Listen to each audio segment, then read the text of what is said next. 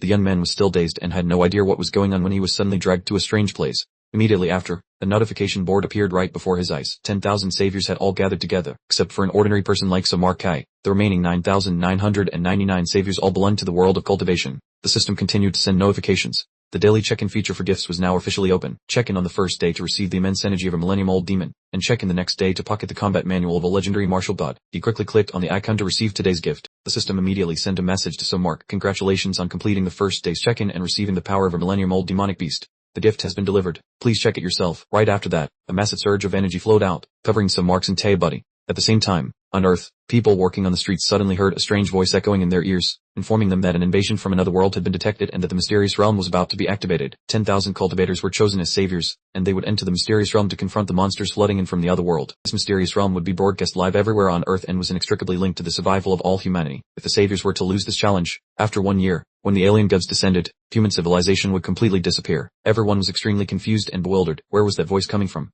Did everyone hear that? I heard it too. How strange. My phone suddenly downloaded an app called Mysterious Realm Live Broadcast on its own. The app's interface began to glow with the words, "Warmly welcome the audience to the Mysterious Realm Live channel." This place was originally a buffer zone between the human world and the other world. Ancient cultivators built this land as a shield to protect the Earth from the invasion of foreign forces. Once the saviors won here, the spiritual energy on Earth would be restored, opening an era where every household practiced cultivation, giving everyone the opportunity to extend the lifespan and possess extraordinary power. Hello everyone, I'm your highly popular virtual host named Lily Tuing.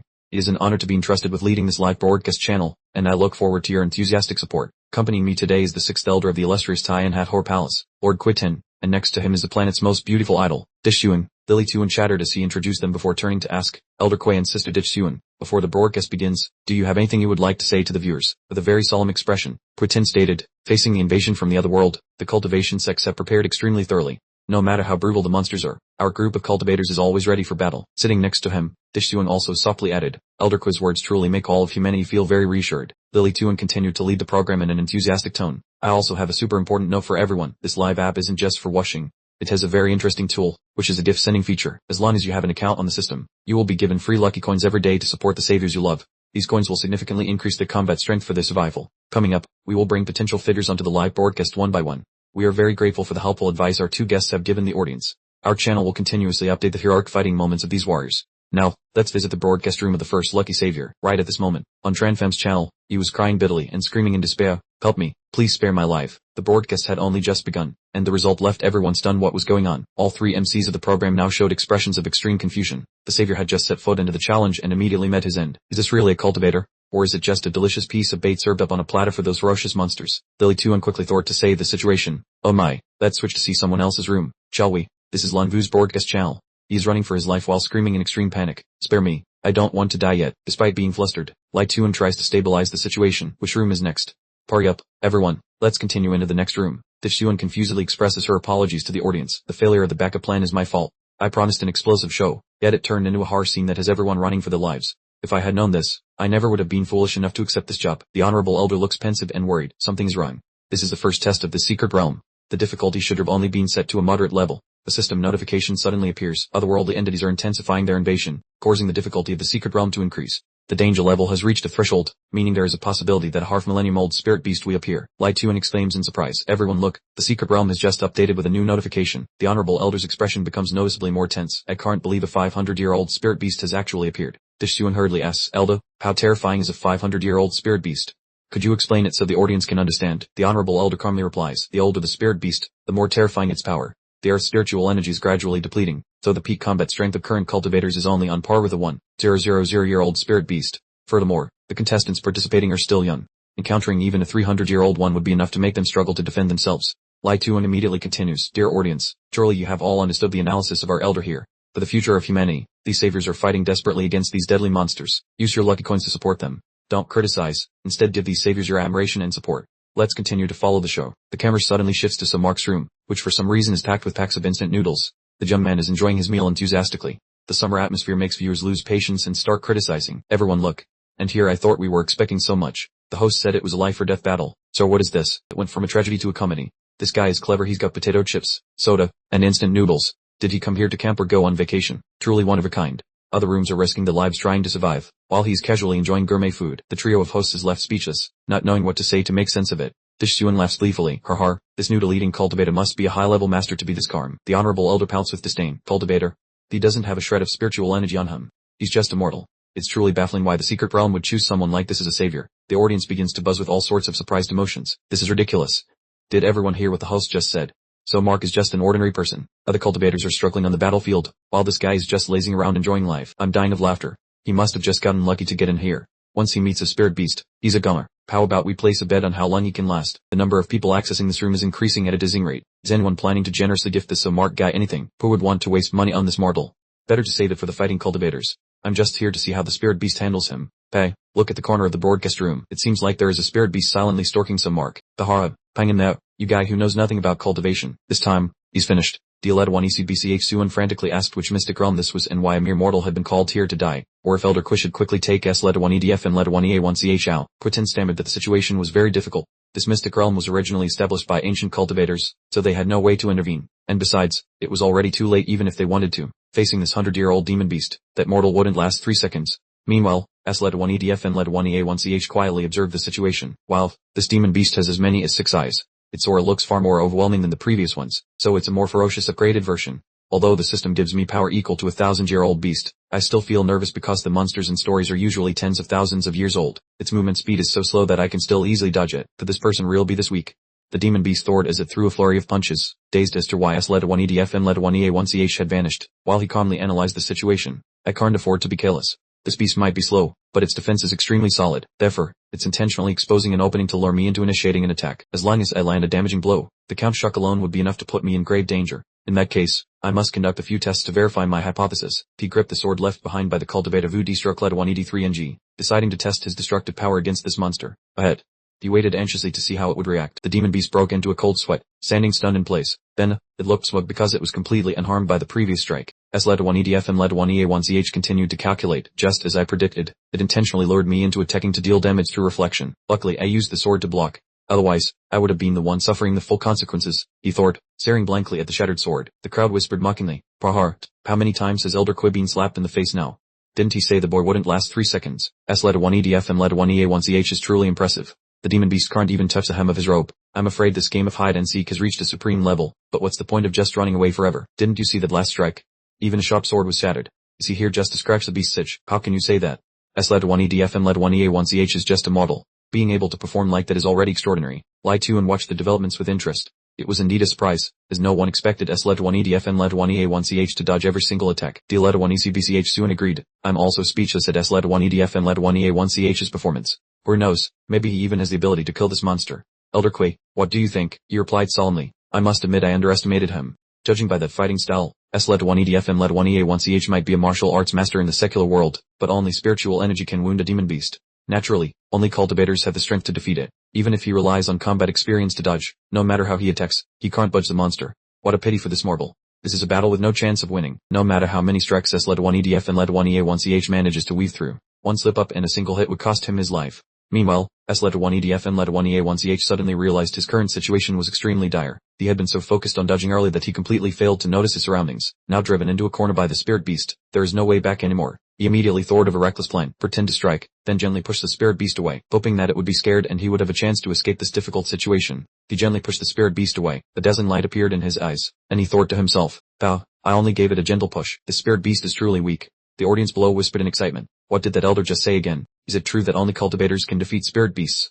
Ledwan EDF and Ledwan EA1CH is so majestic. I want to ask for Ledwan EDF and Ledwan EA1CH to be my son-in-law. In my assessment, a fake hero hunted by spirit beasts would surely flee elsewhere, whereas a true hero needs only a light push to make the beast vanish. Ledwan EDF and Ledwan EA1CH's system notification screen appeared. Greetings, hero Ledwan EDF and Ledwan EA1CH. You have just received over 5,000 lucky coins from the audience. This amount can help you gain an additional 50 strategy points. He looked at his hands and heard the voice announcement from the secret realm. The audience gave so much lucky money. Is this a new function?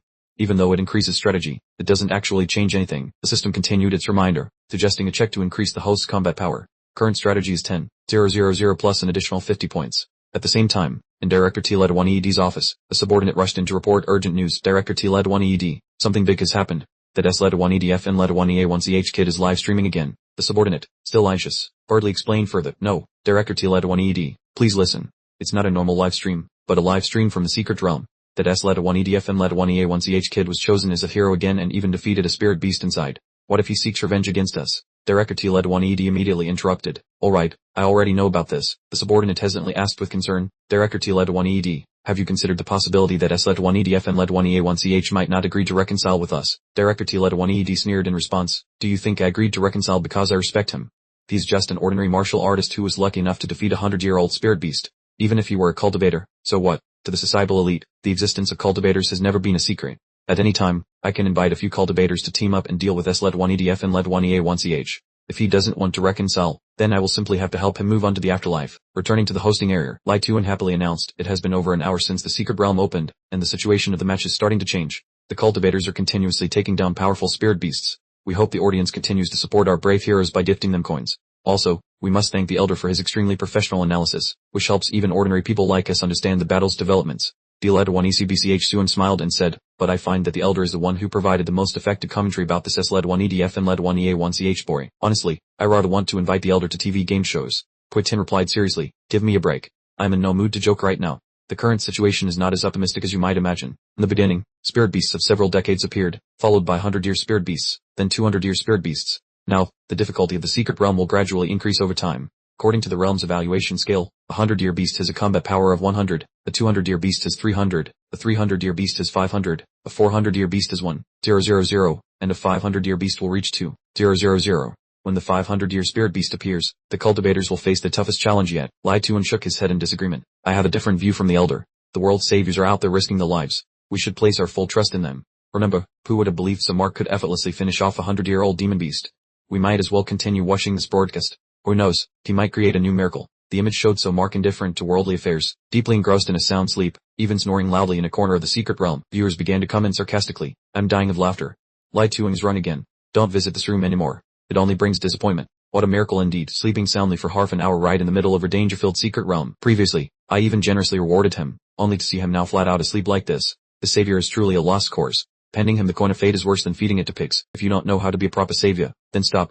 It's best to go find a decent job instead. Forget it. So many people are working hard to fight. If he's this useless, he's not worth supporting. It's more exciting to watch Bark Mun Kwon in the next room. I'm also following Bark Mun Kwon. He just used weakness to overcome strength, taking down two 200-year-old demon beasts, and now he's even challenging a stronger opponent. His momentum is incredible. Lai Tuan chimed in with advice. On the other hand, so Mark was never a cultivator. Don't be too hard on him. The commander should stay calm and rational. Kui Tin added, I agree with Lai Tuan. After all, he's just a mortal. So Mark's previous battle to kill the demon beast wasn't easy at all. He had to use all his strength to evade before seizing the chance to end it. Dishun joined the comments, so Mark's current state is indeed a letdown. Well, as the commenters say, let's just switch over to Bark Mun Kwon's broadcast room. Everyone was engrossed in watching. Mun Kwon is so handsome. Keep going. I just sent you a gif. As the screen shifted to the scene where the tall and charismatic Mun Kwon appeared, the audience became quite excited, completely forgetting that they had just left Mark's broadcast room. This character looks like a truly reliable savior. He is directly facing an extremely ferocious demon beast. He roared and charged forward in a wild frenzy. Everyone began to worry upon seeing the thick dust on the screen. No one knew who would be the winner. The monster's destructive power was terrifying. The light it emitted collapsed everything, yet Mun Kwon remained safe and sound amidst the smoke. Brother Mun Kwon will definitely be fine. Gifts have been sent. Everyone, let's send him some more. Putin's expression suddenly changed, and he warned, that's a 300-year-old demon beast. Does this boy not know his limits? Daring to challenge it? He's practically looking for death. Lai Tuan curiously asked, Eldo, hasn't someone defeated a 300-year-old demon beast before? He replied, this case is completely different. Those people were core geniuses from the four major sects, while he's just a rogue cultivator with ordinary talent. Killing a 200-year-old beast was his limit. Challenging a 300-year-old level is no different from suicide. The street corner on the screen had now turned into a chaotic pile of rubble. Mun Kwon still stood firm amidst the dense smoke, speaking confidently. Is the strength of a 300-year-old demon beast only this much? It's so disappointing. I don't know when I'll meet an opponent strong enough to make me go all out. Mun Kwon stood there arrogantly before the demon beast that was not at all on his level. The audience cheered excitedly. Great, brother Mun Kwon is still safe and sound. Why has it all been running in? This time so Mark wasn't even here to be a burden. The demon beast continued to target its goal. Suddenly, someone's voice cried out in shock. Hey, everyone, look. A figure just stepped out from the ruins over there. Incredible. Isn't that so, Mark? I've found the reason for the disaster. Another person commented excitedly. Having just left Mark's channel only to see him again in this frame. It's truly an unavoidable coincidence. So Mark is so unlucky. He just woke up from a nap to find his house collapsed. The secret realm is truly dangerous. Hey brother, do you need help? Because that monster doesn't look easy at all. Mun Kwon spoke coldly. Just sit still and don't run around. I'm more than capable of handling this demon beast alone. Bark Mun Kwon's sword light immediately glowed brightly, and the spiritual energy surrounding him became extremely dense. He quickly ended the fight with a top-tier swordsmanship move Chi Min, thrusting directly into the monster's mouth. Immediately, a burst of light energy exploded inside it. Its terrifying power left the watching audience in awe. Oh my god, how terrifying.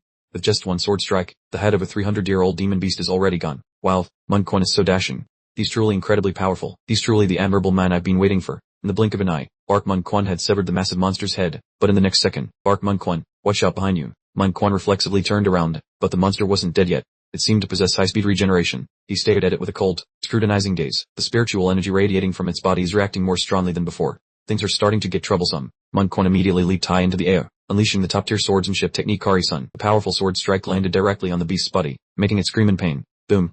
A massive explosion echoed as a terrifying wave of energy radiated everywhere. So Mark sat to the side, pulling up a chair and munching on potato chips while excitedly watching the two sides fight. So cool. It's actually much more powerful than in the movies. From the Donhai style to the Kankim sword art and the Ngai Ban technique, a series of techniques were unleashed continuously, yet the beast recovered every time it was hit. The audience outside couldn't help but buzz with worry for Manhwa. This demon beast is a total HP cheater. It's been severely wounded dozens of times but is still alive and kicking. It's so unfair that Manhwa was unlucky enough to encounter such a stubborn opponent. If it were me, I would have broken down long ago. Initially, the audience criticized Manhwa for being incompetent for letting the beast run wild for so long, but after looking at Mark, they changed their attitude. I'll stay quiet because, thanks to his colleague serving as a backdrop, Mark and his bag of potato chips have become more prominent than ever in this battle. It's true that without comparison, there is no pain. Lu Lituan immediately asked, Eldo, is it possible that this demon beast cannot be destroyed? This is naturally a species of beast with high-speed regeneration, the most difficult type to deal with. If a fatal wound isn't inflicted from the start, it's almost impossible to finish it off. Normally, it would take several cultivators of the same level working together to take down this kind. Yet Manhwa, despite being just a rogue cultivator with average talent, possesses combat power no less than the core disciples of the five great sects. If only the ancient era with its abundant spiritual energy still existed, his achievements would surely be immeasurable. Who would have thought he would be standing on the brink of life and death? At the same time, Manhwa felt the spiritual energy in his body gradually depleting, and his stamina hitting rock bottom. Could it be that I am destined to perish here? I truly cannot accept this. In this age of declining spiritual energy, I have spent days and nights searching for traces of ancient legends. Ignoring all advice, after countless hardships, I finally found a cultivation sect, but all I received were cold words, insufficient potential, no destined connection. The path of cultivation seemed blocked, and I had to reluctantly put down my sword, with the will to change my destiny, seize opportunities, obtain divine medicine, vie for the position of savior, and deploy troops to livestream and attract viewers from other rooms for rewards. I feel neither shame nor regret. The path of immortality requires fierce competition. Being a moment too slow means missing out for a lifetime. Only by seizing opportunities can one hope to reach the peak. Having endured such hardship to attain this swordsmanship cultivation, how could I easily perish here? Although the ancient secret techniques I suddenly learned carry a high risk of death, now is the time to take the gamble. Thinking this, Manhwa darted forward like an arrow toward the ferocious monster. The creature also immediately released a massive burst of energy to defend itself and evade the attack. So Mark witnessed the violent explosion of light as the two clashed and exclaimed in admiration. The effects are stunning. Is this his true power? He thought to himself. However, why was there no movement? Was he injured?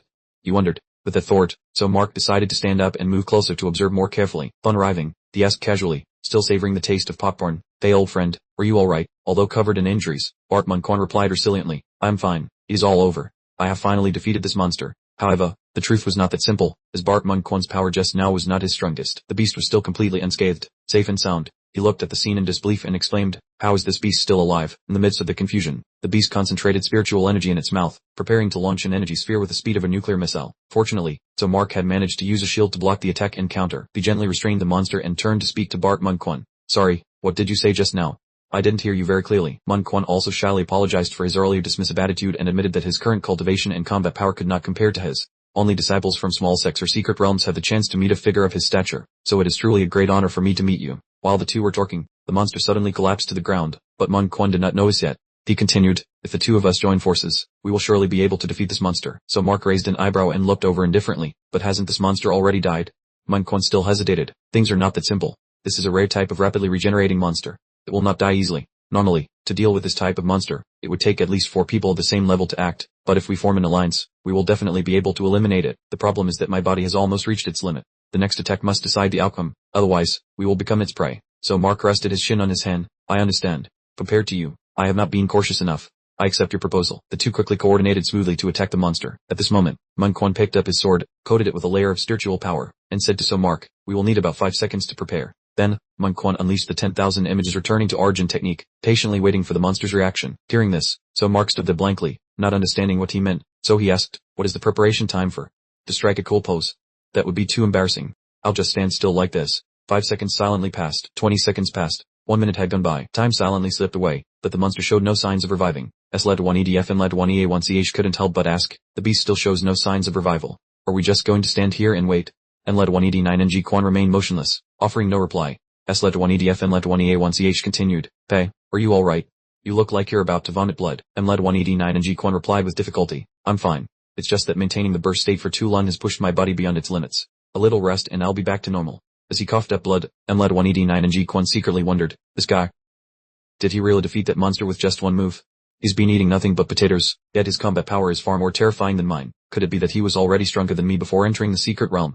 This is truly unbelievable. I'd better stop overthinking things. At this moment, the side effects of maintaining the myriad manifestations reversal for too long began to manifest, causing M led 189 and Ji Quan's limbs to tremble uncontrollably. His veins bulged prominently. Suddenly, he screamed, I don't want to die. Blood began to pour continuously from his eyes and mouth. The spiritual energy within his body surged wildly, as if it wanted to tear his body apart. Immediately after, a loud explosion rocked the entire space. S led 1EDF and led 1EA1CH, who was standing nearby, quickly leaped far away. He had absolutely no idea what was happening. Just a moment ago, M led 189 and Ji Quan was talking normally. How could he suddenly explode like this? Unbelievable. Even the game won't spare me. Or was it caused by that beast's attack? S led 1EDF and led 1EA1CH wondered in confusion. How terrifying. I didn't even notice that attack. It seems I've underestimated it too much. Now, while the monster is still lying motionless on the ground, feigning death, I must quickly leave this place. The audience watching the entire event from outside was utterly stunned. They couldn't comprehend it. The beast hadn't even revived. Yet, M led 189 and Ji Quan had inexplicably made himself explode. And for what strange reason? Those who had once mocked S led 1EDF and led 1EA1CH now turned to reproach each other. A few ardent fans, trying to defend M led 189 and Ji Quan, spoke up. My idol is gone forever. So why are you still stubbornly defending him? The audience was now fiercely divided into two warring factions. In another space, D led 1ECBCH Suan watched the battle with astonishment, exclaiming, the outcome of this battle is truly beyond imagination. The one whom Venerable Elder called immortal, S led 1EDF and led 1EA1CH, possesses formidable strength, while the genius and led 189 and Ji Quan inexplicably self-destructed. Venerable Elder, what is your opinion on this matter? The Venerable Elder coughed lightly and replied, M led 189 and Ji Quan's death is indeed very regrettable. It was because he used a technique that exceeded his own endurance limit, leading to such a tragic end. As for S led 1EDF and led 1EA1CH, this fighting style reminds me of a long-lost cultivation school. That is the body cultivation school, a cultivation method that mimics ancient demonic beasts. Orthodox cultivation schools always strive for harmony between heaven, earth, and men, using spiritual energy within the body as a guide, building a bridge to activate natural spiritual energy, thereby unleashing power far beyond their original capabilities. In contrast, the body cultivation school imitates the cultivation methods of demonic beasts, refining spiritual energy into pure physical strength and relying solely on bodily power in combat. Although the initial growth rate is quite fast, the human body inherently has limits. At its strongest, it can only be on par with demonic beasts. I surmise that S led 1EDF and led 1EA1CH has learned ancient body cultivation techniques, and combined with the points from the audience, he was able to display such superior tactics. Upon hearing this news at the base, General T led 1EB was so horrified that he fell backward. What? The body cultivation practitioner destroyed a 300-year-old demonic beast in the blink of an eye. Is S led 1EDF and led 1EA1CH really that powerful? Immediately, the subordinate spoke up to reassure him. General T led 1EB, didn't you once say you could summon countless cultivators to surround and attack S led 1EDF and led 1EA1CH? Besides, no one else possesses body cultivation power, so there's no need to worry excessively. However, General T led 1EB angrily rebuked him. You fools. Even a body cultivator already possesses combat power comparable to a 1,000-year-old demonic beast. Have you forgotten what the Venerable Elder said? Do you not know that spiritual energy on Earth is now depleted? The strongest cultivators only have about 1,000 years of cultivation power. Yet, S led 1EDF and led 1EA1CH defeated a 300-year-old monster in an instant. How could the ordinary cultivators and invited possibly stand a chance against him? The assistant standing by tried to soothe the general's rage and restlessness, whispering gently for him to calm down. Ever since the beginning, the tough cases that others had given up on were the only ones he could solve. This time would surely be no exception. Upon hearing this, the general exhaled a long breath and nodded in agreement, saying the boy was right. The situation had not yet reached a dead end. Since the amusement park was headed by Lai Hanning of the Lai conglomerate, he wouldn't be able to just wash his hands of it if a disaster occurred. Whatever happens, we must force him to bow his head and continue supporting us. The most urgent task right now is to stall for time, and I'm entrusting you with the most important mission. Go to the hospital and capture Sumai, for she is the valuable trump card to control Sumai. The assistant quickly accepted the instruction, replying, Yes, General, I will certainly give my all to ensure I do not betray your trust. The general glanced at him and added, Also, let all the men leave the company. Let them rest and take a break for a while. The remark made the henchman break into a cold sweat, and he hesitantly asked, General, just a moment ago you said the company's defense system was too fragile and that you wanted to call for reinforcements. The general reassured him, Don't worry, I have no intention of giving up. I just don't want them to waste their lives for nothing. Having climbed from a street thug to his current position through bloody and sinful steps, and with sins piled up that he could likely only pay for in the afterlife, he was absolutely unwilling to let go of his own life for that very reason. He firmly asserted to his subordinate, before stepping into hell, I still want to behold the glorious view from an even high position. At that very moment, sounds of panicked screaming suddenly echoed throughout the city. Budang, hurry up and run. Budang, leave here immediately. The monster appeared with a tail like an octopus and terrifyingly sharp fangs, with only its blood-red eyes, that frantically chased after its prey. Vudan rushed into an alley in a panic, leaning against the wall and panting. It's over. Everyone is dead. All my teammates have perished. To think I could level up without any effort. She thought she had the power to save the world, but it turned out to be nothing more than a deceptive farce. She shouldn't have believed that propaganda from the start or deluded herself into being a savior. Thinking of this, she silently lamented, when will this nightmare ever end? The only option now is to keep running and try to stay alive until the secret realm ends. Just surviving another day is enough. In the midst of despair with no way out, Sumai's voice suddenly called out from behind, naively asking, is that you, Vudan? Hearing the call, she turned her head and said, oh, you are the stranger who appeared when the secret realm just opened. Good heavens, are you still alive to this day? Seeing Sumai, Vudan felt a bit awkward and hurriedly explained, I'm sorry, I didn't mean to mock you. Please don't be angry. I'm just too surprised. Surviving in the secret realm is truly not easy at all. The young man humbly replied, being able to hold on until now is just thanks to good luck. Thank you for the sword you gave me, though it's a pity it snapped in two. But where are all your teammates? Vudan lowered her head sadly. They are all done, all because of the dream of being saviors to rescue the world. We are just cultivators from a small sect and couldn't expect much no matter how hard we try. We can't compare to the elite disciples of the major sects, facing the fierce demon beasts. We aren't even worth as much as cannon fodder. We are purely and simply nothing more than human shields. Tumai nodded. That's certainly true. Those demon beasts are just too terrifying. Recently, the cultivator fell right next to me. I was standing right beside him and didn't even know when the beast had struck. If it weren't for his sacrifice, I fear the one who lost a life would be me. Vudan suggested. Then come with me. Let's find a place to hide and wait for the masters to defeat the final boss before returning to the real world. If there is any danger, I will try to protect you, so don't worry. The viewers watching from the outside couldn't help but be amazed, with one exclaiming, what did that girl just say? She said she would protect Master Mai. Wake up, young lady. The master standing in front of you is no pushover, and Master Mai is so silly too. To think he doesn't even know the dream gentleman formation exploded on its own. However, another person disagreed and retorted, what kind of nonsense are you spouting? Master Mai is clearly a person who is extremely cautious. Give Mon Quan some dignity. Daz. Sup bringing up the past. A moment later, so Mark nodded and followed Vudan's invitation. As she led him along, she kept reminding him, remember to stay close to me. Based on my experience, this spot is quite safe. However, so Mark could not fully put his mind at ease. He sensed some strange noises nearby. Vudan turned her head and asked in confusion, what noises? Before she could finish, as she turned her head back, the silhouette of the creature from before was already looming right in front of her. The city within the secret realm suddenly became terrifyingly quiet. Then, a panic scream from both of them rang out, accompanied by the sound of chaotic footsteps. So Mark urged her not to look back and just to rush into the building, but Vudan warned him, if we go in now, there's no turning back. I've encountered this type of monster before and managed to escape successfully. Just trust me this once. So Mark retorted, I can't believe that. You just said this place was safe, and now that we've run into a monster, how can I trust you? Ignoring his coldness, Vudan scooped So Mark up, leaving him both embarrassed and flustered as he asked what she was doing, to which she replied immediately, there's no time for a long explanation. Just trusting me is enough, she said, then ran for her life into the high-rise building head to hide. A long time passed, and they did not see that monster pursuing them. Only then did So Mark see that Vudan's words made sense. The monster reel hadn't followed them and had been shaken off, so he apologized for blaming her earlier. Gasping for air, Vudan explained, that monster has keen eyesight but cannot hear anything. It's easier to hide in a complex structure like this. It's safe for now, but we still need to go up to a high floor and wait 10 minutes before deciding what to do next. So Mark nodded in agreement. When I entered earlier, I saw a sign. The stairs are on the left, and there is a path leading to the upper floors. Vudan immediately rejected the idea. We aren't taking the stairs. We'll take the elevator to save energy. As soon as he heard the word elevator, so Mark broke into a cold sweat. He suffered from severe claustrophobia, so just hearing the name made him want to faint. Vudan smoothed her hair and smiled, don't you know? The secret realm is an exact replica of the cities out there, so it has electricity, meaning the elevator works as usual. So Mark still hesitated, questioning her, that's not what I meant, but wouldn't taking the stairs be more convenient and safer? Look at yourself. I'm already exhausted from running, and carrying someone as heavy as you where would I get the strength to climb now? Vudan said, clutching her chest and panting from exhaustion. So Mark was so surprised he nearly fell over. He wondered if the stamina of cultivators was really that poor. Vudan looked helpless. You think all cultivators go to the gym? What's wrong with using modern technology once in a while?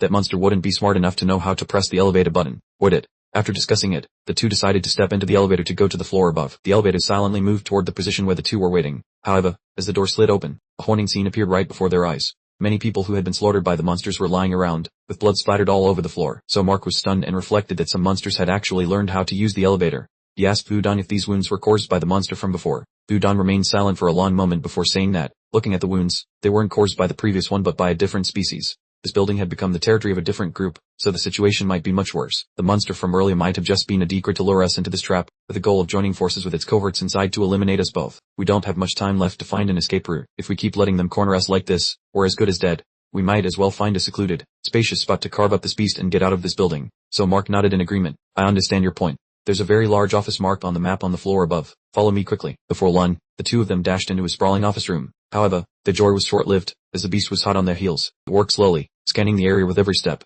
every corner that Vudan and some Mark had set foot in could not escape its notice. In a state of panic, Vudan tried to hold her breath to avoid making any sound, then whispered to Mark, is hiding here real okay? It won't hear us talking, right?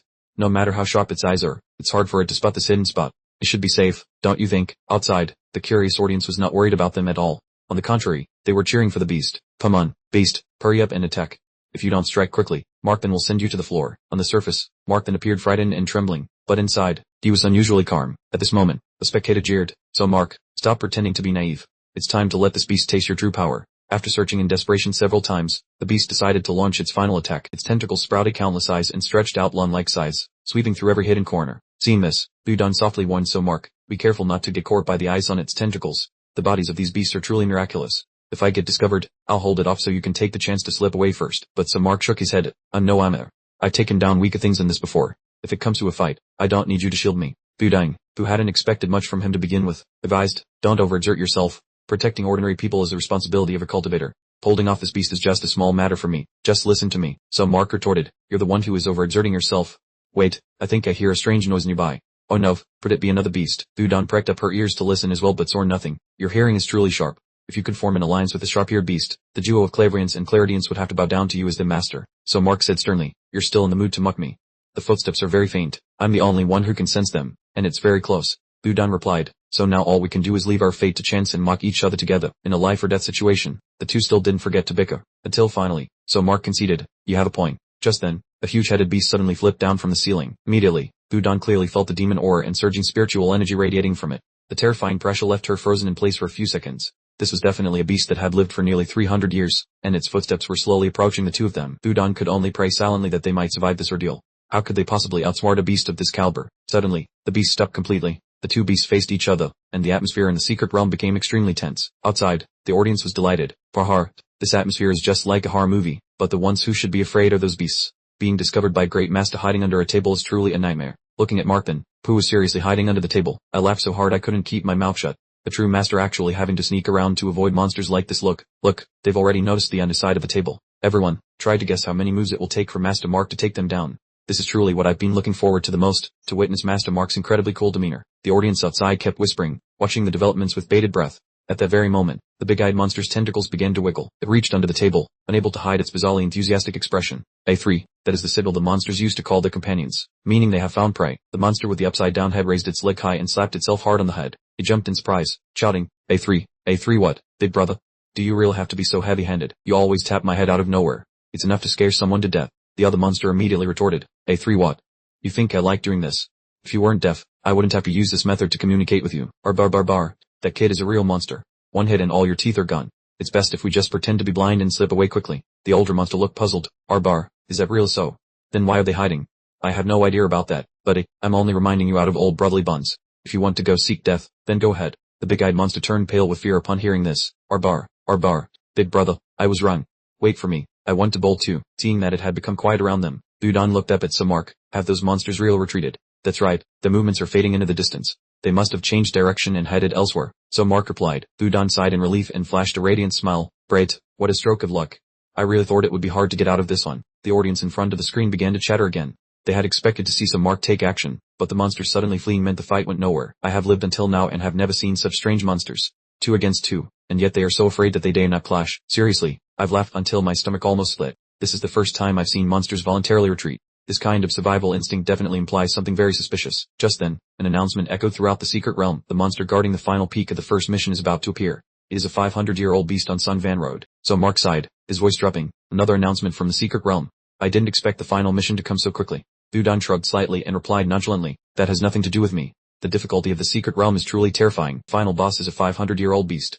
Let's just find a safe place to hide, wait for the experts to finish their business, and then we'll slip out of here. Don't overthink it. It's exhausting. Ironically, they were standing right on Sun Van Road. The blinding beam of light shut down from above, causing So Mark to freeze and stare up in shock, while Budon frantically urged him on. What are you still standing there for?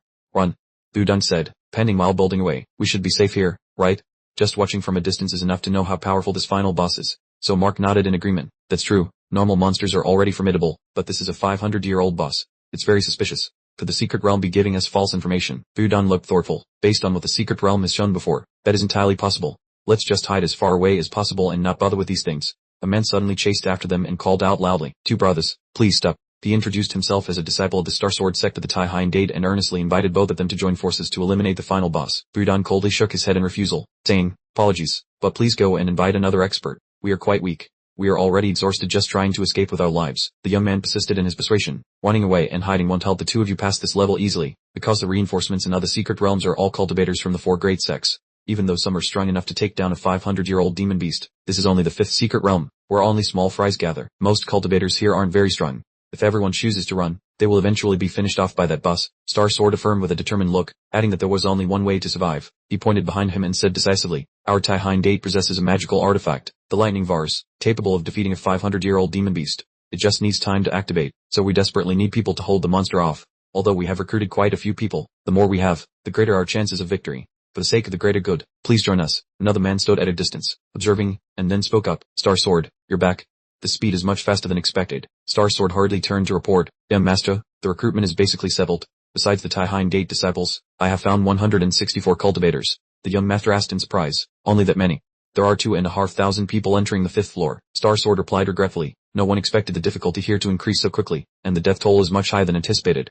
"Young master, with the current numbers, will there be enough time to activate the lightning vase?" The young master toyed with the purple vase in his hands, with a distant look in his eyes. He said, "Yes, that's enough." In his mind, the image of the lightning vase appeared the most precious treasure of the Tai Hein Gate, but one that could only be used once. A deep male voice echoed with lingering lining, "I did not pass the lightning vase to you to see this weak side of you." The young master firmly refused. "Father, I apologize. I cannot do this." The father slowly instructed, "Is this so difficult? Gather all the cultivators in the secret realm. Use the excuse of needing time to activate the lightning vase to make them wear down the demon beast and inflict damage on the boss. Then, when it is exhausted, use the treasure to finish it off." The young master hesitated, "But that will cause great casualties, and the lightning vase doesn't even need time to prepare." As I lied to them, father spoke sternly, "Have you forgotten? To become stronger in the secret realm, you must defeat the final boss to receive the generous rewards. That is a life-changing opportunity you must seize." The young master insisted, "I can win without using underhanded tactics. I don't want to dirty my hands for a prize. Do you not trust my abilities, father?" The father replied thoughtfully, "Have you forgotten our ambition? It is to make the Tai Hein Gate equal to the 4 great sects." He placed his hand on his son's shoulder with expectation. "In the past, if I had spoken of this plan, I would surely have been mocked. I spent 30 years building the Tai Hein Gate to be the strongest sect after the 4 great ones. That is a goal I must achieve. Do you remember the disciples of the 4 great sects who humiliated us? In their eyes, there are only 2 types in the cultivation world, the 4 great sects and the low-class trash. That is the cold, hard truth. No one respects us as much as they do, but the secret realm is the golden opportunity to turn the situation around, so absolutely no mistakes can be made. To be on par with the 4 great sects, you need not only strength but also the hearts of the people." He raised the purple vase, his voice full of authority. "You must make them tremble in despair, then appear as a savior to finish off the monster, making those cultivators kneel at your feet. Only by doing so can you accumulate enough prestige to confront and then surpass them to become the greatest sect in the world." The young master frowned decisively. "I understand what I must do." Returning to reality, he muttered, "I'm sorry. For the sake of the Tai Hein Date, for father, everyone's sacrifice is unavoidable." After finishing the preparations, the group began to move. A few of them could not hide their skepticism, wondering if using the jaw-pulling horse would really be enough to take down the final boss. "Let's not use stalling as an excuse to turn ourselves into target practice," another person said, trying to reassure them, though their eyes still betrayed deep unease. "I heard that Lathin Than, the young master of the Tai Hein sect, has a very trustworthy personality, so surely he wouldn't lie to us. Besides, other than putting our faith in him, we're just waiting to die in the secret realm. What other choice do we have?" The young man with the side sweatbands pondered for a moment before lifting his head, his eyes burning with determination. "You have a point. I've thought about it carefully. Rather than dying in vain, we might as well go all out. Who knows, if we're lucky enough to defeat the final boss, we'll receive a huge bounty of fate money and become experts ourselves." Another man disagreed, laughing coldly. "Surviving is already a blessing, and you're dreaming of rewards. Out of these 200 people, only one person gets the fate money for killing the boss. Do you really think you're the chosen main character?" Amidst the argument, so Mark spoke up, "Don't force me anymore. I won't run away alone." Budan turned back to look at him, her brows knit in annoyance. "Faye, were you actually planning to confront the final boss with us? It's extremely dangerous. Why would an ordinary person like you bother to get involved?" So Mark remained unflinching and calmly replied, "I have received fate money, so I have at least some combat ability. Everyone here is giving their all to fight the monsters. I can't just sit by and watch them sacrifice themselves." She was surprised, her eyes widening to the limit. "I never expected you to be able to use fate money to increase your power. No wonder you were qualified to enter the secret realm." So Mark slowly explained, "When I first entered the secret realm, I was lucky enough to receive a fate money reward, which boosted my combat power once, but after that, even with additional rewards, my strength stopped increasing." Budan pointed to the gold coins. "Isn't that perfectly normal? If combat power could be increased infinitely, then pouring all the fate money into one savior would create an invincible god of war. The essence of fate money is spiritual energy of extremely high purity. This energy can fuse with a cultivator's body. We have limits, and once that capacity is full, we cannot absorb any more. we can only increase our spiritual energy capacity during combat or by breaking through our cultivation limits. Usually, only cultivators can use fate money, so your case is very unreasonable, she said, touching her chin with an intrigued gaze, as if she had just discovered something fascinating. What's even stranger is that even though you can use fate money, your body doesn't show any reaction to spiritual energy. Were you some high-level expert hiding your identity to play the part of a newbie? Suddenly, So Mark's expression became solemn and his eyes turned sharp. I'll be blunt. Enough joking around. It's time for me to show my true strength. Budan laughed heartily, her tone mocking. Isn't this the classic line from those stories where someone trains alone in a secret realm to become a superhero? Oh, shrug incautious. I didn't expect you to be a fan of comics too. So Mark smiled slightly, not hesitating to reveal his interests. I'm surprised, too. You cultivators read novels and comics. She answered wittily, of course. Do you think cultivators these days are still wild people hiding in the mountains? Who could survive without express delivery, food delivery apps, and Wi-Fi? Because the spiritual energy on Earth is gradually depleting, it is very difficult to make significant progress no matter how hard one trains. In this environment, only a small number of cultivators with top-tier talent persevere, while most others actively integrate into modern society, with quite a few even becoming obsessed with power and money. Elsewhere, far from the noisy crowd, several men were secretly conferring. One of them spoke up, we have received Director 2's offer. He is indeed very generous. The other party replied nonchalantly, that was just a deposit. There's a generous bonus waiting after the job is done. The three men looked at each other and patted their chests in unison, appearing resolute. If we take the money, we have to do the job. We will definitely complete the mission. But to need the three of us just to deal with one kid. That's real overestimating him, Director 2 said with hidden meaning. I already sent you the files on Mark. In the secret realm, he punched a 300-year-old monster into oblivion. His strength is not to be underestimated. Another man chimed in, confidently asserting as if victory were already in hand. Director 2, don't worry, we have never failed. It's true that Mark killed monsters in the secret realm and is currently trending, but based on what he showed on the live stream, that was just raw, ordinary muscle power, lacking high-level martial arts and practical combat experience against monsters and cultivators. He laughed a sinister, fox-like smile, where spiritual energy is depleted, and in the secret realm, cultivators use fate money to increase their combat power but cannot bring that strength into the real world. So, as for Mark, we can easily take care of him. Director 2 burst into a triumphant laugh. Is that so? It seems I was worrying for nothing. Look, the difficulty of the secret realm has increased again. The final boss is now a 500-year-old monster. So Mark and his teammates seem to be preparing for an all-out attack on the boss. One of the men in the group mocked with a sarcastic tone. Maybe by the time we even get a chance to act, Mark will have been eaten alive by the monster. What a waste of a trip. Director 2 replied slowly. If Mark dies in the secret realm, I will still pay your reward as promised. The employee immediately flashed a satisfied smile. How generous. With your words, Director 2, I am reassured. Just then, a blue light suddenly flashed from the ground, causing him to cry out in panic. Boss, something happened outside. Has he arrived? I didn't expect him to be this fast. The three masters need not worry. That is my honored guest. To handle Mark, I have specially invited a top-tier expert. Everyone's eyes immediately turned to the figure who had just entered the room, a senior consultant from the Life Financial Group, rumored to be a professional bounty hunter known as a cultivator assassin. Now, let's return to the fierce battle against the demonic beast. All the inherent rules of the secret realm are being trampled to pieces by an external bloodlord. The strength of 8,055 is significantly higher than that of a 500-year-old demonic beast. Right on the rooftop of a towering high-rise building, the young lord spoke with a stern expression. Is everything in place? Star Sword bowed respectfully. Master, the beast immortal cultivators have fanned out to surround the final boss area as ordered. Once it steps out of the light zone, they will split their formation to harass it, keeping the monster within the operational range of the thunder-suppressing jar. Before the jar activates, they pledge to hold it back at all costs for you. The young lord nodded slightly, his eyes shining with determination. I understand. I will utilize the thunder-suppressing jar as quickly as possible to avoid unnecessary losses. In another development, Mark appeared curious. So it turns out not everyone is launching a full attack. Budan leaned tidily against the wall. Do you think this is a dungeon raid game? If we faced it head-on, the whole team would be wiped out in less than 2 minutes. By splitting into 50 groups for guerrilla tactics and taking turns to provoke the beast, we can stall long enough to activate the thunder-suppressing jar. So Mark replied wordly, but then the groups being targeted will be in immediate danger. She shook her head silently, a look of helplessness on her face. There's no other way. This is a strategy of the Tai-Hien sect, sacrificing the few to preserve the whole. If they happen to die, they can only blame their bad luck. However, regarding the ability to escape, I'm quite confident. Even before I knew the end of the manga, because I was paying off debt, I had already defeated the Demon King in the novice village, so I won't die that easily. After all, that popular national manga has lasted for over 100 years. So Mark smiled and nodded in agreement. I am also a loyal fan of that work. Whenever I face overwhelming difficulties, I reread it. It is what gives me the willpower and love for life. Budan excitedly had an idea. Is that so? Once we get out of the secret realm, I will introduce you to the artist of that series. So Mark asked in surprise, is that true? Though Dean Thuk Enhan is famous for being a mysterious artist who has never appeared at any event, I have long dreamed of getting his autograph just once. Budan gently explained, though Dean Thuk Enhan is also a cultivator in our world. He only cultivates to have enough stamina to draw better comics. So Mark spoke up, his voice full of admiration, to diligently cultivate just for the passion of creation. He truly is a model of hard work. You must help me meet him. She smiled softly. You once said your sister is still waiting for you. Now you have another reason to survive. We must live through this together. Upon hearing those words, Mark was stunned. A sincere smile gradually appeared on his lips, as if to agree with that hope. Yeah, we will definitely leave this place alive. At that exact moment, The blinding flash of light suddenly streaked across the sky. Chaotic noises rushed in from all directions, echoing right beneath the monster's feet. The beast spoke in a low, arrogant voice. So this is the secret realm.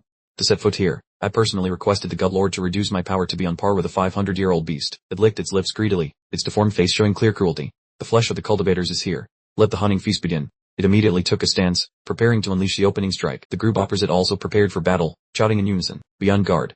The demonic beast has already set its sights on us." One person silently calculated according to the tactical plan, eyes never leaving the enemy's movements. A sudden sweeping slash knocked everyone away. Everyone was in a state of utter shock. Damn it, what kind of terrifying speed is this? Dust and sand swirled up thick and fast, completely obscuring the surrounding view. Within the murky cloud of dust, the monster grabbed the hapless cultivator by the head and roared mockingly, "Keep screaming. If you can lure the rest of them out here, I'll let you die in the easiest way possible." Even while held in a tight grip, the man maintained a stoic and sarcastic attitude, a beast that only acts on instinct, yet it stammers like a human. What a strange thing indeed, he said, before laughing hysterically. Fury burned in the monster's eyes as it crushed the man's head in a fit of rage, sending flesh and blood splattering everywhere. I absolutely love stubborn brats, especially the moment I push you to the brink. Its face twisted into a look of madness. All right, where is the next target?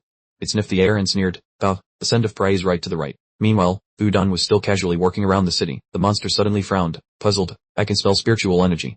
Even though those people tried to disperse, there are still at least 2 of them in every area. Yet, there is only 1 person here. I'm very curious as to why." It took no effort at all for the beast to loom over her, blocking her path. Budan smirked defiantly. "Were you kidding? You didn't even realize that? Dealing with a novice like you, 1 person is more than enough." The monster roared with excitement. "Oh, an interesting girl. Let's see how capable you really are." Budan retorted sharply. "As you wish." Having said that, she unleashed a powerful blow, intending to wipe everything out. The blinding light erupted, flooding every corner of the street. Yet the monster stood tall as if completely unmoved. It curled its lip with disdain. "How pathetic. Is that all you've got? Modern-day cultivators are so weak it makes me laugh." Just then, Mark suddenly lunged forward, shielding the monster. He clenched his fists, concentrated all his spiritual energy, and took a fighting stance. A punch slammed into the ground, creating a streak of golden light that shot straight toward his opponent. The beast was forced to step back in caution. The creature blade, inwardly startled. It hadn't expected to instinctively dodge such a surprise attack. It jumped up excitedly, roaring wildly, "This is too interesting. I didn't expect such a strong one among these cultivators. Come, let's have a real fight." But as it looked around, there was no one left. It shouted angrily, "Those people have run away." A monitoring substation. Members were focused on watching the battle. Lu Lai Tuan asked in surprise, "Is the final boss of Secret Realm 5 a mutant?" "What is that?" According to the organizer's data, the stronger the spirit beast, the more its appearance evolves to resemble a human, and the final boss in Secret Realm 5 has already begun the process of anthropomorphization. Dishun explained.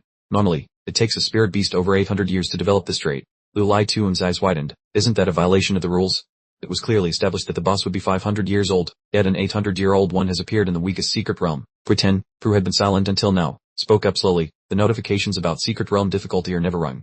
While both are at the 500-year level, the final boss at Secret Realm 5 is always far stronger than in other areas." Dishun turned to ask Quitin suspiciously, "But for a spirit beast this strong to have dodged Mark's attack, what is your assessment of that, Elder Kui?" Quitin hurriedly wiped his sweat and evaded the question. "On this matter, I reserve my opinion. Let's switch the camera to the first Secret Realm. The final boss there is entering a critical stage. In a different development." Budan peeked around, searching for signs of danger.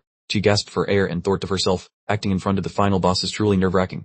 "I nearly had a heart attack. According to the plan, I would attack first to distract it so Mark could take the opportunity to ambush the monster and provoke it." She grumbled irritably, "That annoying Mark is clearly stronger than me but still pretends to be weak. It was a waste of time for me to worry about him for half a day." As it turns out, even the final boss was scared off by his sneak attack. Suddenly, she stopped in her tracks and realized something strange. Wait a minute, if the final boss didn't chase after the demon beast, could it be because it was too terrified and lost track of us? If it escapes the attack range of the word BunRv, we'll be in big trouble. Just as her thoughts ended, a familiar voice suddenly rang out from right behind her. "What a pity, I'm right behind you. My target from the beginning was actually your teammate, meaning I couldn't keep up with his spiritual energy, so I suddenly thought, what if I capture you to lure him here of his own accord?" Budan immediately fell into a state of panic. Although her mind was clear, her body was completely paralyzed. "What is happening? Why can't I move even a single bit?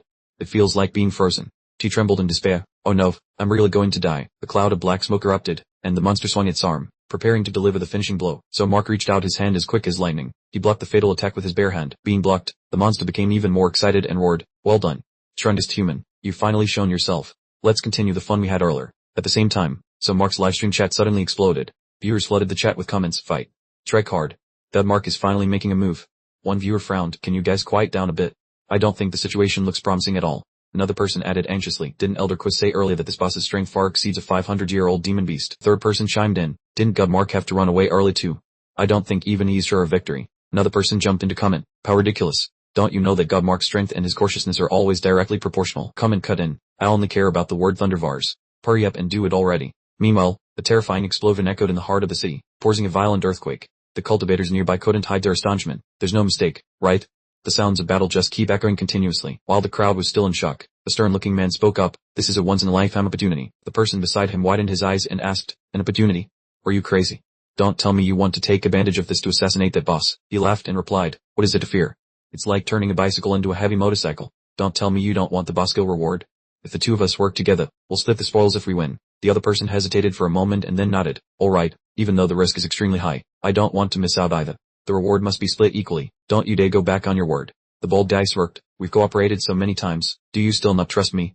Besides, there's a master keeping that demon beast in check over there, so there's absolutely nothing to worry about. Over on Mark's side, the monster suddenly raised its claws and sneered. Isn't this quite nice? It lunged forward to punch him straight in the chest, but fortunately, he dodged in time. So Mark was slightly surprised. His eyes widened in utter surprise. The monster glanced at him and taunted. Where are you looking? It then followed up with a punch to his stomach, sending the male protagonist flying backward. His entire body flew over 10 meters, crashing heavily into the concrete wall of a nearby building. The beast cackled. You can still hold on? As expected, my intuition wasn't wrong. There is a massive power hidden inside your body, but you don't know how to tap into it. What a waste. The livestream room was in an uproar again. Who was just writing earlier? Just because Mark opens his mouth, he gets called God Mark. In the end, he's just a punching bag. At the critical moment, he can't be trusted at all. If you're so good, go fight the demon beast yourself, one person remarked sarcastically. Whether restaurant food tastes good or bad, the reviewer doesn't necessarily have to know how to cook. Another person shot back. I'm not the savior of the world, so why do I have to go fight the demon beast? Someone just finished speaking.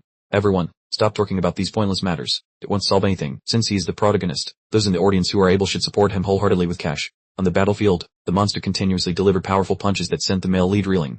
It laughed hysterically with delight as it watched its opponent slowly weaken from accumulating wounds. Sumo didn't even bother to respond. He simply braced himself against the waves of attacks with eyes full of steely determination. The monster spoke slowly, as if savoring its dominance. Let me help release you from this torture early. It suddenly leapt high into the air. Its right hand curled into a martial stance as eerie streaks of light swirled around its arm.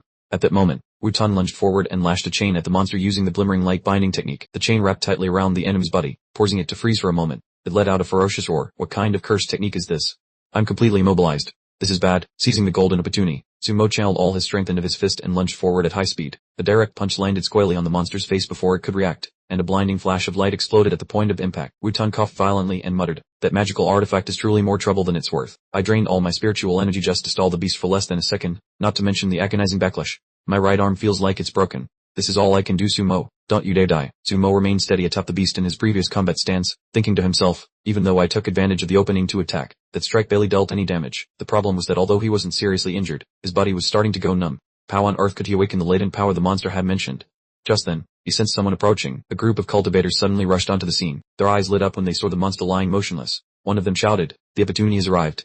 Our timing is perfect. The boss has collapsed from its injuries. Everyone, let's go grab the loot. Upon hearing what the bald man said, his subordinate obeyed instantly. As you command, Bess. Seeing this, the male lead hurried to warn them. Hey, sup right there. This beast is still extremely dangerous. The bald man gave a devious smirk and replied, do you really think I'd fall for those sweet words? After all that work to take down the boss, you're probably just bitter because someone else is about to snatch the reward from under you, aren't you? Don't worry, it all belongs to us. He laughed maniacally. Horrific scene unfolded. The subordinate suddenly drew his sword and plunged it through the bald man's chest. He coldly declared, actually, the reward is mine. This heart pierced. The bald man clutched his wound and turned back, asking in a panic, you bastard, didn't we agree to split the reward equally? The subordinate flashed a sly, sarcastic smile. What right do you have to blame me? Given your nature, if I hadn't struck first, you would have killed me to keep the loot for yourself. I'm simply one step ahead of you. Prahar, I never expected that the one to finally finish off the boss would be me. The beast, which seemed to be dead, suddenly surged up and let out a furious roar. Who did you just say you wanted to kill? You lowly insect, don't interrupt my fun. It reached out with its giant hands and grabbed his head. Terrified, he thought to himself, what the hell is happening? Wasn't this monster on its deathbed? If I'd known this would happen, I never would have come here. From the roof of a nearby building, Wu Xingjun looked down and sighed, telling the young sect master of Tiancheng, unbelievable, the final boss turned out to be a humanoid beast. Tien Than stood quietly observing, nodding slightly as he wondered if this monster's level had already surpassed the 500-year threshold. Tin King quickly reported that the Thunder Governing Vars was the most powerful magical treasure of the Taihan sect, so slaying a 700-year-old monster would not be an issue and the young master should not worry too much. Tien Than pensively watched the battle and replied that he was not worried about the power of the Thunder Governing Vars. Rather, what concerned him was a young man facing off against that monster. So Mark stood in the center of the battlefield, his aura radiating as powerfully and brilliantly as the early morning sun. With eyes full of interest, Tien Than remarked that outside of the major sects, it was rare to find such an outstanding genius whom even core disciples would struggle to match. Truly an enviable talent. The Go Ten Kim agreed, noting that with the beast's current combat power, ordinary cultivators could hardly intervene, and no matter how strong that man was, he would struggle to withstand a monster beyond his level. He then urgently asked the young master when the Thunder Governing Vars could be used. If we can join forces with him, We will surely defeat this beast, the young sect leader said as he took out the magical treasure, asserting that he was already doing his best to activate it without needing to be reminded. To let such a genius perish under the claws of a monster would be a great loss for the cultivation world and even for humanity, so he had to save him from this perilous situation at all costs. After finishing off the person who had tried to snatch its prey, the ferocious monster spun around toward the back. It looked coldly at Wudong and remarked that a little worm had dared to disturb it, and now she was the only opponent left. Seeing this, so Mark shouted in a rage, "You scum! Your enemies me don't get your targets mixed up." The monster turned its head back with a bored expression, stating that it had never liked having to use magic during combat. For it, pure physical strength was more than enough to handle anyone who stood in its way. However, it was still willing to make an exception just this once for the human before it. As soon as it cast the shadow present, pitch black streaks surrounded some Mark, causing his vision to fade, leaving him in shock as he wondered what was happening. This was a monster's innate magical ability. With his current strength, so Mark would need at least 20 seconds to break these dark chains. That amount of time was enough for the enemy to kill his teammate dozens of times. The monster reached out to grab Wudong's head and laughed arrogantly, saying that if he wanted to save her, he would have to break free from his limits himself. Otherwise, the only thing you will see is a mangled corpse, imprisoned in the dark cage. So Mark furiously punched the walls and roared, asking if the bastard only knew how to use such cowardly tactics. Outside, the monster sneered contemptuously, "I was just joking. There's no need to wait for you anymore. I will crush her right now." His burning rage allowed some Mark to break through the cage, and he shouted loudly, "You've lost your chance." The monster's eyes widened in shock as it thought to itself, "Impossible. How did he break out so quickly?" Facing that stunned gaze, so Mark smiled faintly and said that perhaps he should thank it, as thanks to this prison, he seemed to have found a way to awaken his hidden power. Hearing this, the monster narrowed its eyes in angry mockery. "Interesting. You truly have surprised me quite a bit. To reward that resilience, I shall return your teammate to you." With those words, it let go, allowing Wudong to fall to the ground. So Mark rushed toward her and shook her, calling out loudly, "Wudong, wake up. Can you hear me?" The monster stood there watching and sneered, "Don't worry, she's still alive, just temporarily unconscious so that you won't be able to run away easily anymore." Holding Wudong tightly, so Mark cast an icy glare at his enemy and swore that it shouldn't even dream of him running away, for today he would not leave until he had struck it down. The opponent burst out laughing without a hint of fear, telling him not to get ahead of himself, as he had only been lucky enough to break its most trivial technique. "Let's see how this tastes." The pitch-black wave full of deathly aura surged toward him. However, when it touched Mark, it was like a mere tickle. With a slight flick of his hand, that dark energy vanished into thin air. He looked at it with disdain, asking if that was the weakest trick he had, and whether he had anything better to offer. The wolf beast could no longer maintain its composure and roared in anger, saying it never expected to underestimate him this much. Human. It would no longer use such cheap magic to insult him, but would instead devour his soul and hang his head as a trophy. Yet, while it was still gathering its power, so Mark was no longer standing there. In the blink of an eye, he had closed the distance behind it, saying with a bored expression that it torqued too much. Poured off guard by the surprise attack, the beast shrieked in terror, shocked that this brat had approached it with such unbelievable speed. He is nothing but a puny human. At that very moment, the blinding beam of light shot from the palm of Mark's hand. The strike pierced through the opponent's body, followed by the beast's agonizing roars and bitter grievances. "You said you wouldn't use magic, so what is this deceptive position-swapping trick?" Thinking it was all over, the beast gradually manifested from the remains of the shadows, its body trembling as it weakly asked if he was truly human. "Your body is cultivated to such a level that you are more like a beast than I am. You have indeed defeated me once, but you will surely regret it." Its eyes turned blood red with murderous intent, stating that its power had been suppressed upon entering the secret realm, but the limits were now lifted. It told him to pray and see how long he could last in the secret realm's rules when it unleashed its full power. Far away, at the top of a towering structure, Ngo Tenkim watched the battlefield and exclaimed in astonishment, unable to believe that the cultivator was holding an overwhelming advantage against the beast. La Thin Than nodded slightly in confirmation, and Tenkim, confused, asked what the young master meant. Thin Than calmly replied that the royal thunder vase was already prepared. "It is time to end this performance in the secret realm." Tenkim cheered excitedly, saying that was great, so they should hurry over there to assist. "Wait a moment, that beast is emitting a streak of light with an incredibly terrifying energy level in the middle of the city." Ngo Tenkim looked down and panicked, crying out that the monster had grown stronger. The spiritual aura was terrifying, at least 800 or 900 years of cultivation, and wondered if this mission was meant to be the death of them all. La Thin Than stood frozen, remaining silent without a word. Tenkim hurriedly turned to urge him, asking if they still planned to go over there to help. Thin Than slowly lowered his eyes, sighed deeply, and said he had been dead wrong about something. The preparation time for the Royal Thunder Vars had not actually ended yet, and he had guessed completely wrong. Meanwhile, on La Thin Than's livestream, netizens began to comment buzzingly. "You turn pale with fear the moment the monster gets stronger. You change your tune as fast as lightning, don't you? I guessed it right.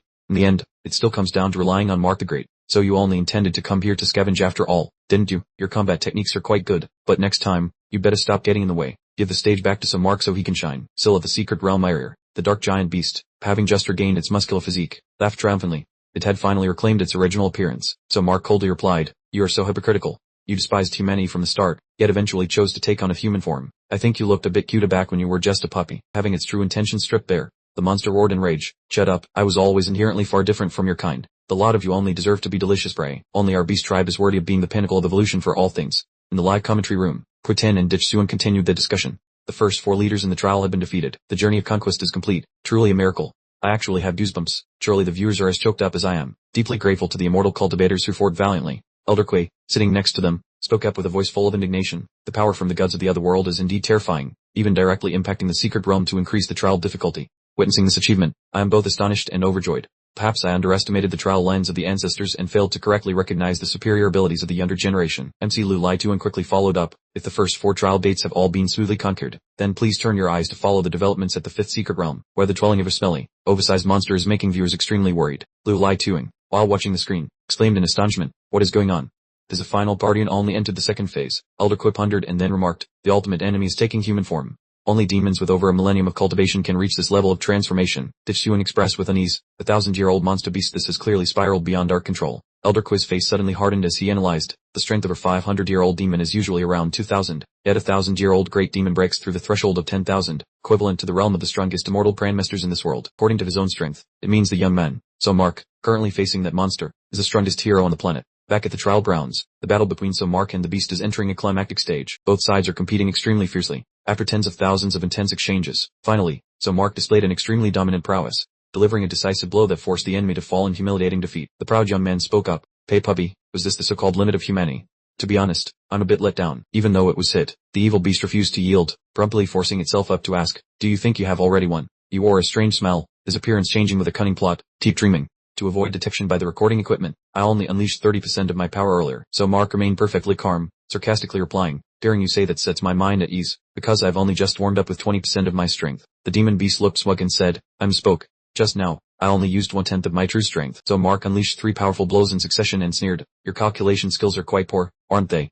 With that, both plunged back into a fierce confrontation. Beneath the live stream chat box, a flurry of comments was scrolling by continuously. One thought that the other cultivators in the secret realm were already top tier. But after seeing Mark, this was a true fighting spirit of a mine. Mark's broadcast channel was packed, with spectators pouring in endlessly. "This is amazing.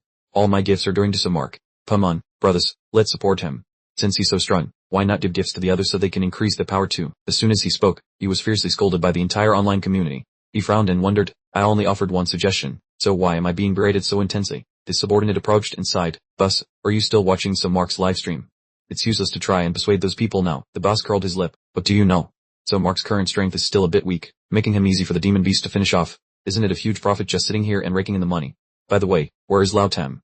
Why has he been in the restroom for so long?" Lao Nhi shrugged. He just sent a message saying he forgot to feed his cat, so he rushed home for a bit. Hearing such a ridiculous excuse, the boss flew into a rage and shouted, "That bastard is a coward.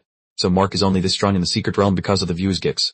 Once he leaves this place and loses that power, there will be nothing to fear." Having said that, he suddenly froze, his eyes narrowing in suspicion as he muttered, "Nothing to fear, pa." The more he pondered, the more a spark of realization flashed in his mind. His expression changed abruptly, darkened, and he hurriedly left. He stood in front of Director 2 and smiled awkwardly. "Director 2, I'm so sorry. I just remembered I forgot to clean up after my cats at home. May I go home for a moment and return immediately?" At that same moment, the secret realm system issued a terrifying announcement. The power of the final boss has exceeded the allowed threshold, reaching the level of a 1,000-year super beast. The expulsion order will automatically activate in 1 minute. Hearing this, the demon beast frowned with regret. "Was I discovered so quickly? I originally wanted to test my skills against you before being disqualified. My apologies, Trung human." Mark was still channeling his energy for an attack and laughed coldly. "What are you talking about? Isn't there still a full minute left? Don't worry, I will see you off before the deadline. I guarantee you won't have any regrets." The demon beast grinned, his eyes sparkling with excitement. "Have you also begun to feel the joy of battle? Human, before the time runs out, let's play to our heart's content." The two immediately lunged at each other and continued their duel. The explosive aura was even more intense than before. In Director 2's office, he stayed at the person across from him with a heady tone. "The 3 cultivators I hired have already fled. In a confrontation with Mark, do you really have a sure chance of winning?" Advisor Chow did not answer immediately but tilted his head and asked with a raised eyebrow, "What, were you afraid?" He then calmly continued, "Most cultivators nowadays only know how to bully the weak, lacking actual combat experience. It's natural that those 3 useless men ran away. I never had any expectations for them." Director 2 remained uneasy and analyzed anxiously, but the strength Mark has shown in the secret realm far exceeds our estimates. To ensure success, why don't you contact Lai to add more people, or report it to the higher-ups in the corporation?" Advisor Chow laughed, his eyes cold. "Do you want me to reveal my incompetence in front of the boss, or do you want to make a scene about the amusement park project's deficit so that Lai loses face in front of the family? Don't worry, after subtracting the value of the dicks, the strength and mine are evenly matched. However, in a fight to the death, victory or defeat is not determined by strength alone. Although he has potential, he lacks actual combat experience. This very floor will be the reason he falls." Inside the secret realm, the countdown was ticking away. 20 seconds, 10 seconds. Mark and the 1,000-year-old monster were still locked in an extremely fierce confrontation. Counting down. 5 seconds, 3 seconds. Right at the critical moment, he delivered a fatal punch, finishing off his opponent. An announcement rang out that the final boss of the 5th secret realm had been defeated by the savior. Mark, Because the boss's combat power exceeded the difficulty limit, his reward was 2 million destiny coins. Outside, the comment section in the livestream room was exploding. The monster was clearly buffed to deal with newcomers. Yet why do I feel like Gudmark is the one carrying everything? It is understandable that Gudmark is the first person to get his hands on these massive rewards. With another 2 million added, he will likely sweep through all the secret realms in the upcoming missions. Another viewer shrewdly pointed out a strange detail, a second of silence for the poor monster. But don't you see how serious Mark's expression is?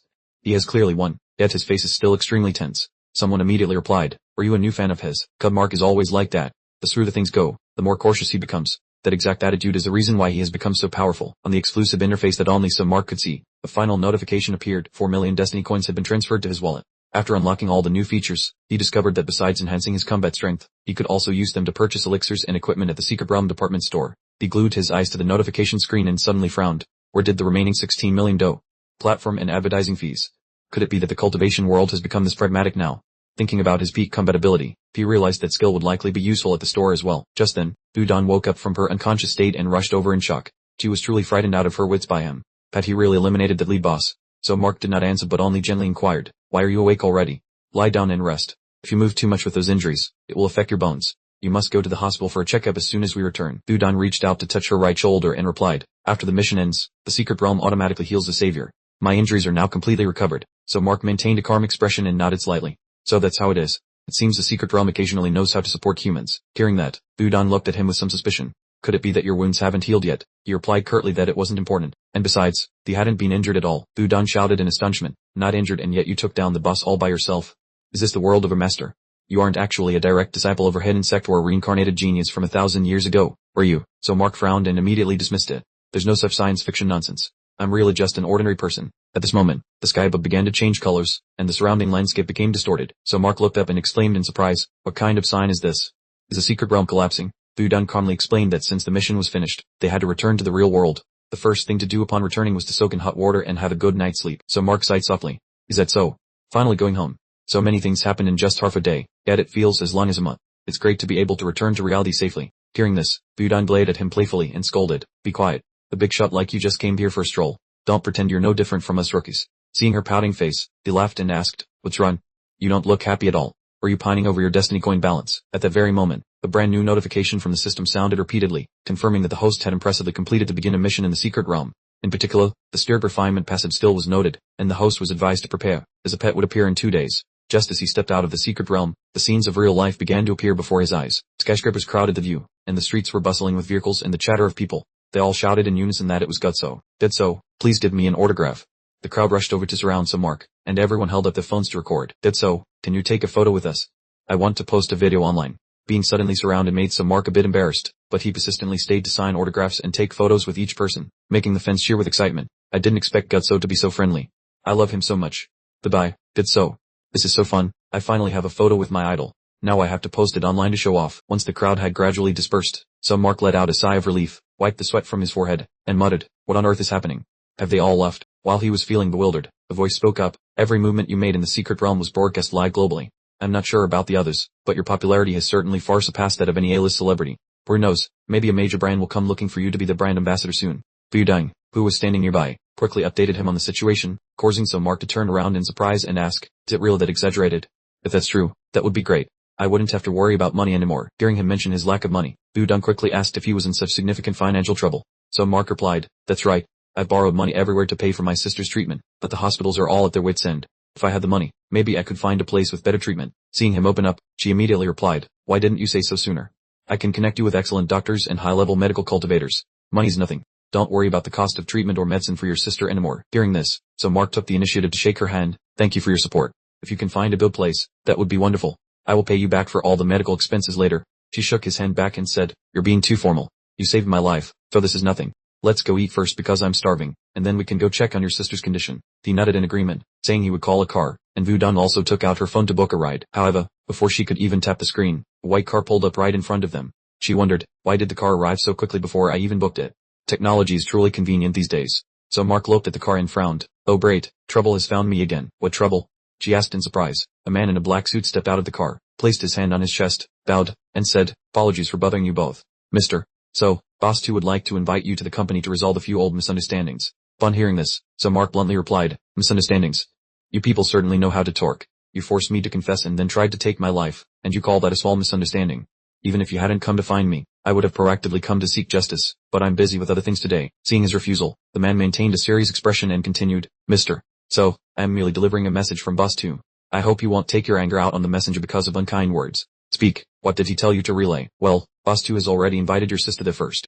If you refuse to come, it might be difficult to handle. Before the man could finish his sentence, so Mark stepped forward, exuding murderous intent. I underestimated your shamelessness, and you should not underestimate my patience. His entire body radiated a dangerous aura. The man retreated in fear and explained, these are orders from the boss. I'm old, and I have children to raise, so I have no other choice. So Mark regained his composure, puffed softly, and placed a hand on his forehead. I apologize for losing control for a moment. Lead the way. You may finish your job. After saying this, so Mark and Wudong get into the white car, and it began to roll forward. When they arrived, the man in the suit pointed ahead, saying that Boss 2 was waiting upstairs and that he couldn't go along anymore. He invited them both in, then turned to warn Wudong not to reveal that he had brought her to the bus. Wudong crossed her arms and replied, if you want to live peacefully, you have to know how to keep your mouth shut. Don't worry, I won't say anything. He bowed in thanks. Thank you, miss. I am over 30 years old now, and if I lose my job, it will be hard to earn a living. She waved her hand to dismiss him. All right, you should leave here quickly. It might not be safe here later. Yes, I'm leaving right now. So Mark looked straight ahead. Let me handle this. You wait for me downstairs. She replied, how strange, I'm not an unfeeling person at all. My dark-hearted boss saw your performance in the secret realm with his own eyes, yet he still dared to threaten me. This proves he still has a trump card hidden up his sleeve. Even though your strength surged in the secret realm thanks to shared destiny, that doesn't carry over to the real world, so you are still in potential danger. Suamai was about to speak, but it was actually me. But she playfully waved her phone and winked. I've just contacted a few fellow cultivators and invited them here. That way, everything will be alright. In the sealed room, advises you come in it. Your mind is starting to become chaotic. Responding with a look of discomfort, standing on the thin line between life and death, am I not even allowed to be afraid of you? Advisors you calmly explained. Sun Tzu's Art of War says, the victorious army wins its victory before seeking battle. This means that the outcome of a confrontation is already decided before it even begins. Sun replied with a cold expression, do you think you've already won? I'm truly envious of your excessive optimism. Anyway, I, a mere commoner, have no place in your battle. Why should you care about my feelings? Advisors you said, it's not like that. You've been of great help to my battle. Sun asked, how have I helped?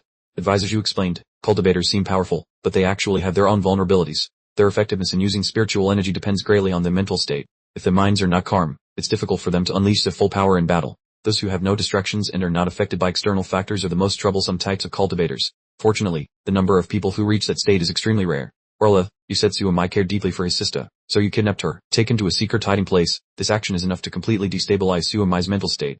Even if he is a unique body cultivator, his strength will be significantly reduced. Speaking of which, a slight smirk appeared on his lips. It's best that you keep the workers here, continuing their jobs as usual. When he has to worry about the safety of his colleagues he sees every day, Suamai will be cornered in battle. Sun showed a look of shock and asked, is it really necessary to be so heartless? There are hundreds of lives there. Don't you have any compassion at all?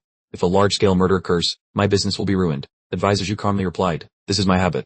Facing a strong opponent, the first thing to do is to find every way to strip them of their advantage. If you refuse my advice, then at least appear confident, especially in front of Suamai. I don't want him to see your fear and become more eager to fight. Sun tried to appear indifferent and said, so, I just need to suppress my personal emotions and put on a face of no worry.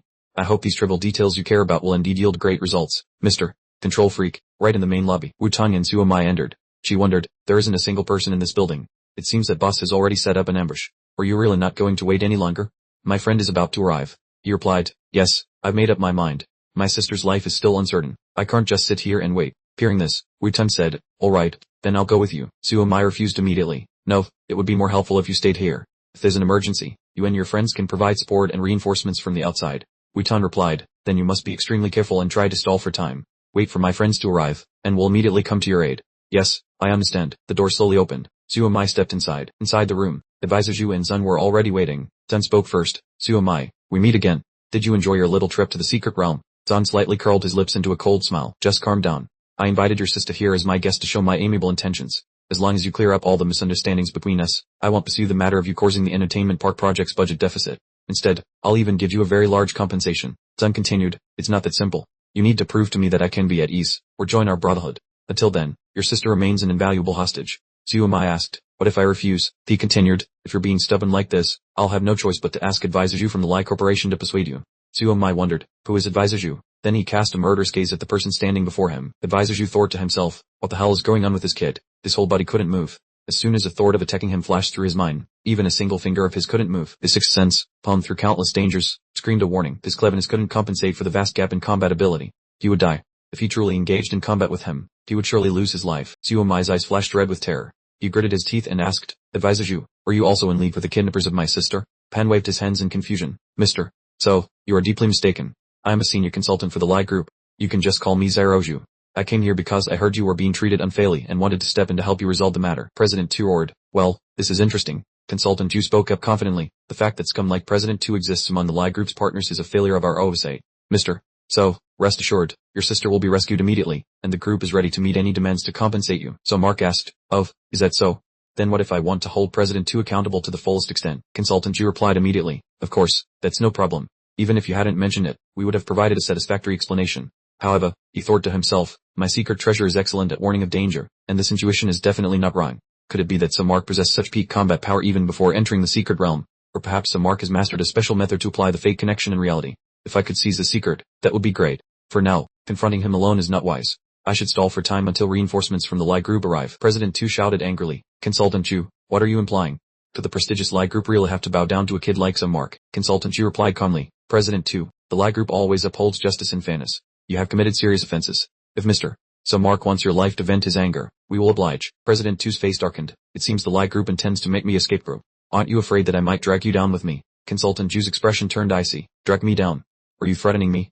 Just a thug who rose from the gutter. Do you really think you have any say here? President Tu laughed coldly. You're right. No matter how hard I try, my small amount of power is nothing compared to the Lai Group. I don't have superpowers like you, but a rat in the sewer will still struggle desperately before it dies. So Mark, do you know what is hidden beneath this amusement park? Shut up. If you spout any more nonsense, I'll finish you off right now. Consultant Zhu yelled and drew a knife to threaten him. Suddenly, so Mark, who was standing behind him, spoke up. Let him finish. President Tu, please, go ahead. President Tu began to expose the truth. Under the guise of an amusement park is actually a secret base built by this very group. As far as I know, there are many such bases. Several corporations knew about the Spirit Beast invasion early on and have been collaborating for a long time. The budget deficit for the amusement park project was only because that useless Lai Han of your family wanted extra pocket money and teamed up with me. Your so-called justice and fairness sounds ridiculous. Corrupt corporations are the true enemies of the cultivation world. I don't care about any of that. So Mark's concise reply left President Tu stunned. Keep talking. The Lai Group or the underground base has nothing to do with me. I only want to settle scores with you alone. Consultant Zhu spoke up. President Tu, you've been investigating many things in secret. That base does indeed exist, but if you want to blame the group for conspiring with spirit beasts, you need to provide concrete evidence. As for harming Samark and kidnapping his sister, that was all you're doing. You have brought this upon yourself. President Tu pulled an object from his coat. Fine, it seems there is nothing left to negotiate. If I'm going to hell, I won't go alone. The game officially begins now. Consultant Zhu, you surely recognize what is in my hand, don't you? Consultant Zhu exclaimed. The spirit-suppressing block taken from the X-Steel ruins.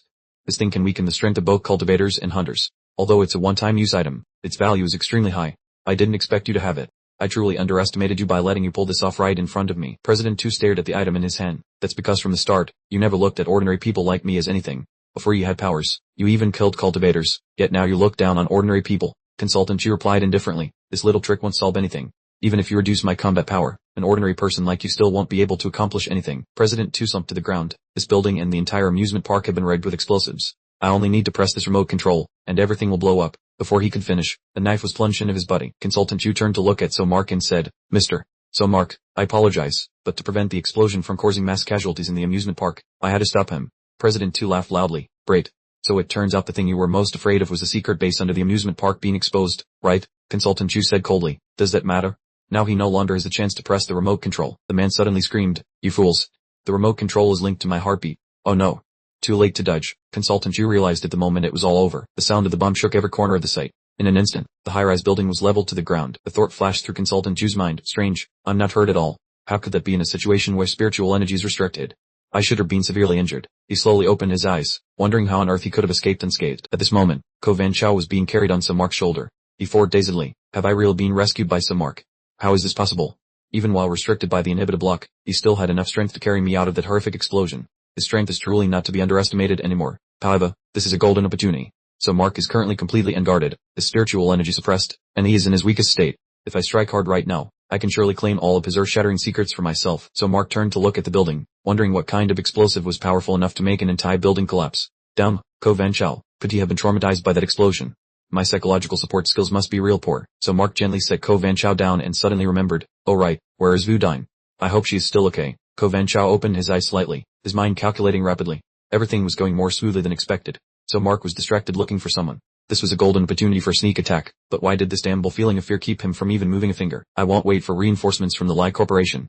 Only I deserve to possess some Mark's great secrets. I must overcome this fear. I must break through all my limits. Facing an enemy stronger than oneself, even knowing victory is unlikely, one must fight to the death. That is the lesson I have engraved in my heart every day throughout my 10 years as a bounty hunter. Please, Betty, move. Just this once, even if it's just for today. I want to return to being the proud bounty hunter I once was, not Ko Van Chow of the Lai Corporation. I don't want to continue being a hunting dog for those capitalists anymore. What he was clutching in his hand was a high-level secret treasure known as a Phi-Serpent Venom. Its toxicity is extremely potent. Its method of attack is cunning and subtle, capable of easily destroying the nervous system of any transcendent being, while also sharpening the user's sixth sense. Hundreds of famous cultivators have perished because of this deadly treasure. This high-level treasure was excavated from deep within the ruins of the X-continent and bears the terrifying title of Cultivator Assassin. Today, not failing its master's expectations, this treasure released a massive amount of horrific toxins. That massive amount of toxic energy immediately rushed straight towards some Mark, but ironically, it was reflected back. All the toxins invaded Ko Van Chow's body. He was extremely shocked and couldn't believe it. How could this be? So Mark must have been weakened by the spiritual energy inhibitor block, so why couldn't the attack from my treasure even pierce through his thin layer of defense? Even worse, the attack was reflected back at me. Is a gap between him and me really this large? This is ridiculous. Am I about to be killed by my own treasure? Only then did so Mark turn back, rubbing his shoulder and muttering, what happened? My shoulder suddenly felt a bit sore just now. It must be the result of all that overtime lately. It seems I need to take some time for a relaxing massage. Ko Van Chow gradually lost his composure, but there was still a faint glimmer of hope in his heart. I cannot die in this godforsaken place. So Mark is a cultivator. He must have healing elixirs on him. He tremblingly spoke up. So Mark. Master So Mark. So Mark looked at Ko Van Chow in confusion. Why are you vomiting blood? That's strange. I clearly carried you out safely before the explosion. You're severely injured. Do you need me to call an ambulance for you? Ko Van Chow placed a hand on his chest and gasped. Ambulance. It's too late for that. Healing elixir. Master So Mark, please grant me a healing elixir. Please save me. I will definitely repay you handsomely. So Mark looked puzzled. A healing elixir? What is that?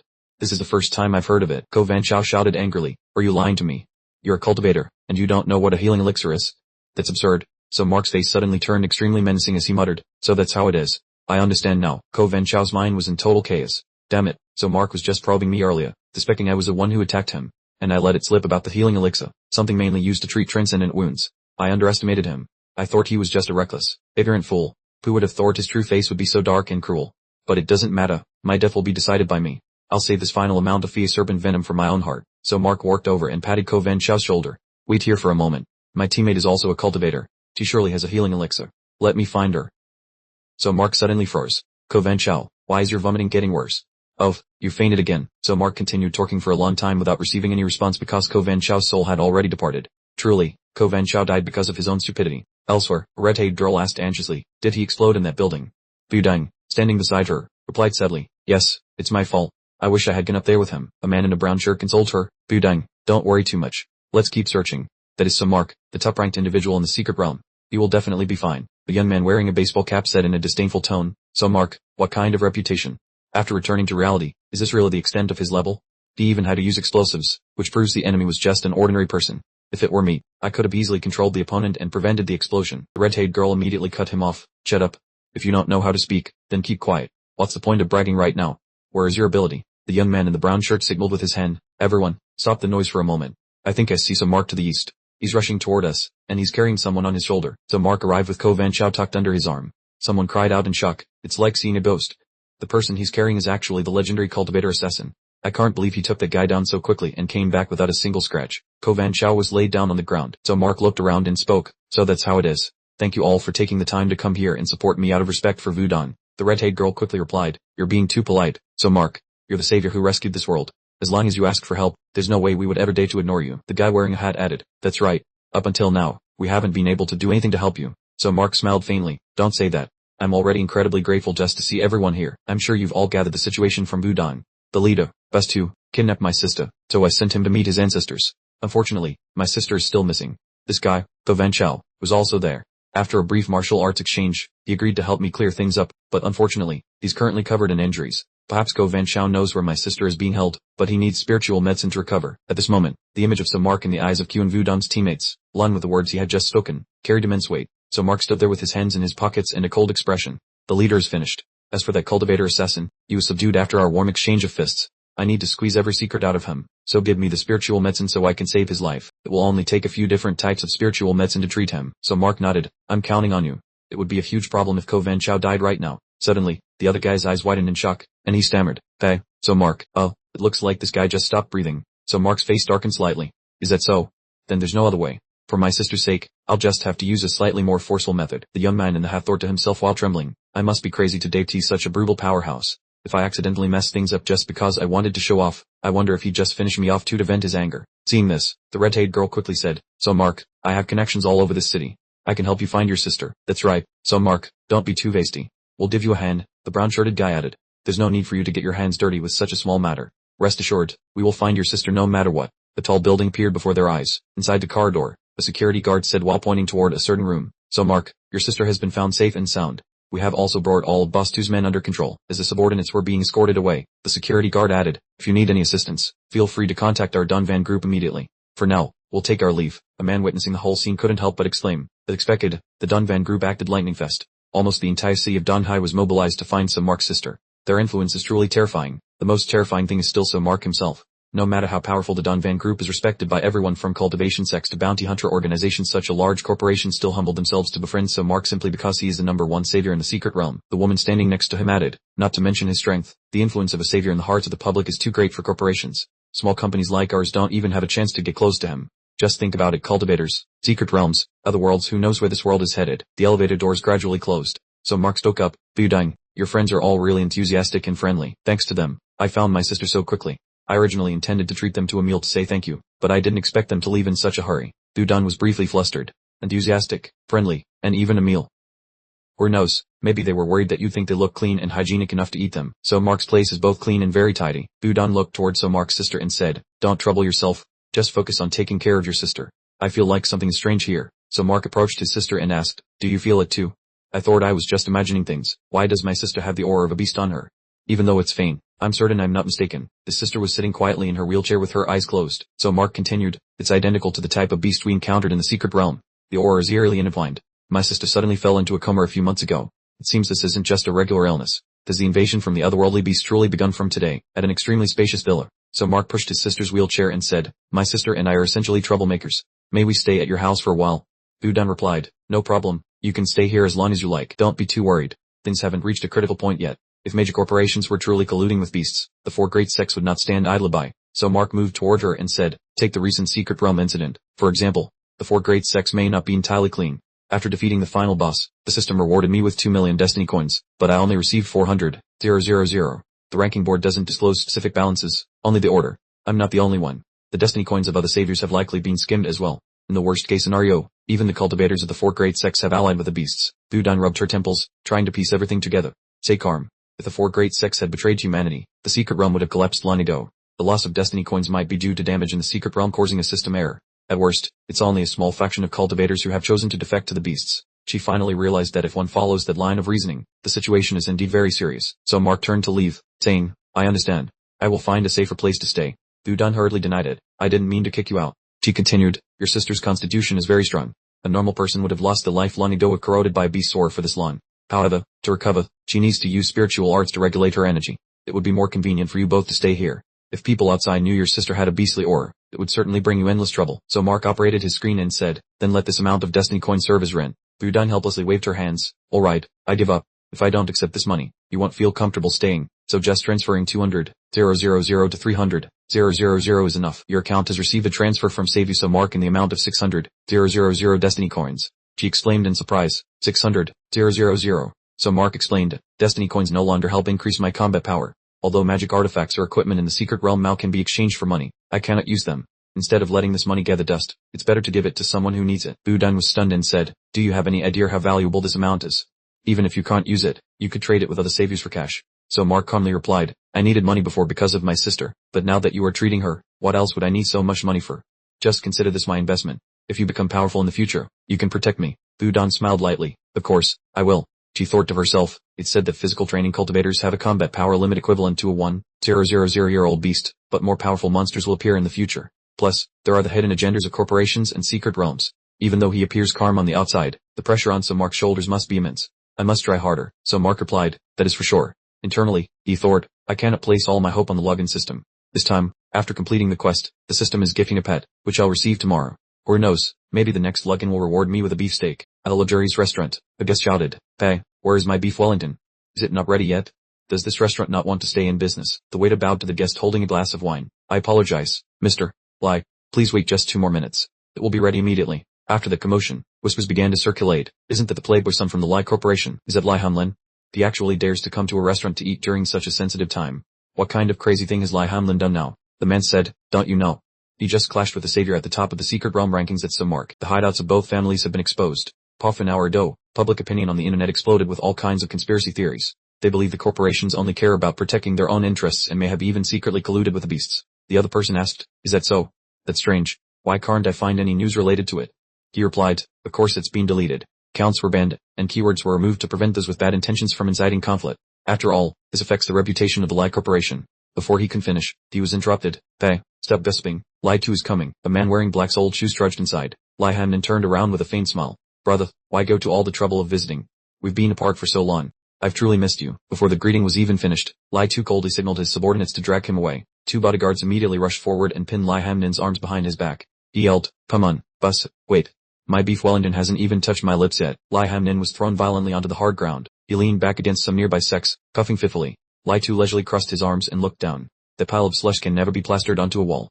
Let me teach you a lesson you'll never forget. Do you realize where you went wrong yet? Puffing, Lie Hamlin muttered. My mistake. I shouldn't have provoked some mark and exposed the base. Lie 2's face darkened. Completely wrong.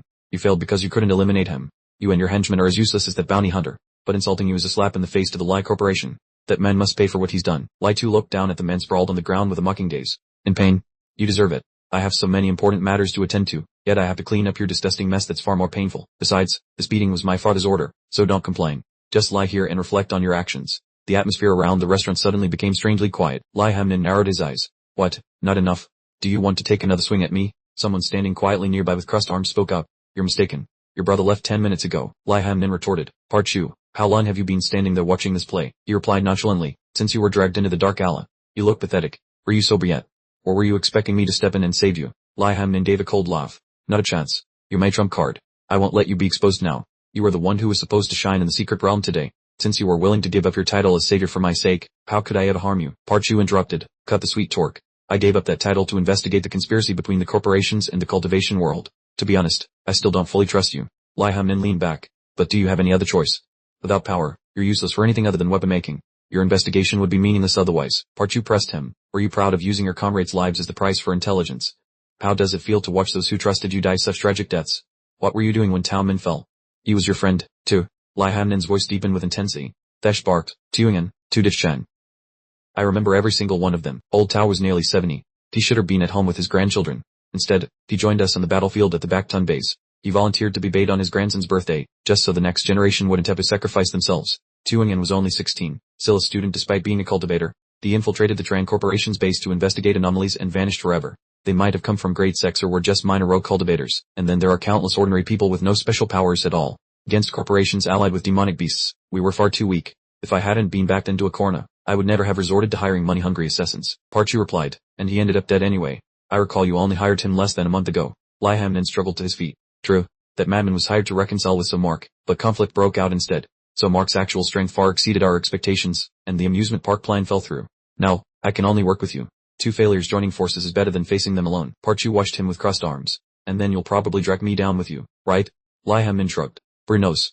Maybe you'll be the next one to die. He gave a faint smile. I won't apologize for my friend's sacrifices, nor do I regret what I've done. If necessary, I'm ready to give my own life. Parchu said coldly. I'll side with you for now, but I'll be watching. If I ever see you waver, betray humanity, or intentionally send others to their deaths. Lie Hamlin pointed at Parchu. Then you can personally finish me off, and I won't say a word of complaint. Now, let's start our first mission. That's why I was so desperate to find you. The commander-in-chief of the Beast Vanguard is set to arrive on Earth tomorrow. Parchu was shocked. How is that possible? Wasn't it the concealment of the secret realms that kept the beasts from invading Earth sooner? Lie Handing replied that according to confidential sources, a certain force possesses a teleportation stone that connects to another dimension and has the ability to transport monsters to Earth in limited numbers. The leader of the monsters is about to appear, and this individual is capable of maintaining power equivalent to a 2,000-year-old monster in the human realm. We must identify the target before the monsters arrive. If we do not thwart the plot in time, this world will be hanging by a thread. Parchu interrupted, but the problem is, we have no idea where the monsters will land. Lie Handing stated firmly that tomorrow in Donhai City, the person greeting the monster leader will be my brother. Lie 2. He is likely intending to use the power to eliminate Mark, and we will silently tail him and then give him a surprise at Vu Dom's private residence. So Mark was drowsily dozing off when a notification suddenly sounded. The system signaled that the pet will arrive in 8 hours, so the host is advised to wait patiently. As the pet was about to appear, a scene of commotion unfolded inside the magnificent palace. One monster roared angrily, asking on what grounds the God Lord chose Ai Ngai as the Vanguard leader. The one next to him retorted, Dao, are you questioning the superior's decision? Even though General Ai Ngai comes from a low-born race, no one can deny her strength and combat achievements. During this, the other guy became even more hostile. Don't joke, a skinny monster like her only deserves to be a pet wagging its tail to flatter others. She got lucky by skillfully sucking up to superiors to climb high. Battle glory belongs to powerful races like us. The monster opposite him laughed sarcastically. You're not satisfied at all, were you? The tentacles you spent so much effort arranging sneaked into Earth long ago, and everything was prepared, yet Ai Ngai stole the credit. The guy rushed over, grabbed the other's collar, and shouted, damn it, shut your mouth right now. Say another word and I'll beat you to death. He still sneered, sorry, but you know I just like to be straightforward. At the main hall inside the palace, Thatch called out, General Ai Ngai, the interdimensional stone is about to activate. You can set off for Earth now. General, why are you still diligently practicing combat skills at this moment? Ai Ngai replied with a serious face, Thatch, low-born species like us are born weak. If we don't seize every second to hone ourselves, we will only be oppressed by high-level monsters. Thatch stammered, I apologize, General Ai Ngai. You have worked so hard to protect us. I really shouldn't have said those words. Ai Ngai continued, Thatch, on this mission to Earth, what I worry about most is all of you. If I weren't here, I'm afraid you would be treated unfairly again. I'm still not strong enough to protect everyone. Thatch replied emotionally, that's not true. What you have done is more than enough. You not only improve the cultivation methods to help the weak like us become stronger, but you also risked yourself on a dangerous mission to Earth for us. This burden never belonged to you. Ai Ngai stepped closer and smiled, I must go. Only by completing the God Lord's mission can I prove the value of our race. The auspicious hour has arrived. I must set off. Thatch reminded her, you must be very careful. Monsters sneaking to Earth can only retain a maximum of 1,000 years of power. Those high-level ones don't like you. If you happen to be surrounded, they will certainly stand by and watch. Ai Ngai headed toward the interdimensional stone and left a final word, don't bother with it, scum. The God Lord chose me as the leader. That is because even alone, I am capable of completing the mission. Thatch, take care of yourself until the day I return. Having said that, she vanished. Thatch whispered to himself, General Ai Ngai, you must stay safe and come back. Inside the narrow flow of the teleportation space, Ai Ngai judged, the power is gradually dissipating. Are we arriving soon? Surprisingly, I still maintain nearly 3,000 years of energy. In this world, I'm currently the strongest. It seems this mission will go more smoothly than expected. At Wudong's house, the dazzling beam of light suddenly shot straight into the sky. A system notification sounded, your pet has arrived. Given that the pet has a certain level of danger, the system has completely neutralized it. So Mark rubbed his sleepy eyes. This is crazy. Who sends express delivery at this hour? I don't know where the system threw the pet. Surely it's not making me go downstairs to receive the package again, right? Faint halo suddenly flashed before Samag's eyes. NHI suddenly appeared, and she was astonished, asking herself, what's going on? The planned landing spot was clearly not here. NHI stayed at herself in shock, as if something was wrong. Her body had shrunk so much. Where had all the cultivation and power accumulated over 3,000 years gone? So Mike gently advised, don't be scared, I'm very kind. Whose child has wandered here? He thought to himself, could this child be a pet from the system? Kidnapping is illegal. NHI shot him a sideways glance. Shut up. I'm annoyed, so don't chatter on. She worried to herself, this is so troublesome. I initially thought this place was only inhabited by mortals, but I didn't expect it to be so saturated with spiritual energy. She carefully observed her surroundings, but her cultivation was completely gone. What if cultivators saw through her true identity? That would be dangerous. Perhaps she should pretend to be a human child. However, her sudden appearance here was already too strange. It seemed this was her only option. If this weak mortal lived with a fake cultivator, their relationship must not be simple. She could just use him as a human shield to escape safely. Although her current form was that of a child and she had no magic, her years of practical combat experience were surely enough to defeat an ordinary person. NHI launched a swift attack towards Somayak. My apologies, but be good and be my hostage. The moment she had closed into a very short distance, Somayak simply dodged skillfully and grabbed NHI. Oh dear, little girl, playing too rough can lead to scratches. She struggled desperately. It's ruined. This guy isn't as ordinary as I thought. The door, which had been shut, seemed to be pushed open by Wutan, who had heard the rather loud impact from earlier. Somayak, what happened? Why did I hear strange noises coming from your place? Witnessing the scene before her, she asked in disbelief, what's going on? Why are you holding a child in your arms? Wutan's apartment space was filled with a soft, warm yellow light. A little girl with an incredibly pure face and innocent eyes spoke up, I really don't know anything. I just woke up and found myself here. Suddenly, the child turned abruptly, pointed at Somayak, and accused loudly, not only that, but this brother is also planning something very suspicious with me. The system's voice announced the spirit beast profile, identity NHI, species bone ferret, the lowest level demonic beast in this world. Possesses short fur, an extremely simple diet. The spirit beast can transform between its animal and human forms at the owner's will. After receiving the information, Somayak replied indifferently, I don't have time for such useless things. He then turned to Wu-Tang and said that the child was actually a demonic beast. Wu-Tang turned back with a look of utter astonishment. A demon? How could such a cute baby be a demon? Besides, I can't feel any power from her at all. She looks very fragile. Hearing these comments made Enhai's face turn purple with anger. She couldn't believe that a great demon like herself was being insulted as weak by cultivators. She felt truly wronged, but for now, she could only continue to act innocent. So NHI continued to display her flawless cuteness. Brother, what did you just say? I don't understand. What is a demonic beast?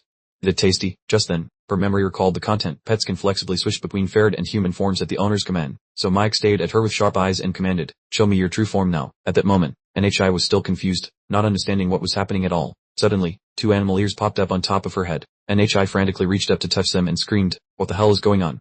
Why isn't my body obeying me anymore? What dark magic did you use on me?" A strange cry came from right in front of Somayak. In an instant, NHI had transformed back into a small bone ferret. Witnessing her new appearance, Wutan was extremely surprised. It really is a real demonic beast. Its fur looks so soft and pleasant to the touch. So Mike warned, "Although I can control it, you absolutely must not be careless." Wutan scooped up the struggling little creature and asked excitedly, "So, from now on, I'm allowed to take care of it, right?" So Mark rested his chin on his hand, lost in thought. The other party had a human form, but could potentially be a 1,000-year-old spirit beast, making them extremely dangerous. Wutan replied, "If they are truly that dangerous, we might as well destroy them if the rice isn't cooked yet. We can stew its bones." But so Mark felt that was too cruel and would rather search for a kopuk. Hearing those words, the bone mink broke into a cold sweat, thinking to itself that these two humans wanted to bully it, so it would continue to play along with them, transforming back into human form. Ngai cried, looking pitiful, "I'm sorry, I shouldn't have lied. I'm just a weak bone mink. Because I can shapeshift, I was forced into the vanguard as cannon fodder. I never wanted to fight, but I couldn't resist the ferocious spirit beasts. As long as you spare my life, I'll do whatever you ask." Hearing this, so Mark looked at Ngai and said, "It just so happens I need a servant. As for what to do with you, we'll decide after we're done here." In a corner of the hallway, the air around the room they were approaching became bleak and heavy. Inside the room, so Mark led Ngai to the bed of an unconscious woman and said, "She has been unconscious for months. Can you save her?" Ngai's eyes widened in surprise. "Save her? The anatomy of humans and spirit beasts is completely different, and besides, I know nothing about medicine." So Mark's expression darkened, his cold gaze fixed on Ngai. "Don't play dumb. You must be well aware of the spirit beast aura on her that is the cause of her coma. As a spirit beast, you surely know how to save her." Ngai frowned and replied, "I'm sorry, but I really have no idea. We spirit beasts don't use such twisted, murderous methods. Perhaps." She looked at him with a determined gaze, trying to explain. Suddenly, Ngai remembered something and mused, "That's right. Before the secret realm appeared, I heard about a clandestine collaboration between human corporations and spirit beasts. Perhaps her current state is related to their experiments. Finding them might be the way to save her." So Mark asked which corporation, and she stood frozen before replying. "In a major matter like this, how would someone like me, who acts as cannon fodder, know? But there might be a way to find them, though it is a bit risky." So Mark was lost in complex thought. "Tell me how. I will never forgive whoever harmed my sister. If you can help me, I will protect you." Hearing him say that, she replied, "According to the plan, there should be people from the corporation on Earth to meet me. As long as we can contact them, you can track down those who harmed your sister, but that means confronting those terrifying humans." Hearing Ngai's serious explanation, so Mark ordered her to make contact as soon as possible, and she immediately replied, "I understand." Ngai calculated deeply, "I still have an important mission to complete and cannot waste time here. Barring the corporation's power to destroy these two insignificant cultivators is the optimal choice." In a modern room, the voice rang out, "The meeting time has passed by 2 hours." An emerald stone glowed with an eerie light, and another voice spoke up, "The transfer station is still operating normally, so why is this happening? Was the transport a failure?" Then a voice replied, "Wait, the machine has lit up." Two tall men, Mark and Weston, were consulting each other. One said, "It's a message from Spirit Beast Commander Ngai." The other was delighted, "Finally, there is news." "What on earth happened?" Deerdu spoke up, "The Spirit Beast Commander has arrived at Donghai City, but the location was miscalculated. The transfer machine has just designated a new meeting place." Lai Tu tilted his head and said, "A new location. Deerdu, lead the team to pick up the guests from the other world immediately." He replied, "With my status, this mission is not appropriate, and besides, meeting Ngai is an opportunity you worked hard to earn." Lai Tu's face darkened as he glanced over. "That's right, I sacrificed a great deal for this opportunity, but compared to the status of the transfer station, it is nothing. I must investigate the cause of the error and report to the Corporation Alliance. You are my most trusted aide. I'm very confident in assigning this mission to you." Under the bridge, the water flowed sluggishly, and the space was enveloped in an unusually heavy silence. Deerdu warned sternly, "I'll repeat this one last time. Cruelty and malice are their nature. In the past, there was a spirit beast that slaughtered hundreds of people just because its dinner of raw meat lacked enough blood. If you want to stay alive, you must always maintain a respectful attitude." The surrounding people replied in unison, "Don't worry, Captain, we understand." One person muttered, "Who dares to offend a spirit beast?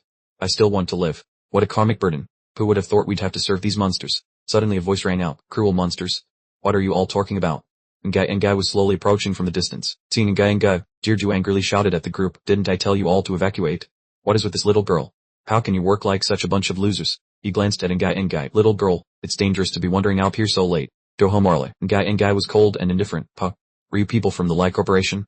Why are you chasing me away instead of welcoming me from Earth?" Deerdu was stunned and amazed. "Are you Commander Ngai?" Upon hearing the confession, the entire group simultaneously apologized for not recognizing her noble status, then hurriedly bowed down before her. Seeing their attitude, she was slightly surprised and told them there was no need to be so nervous. She could feel a strange power hidden within them, and since they were bounty hunters rather than ordinary cultivators, if there were any more like them, she told them to call for more. Jaiju, upon hearing what she said, hurriedly replied that they were indeed high-level hunters on an important mission, and there were only a few of them present. Although he appeared calm on the surface, he was inwardly panicking, thinking, this is a disaster. Does this monster have a taste for human flesh, and is it looking for new types of hunters to snack on? Ngai crossed her arms and replied that this number was likely enough for now, while inwardly calculating that eliminating the two cultivators, so Mark and Q and Vudine, would likely pose no obstacles. Witnessing Ngai's contemplative look, Jiaizhu broke out in a cold sweat, fearing that if the number was already sufficient, they might be the next course on the menu. He suddenly remembered a reason to escape and spoke up, Master Ngai, actually, we came to Dunhai City with a very important responsibility. He looked directly at Ngai and said, there is currently a cultivator who possesses combat power comparable to a 1,000-year-old monster in the secret realm. If we let him continue to develop, it is highly likely he will complete all the objectives there, adversely affecting the plan to merge the two worlds. Moreover, his strength in the real world is also formidable. Honestly, if it were just us, it would be difficult to finish him off, but with your help, dealing with him would be extremely simple. Ngai nodded in acknowledgement, saying that indeed, someone with such innate cultivation talent would be an obstacle to the merging of the two worlds, but he shouldn't worry, as she would personally eliminate him later. In her silence, she thought to herself that the ceiling of her power must be related to that so Mark. Once these hunters got rid of him and she restored her strength, the cultivators on Earth would be nothing. Jiaizhu bowed respectfully and replied, on behalf of the Lai Corporation, I would like to express our gratitude to Master Ngai for this enthusiastic support. She replied immediately that there was no need for formalities, as she was only following orders from the main god, and now she wanted them to tell her everything about the cultivator. A subordinate stepped forward and handed an electronic device to Jiaizhu, who took it and introduced, his name is Mark, and all detailed personal information has been fully updated in here. Ngai called out curiously, so Mark. She opened her eyes wide and pointed, asking, what does the person named So Mark whom you mentioned look like? So Mark approached leisurely from a distance. Jiaizhu was startled upon seeing him and blurted out, I didn't expect such a coincidence. The person we were looking for has delivered himself to our doorstep. Ngai dashed forward, forcing Jiaizhu to exclaim in surprise. Master Ngai truly lives up to her reputation as a monster leader. Even when facing such a powerful cultivation expert, she remains unfazed and charged straight into battle. Ngai stopped in front of So Mark and proudly declared, Master, this group is definitely the hunting dog squad from that corporation. I have lured them here. The system suddenly sent a notification. The favorability of Ngai toward the host increased by 5 points, simultaneously unlocking special features and awarding bonuses. The first reward is damage sharing, where damage taken by the host is transferred to the pet. The second reward is pet link, allowing the host to understand the pet's emotions. Increasing favorability will unlock more interesting functions, which is very much to look forward to. So Mark heard the notification and wondered, why did the favorability increase suddenly and give 2 rewards?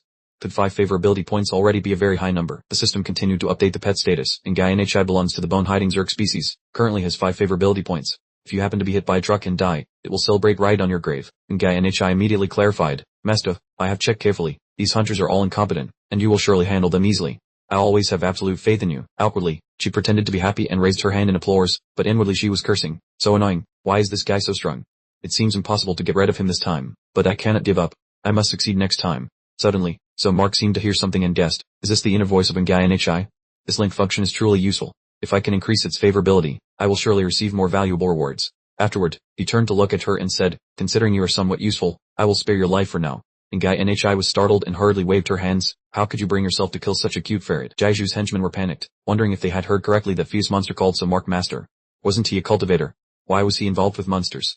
They whispered, for such a powerful monster to be as timid as a puppy in front of him, could his true identity be a big shot from another world? One of Jiaizhu's subordinates was deathly pale and trembling, saying, we are finished. We were just shouting about killing him. We truly brought this upon ourselves. If we offended such a big figure, how could we possibly survive? Jiaizhu stood watching the scene, breaking into a cold sweat. He stammered, Master So Mark, we are extremely sorry for not knowing your status earlier.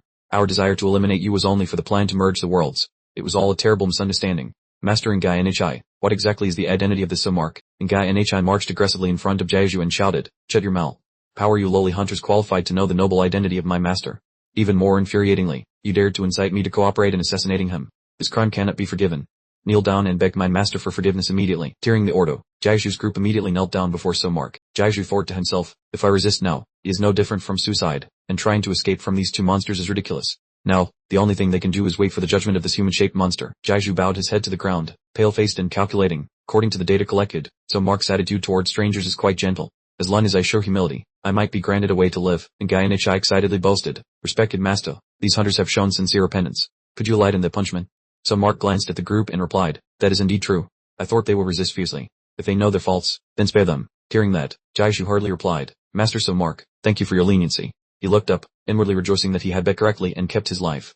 Ngai added, you are truly lucky to have met such a kind master. With a probing tone, So Mark spoke softly, seemingly in deep thought, surely those hunters already know my noble identity. To keep it a secret, they must certainly die. He continued with a mysterious expression, according to our rules, anyone who dares to be arrogant toward their superiors will face an extremely cruel punishment from 3 days and 3 nights of salt-corroded acupuncture needles to a scorching death in a sea of flames. However, since my master has been gracious enough to forgive you, you may choose a gentler end. So, do you wish to end your own lives, or would you prefer to become a meal for the spirit beasts? Hearing the warning, Jirdu shuddered in fear. Compared to being crushed into food, suicide seemed like a slightly easier choice. He knelt, thinking to himself, ultimately, the outcome is death, so what difference does it make which way I choose? So Mark looked pensively at Jirdu and asked, have I ordered anyone to spread the news yet? Turning to the hunters, he reassured them, you don't need to be tense. I'm just a normal person, not a spirit beast, and I certainly don't eat people. I fully understand what you are doing. Just answer a few of my questions, and I will let you leave safely. The first question, who sent you here to assassinate me? Jirdu thought to himself, this question is simple.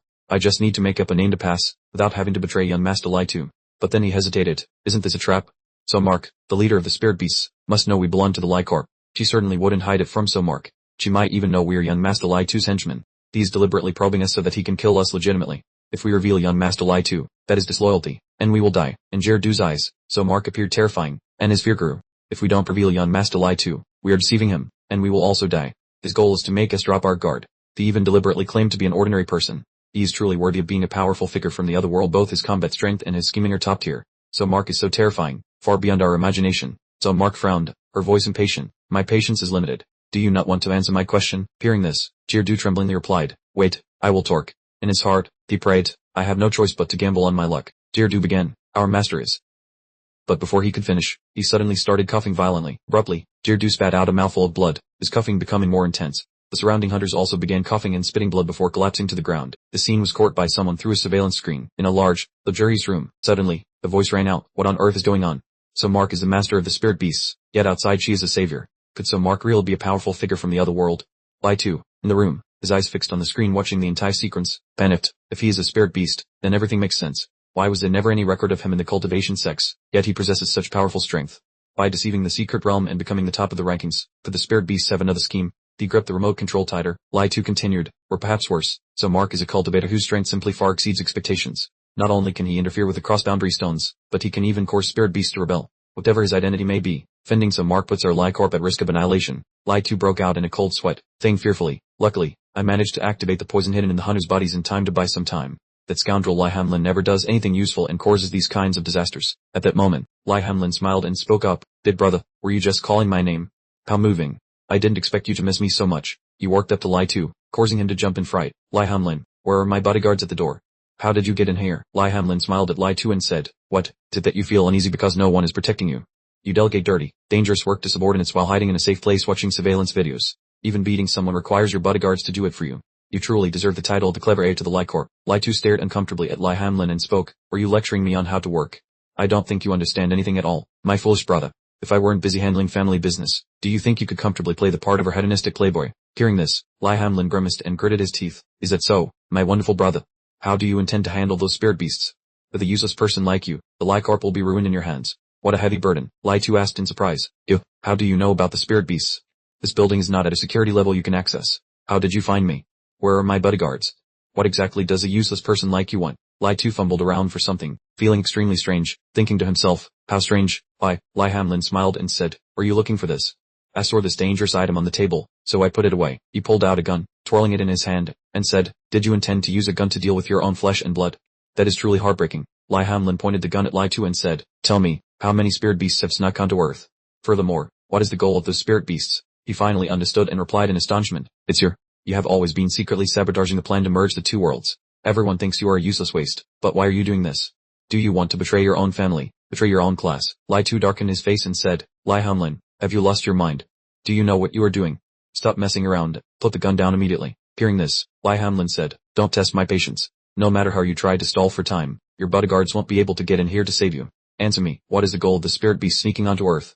Or choose to die? Take your pick. Lai Tu heard his threats and said fearfully, wait, I am not the mastermind. I don't know the details about the spirit beasts either. I'm just a pawn in the alliance of corporations. I did these things only so that our Lai Corp could gain greater benefits, but I can tell you the location of the cross-boundary stones. Lai Hamlin smiled and said that he no longer had any utility, adding that she had been tracking the boundary crossing stone and had already seized it, so she was now leisurely coming here to chat with him. Lai Tu trembled and begged, wait a minute, we're family after all. Why be so calculating?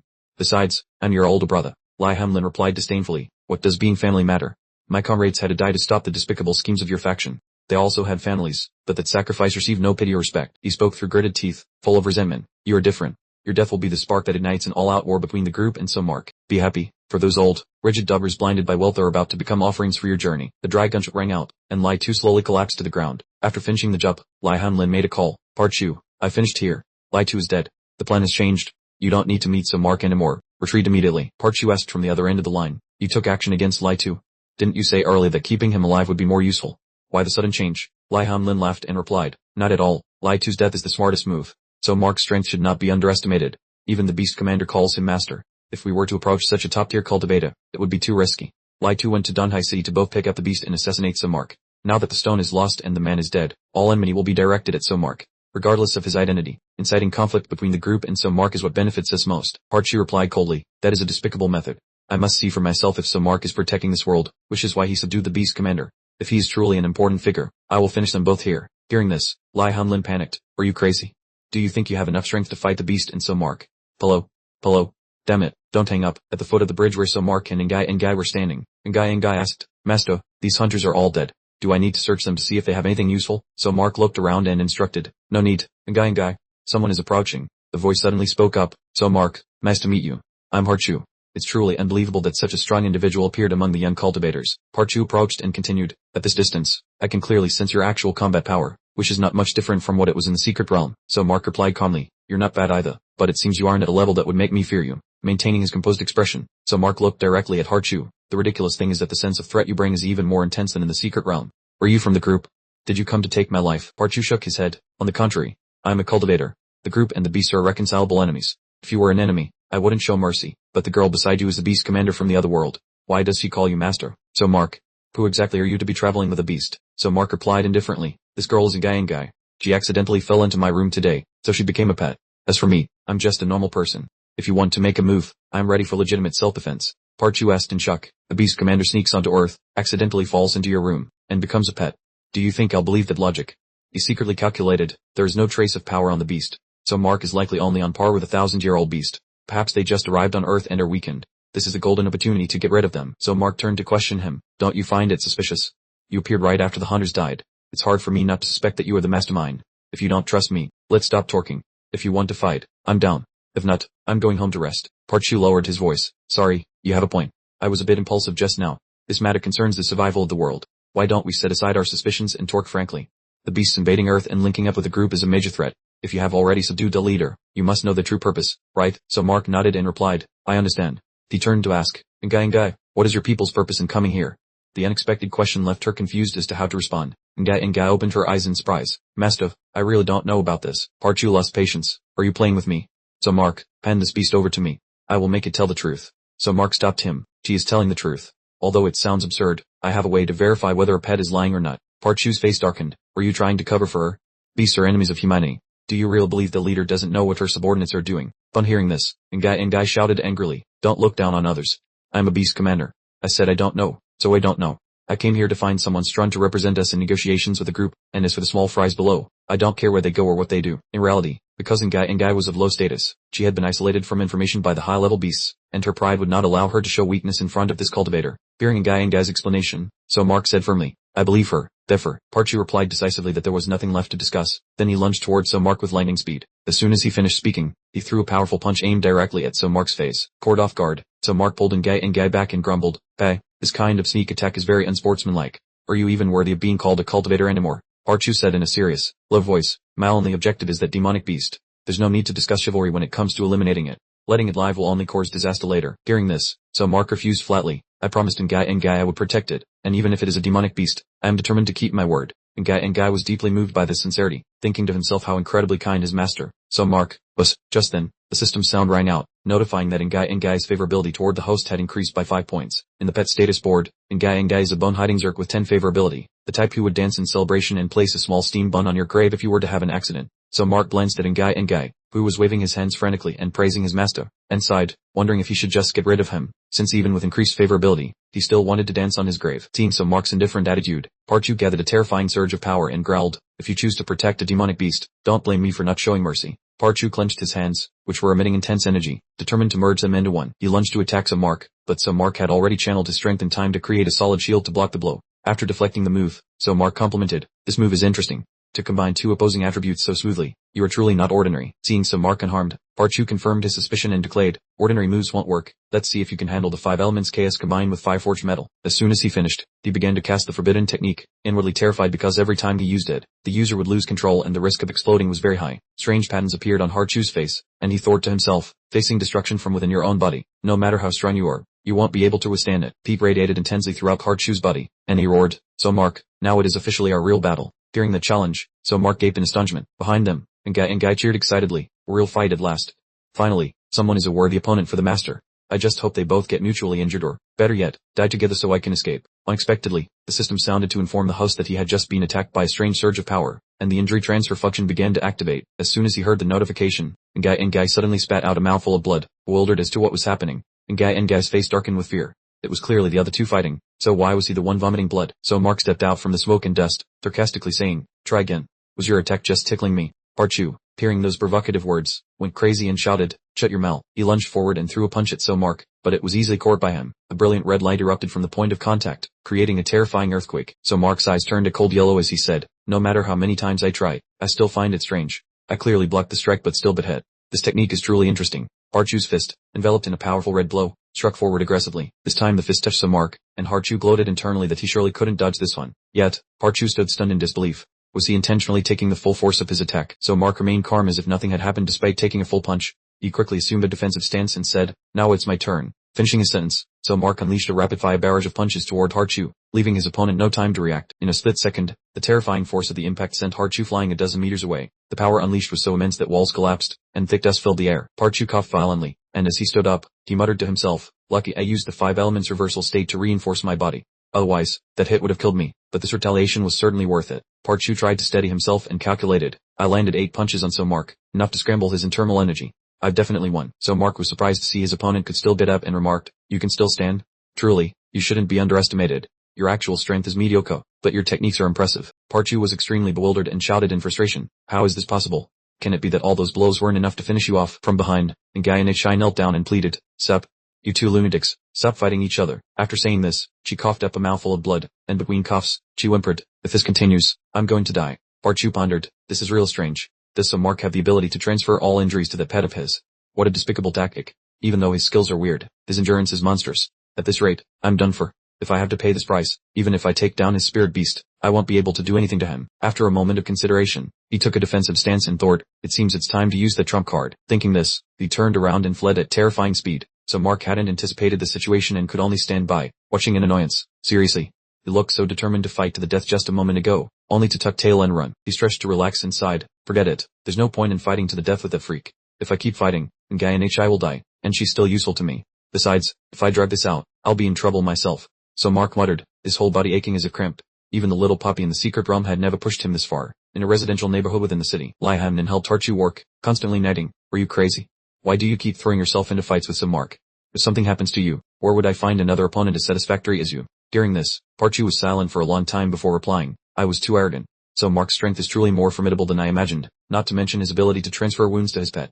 Even his physique is tougher than a 1,000-year-old spirit beast. Even though internal organs are a fatal weakness, he still managed to withstand the onslaught of my 5 elements reversal." Lihamnen smiled reassuringly, "Don't be so dejected. The fact that you survived an encounter with So Mark is already incredible. Let the monsters fight the monsters. You don't need to worry about him anymore." Hearing this, Parchu asked in surprise, "So, your plan has already been completed?" Lihamnen smiled, pulled out her phone, and said, "I just received news from the family. The trail of Big Brother Lai 2 has surfaced. The Lai Corporation will stop at nothing to eliminate the number 1 suspect, that man, So Mark." At a magnificent and imposing mansion, Chairman Lai and 2 bodyguards worked toward a man. At this moment, the man looked worried. "Chairman Lai, please don't make things difficult for me. I'm just a small timer. This is the residence of the Spirit Beast Lords. No matter how high your status, you shouldn't barge in without an appointment. Please leave." Chairman Lai spoke in a stern, authoritative voice. "Move aside.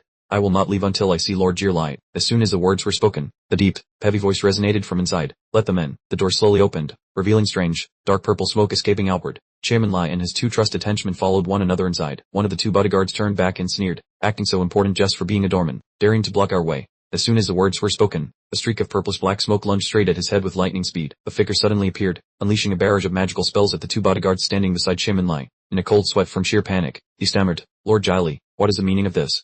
Since you agreed to let us in, why are you ruthlessly killing my subordinates?" Jiley sneered contemptuously and questioned, "Invited? I don't recall inviting your henchmen. I simply sent those who trespassed on my territory to the afterworld." "All right, now it's your turn, old man.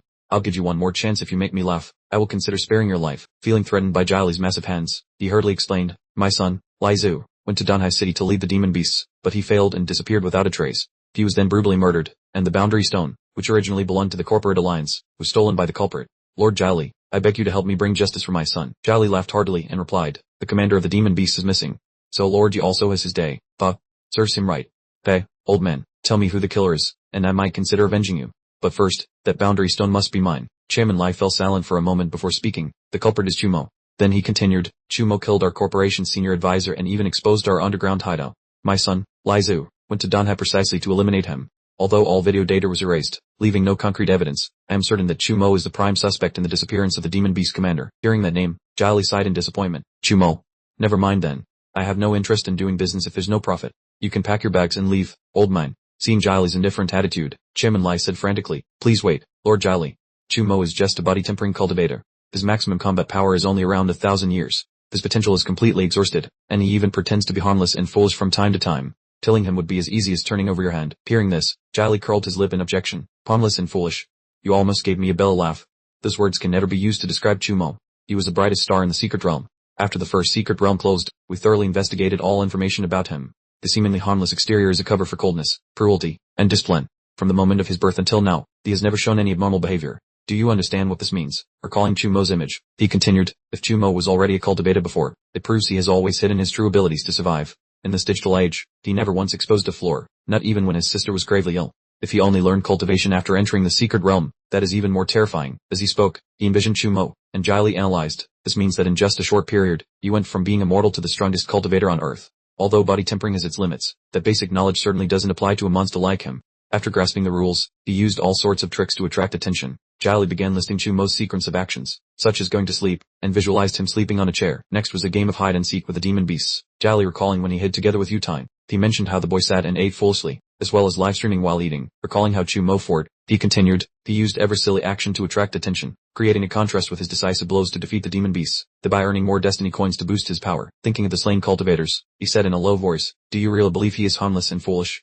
To increase the show's appeal and gather destiny coins, Chumo has never cared about the lives of others. Looking at the image of the demon beast slaughtering people, he continued, he is powerful but only selectively saves people, always biding his time, cautiously keeping his trump cards to play with the audience's psychology. In some ways, Chumo is more like a demon beast than we are. He is simply too dangerous. Confronting him now would result in heavy losses. Chairman Lai pleaded resolutely, Lord Jali, if Chumo is that dangerous, we cannot let him live. He will be the greatest threat to our plan to merge the two worlds. Seeing his pleading attitude, Jali sneered and clapped mockingly, very well. Since you are so concerned about the bigger picture, why don't you finish him off yourself? Your corporation has endless resources. Surely you have a way to eliminate a mere 1,000-year-old cultivator. Hearing this, Chairman Lai choked up. Well, about that. Looking at his awkwardness, Jali said disdainfully, what, lust for words? Facing the killer of your own son, you still only calculate profits and losses. Old man, we will definitely kill Chumo, but right now we have a bigger plan. However, you can make some preparations so that when we do act, everything will go much smoother. Knowing he could not resist, he bowed his head and replied, Lord Jali, please give me your orders. Inside that opulent and magnificent room, Jali turned his head and laughed out loud. That old man from the Lai Corporation is gone. Now, you can show yourself now. You still haven't kicked that habit of eavesdropping, have you? Nai appeared like a ghost and replied, since my talent is stealth, why does everyone label me a peeping Tom? I came to report on our progress. The tracks for the second secret realm have been fully set up. Hearing this, Jali replied with satisfaction. Well done, Nai. This way, we don't have to share the credit with Lordy. Speaking of which, we should thank Chumo. Wasn't it thanks to him that the bastard Lordy was eliminated? Nai replied, I hope so too, but when Lordy arrived on Earth, he at least retained 1,000-year combat power. If he wanted to flee, he would have been more than capable of doing so. Back at Yutan's house, at this moment, Chumo returned, holding Lorji, who had reverted to his original form and looked extremely depressed. He said, Hey Yutang, this bone ferret seems to be depressed. Should we just roast and eat it? Budon's apartment is brightly lit in every corner. Budon looks at Samark with anxious eyes. The corporation's hunters and the mysterious cultivators seem very dangerous. She thinks, wishing she were strong enough to support him instead of being a troublesome burden, but Samark reassures her, saying, Don't talk like that. If you weren't protecting my younger sister, how could I go out with peace of mind? Budon turns and points ahead, saying, Speaking of this, I just set up an invisibility array around the house. Only those permitted can enter or leave freely, so the corporation won't be able to find this place, and we don't need to worry even when we step into the secret realm. But suddenly, there is a knock at the door, so Mark goes to open the door, and a delivery person standing there says, Mr. So, here is the food you ordered, to which Samark replies, Thank you very much. Seeing the delivery person, Budon panics and shouts, No way, how could you find this place? Are you stalking me? The delivery driver confidently replies, This address is actually very hard to find, but luckily the company just upgraded to a new positioning system. Even if you were hiding at the top of a tree, I would still deliver it to your hands. The technology is truly advanced. Budon smiles awkwardly to herself, thinking, advanced technology, my foot. It seems this array needs to be reinforced immediately. Ngai appears in a dignified human form.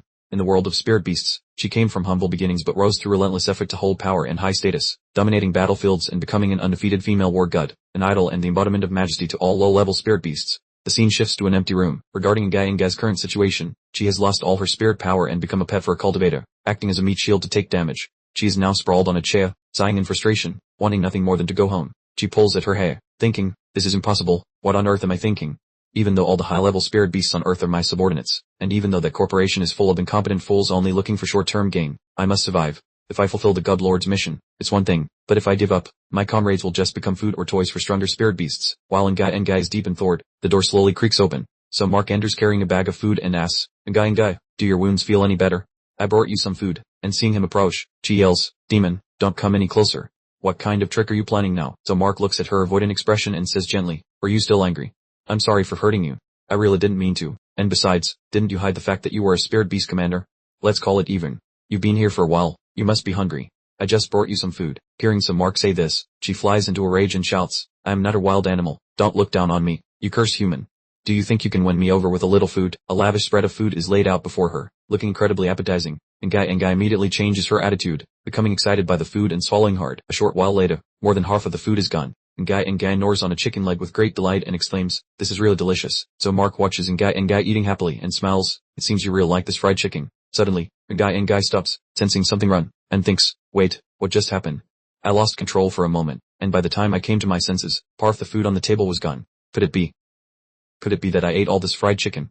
A majestic spirit beast commander, losing to biological instincts like this, she darkens her face, refusing to accept the truth. Impossible, you must have put something strange into the food. So Mark holds out his hand and replies, I don't have time for such games. If you're suspicious, I'll take the rest of the chicken away. Before he can touch the plate, Ngai quickly slams her hand on the table to hold it back. At this moment, Ngai is bewildered, looking at the fragrant pile of food and thinking, it's strange. It's clearly the meat of a weak creature with no spirit power at all, so why does it have such a seductive aroma?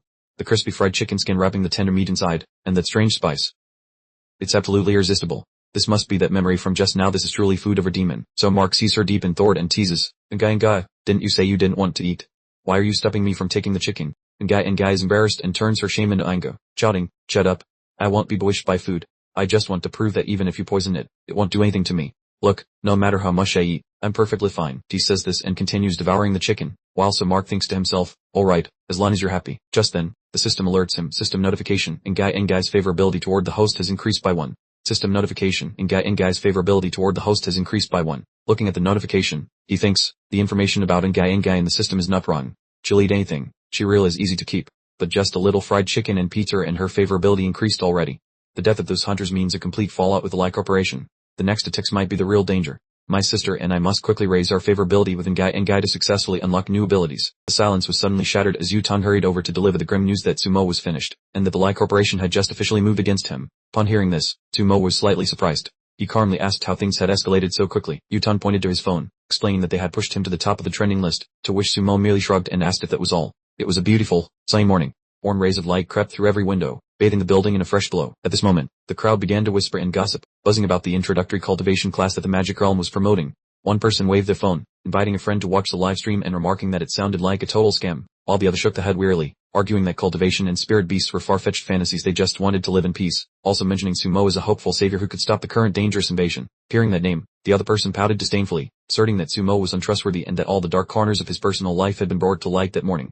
They gossiped that his image as a savior had completely collapsed on search rankings, leaving the person next to them confused because it was so hard to believe. They continued to whisper, and the other person held out the phone screen, where Sumo's name was occupying every spot on the trending list. The two of them looked at the photos facing each other and discussed, claiming that one only had to look at the hot searches to see clearly evidence ranging from videos to dark documentation had exploded, exposing the events of yesterday, right before the secret realm started. When Sumo and his colleague, Dear Zairamen, went up to the company rooftop, an image of a girl falling from a high floor appeared, causing them to whisper that a few minutes later, Dear Zairamen had died.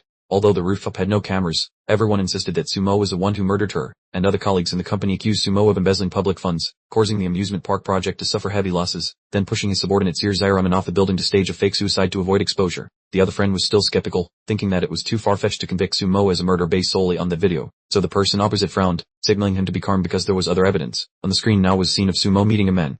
They claimed that after the secret realm ended, he returned to the company, using his reputation as a savior to threaten and blackmail Boss 2. An image of the building burning fiercely appeared, and they continued, saying that after being rejected, Sumo murdered Boss 2 and blew up the entire building to dispose of evidence of embezzlement and murder. These videos were released by an influencer to expose Sumo's true face. After seeing the evidence, the friend with black hair was still confused, asking how the person who leaked the news was an influencer who always defended the weak, but Sumo wasn't even a cultivator, so was it really necessary to be that greedy? The friend next to him pondered and replied that human nature is unpredictable, and perhaps Sumo had a twisted mentality, while someone else joined in, saying that in the past, when Sumo's sister was seriously ill, Boss 2 had covered the medical expenses. Yet Sumo was so greedy that he embezzled that money, leaving his sister in critical condition. Mentioning the image of Sumo's sister in a coma, he mocked that someone called a savior who didn't even care about his own sister's life or death, and who even murdered his benefactor, asking if anyone would dare trust him again. After hearing this, the black-haired friend could not help but feel outraged, admitting that he had misjudged the person, and even regretted having sent money to support Sumo previously. In an office, two girls were gossiping loudly, criticizing Sumo for being disgusting, claiming that when he entered the secret realm, he was already a cultivator, yet he pretended to be an ordinary person to profit and exploit the compassion of so many people. The other girl chimed in, agreeing that it was true, and that plenty of analysis videos showed Sumo intentionally harming other cultivators for views, forcing those in the fifth secret realm misery, and that he pocketed all the prize money without sharing a cent with anyone. A man appeared giving an interview,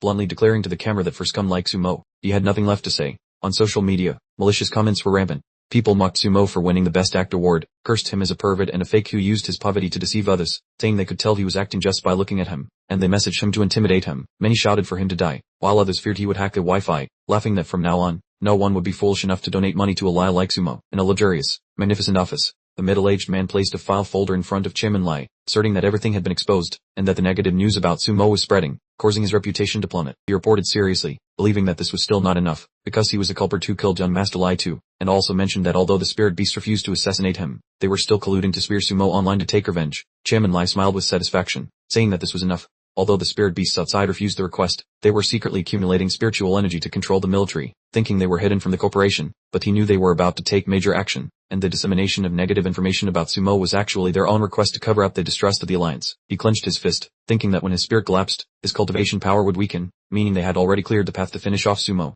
At Sumo's apartment, Yutang screamed in anger, not understanding how netizens could be so blind, as they just followed the crowd to curse someone who had gone through life and death to save the world, which made no sense at all. Sumo replied calmly that saving the world was never his goal. He simply wanted to save his sister, and he had never thought about that grand title. Witnessing his indifference, Yutang could not help but ask why he wasn't angry, as it was clear those people knew nothing yet were still spouting cruel words without any hesitation, to which Sumo replied simply that they were not worth caring about. So Mark smiled faintly, his hands gripping his phone so tightly that it creaked, then said, "Furthermore, the fact that you trust me warms my heart. As long as you don't misunderstand me, that's enough. Why should I care what the world says?"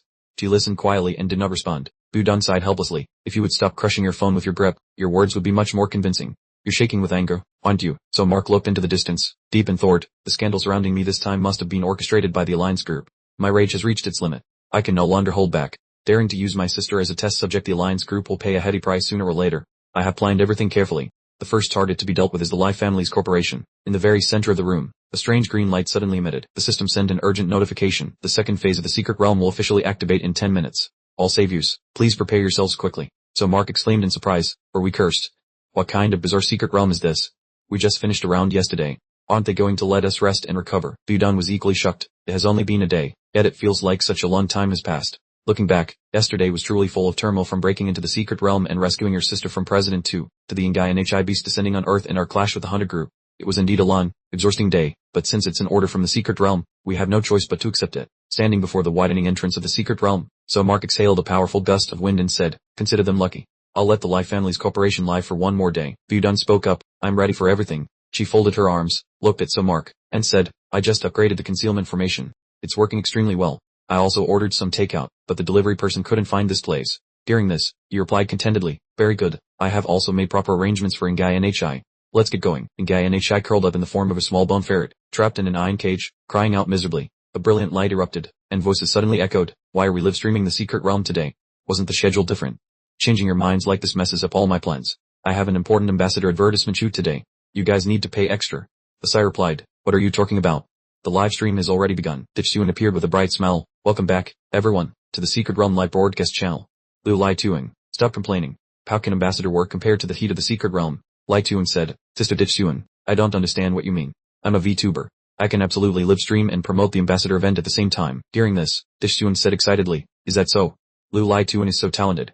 At this point, Puitin cleared his throat. Alright, let's watch the cultivators enter the second phase of the secret realm first. The screen showed Maring Duck and Duck fumbling with cooking, and the comments section immediately exploded. Am I seeing things? Is this cultivator cooking hot pot in the secret realm? That's insane. He's even putting beast meat in the pot. Isn't he afraid of being poisoned? This channel owner is truly risking his life. It looks like the tips and likes are about to top the charts. Eating beast meat is nothing. Go to Lahavu's channel next door and watch that. That's what you call high-class eating and filming. The scene shifted to Lahavu's live stream. He placed his hand on a giant egg and said, "This is a 50 kg beast egg I just hunted. Don't think I'm joking. Today, I'm going to eat it or for everyone to see." The comments scrolled rapidly. What is that thing? How could a chicken egg be that big? It's a beast egg the channel owner found while catching seafood at the beach, and he wants to eat it raw immediately. Eating it raw. He's truly a maniac. Seeing these images, Lai Tuan exclaimed helplessly, "What is going on?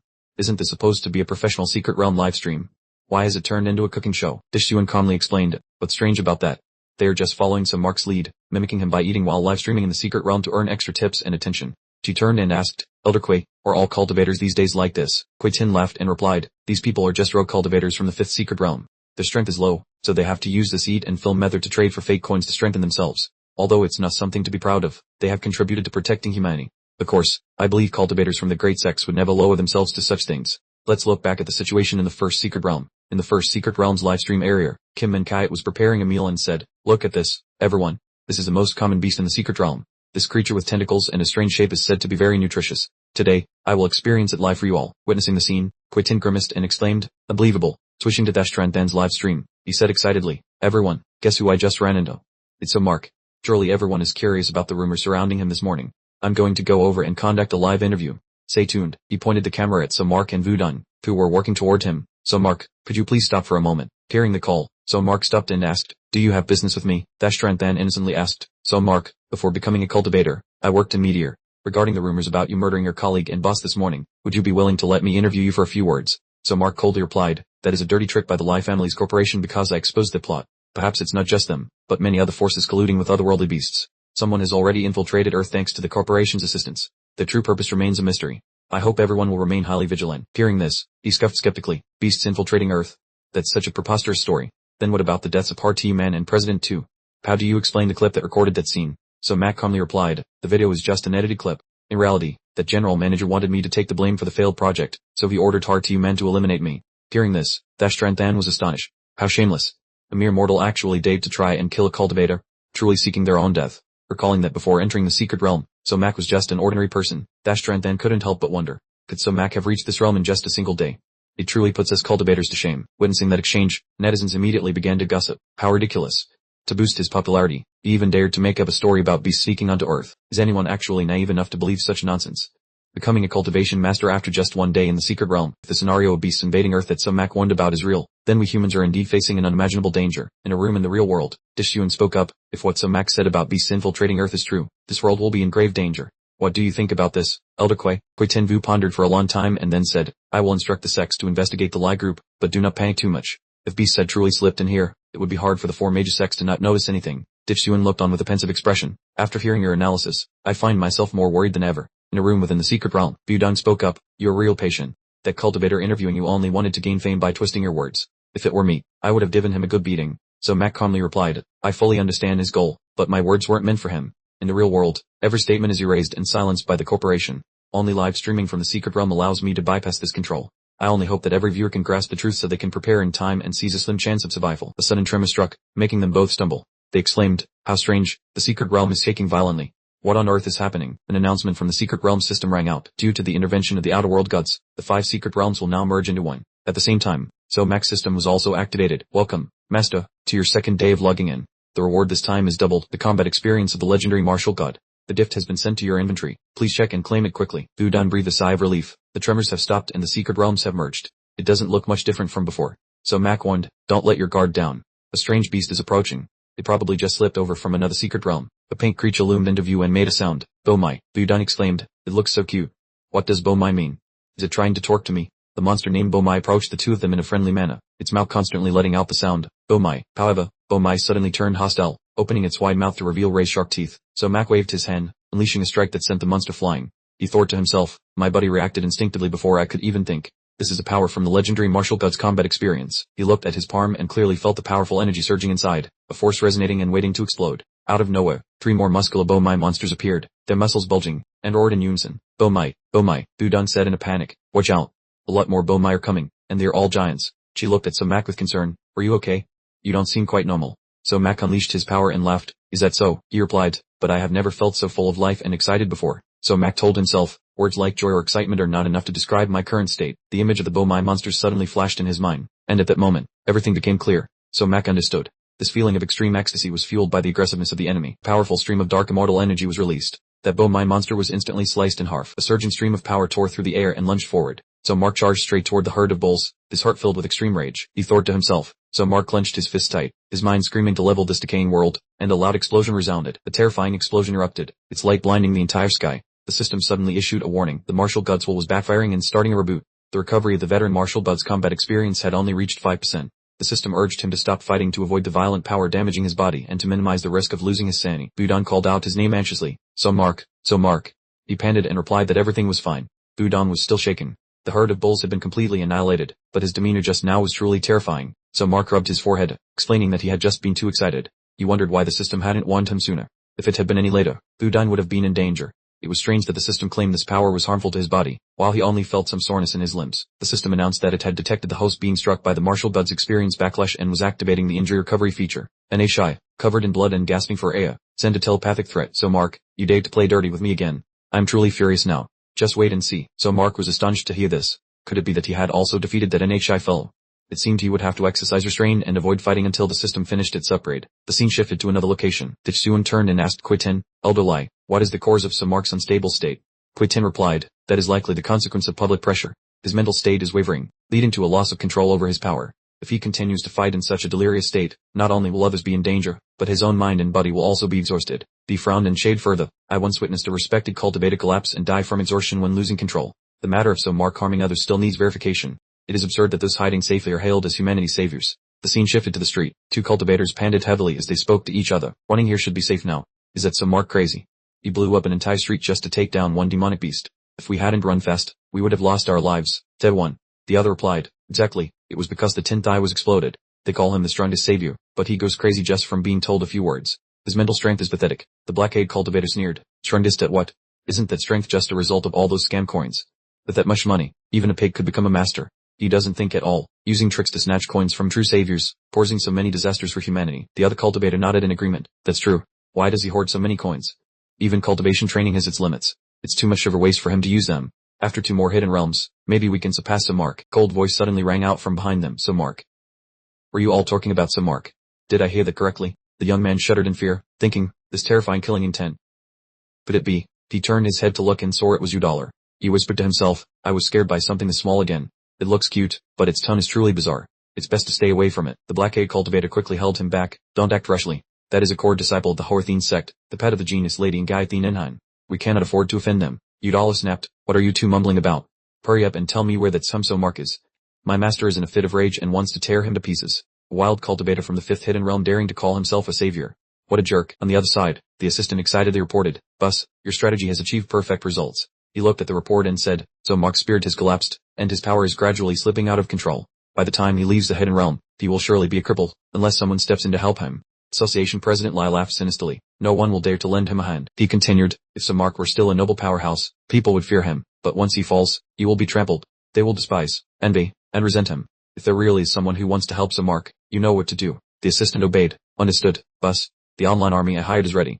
Anyone who wants to help Samark will be speared and boycotted on the livestream. President Lai was smug. Helping Samark only brings disaster upon oneself. There's not a single cent of reward, and there's even a risk of being killed by his loss of control. Even that Vudan he saved will eventually abandon him. This is human nature. Mocking comments flooded the internet. Can't believe someone would team up with that scum Samark.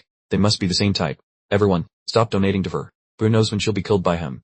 It's such a waste. In Vudan's livestream room, people are buzzing, planning lives, or watching the clip. This channel owner is also the cause of the total annihilation. The first secret realm, all her teammates perished, only she survived. Besides looking like a loafer, what kind of behavior is this?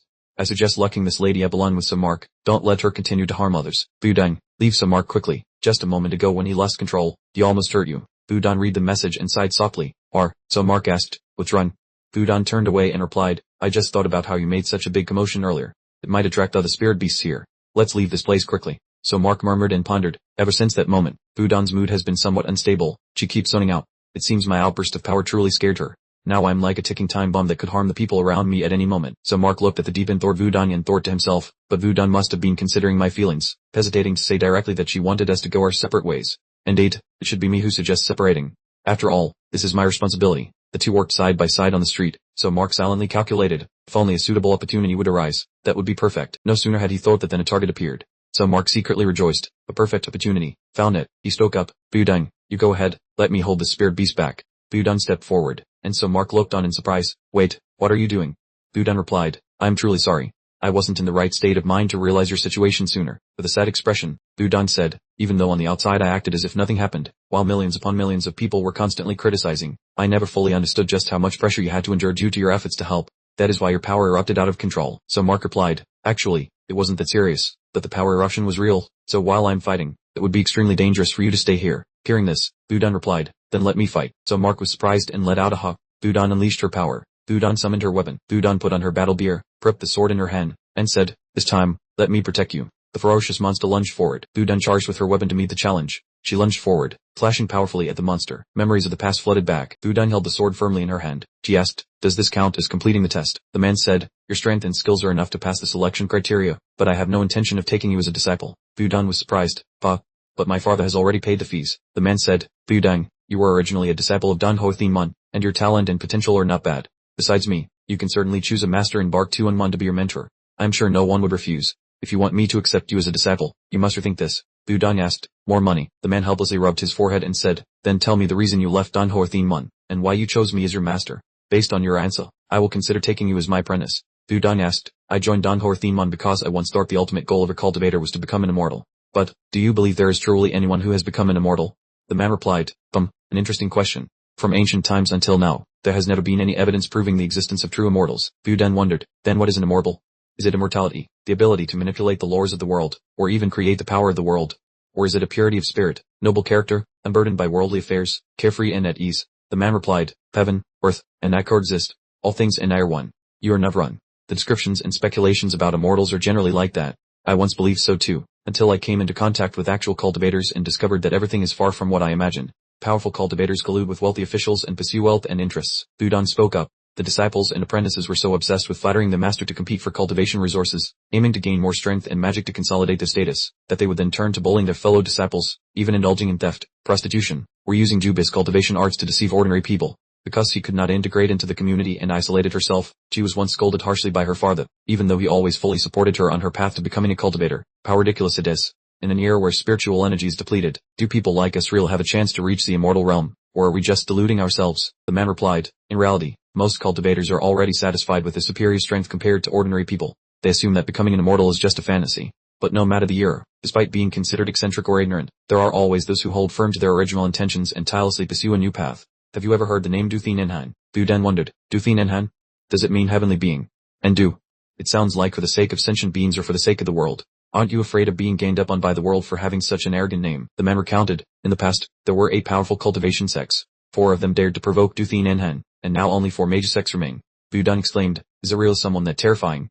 Why have I never heard of it? He answered, most documents about Du Thien Enhan have been wiped out. In my estimation, Du Thien Enhan must have achieved immortality, or at least approached that legendary realm. But because history has been covered up, searching for traces is like finding a needle in a haystack. I can only study the relevant relics. Through these colorful feathers, I hope to reconstruct the path of cultivation from the past. If you want, you can join my sect and learn together. Wudong was overjoyed. You have agreed to take me in? The man replied, yes, that's right, but you still haven't explained why you chose me as your master. Wudong said honestly, I heard people say you are very weak, so it's easier to survive following you. The man sighed, you didn't need to be that honest, did you? Wudong thought to herself, finally, I have successfully become his disciple, helping my master with some harmless research every day. She remembered her old place of cultivation.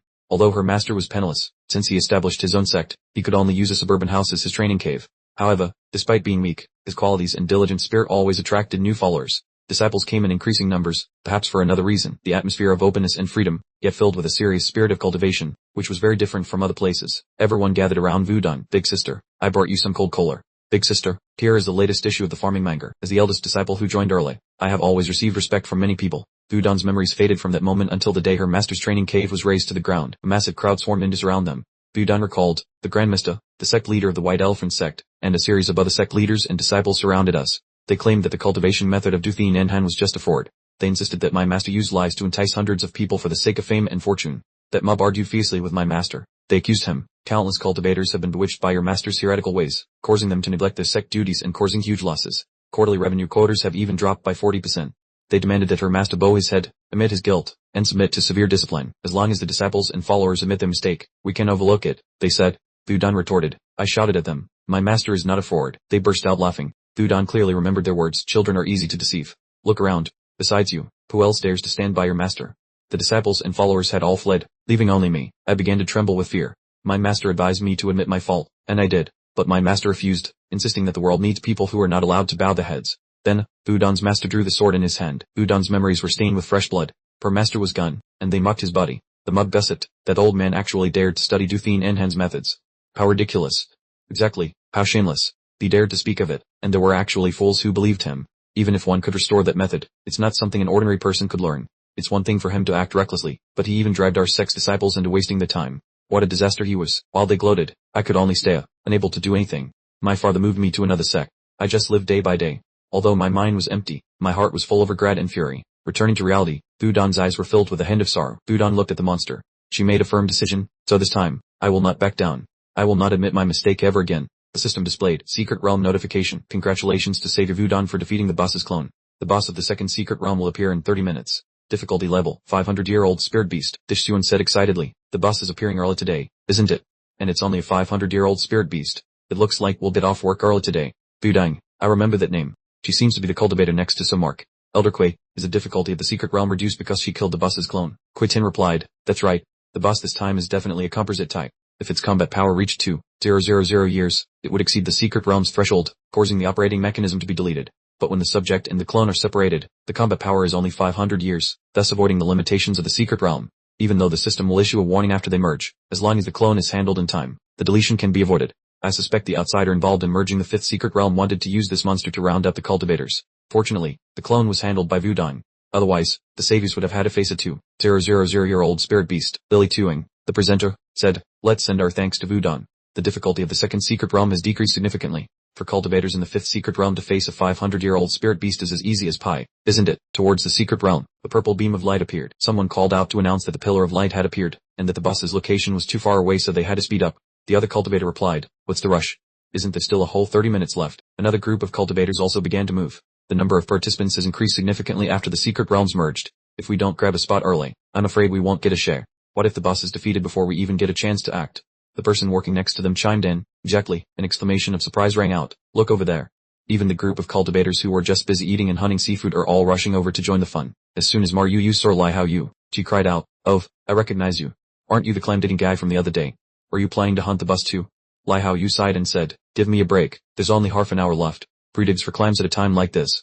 There won't even be enough time to retrieve our corpses. Anyway, I managed to grab a monster egg earlier, so at least I didn't go home empty-handed. Don't talk about me, haven't you also abandoned your job of scooping ice? Maryu replied, I had no choice. There's no time to make a feast anyway, so we might as well go fight the boss for fun. Even if we don't get any loot, watching the excitement is good enough. By the way, do you plan on selling that monster egg? I wanted to take it back to make tomato egg fried rice. Lai Hao Yu curled his lip. You mean that egg? I swallowed that toy raw ages ago. Maryu widened her eyes in horror. Eating it raw? Are you serious? You really are a hardcore player. You make a perfect host for a food channel. How reckless. Aren't you afraid of getting a stomachache from eating it like that? By the way, does eating it raw taste like anything? Lai Hao Yu fell silent for a moment. He picked up his bucket and spoke. It's fine. It actually tasted great. Let's head over there quickly and stop chatting, or else we'll be too late and the boss will have already appeared. At the very top of a certain building, the dark figure was observing the movements below and whispered, everything is proceeding exactly as planned. He let out a sinister laugh. Those fools. Do they think a decrease in the difficulty of the Secret Realm is a stroke of good luck? Happily step into the grave I have dug for you. The purple pillar of light still stood towering in its original place. Wutan looked at the pillar of light and wondered, was the thing I just slashed really a clone of the boss? Did I hear that correctly? Chumo said, even if the Secret Realm's announcement was wrong, this light beam can't lie. Wutan, were you injured anywhere just now? Wutan replied, I'm fine. That monster was so weak. It collapsed before I even used any strength. Chumo praised her, that's because you are getting more and more powerful. Having you protect me is the most reassuring thing. Wutan smirked, then why did a certain someone look at me with suspicious eyes when I said I wanted to protect you earlier? Chumo quickly denied it. You must have been seeing things. Udall suddenly popped up and chimed in. I clearly saw that there was no mistake. It looked at Chumo and asked, you're Chumo, right? Chumo replied, what kind of creature are you? Udall was about to say, yours truly is, but before it could finish, Wutan pinched its cheek. Udall cried out, hey, what are you doing? Let go of me right now. Wu Tun replied excitedly. Are all new species of monsters this cute? Udala bristled. Boo-boo, stop pinching, let go of me. Yours truly is not a monster. Master, please come here quickly. Chumo is right here. Wu Tun wondered. Master, someone was approaching. That girl spoke up. Mr. Chumo, I've been looking for you everywhere. Chumo asked. Who are you? The girl introduced herself. I'm Yu Tanzin from the Dangyur Heavenly Sect. Mr. Chumo, let's have a duel. Chumo asked in surprise, challenging me to a duel. Little sister, are you kidding me? Do we have a grudge or something?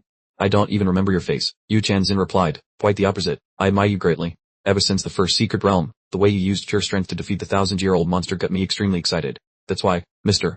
Chumo, I absolutely must challenge you. While pinching Udala's face, Wu Tun said, wait a minute. Yu Chanzin, I know you. You are the strongest person in the second secret realm and a core disciple of the Dangyur Heavenly Sect. In this secret realm, the monsters are our common enemy. Internal fighting at a time like this. Is your brain short-circuiting? Udala cried out loudly. Dindle. My head is about to explode. Its soul seemed about to leave its body as it cried out pitifully. Let go of me, Ubola. Hoo-hoo-hoo. Wu Tun panicked. Oh, sorry. I got too excited and overdid it. Its soul actually left its body. Is a little ghost still alive? Is it okay? Wait, you only become a ghost after you die, and now the ghost soul is flying out again. Isn't this a double out-of-body experience? Yu Tangxin returned the soul to Udala's body and reassured her that everything was fine, first addressing her questions regarding the two reasons why Chumo was being challenged. She began to list them. First, having witnessed the battle between Chumo and the monster in the video recorded from the first secret realm, it ignited an unquenchable desire in her heart to compete with him. Chumo looked doubtful, wondering if that was really true, because no matter what, her current expression did not show even a hint of boiling enthusiasm. Yu Changxin raised two fingers to continue explaining. The second reason is that a rogue cultivator without a sect like you performed even better than the disciples of the four major sects. Chumo, you are making our cultivators feel extremely embarrassed, and the sect elders are not pleased either. Only by defeating you in front of the entire world can we wash away this humiliation and assert that the Dangyur Heavenly Sect is the #1 sect. Upon hearing this, Yu Tun exclaimed, are those really things you should be saying? You're being way too honest. Watch out or the elders of your sect will be deeply humiliated. Yu Changxin replied unconcernedly. Is that so? I'm not real sure. Originally, they wanted me to wait until I accumulated more coins before challenging Chumo, but I felt that doing so would be too unfair. Besides, I'm already eager, so I want to fight Chumo right now. Chumo looked at Yu Changxin and declined, saying, thank you for your sincerity, but I cannot accept right now. During the recent battle with the monster, my power went out of control, and I almost lost my mind. If I fight you now, it will be very dangerous for both of us. Yu Changxin showed understanding. Is it because of the aftermath of that time? I understand. Chumo proposed. Yu Changxin, I agree to accept your challenge, but please postpone this match until my power stabilizes. Yu Changxin countered, but postponing the match is not fair to you at all. Chumo was slightly dazed. How is it unfair? Yu Changxin explained. Chumo, you are a body tempering cultivator, right? The cultivation limit of this path is equivalent to a 1,000-year-old beast. I can use coins to increase my own strength, while your strength has already reached its absolute limit. Chumo confirmed. And 8, coins no longer help increase my combat power. The limit of a body tempering cultivator really does stop at the 1,000-year level. Udala suavely chimed in. That's right, amateur. Yours truly only needs one hand to hang you up and beat you to a pulp. Yu Changxin continued. From what I know, body tempering cultivators train their bodies by mimicking the movements of beasts. However, the human body inherently has limits. The power of a 1,000-year-old beast is the ceiling that a human body can withstand. She added, another barrier for body tempering cultivators is a Dao heart. To master such formidable power, one's mind and will must be extremely pure. Even orthodox cultivation paths require continuous spiritual cultivation, creating resonance with nature to hope to transcend the 1,000-year threshold. Since ancient times, due to limitations in spiritual energy and resources, only a few gifted individuals could cultivate, except for the body tempering school. Yu Changxin analyzed. In theory, anyone can become a body tempering cultivator, but this journey is extremely arduous, even self-torturing. The probability of an ordinary person succeeding on this path is much lower than that of orthodox cultivation. He continued, according to records from the time of the alien invasion, body tempering cultivators were only effective in the early stages. As the intensity of the war grew more fierce, they were gradually completely phased out. Udala added, the difficulty is high, yet the limit is low. In the end, they are just a bunch of trash. I really can't understand why there are still people pursuing that path in this day and age. Yu Tun's face darkened as she warned, little ghost, have you not learned your lesson? Do you want your soul to be knocked out of your body again? Udala quickly hid behind Yu Changxin and stammered, yours truly is speaking the truth. Do you think I'm afraid of you? Yu Changxin spoke up. Chumo, to be able to become a body tempering cultivator in this era, and even reach the maximum combat power limit in the secret realm mission, I truly respect you deeply. Yu Changxin asserted, there are quite a few who are just waiting to accumulate enough coins to defeat you to prove their capabilities. Therefore, you can only be defeated by me. I will not let those cowards humiliate you. If anyone else dares to challenge you, I will personally deal with them. Yu Tun sneered, little sister, do you think you're the center of the universe? Do you think you are so noble? Yu Changxin asked back, for the sake of the four major sects' reputation, there will always be people coming to challenge Chumo. Do you have a better plan to stop them? Yu Tun raised an eyebrow and said, of course I do. If you can't even defeat me, what right do you have to demand a fight with Chumo? From now on, I will accept all challenges on his behalf. She drew her sword and pointed it straight at Yu Changxin. Starting with you first. Yu Changxin replied with a grim expression, let's see if you have the ability to protect Chumo. I will go all out. Udala roared arrogantly, how dare you provoke my master? Wash my axe, smash your dog head to pieces. I will definitely make you pay tenfold for the humiliation you brought upon yours truly. Yutan looked at the two in front of her and remarked, 2 against 1, and even the weapon wants to join the fight. I have no problem with that, Yu Changson replied. Udala is originally a weapon, though a bit troublesome. As soon as he finished speaking, Udala transformed into the shape of an axe. A massive surge of energy exploded, radiating in all directions. Yu Changson rested the axe on her shoulder and spoke solemnly. The situation is already very dangerous. It's still not too late to admit defeat. Vu Dan sneered, you care about me too much. We're opponents now, so you'd better look out for yourself. Ngai Thien Tin brandished her axe and charged, challenging her. In that case, I won't stand on ceremony any longer. Both immediately rushed into a direct confrontation. Powerful bursts of energy violently collided with each other. Amidst the thick dust, someone asked, I just got here so I'm not clear on what's going on. They are already fighting.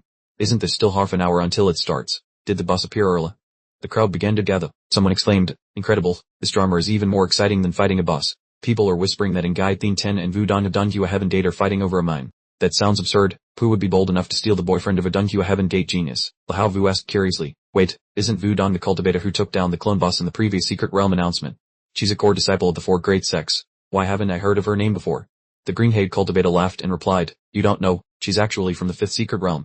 Those 4 great sects have always looked down on small sects and rogue cultivators like us. Now, let's see who's real on top. Lahao Vu marveled. I didn't expect that besides Somark, the 5th Secret Realm still hides such talent. The Secret Realm is truly fair. Ordinary cultivators like us can still shine as long as we seize the right opportunities. The other cultivator added, the key is knowing how to push forward. Look at the sect master of Tai Hine Gate. When the first Secret Realm mission required gathering to fight the boss, he cowered. When Somark was fighting the monsters, he stood aside and watched, then cowardly ran away.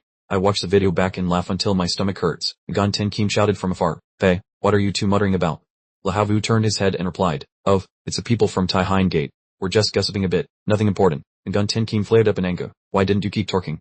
If you have the guts, say it again to my face. Thien Than quickly stopped him. The Gan Ten Kim, knock it off, don't bother dealing with them. The Gan Ten Kim argued, but young master. Thien Than admitted, they're not wrong. My previous performance was indeed useless. Even my father was disappointed in me. When I returned yesterday, it was the first time I've ever seen him that angry. And Gan Ten Kim comforted him, young master, your father just has high expectations for you.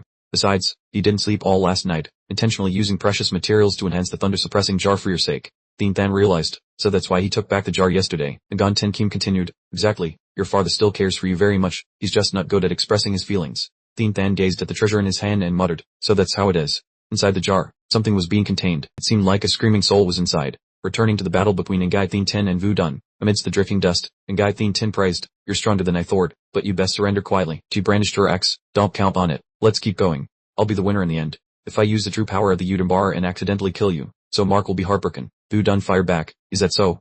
Let me see what's so great about your little phantom power. Just make sure you're not all torque. The two lunged at each other fiercely once again. A mysterious current of air flickered past very quickly. Ngai Thien Tin didn't even have time to blink. The weapon in her hand suddenly vanished. She wondered in shock, what's happening? My weapon was stolen right in the middle of battle. How could that be? Ngai Thien Tin was in shock with a look of terror on her face. So Mark suddenly appeared, stopping them with a weapon in each hand. Pei, you two, Parm Dan. Sparring is for training. Don't risk your lives like this. The system displayed a notification, updating War God Legend combat experience. Current progress has reached 50%. Ngai Thien Tin looked at So Mark, and he asked, you didn't get hurt, did you? He returned the Udambar to her and explained, I only did that because I'm concerned for the safety of you both, so this match must end here. Ngai Thien Tin sighed, So Mark, it's because I was too shallow. You could take my weapon in the blink of an eye without me knowing. Your combat skills have reached the peak realm. You were hiding your skills during the first mission. We were all outplayed by you. To challenge you, I'm still far off. So Mark humbly replied, you're overpraising me. I just got a bit lucky. Udallar has returned to Ulan form. Ngai Thien Tin spoke up, So Mark, you are far too modest. Even the top experts of the 4 great sects or the 4 Dao Seekers probably couldn't have stopped that battle as easily as you did. I would really like to follow and learn from you for a while, if that's possible. Vu Dan asked suspiciously. Ngai Thien Tin, you are a core disciple of the Dunhoer Thien Mun. Is it appropriate for you to speak like that, or are you plotting something sinister again? Ngai Thien Tin replied frankly, where would that come from? I deeply admire So Mark. Whether or not to allow me to become a teammate is So Mark's decision, and it has nothing to do with a loser like me who was defeated by him. Vu Dan gave a faint smile. Defeated? I don't recall us determining a winner or loser just now. Ngai Thien Tin confidently asserted, if So Mark hadn't intervened then, the one who would have won for sure is me. If you don't believe me, just ask So Mark. I completely trust his impartiality. Both Vu Dan and Ngai Thien Tin simultaneously turned to ask So Mark, so, who actually won? So Mark awkwardly replied, the thing is. Suddenly, a figure approached closely. It was Ken Tyne. He spoke up, Ngai Thien Tin, you should drop that competitive attitude. Don't keep bothering others like that. Ngai Thien Tin replied irritably, it's Ken Tyne from the Dandai Bishtang. You people just love to set all sorts of rules and then delude yourselves into thinking you're model students, don't you? Stop imposing those rules on me. If you want to lecture me, let's have a fight first. Then Torque, Udarla continued, this old man hates you hypocrites the most. If you're not convinced, come here and fight. Kentine didn't bother to care. I have no interest in quarreling with you. As for you, Budang, your talent and potential are truly rare. I'd like to extend an invitation for you to join the Dandai Bishdang. Budang gasped in surprise. Others also clamored, Budang, come with the tie-in at Horfu. We guarantee you the best treatment. And me too. You absolutely must join our sect. And Gai Thin Tin whispered to Budang, don't bother with those swell sects. Both Dandai Bishdang and Tai-In Hat Horfu want to recruit you as a core disciple. Everyone has a chance to become a Dao Seeker, but in recent years, the strength of the Tai-In Hat Horfu has declined, and moreover, they have 16 core disciples, so it's not the optimal choice. Dandai Bishdang is different. They only have one core disciple. If you join there, you will later take control of Kansan and become the successor Dao Seeker. Kantine stepped forward and said, Gai Thin Tin, you're quite bold, slandering behind my back like that. I've heard it all, but there's one point you made that isn't wrong. Budang, if you join Dandai Bishdang, the resources we provide will definitely be the best. Budang refused, thank you for everyone's kindness. I've already decided. Currently, I have no intention of joining any sect. My talent and potential are actually nothing special. Budang added, my current strong combat power is only because some Mark gave me too many coins. She thought to herself, it's still unclear whether the four great sects are colluding with evil beasts. Plus, I'm hiding the monster leader in Guy Nhi and the monster breath on Samark's sister. Joining the four great sects would only bring more disaster to Samark. Hearing that, Kantine said, you're too modest. No matter how many coins one has, without talent and effort, it cannot be transformed into power. If you change your mind later, just contact me. Alright then, we won't bother everyone any longer. We'll take our leave, let's disband. We should go too. We thought we could find talent for our sects, but now that I think about it, if even the four great sects couldn't invite her, then how could us small sects? So Mark spoke up, everyone, please don't leave just yet. Since everyone is here, I want to announce some important information. Kantine turned his head and asked, so Mark, the strongest savior in the fifth secret realm, what do you want to say? The originally purple gate had now changed to blue. So Mark explained, it's like this, I hope that powerful cultivators will work together to investigate the corporation's collusion with evil beasts. Comments from the audience appeared, so Mark is starting his act again. Does he really think anyone believes this trick? Anyway, it's the evil beast's fault. He just keeps pretending to be noble. Even if the corporation colludes with evil beasts, would he himself be clean? In the livestream chat, someone commented, first, show proof that you didn't kill anyone. Then Torque, people watching the livestream wondered, how could evil beasts sneak onto Earth? The secret realm is a solid defensive line built by ancient cultivators. Before the savior failed, evil beasts surely couldn't have appeared on Earth. Anyway, I don't believe it. Me neither. And Gai Thin Tin spoke up, so Mark, I believe you. So Mark gasped. Hearing that, Kantine said, an interesting perspective. Although the probability isn't high, it's worth investigating. After the secret realm concludes, I will report to my sect to initiate an investigation into the corporation. So Mark replied, many thanks. Kantine said, no need to be so polite. Protecting the world and guarding against the threat of evil beasts is our responsibility. As for matters concerning the corporation, let's discuss them after we defeat the boss of the secret realm. That gate was shining brighter than ever. Everyone was stunned in unison. What is happening? The beam of light from the boss suddenly expanded. The boss is about to reveal itself. Wait a minute. That beam of light is still spreading. The spatial portal is widening more and more. Someone gazed at the portal in astonishment, wondering what on earth is going on. The dark figure on the skyscraper began to speak. The transfer process has officially begun. In the blink of an eye, the portal opened in a strange line. Lahavu looked around in confusion, asking where this place was. Someone beside him replied that the early beam of light had brought them here. Another person questioned why the boss, who was supposed to appear there, was nowhere to be found, adding that the secret realm system had not issued any alerts, which was very strange. After observing, so Mark cautioned everyone to be careful, as the place was full of anomalies and dangers. Budang nodded, saying he understood and that secret realm missions were never this calm. He added that the first mission stated the boss was a 500-year-old demon beast, but it turned out to be 1,000 years old, so he wondered what was going on this time. The pale blue light began to shrink. The system suddenly announced that the secret realm was confirmed, and the second mission with the final boss had appeared, with the difficulty still set at 500-year-old demon beast at the designated location. The demon beast suddenly lunged out, with a muscular appearance and blood-red eyes filled with murderous intent. One person boasted that even if the situation was unclear, telling this 500-year-old beast would complete the mission, thinking it was simple and that there was only one thing they needed to do. As soon as he finished speaking, he drew his sword and rushed forward. He swung his sword repeatedly, but the beast stood firm without a scratch. The recoil from the sword sent him flying. He exclaimed in disbelief, asking if this was a joke, noting that it didn't even have a scratch. He wondered how it could be a 500-year-old demon beast if he couldn't even damage its skin. That alone defeated it. His face turned pale as he suddenly realized something ominous, realizing that something was wrong with his own attack and that his spiritual energy was compromised. At that very moment, the beast swung its fist and struck him on the head. In an instant, his vision faded into darkness. Witnessing this, the other three panicked. The one with the hay bun cried out that it was a nightmare, noting the man was a core disciple of the Tai and Hat Hor Palace. The person beside him was horrified, saying the man was killed by a single strike from the beast. Hao Vu exclaimed, asking if the secret realm had gone mad and if this was really just a 500-year-old beast. Seeing them trembling, Kentine explained that it wasn't that the opponent was too strong, but that they had become weaker, pointing out that the spiritual energy here was too barren, preventing their attacks from unleashing their usual power. The bat hen Linbomi appeared with an incredibly cute appearance. Immediately after, it revealed its gigantic muscular form, accompanied by a massive snake and a giant squid. And Gai Thin Tin said in horror that not only the final boss but also the regular demon beasts had been teleported here.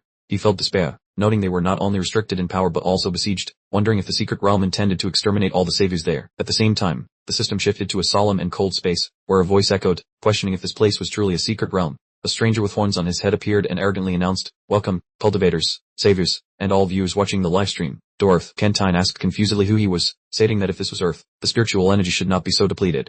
The man replied that it was indeed Earth, or more accurately, a resort on a small island in the Pacific Ocean where a large amount of spiritual energy was being sealed beneath the plaza. He sneered contemptuously, saying this was a trap specifically for them, and as for who he was, the savior Samark had already made it clear that demon beasts had long since infiltrated Earth. Viewers watching the livestream commented, asking if they were seeing things and if so Mark's words were true, wondering where all the people who mocked and doubted Master Mark were now and telling them to come out and apologize to him. Everyone was currently focusing their attention on Mark's livestream channel. Someone said to stop talking about the demon beasts, as even if they had really invaded Earth, the suspicion of murder against Mark still remained. Another person retorted to be quiet, noting that the demon beasts were about to corner the saviors, so there was no point in arguing about Mark's right or wrong now. At the observation room, Lai Tuan hurriedly asked, "Elder Lai, what is the current situation?" Elder Quir replied, "I just received news that the small island where the saviors are being held has been located." Hearing this, Lai Tuan's joy was evident, and he immediately ordered, "That is excellent. Send people to rescue them right away." With worried eyes, Elder Quir said, "A rescue team was already dispatched earlier and has arrived at the location, but according to the report, the island has completely disappeared. Even the coordinates on the satellite map are blank. Reinforcements can no longer be sent." Just then, Dear Light's figure appeared, and Elder Quir's voice gradually sank into despair. Every glimmer of hope had been extinguished. A mocking smile spread across his face as he said, "Cultivators, enjoy these final moments. Keep using the live streams you love so much to record the annihilation of the defenders of Earth." At that moment, Mark was facing a demonic beast twice his size. He spoke up, "If the rules of the secret realm are still in effect, killing this monster should allow everyone to escape, right?" The powerful burst of energy erupted from his body. "Then, let's give it a try." Just a second later, in the town located within the secret realm, loud, rapid explosions rang out as a barrage of bullets pierced the monster's head, causing it to fall quickly. A man with a tupmet remained in a shooting stance and softly remarked, "Demonic beast, let's see how you like the taste of bullets infused with spiritual energy." He approached the fallen monster and sneered, "I knew bringing a rifle was a wise decision. Back then, when we entered the secret realm, Avon mocked me for it." As he spoke, he suddenly stopped, and at the same time, another cultivator was crushed under the feet of a demonic beast. Avon, hearing the loud noise, he turned in a panic and cried out, "Oh me!" Its massive, towering figure stood in front of him, and it seemed to be smiling at the man with the topknot. He immediately tightened his grip on his rifle and roared, "Damn you, I will slash you to pieces." Immediately after, a shrill scream rang out. Bomi bent down and snatched him up. It effortlessly lifted him with one hand despite the desperate screams of the man with the topknot. "Let me go. Release me immediately." Bomi bared its sharp, murderous teeth as drool dripped down. The man screamed in despair. "No, inside." So Mark and Jeer Light were engaged in battle. Jeer Light raised his hand to erect a shield, standing firmly with a casual tone. "Did you hear that? The screams of those cultivators are so pleasant to the ear. Little brat, you're in the way." So Mark sneered, "Fuck, do you think I would just let you go and attack Engdu? Jeer Lights worked. You are the most dangerous savior. If I let you easily deal with Engdu, then the slaughter game I spent so much effort setting up would be for nothing." He turned in another direction and ordered, "Pay, Engdu, go take a stroll on the grass so we don't waste time." At this moment, he thought to himself, "This is troublesome. With this guy in my way, I can't kill the final boss. Not only will the secret realm not end early, causing heavy casualties, but my power is also likely to spiral out of control again." Suddenly, Jeer Light lunged forward with murderous intent. So Mark, being distracted while fighting is not a good habit. A person holding a fan suddenly blocked him. "I completely agree with your point of view." A burst of light flared behind, forcing Jeer Light to pause. With a gentle wave of the fan, the surrounding space burned as if it were being incinerated. Flame Emperor's blood fire. As soon as his voice faded, flames instantly surged, burning everything to ashes. The intense heat caused Jeer Light to snap. "You think mediocre moves like that are enough to interrupt my entertainment time?" Guy Thien Tin lunged forward with a scepter to attack. "This isn't for you to decide." Jeer Light replied smugly, "Superficial strikes like these, no matter how many there are all useless." Just then, a sword emitting purple light appeared, and a voice rang out, "The game isn't over yet." Fighting behind him, Bu Dun raised her treasured sword high into the air, then decisively struck down with a thunderous blow. The grey smoke began to thin out, yet Jeer Light remained completely unscathed, without a single scratch. "Are you all still so delusional? How could your pathetic strength ever be worthy of harming me?" Immediately after, he toyed with a jade pendant on his chest and muttered, "Only Mark." "Wait, where did Mark disappear to?" At this moment, Kentine laughed mockingly. "I'm sure you've already guessed. He's busy hunting down the final boss." His gaze remained full of arrogance as he retorted, "So that's it. This is your grand strategy.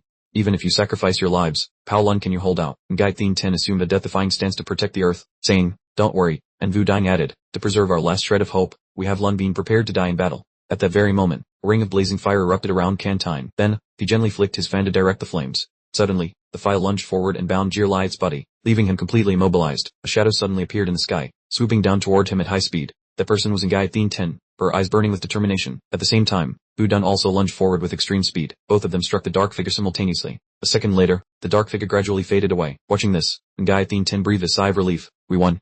Though it seems a bit too easy, doesn't it?" Realizing something was wrong, Budun quickly intervened. No, that's not right. Based on the power that monster displayed earlier, we shouldn't have been its match at all. How could it be defeated so easily in less than 10 seconds? Kentine speculated. I suspect what we just destroyed was merely his phantom projection. If I'm right, that monster's original target was Mark. You've probably tasted it too, haven't you?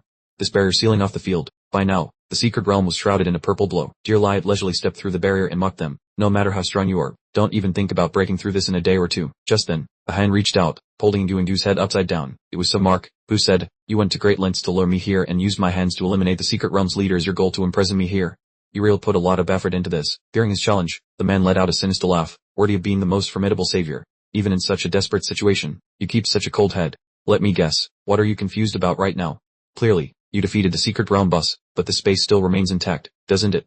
That is because this barrier has blinded the secret realm's judgment system, preventing it from recognizing Duingdu's death. He remained silent for a moment, then coldly asked, after trapping me here and rambling on for so long, what is your true intention? He slowly approached him, spewing sweet-talking temptations. You, Mark, are the most outstanding savior on this planet. You have been striving to protect this world, yet you are met with suspicion, insults, and hatred from those mediocre humans. How ironic. Don't you feel that your efforts are completely meaningless? Join our side, and you will surely receive the fairest treatment. Your abilities and value will never be suppressed. He continued to ramble. And rest assured, inside this barrier, the secret realm's live stream has been disconnected. At this moment, not a single soul in the world can hear our conversation. Below the live stream's comment section, viewers were in an uproar. Hey, is that monster stupid? The broadcast feed is running perfectly fine. What's wrong with it? Another person countered. The idiot is the one above. It's obvious that the monster is trying to trick Mark into turning against humanity in front of everyone. As comments poured in, some speculated, Mark has been silent for a while now. Could he be wavering? Could he actually want to turn his back on humanity? Someone immediately retorted, and LED1EA1CHTH LED1EA7N hasn't said a single word, yet you guys are already spinning your own scenarios. If I were in LED1EA1CHTH LED1EA7N, I'd rather join the monsters just to be done with it. Selfish people like you don't deserve to be saved. Suddenly, a notification sound rang out. System reminder, Martial God Legend combat experience transfer process is currently at 70%. He kept his stern, contemplative expression and silently calculated, the data transfer progress isn't finished yet. I need to find a way to stall for more time. Although Dear Light used every means to persuade Mark, he remained silent. Becoming impatient, the man spoke up. Mark, my patience has its limits. Hurry and confess your answer. If you cooperate and submit to us, I guarantee you'll be treated well. Otherwise, I will have to send you on your way right here. Mark replied indifferently. Cooperate? Our relationship ended long ago. Do you think you can collect so many of those precious Spirit Kai control blocks from Shao Ike without the Alliance Corporation noticing? You killed the saviors without warning, and yet you still dare to mention trust. He laughed mockingly. Parhar, you claim to be a member of the corporation. That's the most ridiculous joke I've ever heard. Ignoring Dear Light's ridicule, Mark pressed further. What about the beast commander who appeared so suddenly? Do you really believe everything was just a coincidence? The smile vanished as he looked down and snapped. Human, what are you trying to say? You fool, how could a figure as significant as a beast commander appear in air due to mere coincidences? His eyes and smile showed mockery. Haven't you understood yet? Monsters truly are brainless. If you intended to hide from us to set a trap, don't blame us for counterdecking. The beast commanders were already precious test subjects, and we used the cells for experiments long ago. Have you still not realized it? Dear Light's fury immediately erupted as he screamed, you despicable humans. It was your Alliance Corporation that took the initiative to cooperate. Is this the sincerity you show us? Disdain was clear in his eyes. Do you think our corporation would willingly act as lackeys for beasts like you? Our cooperation fell apart a long time ago. You fool. The men laughed loudly. Tahar. Earlier I said the barrier could cut off the secret realm's live stream signal. Don't you understand yet? Mark, the hypocritical true face of your Alliance Corporation has been exposed to the world. In the end, who is a fool now? At that exact moment, a notification appeared. System reminder, legendary martial bud combat experience update in progress. Current progress has reached 99%. After reading the message, he suddenly came to a halt. Seeing this, Dear Light laughed triumphantly. Mark, why aren't you speaking? Where is your composed look from before? Or have you turned stupid? It turns out the great savior is also just someone colluding with us monsters. He continued rapidly. Not only that, you even exposed the corporation's human experiments yourself, which I only dared to guess before. Bar. Betraying the Alliance, betraying the corporation. There is no longer any place in this world for you to stay. Mark calmly replied, it's a pity you truly know nothing about human experiments, but I still have to thank you. By your own mouth, you admitted the shady relationship between the monsters and the corporation. Thus, my honor has been completely cleared. Dear Light's face contorted as he heard the response. What on earth are you talking about? Suddenly, he let out a terrified scream. How is this even possible? Mark looked at him with contempt. It seems you've understood. The one who exposed the true face to the whole world is actually you. He roared. Stop pretending. If you're not part of the corporation, how do you know so much classified information? Is it because you know you're being live-streamed that you want to put on a show to whitewash yourself, in contrast to that loss of control? Mark became even more nonchalant. Is it so strange to you that one would investigate enemy intelligence? He began to list the evidence. First, the man sitting dazed on the floor. Next was a young man sitting there helplessly. Finally, there was a girl sitting in the wheelchair. And then Mark asked, do you need any more evidence? He continued, making the man's face turn pale. After the secret realm ends, the first thing I will do is wipe out the Lie Corporation. From that moment on, you will no longer have the chance to see anything. Dear Lie's expression darkened. Tell me, since when did you guess that the barrier could not block the live stream signal? So Mark replied flatly, I've known from the beginning. You spent too much effort explaining the barrier trapping me, how your treasure is hard to break and how it stops the secret realm from confirming the boss's death, all to reinforce the idea in my mind that it blocks everything. But then you deliberately hinted at the signal cut. Your insinuation was far too clumsy. The notification board displayed comments. What just happened was truly unexpected. I don't know what words to use. I can only say so Mark is incredible. Another person chimed in. I told you so. Mark's previously naive image was just an act. This is his true nature. Inside Mark's live stream room. Comment notifications. Mark, that title is spot on. He not only has immense power but also unpredictable resourcefulness. Let us honor him as master. So. Another person rejoiced. Although the saviors are trapped in the monster snare, with Mark here, I suddenly feel quite at ease. The system displayed a notification. System reminder. Legendary martial bud combat experience update complete. Current progress has reached 100%. He looked down at the notification and thought, I finally waited until the update reached 100%. The timing is perfect. Wait, why is the index still increasing? Just then, a notification appeared. System reminder. Legendary martial bud combat experience update in progress. Current progress is already 101.5%. So Mark clutched his chest with a bewildered look. System, were you kidding me? Hasn't the progress bar already reached 100%? What on earth is this 101.5% figure? The beast in front of me looks absolutely furious and feels like it's about to strike, yet the progress bar still won't finish. Could I be losing control while in the middle of a fight? Hurriedly explained. The system reports that because the compatibility between the host and the martial bud has improved, exceeding 100% will grant the host new skills. Once the progress bar reaches 100% during combat, it will ensure the host's tower does not go out of control again. Dear Light looked at the hand absorbing energy and laughed sinisterly. So Mark, I underestimated your cunning. That was my mistake. But this is a secret realm created by me. After all, immediately after, he gritted his teeth and lunged straight at him, determined to seal the fate of humanity, where only strength could determine the winner and the loser. He threw a terrifyingly powerful punch, but Mark stood his ground, summoning a shield to block the attack. He was shocked and gritted his teeth, thinking to himself, my attack was blocked. No, that's not right. I didn't even feel like I touched the opponent's actual body. He reached out to grab his wrist and said softly, let it go. Having said that, Mark pulled him along with extreme ease. As he was hoisted into the air, he thought to himself, I can't understand this method of attack at all. I feel like a piece of rag, about to be slammed onto the ground. The very next moment, Dear Light hit the ground. A loud noise erupted as fierce flames engulfed his body. At that very moment, in a certain room, Dish Suan clutched her flushed cheeks in China's. The cold and stoic Mark has truly captured my heart. His high IQ, overwhelming tactics, and the way he toyed with a beast in the palm of his hand, he is definitely the man of my dreams. Lai Tuan helplessly reminded her, Sister Dish Suan, tone it down a bit. Mark's title as the strongest savior is well deserved. I would also like to add that many people watching through the screen owe Mark an apology. Just then, a cloud of thick smoke appeared, accompanied by a voice. Still alive. This guy is as persistent as a leech. Quickly, open the barrier, tell those beasts to stop attacking the cultivators, and end the secret realm mission. Mark stood across from Dear Light and continued, perhaps I will spare your life. He collapsed after enduring the painful blows. Human, I had long guessed that your strength far exceeded my expectations, so I prepared a backup plan. Two shadowy figures full of killing intent suddenly appeared. He asked the men, did you summon these two pitch black beasts into the barrier to gang up on me? Mark maintained a calm demeanor and continued to ask, is this your final trump card? Dear Light added a surge of immense energy and shouted, no, they are my reinforcements. They have the ability to transmit power to me, helping me escape the limitations of spiritual energy and temporarily restore my full combat strength. This previous weakness had vanished, replaced by immense arrogance. Your excellent combat skills have earned my deep respect. To show my respect, I will use all my strength to destroy you. At that very moment, a hand suddenly slammed hard against the shield. Vu Dun said irritably, what the hell? This barrier is truly too solid. And Gai Thien Tin spoke up, as long as we persistently attack the protected layer, we will save Mark sooner or later. Pei, Sun Kan, keep waving your fine, don't stop. Kentine, standing behind, speculated suspiciously, the beasts are in great pain. They are using the final boss as bait to trap Mark inside. So why aren't they stopping us from attacking the barrier? I think there are two reasons. First, the barrier is so sturdy that even Mark can hardly break it, so our damage is insignificant. Second, those beasts are busy with something more important. A strange click sound rang out. Everyone looked up in unison and exclaimed, the sound of a bell ringing. Mixed into it were whispers of panic stirring up the entire sky. The giant bell was floating in the sky. Stop looking. Run quickly. Wheeled the court by Palmy. But wait, where did that beast come from? The giant shadow appeared, holding the bell. He shook the bell and said, the time has come. Humans, saviors, and cultivators, 1,000 years have passed. Saviors, gather here. The opportunity for the two worlds to merge has begun. We are currently on a break, so I would like to send my warm greetings to everyone from the other world. Everyone was stunned. Someone asked, is this also a beast? It's huge. It doesn't look like it's on the same level as the previous beasts at all. Another person kept wondering, the break. The surrounding beasts have all stopped moving. Did they want a truce? How could that be? The shadow smirked. You have already been defeated in this war that decides the fate of the world. We don't even care to pursue you to the end. He loudly declared, cast aside the title of savior. Just submit to the demon beasts and I will guarantee your safety, and the safety of all humanity on this earth. Simply put, if you bow down and serve us as slaves, a peaceful life will be maintained. La Thien Than growled, stop talking nonsense.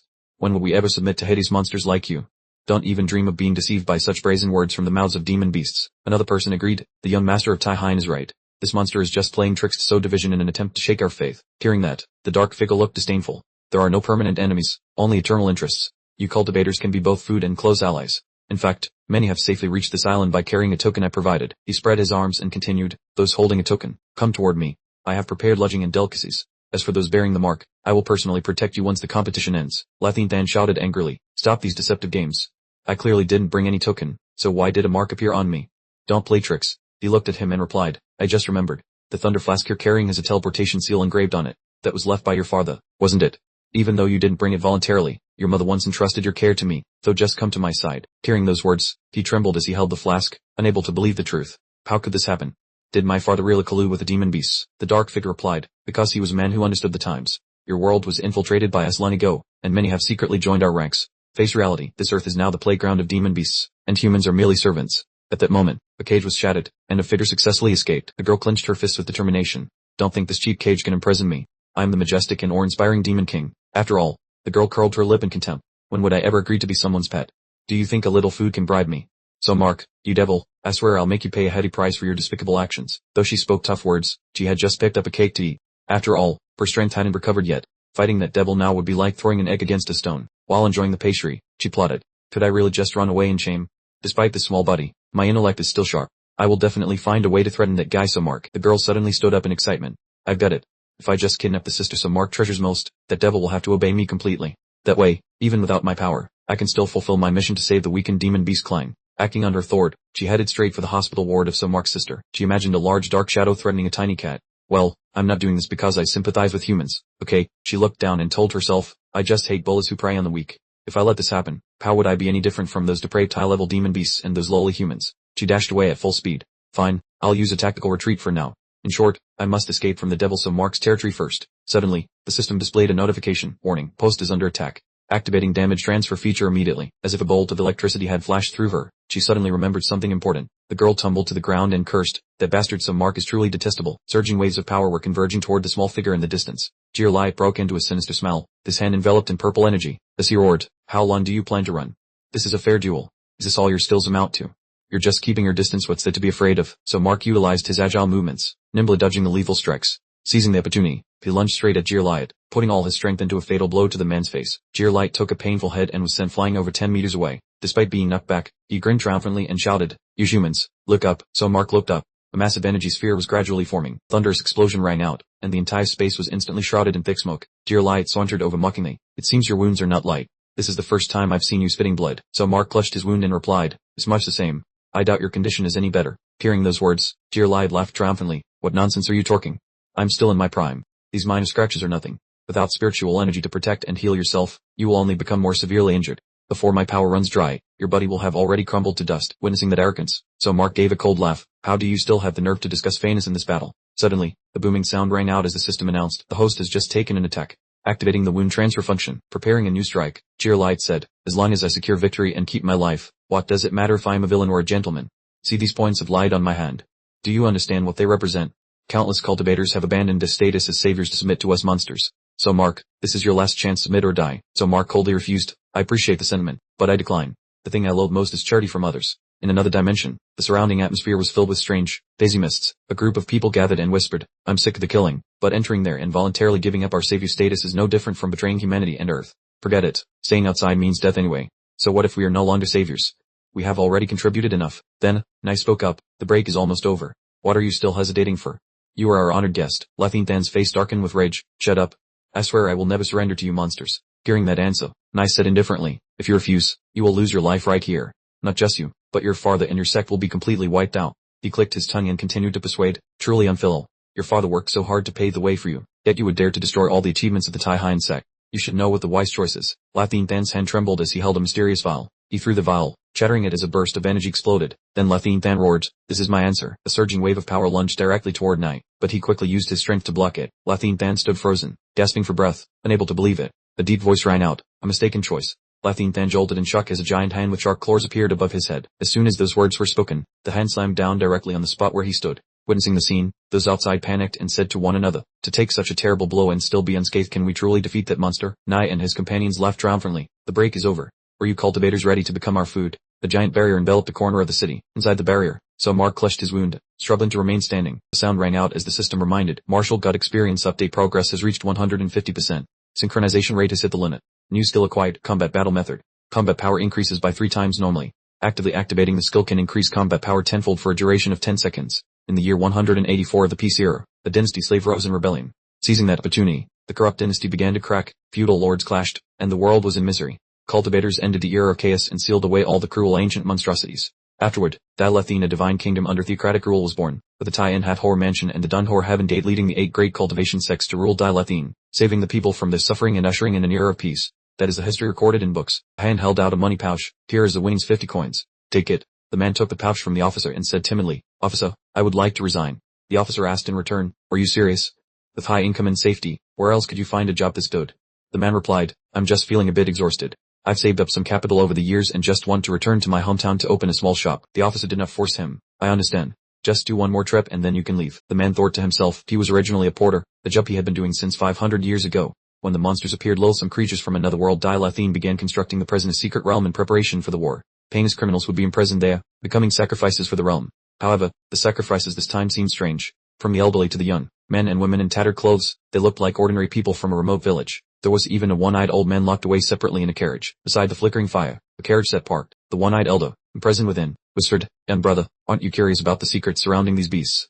The man, leaning leisurely against the tree, replied, You are a prisoner awaiting sacrifice. By professional rules, I, as a transporter, am not permitted to converse with the sacrificial offering. Ignoring the dissuasion, the elder mumbled about a desolate, remote village where people struggled year-round with their fields and the mountains to survive. They thought the years would pass peacefully, but then demonic beasts descended, claiming many lives, including his son and granddaughter. The surviving villagers desperately sought protection from cultivators, but then the elder confessed hesitantly, We didn't have enough money to pay the fees. The man appeared indifferent and advised, I have no interest in this matter. Go to sleep. We must set off tomorrow. The elder continued to ramble. To fight the monsters, we had to rely on ourselves, but ordinary weapons couldn't defeat them. We had no aptitude for cultivation. Fortunately, I stumbled upon the carcass of a demonic beast. Originally a physician, I couldn't bear to see my loved ones die unjustly, so I resolved to unravel the mysteries of that beast's body. The villagers agreed to this crazy idea. They let me experiment on them in hopes of merging with the beast to gain immense power. In the silent, ancient forest, only the elder's murmurs could be heard. Sadly, even now, those who survived the experiments show no change. The man then asked, Were your eyes also blinded by those experiments? The elder replied, Because I delved into forbidden arts, everyone in the village was branded as a criminal. They saw me as a madman, believing all my actions were meaningless and that no one should have believed me. One person in the village took the light from my eyes, and from then on, I was completely ostracized. The man gave a wry smile and said, Indeed, you were utterly mad. As a country doctor, you delusionally thought your research could help ordinary people surpass cultivators and confront demonic beasts. The elder smiled bitterly. Everyone knows that. It was indeed far-fetched, but we wanted to live. We wanted people like us, the unknown, to have the right to defend ourselves. As dawn broke, a group of people, chuckled together, set off on a forest path. The young boy, under restraint, suddenly roared in anger. Bastards, don't you dare touch my sister. The transporter was suddenly shoved aside, stunning everyone. Someone exclaimed in surprise, What is this? Someone else replied, The child not only defeated the escort but also blew up a large boulder. The old man in the carriage laughed heartily. It's a success. I did it. Please, I beg you, release the child. He is the seed of hope for the future. The guard frowned. This old man is acting up again. Right, quickly use the communication amulet to report this abnormal situation to the commander. The man's sword tip pressed against the other's throat, making him stammer in fear. Hey, what are you doing? He questioned. Are you also a madman like the kid and the old man in the carriage? You dare to release all the sacrificial offerings. Do you know the terrible consequences you are about to face? The man calmly replied, Perhaps I am indeed mad, or perhaps this entire world is inherently chaotic. For the construction of a secret realm, criminals must be sacrificed. I work as a transporter of sinners for money, having carried countless people, some of whom deserve to die, and some did not. The man looked up at the sky and added, The sacrificial offerings this time are the ones most deserving of life, because perhaps they will be the ones to end this world's madness. 20 years later, in a small wooden house, the young boy watched worriedly and said, You fainted again. The person sitting on the ground coughed violently and asked with difficulty, How much longer can I hold on? The young boy replied, The flesh and blood of the demonic beast you fused with years ago is constantly consuming your body. I'm afraid you only have 2 years left to live. Now we are considered heretics and are hunted everywhere. With such dire peril surrounding us, it's uncertain if you'll even survive half a year. The blue-haired man smiled weakly. Then I'm content. A cultivator like you got into danger to help us. I truly feel extremely regretful. The young boy retorted irritably, Don't talk as if I did it willingly. I was just deceived by you. Please be a bit more considerate. The man calmly replied, It's all your fault too. It was your own curiosity that led to your expulsion from the sect. The young boy held his head in frustration. HMPH, I guess I brought it upon myself. But seeing that you could wield the power of a demonic beast, who could resist such curiosity? But don't you feel it's unfair? Under the guidance of a genius like me, we finally found a stronger method without using demonic beast flesh and blood. Yet the first person to unlock the power had to suffer torment and die in agony. The man leaned against the wall and sighed. To be honest, I am very dissatisfied. Aren't you the one who claims to be a genius?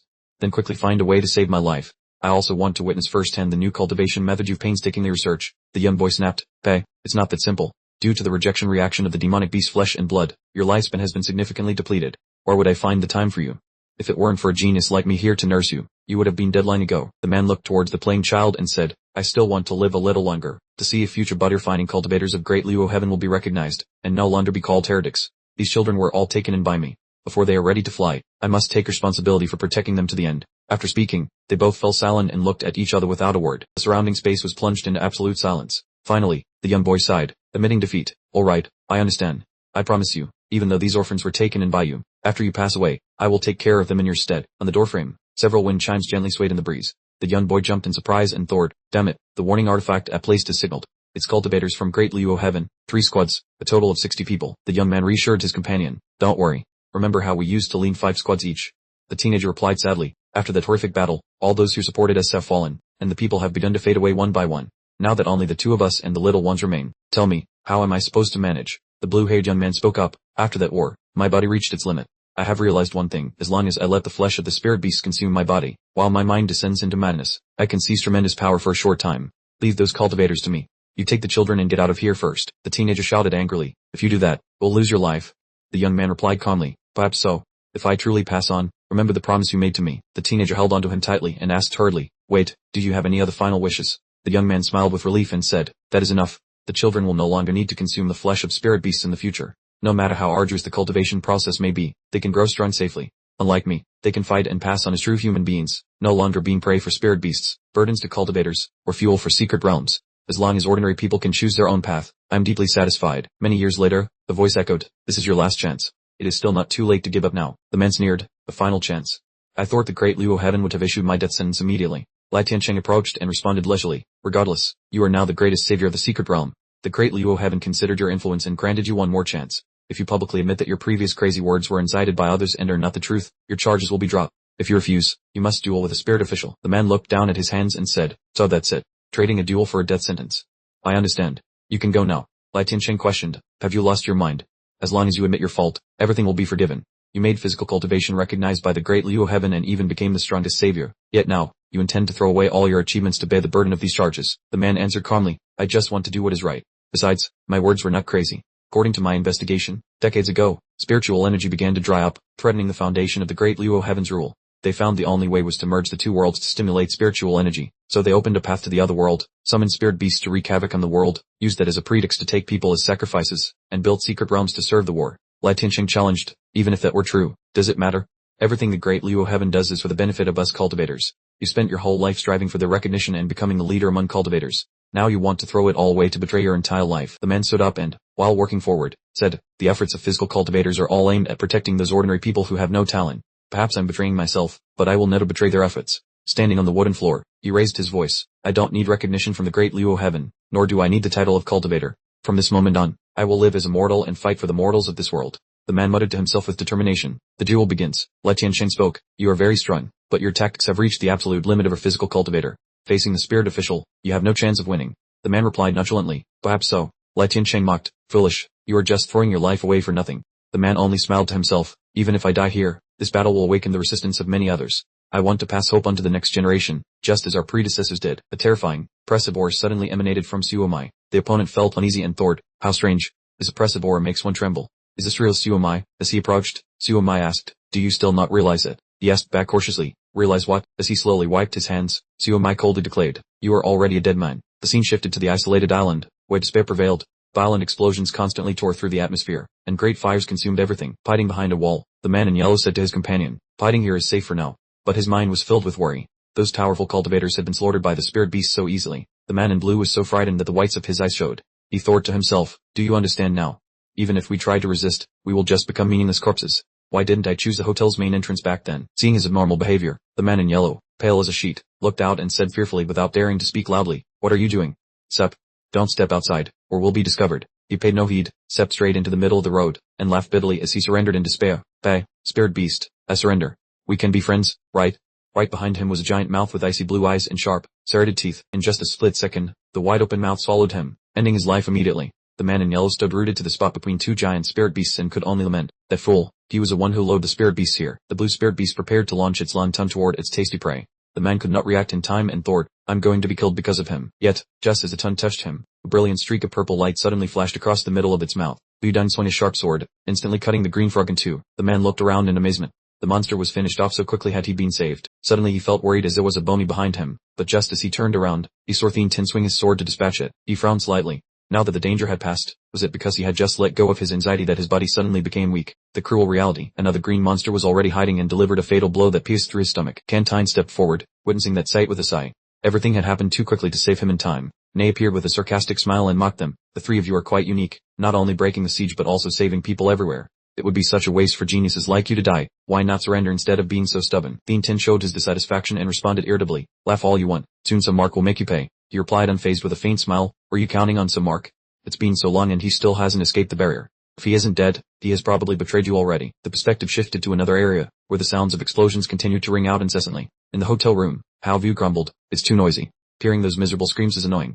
Sitting next to him, Lam Bin also complained, "Let the monsters eat them all and be done with it. What a waste of time. I just want to go home quickly." Hearing this, Hao Vu laughed and said, "You should show them some respect. After all, they've dedicated themselves to being heroes protecting humanity." Lam Bin replied indifferently, "In my eyes, they're just fools. Even the strongest, so Mark, is currently imprisoned with an unknown fate, so their sacrifices are useless. Humans have lost, and no one will even be grateful." The scene shifted to Ney's battlefield, where a blinding green light was cast down. He looked down at Cantine who was kneeling on the ground and asked, "Can you still manage to get up?" He could only cough violently, unable to utter a word. Looking at the two girls lying motionless, Ney reminded him, "What a shame, your teammates are barely clinging to life." He smirked threateningly, "Because you rejected my kindness, you must suffer.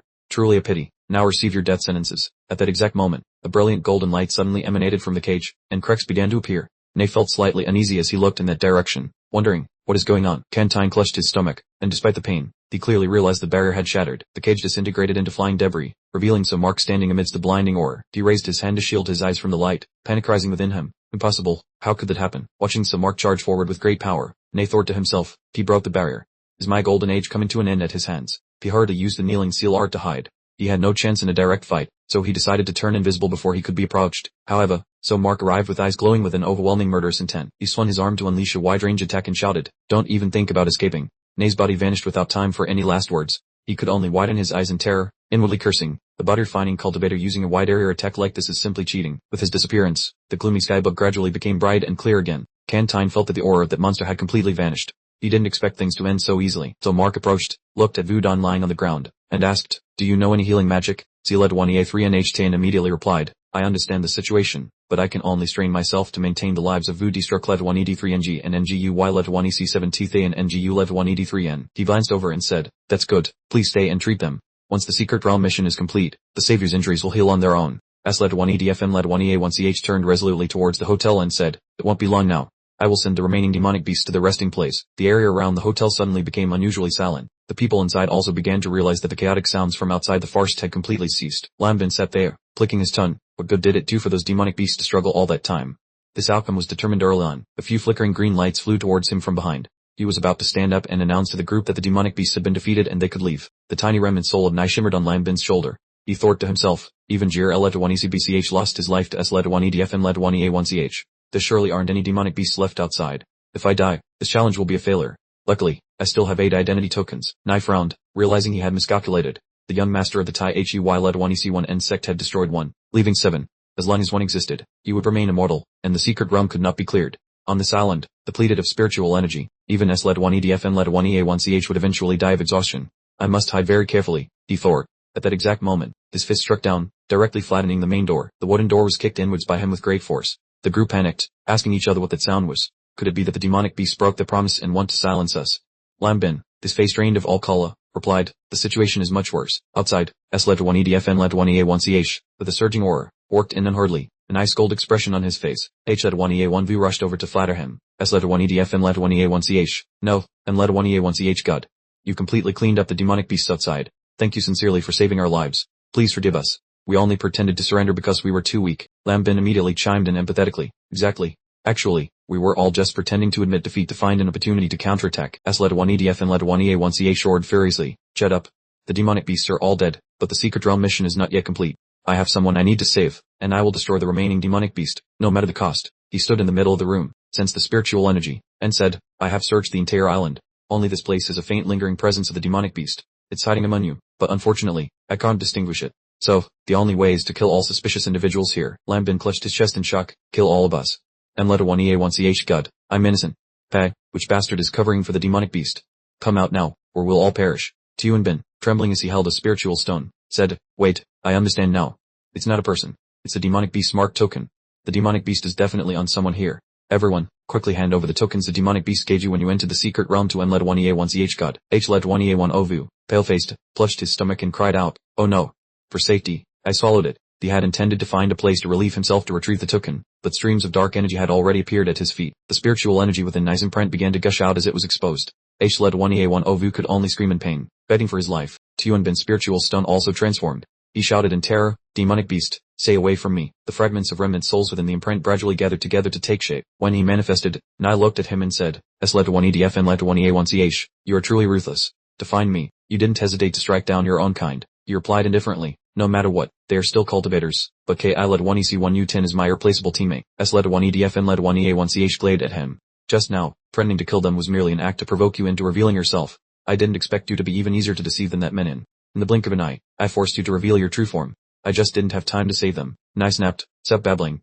Your killing intent just now was clearly absolutely real. He hadn't finished speaking when the young man's hand seized his face. Led 1EDF and Led 1EA1CH immediately crushed it, then affirmed, of course. I must repay the blood debt for the cultivators who died by your hand. Viewed from the outside, the hotel exuded a gloomy atmosphere as three shadowy figures suddenly rushed out from within. Nai told himself that losing 4 clones the moment he left the hall left him with exactly 3 bodies now. However, just a breath later, he was shocked to realize there were now only 2 of the opponents left. Nai moved with all his might, muttering that time was too tight and he had to quickly complete his final task. While he was preoccupied with his calculations, Led 1EDF and Led 1EA1CH stood tall, blocking his path. He thought in despair that he was finished this time. Terrified and with a frozen smile, Nai screamed internally, damn it, did this guy just teleport here?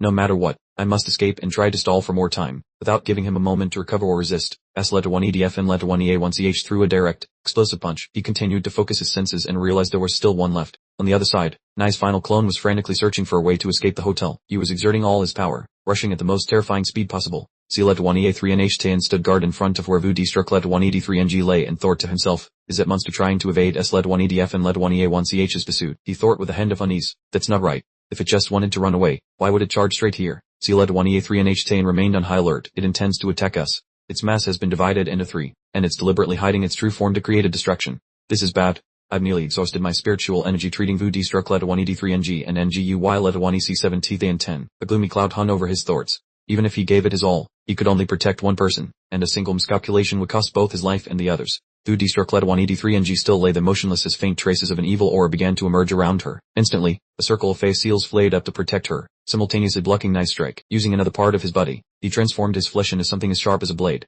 Seeing the attack, Led 1EA3 and H10 hastily used his dwindling strength to swing his fan and block it. He then realized that Vu struck Led 1ED3NG was not the target and that the creature was merely faking an attack on him. Unexpectedly, Led 1EA3 and H10 had miscalculated. The hostage the creature was targeting was actually NGUY Led 1EC7 and 10. Nai utilized his powers to slowly infiltrate her body. He said triumphantly, I've won this round. Led 1EDF and Led 1EA1CH. You're one step too late. By then, Led 1EDF and Led 1EA1CH had approached, his entire being radiating an overwhelming aura as he coldly replied to Nai, is that so?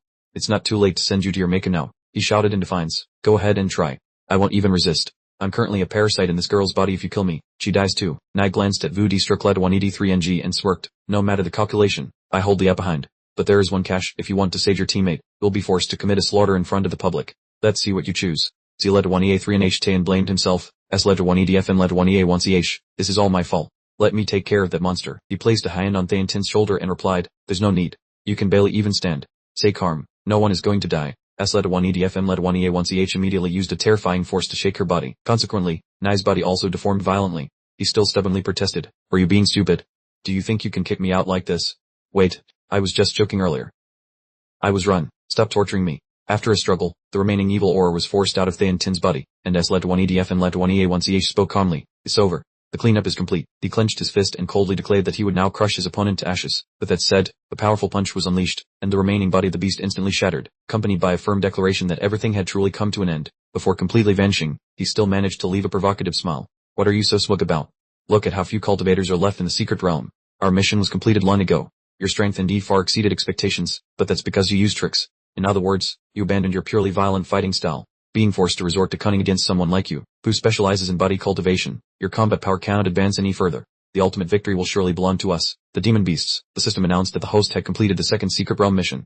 The special reward, a perfect Dao Hard, had been granted, and the combat power limit was simultaneously removed. From now on, the host could freely develop infinite power. After the mission ended, the surrounding space was intervened by the system, gradually returning to its original appearance. The hotel area was bathed in warm sunlight, and everything had returned to its previous stable state. In a secluded room, a voice was heard announcing that the statistical results were in. After the second secret realm concluded, a total of only 706 saviors remained alive. Lai Tuan showed a sorrowful expression, remarking that the price for this victory was truly too cruel. Ditsuan turned to ask the elder if he was in a hurry to leave. He stood up and replied, "Please excuse me, but there are traitors within the cultivator world causing immense casualties, notably at the Taihan sect. Therefore, I need to attend a conference to thoroughly resolve this matter." She understood after hearing him and replied that she wouldn't keep him any longer, and she and Lai Tuan would conclude the live broadcast, because these traitors were currently the biggest concern. Pretend, with a pensive expression, suggested that the most worrying thing now was probably the imminent conflict between Somark and Lai Thai Corporation. The scene shifted to the chairman's office at Lai Thai Corporation. Assistant Lai stood reporting, "Chairman, I've tried contacting everyone, but all the sects that once had close ties have refused. Those people used to receive considerable benefits from us, but now that they see trouble, they run faster than rabbits." Chairman Lai merely gave a faint smile upon hearing this, as he hadn't expected much from them anyway, since it was only a mutually beneficial relationship from the start. Just then, a familiar footstep sounded as someone entered the room. The newcomer stood there and exclaimed, "Not only have you offended Somark, but your relationship with demon beasts has also been exposed. Chairman Lai, your ability to maintain such a calm demeanor truly commands respect. It's just that the security system in his home probably needs urgent upgrading." Assistant Lai, seeing this, Wardley turned back and asked what this person wanted, then urged the chairman to step aside for a moment so he could deal with the strange fellow. Chairman Lai calmly stroked his beard and said there was no need for such a fuss, because this was an envoy from the corporate alliance, here to help Lai Thai overcome this crisis. He smiled and said, "Chairman Lai is indeed confident. I'm here to announce the corporate alliance's final decision regarding you. You know, quite a few chairmen want you to disappear completely." Upon hearing this, he immediately deduced, "So that's it." Everyone met and voted to decide whether or not to help Lai Thai Corporation. Let me guess, there were 20 votes in favor, 4 against, and 1 abstention. The envoy, upon hearing this, exclaimed in admiration, "I'm truly impressed. The vote results perfectly match your prediction." Old Lai smiled profoundly. "Compared to eliminating me, they are even less able to tolerate Somark's existence, especially since he dared to cooperate with demon beasts. We are all implicated. They fear Somark causing chaos even more than they fear me. Go on, tell me what they intend to do." He smiled and replied, "We invite you to a safe place to rest for a while. Furthermore, we will spread the news that you have gone missing. At the same time, the government will launch an investigation into Lai Thai Corporation. Sensitive documents will be promptly destroyed with the Alliance's help, and issues regarding deficiencies or delays in progress will become reasons to prolong this investigation." Old Lai calmly stated directly, "I must say upfront that I have no desire to rot in prison on some godforsaken island." The envoy quickly reassured him, "Of course, just by delaying the investigation for a few months, public opinion will naturally forget about Lai Thai Corporation's affairs. 1 year after the fusion of the alien world and Earth, you will be free to enjoy life again." He revealed his cunning, asking directly about the core issue. "You still missed the most important question, which is how to deal with Somark." The envoy affirmed confidently, "An enemy of the corporate alliance is only one path, death." The scene shifted to that evening at Somark's villa. A sumptuous banquet was laid out. He looked at Ngai and Ichai and said, "These dishes are for making amends. I deeply regret the incident before that caused you so much harm. Don't worry about anything, just enjoy it freely." She immediately shrieked, "You think you can bribe me with these cheap dishes? I almost lost my life because of you. Is that all your apology amounts to? I want to eat lobster." Somark quickly tried to appease her, saying, "I'm completely out of money. If you want lobster, we'll have to wait for Vudon to wake up and ask her to treat us. She's been sleeping soundly ever since returning from the secret realm. We'll have to wait a little longer." Here's a video recorded in the secret realm. If you're bored, feel free to watch it to pass the time. You think, while picking up the iPad, it feels okay for now. The videos in the Mystic Realm can just be considered a way to pass the time. I told you beforehand, you have to treat me to bid lobsters later. Witnessing the scene just now, she was secretly astonished. What in the world is this? The trap I set was blown away by letter 1 EDF and letter 1 EA1CH as easily as a feather. Wait a minute, they are all dying. Are the remaining 12 demonic beasts on Earth now useless? Plus, I've lost all my strength. Doesn't that mean my espionage plan has gone up in smoke? You think was also thinking about the remaining demonic beasts. You smiled and proactively offered, "I think, can you help me track down the remaining 12 demonic beasts?" Due to the pet restraint from the system, your thoughts were completely exposed. She panicked and told herself, how does letter 1 EDF and letter 1 EA1CH know about that? This guy is really dangerous. And I was so arrogant in front of him. I'm truly tired of living. You worked closer and asked, "Aren't you craving lobster?" She quickly dodged and replied, "No need. Chicken legs are more than enough. I absolutely love chicken legs." The system announced that your favorability towards the host had increased by 1 point, appearing twice in a row. Letter 1 ED3NG came out of the room and said, "Even indoors, I can smell the aroma. Is it time for dinner already?" Seeing her approach, letter 1 EDF and letter 1 EA1CH immediately asked, letter 1 ED3NG, "Why aren't you resting a bit longer?" Letter 1 ED3NG replied anxiously, I saw the breaking news from the Lie Corporation. How could I possibly sleep? The chairman is missing. Although the corporation is under investigation, it's clearly just delaying tactics. That traitor to humanity harmed so many saviors and isn't being punished. It makes me so angry I can barely eat. You think, holding a chicken leg in each hand, with sparkling eyes, mumbled while chewing, where's my lobster? The room suddenly fell silent. Seeing this, S-led-1-EDF and led-1-EA-1-CH turned to ask you think, all your fellow demonic beasts are dead, yet you're still eating so heartily. You think blurted out upon hearing this, they weren't my comrades. Those high-level demonic beasts were just scum who bullied weaker races like us. S-led-1-EDF and led-1-EA-1-CH replied, do you think, yes, but still, do you feel burdened by helping me track down those demonic beasts? If you find it difficult, I won't force you. Upon hearing this, you think replied, really? If so, then she paused. A thought flashed, not good, this must be S-led-1-EDF and led-1-EA-1-CH's test to see if I'm loyal or not. Ever since returning from the Mystic Realm, even though he knew I ruined the cage, he didn't say anything. Instead, he brought me so much food. She recalled the past and told herself, it was all to make me lower my guard. If I don't obey, the consequences will surely be terrible, you think loudly declared, patting her chest with her left hand. Don't worry, master, I will help you capture those demonic beasts. I will definitely not betray the trust and care you have for me. Thudi struck led-1-ED3 and G asked S-led-1-EDF and led-1-EA-1-CH, do you really want you think to help track down the demonic beasts? S-led-1-EDF and led-1-EA-1-CH replied without hesitation, yes, after all, only with irrefutable evidence can we take down the Lie Corporation and find out the reason my sister is in a coma. Thudi struck led-1-ED3 and G replied wordly, but once your relationship with her is exposed, it will cause huge trouble. Isn't it better to let NGUY led-1-EC7 and 10 or C led-1-EA3 and H-Son handle the Lie Corporation matter? S led-1-EDF and led-1-EA-1-CH reassured Thudi struck led-1-ED3 and G. I'd rather take the risk of bringing you think out than not. To be honest, I don't trust those fake cultivators from the four great sects. He paused for a moment before continuing. Thudi struck led-1-ED3 and G. Do you know about D-stroke led-1-EA-1-I lethan? Thudi struck led-1-ED3 and G replied upon hearing this. I've heard my master mention that D-stroke led-1-EA-1-I lethan was once the most powerful immortal cultivation sect. They even built their own dynasty. But when spiritual energy became scarce, they gave up worldly power and became the headquarters for cultivators. But that's in the past now. D-stroke led-1-EA-1-I lethan perished long ago. S led-1-EDF and led-1-EA-1-CH said with slight disappointment. I see. But from what I know, the demonic beast invasion 1,000 years ago and the creation of the Mystic Realms are all related to D-stroke led-1-EA-1-I lethan. The Mystic Realms are inherently strange. They are clearly the defense lines of the immortal cultivation faction, yet they are easily manipulated by other dimensions, as if deliberately leading the saviors to their deaths. My last mission cleared all my destiny points. This time, I didn't even receive any reward. Thudi struck led-1-ED3 and G asked in surprise, what? You are the hero who thwarted the demonic beast's plot and saved so many people, and you didn't get any destiny points. That's too unfair. S led-1-EDF and led-1-EA-1-CH said, although I trust NGUY led-1-EC7 and 10 and C led-1-EA3 and H-Son, I don't trust the fake cultivators behind them. I will find a way to investigate the anomalies of the Mystic Realms myself. For now, let's prioritize dealing with the Lie Corporation. In a certain luxurious kitchen, the chef, holding an unopened tray of food, asked tremblingly, Your Excellency Demonic Beast, are the dishes today not to your liking? The one called Demonic Beast patronized his bulging belly and replied, I'm hungry right now. Hearing this, the chef panicked. His hands holding the tray trembled violently, and he stammered, Your Excellency Demonic Beast, please forgive me. I'll make another dish right away. The Demonic Beast patron ignored the pleas and coldly replied, No need. You are also a delicious dish. Upon hearing this, the chef dropped the tray of food and trembled all over with fear. The black bag that looked very heavy was placed askew on the floor. A staff member in green picked up the bag and asked, This is a chef's body, right?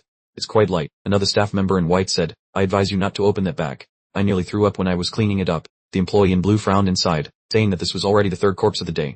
The Beast Master, who had just stabilized for a few days thanks to the death of 2 leaders in the secret realm, was starting to act crazy again, while Chairman Lai was too busy indulging in pleasure to care, leaving us to clean up this mess for him. A colleague in white turned and scolded him, saying, Stop complaining. Look at your age, you're over 35, and it's not easy to find a place in society. The Lie Corporation pays us well and holds a tight leash on us, so just settle down and do your job. The employee in blue grunted in acknowledgement, then picked up the black bag and said, I'm going to go dispose of this trash first. As he stepped out, he bumped into someone, who asked, Excuse me, is the beast you were just talking about in that room? The underground passage here is like a maze, to which the other man replied irritably, Are you a new hire? Don't bother me. If you want directions, go to the marketing department and ask for an electronic map. The employee in blue paused, stunned as he recognized the young man standing before him, feeling immense panic as he asked, Wait a minute, who are you? So Mark understood his anxiety and calmly replied, I'm just here to deliver food. At one of the most luxurious resorts, the employee with soft rabbit ears said in a sweet voice, Chairman, you've been waiting for a long time. This is the finest type you requested, flown in from a wine cellar thousands of kilometers away. Another rabbit-eared woman looked impatient and asked, Don't you see we're busy massaging the chairman? The chairman, who was lying down comfortably, laughed happily and said, No rush, take your time. Once you finish pouring the wine, stay here. The employee winked mischievously and replied, Of course I'll stay. I'm the diff they brought for you. The chairman's assistant looked at the tablet screen in shock and shouted, Chairman. The chairman, still in a high mood, asked, What is it? Is there an even more surprising gift? This time, the assistant turned pale and stammered, Chairman, We're in big trouble, so Mark has found his way here. Upon hearing that name, the chairman choked on his water, the only thought flashing through his mind being impossible, as he asked, "What did you say?" Inside the room, which was equipped like a storage facility, steady footsteps could suddenly be heard. The beast heard the noise and growled in annoyance. "Didn't I tell you not to come bothering me after I've eaten? Or are you volunteering to be my dessert?" So Mark stopped and replied, "My meat doesn't taste good. It looks like you've already eaten quite a few unfortunate souls, haven't you?" The beast glanced at Mark with contempt and said, "Do you have any complaints? It is the greatest honor for lowly creatures like you to be sacrificed as food for me." So Mark sneered and replied, "Is that so?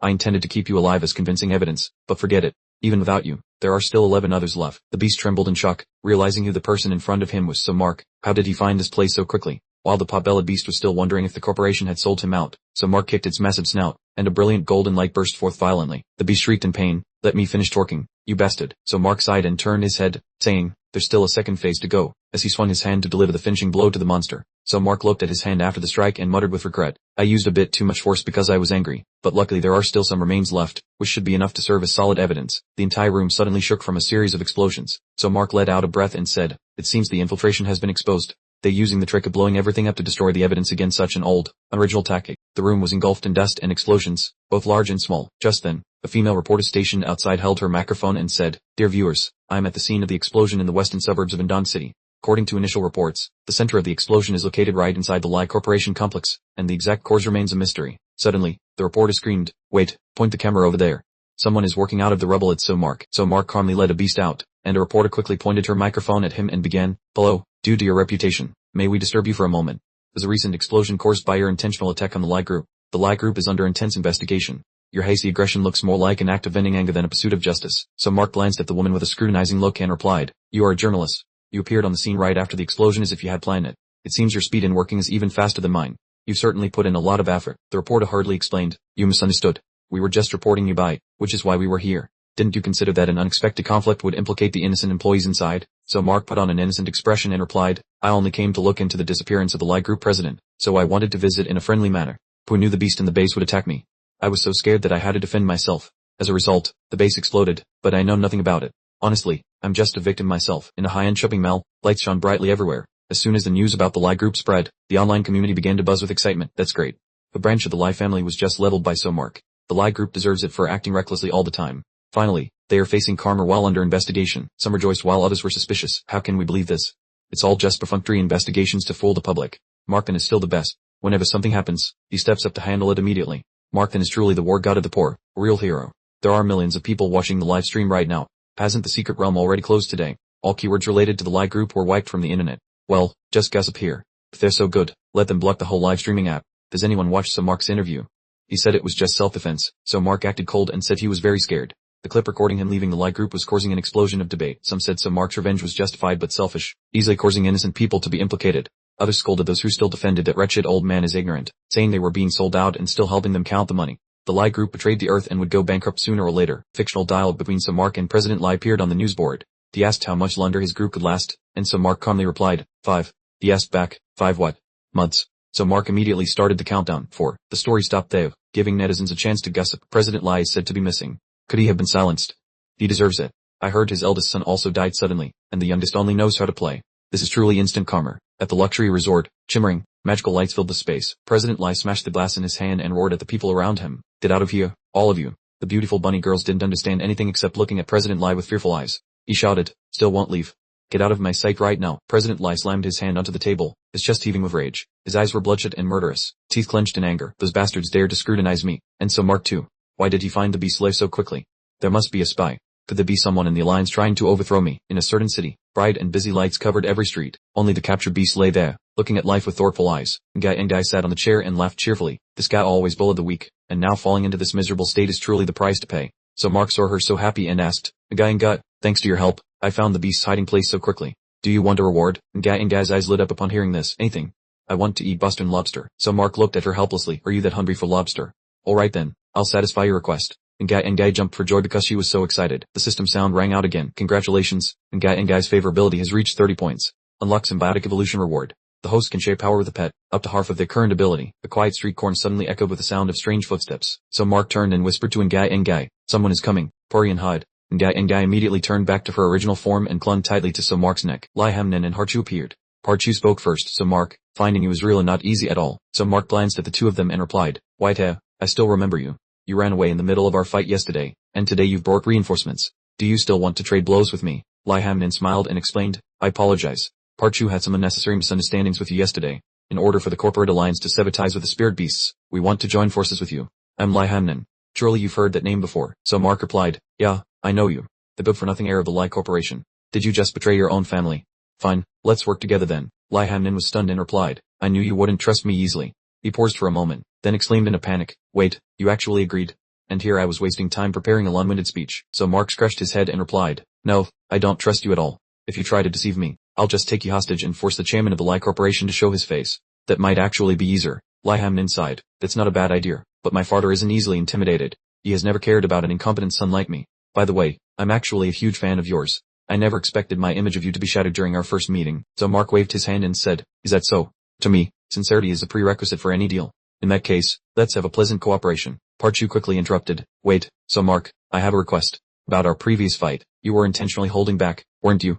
So Mark didn't answer immediately, thinking to himself, actually, I wasn't. Part 2 said with burning enthusiasm, since we are working together now, if fighting isn't ideal, I want a rematch with you. This time, I hope you'll fight with everything you've got, facing the challenge. So Mark sighed and replied, fine, if you're so eager to get beaten up, I'll oblige. Come on then. Hearing this, Part 2 lunged forward with high determination and a punch packed with full lethal energy, but he was met only by a simple uppercut from So Mark, which sent him flying backward, struggling to stay upright. Part 2 sat slumped against the wall, his soul seemingly floating in the clouds. So Mark walked over and asked, are you alright?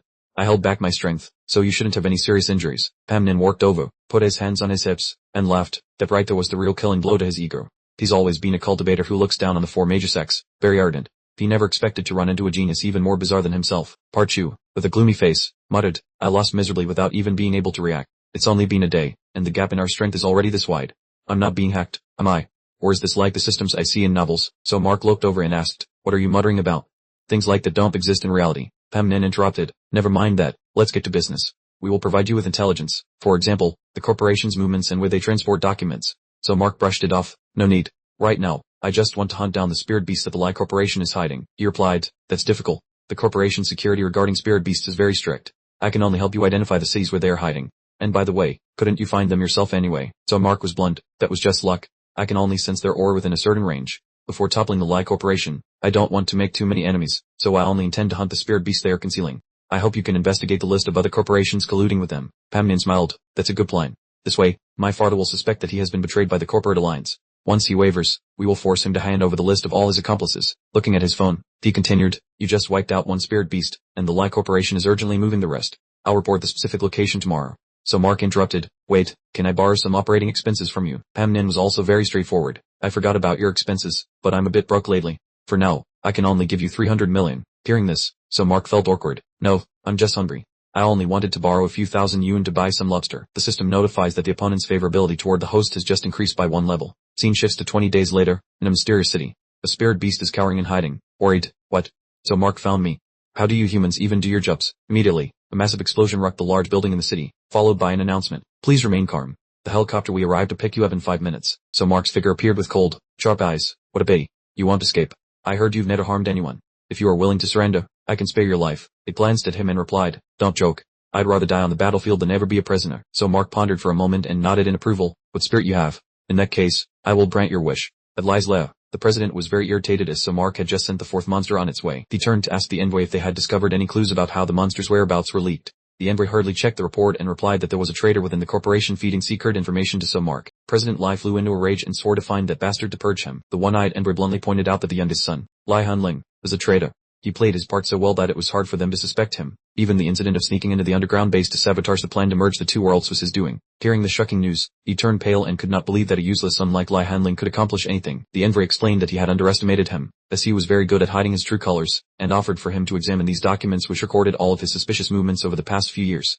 President Lai was still skeptical about his son's motives, so the envoy suggested letting it be and taking advantage of this traitor to use his own strategy against him to defeat So Mark. The scene shifts to another mysterious city. Standing on the rooftop of a high-rise building, So Mark wondered why the monster had not yet appeared. Hamden reassured him that according to intelligence, the fifth one must pass through here to reach the new base. Immediately, he sensed a demonic aura gradually emerging. Observing the car below, So Mark sensed something unusual because the monster was heading straight into the city center. Inside the car, the monster ordered the driver to stop because its destination was not here, but the driver replied that this was a place where he would be finished off by. So Mark, according to the predetermined script, it threatened the driver in a low voice to focus on driving if he didn't want to lose his life immediately. The driver pointed a gun at his own head and firmly stated that he could rest assured, as he had to commit suicide here so that his daughter would have a chance to survive. The monster stepped out of the car and lamented that humans were truly cruel. Noting that it had already guessed the dirty scheme, it entered the residential area, causing people to panic and flee, screaming in unison that there was a monster. It bared at shark fans and muttered that if humans wanted to play this game, it would indulge them and make a huge splash. Finishing its sentence, it activated a special skill, causing its body to project countless giant sharp spikes. At the same time,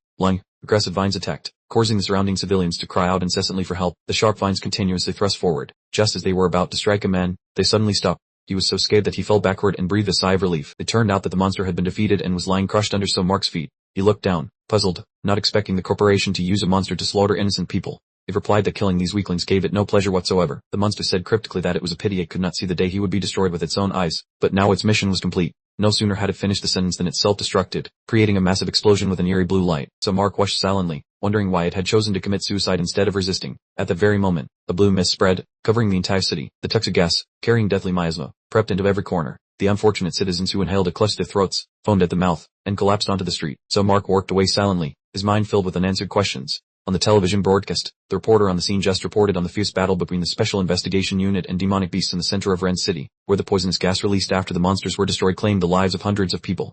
We extend our deepest condolences to the victims. The camera pans to an island in the middle of the deep blue ocean. Breaking news, the powerful chairman of the Lie Corporation has finally appeared and spoken publicly. He sat calmly before the camera and slowly confessed that he wanted to offer a sincere apology to everyone, because for the past 6 months, he had been manipulated by demonic beasts and committed unforgivable crimes. Chairman Lie choked back tears as he explained that those monsters had completely controlled his thoughts, causing him to betray humanity, the Lie Corporation, and even the employees who had wholeheartedly trusted him. Only today, when that mental grip vanished, did he truly regain control of himself. Bowing his head in remorse, he tearfully stated that he did not expect forgiveness. He knew well the pain his actions had caused over the past 6 months, but at this very moment, he desperately needed to meet one person. Still maintaining his pained expression, Chairman Lie looked directly at the screen and declared his intention. Special Investigation Unit, I wish to personally apologize to you. After that, I will be ready to face any legal judgment on Campbell Island, where I will be waiting for you. Following the announcement, public opinion online began to surge with mixed reactions. Some doubted the casualty figures released by the government, claiming that the number of deaths in the center of Ren City was not just a few hundred, but as high as 3,000, according to rumors from acquaintances. Images of Ren City were shared,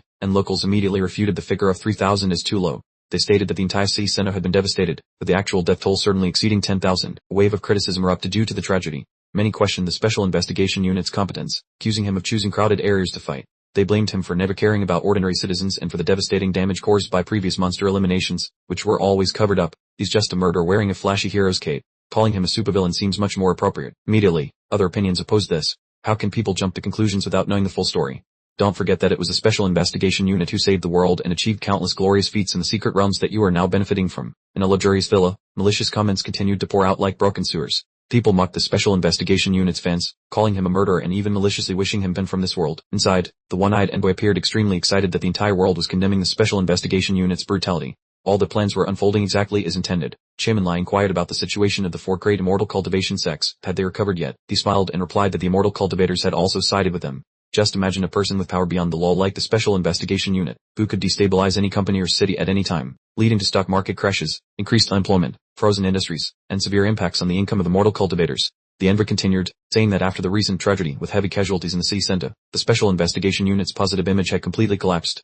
For their own benefit, the immortal cultivators certainly wouldn't allow him to continue acting recklessly. However, Chairman Lie still appeared worried, believing that he himself was a vulnerable one about to face the Special Investigation Unit directly, and those immortal cultivators likely couldn't protect him if the unit intended to kill him. They immediately reassured him, stating that the meeting was merely a formality. It was a way for the Special Investigation Unit to see the reality. If he dared to touch Chairman Lie, even a single hair, he would become an enemy of the entire corporation, the immortal cultivators, and more accurately, of this entire world. At that point, the only path left for him would be to reconcile with our corporate alliance. Although it sounded very convincing, Chairman Lie still felt dissatisfied thinking about having to face all the legal penalties while those people walked away unharmed. The envoy frowned and replied that Chairman Lie should understand. His son, Lie Hailing, had caused too much trouble. Being sent to prison for a few months was already an extreme favor, and naturally, the Lie Corporation had to bear much heavier losses than that. Chairman Lie was stunned and retorted that this was completely different from the agreement the two parties had previously reached. He quickly responded, "This is a final decision from the corporate alliance. You have the right to live, but the traitor Lie Hailing must atone. Besides, you have many children. Losing one wayward son is not that significant."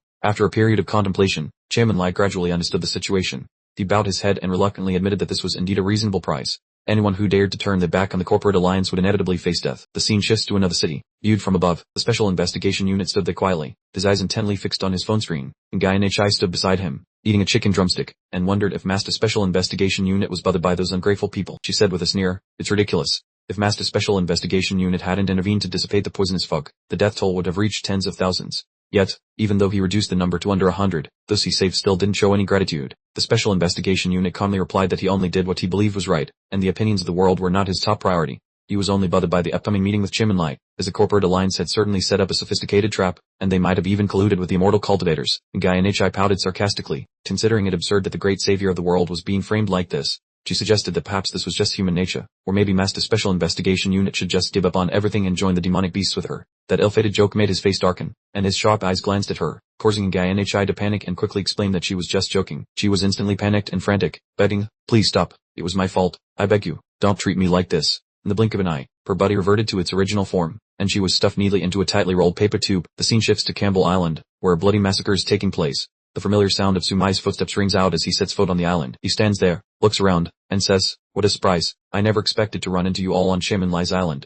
Have the four great sects really joined forces with the corporate alliance?" Kentine hurriedly replies, "Sumai, we have come to deliver a message from the four great sects. Please stop attacking the corporation. If they have done something wrong, the law will punish them. Otherwise, you will become an enemy of the four great sects. Even though Thien Ten keeps defending you, it is clear that you have done nothing wrong." Sumai. Upon hearing this, Sumai cannot help but feel annoyed. The four great sects know full well that the corporation is colluding with spirit beasts, yet they still made that decision. Truly, it is a massive disappointment. Kentine remains firm in his stance. "I am sorry, I cannot interfere with the sect's decision, and I especially do not want to go up against a former comrade in arms. Justice without order causes social instability. I hope you will consider the bigger picture." Sumai coldly walks past him and declares, "I am the bigger picture. Thank you for your good intentions, but I will bear the consequences of these actions myself." Guy Thien Tin follows Kentine silently for a while before hesitantly asking, "Aren't we going in with Sumai? What if the corporate alliance plots to harm him?" Kentine calmly analyzes the situation. In truth, he is the opposite. The corporate alliance is the side that most needs to reconcile with Sumai right now. If war breaks out, even if they win, they will suffer heavy losses. I just hope Sumai doesn't do anything reckless. Guy Thien Tin looks dissatisfied and grumbles, "Jays, have the old men running the four great sects all lost their minds? They are actually siding with the corporation to threaten Sumai, when he is the strongest savior of the secret realm. We were already losing the war against the other world, to begin with." Kentine quickly responds, "I advised my master about this as well, but he didn't care at all. He said that even without Sumai, we still have other plans, a trump card to turn the tide in the secret realm war, and that Sumai's existence is meaningless to this cultivation world." The scene shifts to Chairman Lai's office. Seeing Sumai enter, he leans on his cane, slowly approaches him, and sarcastically asks, "We finally meet. Sumai, how does it feel to go from a superhero to a villain?" Sumai ignores the attitude and replies, "Hero or champion are just titles people have labeled me with. I am just an ordinary person." Not satisfied with that answer, Chairman Lai retorts, "An ordinary person wouldn't hunt down the corporate alliance the way you have. It seems your sense of justice is a bit too intense."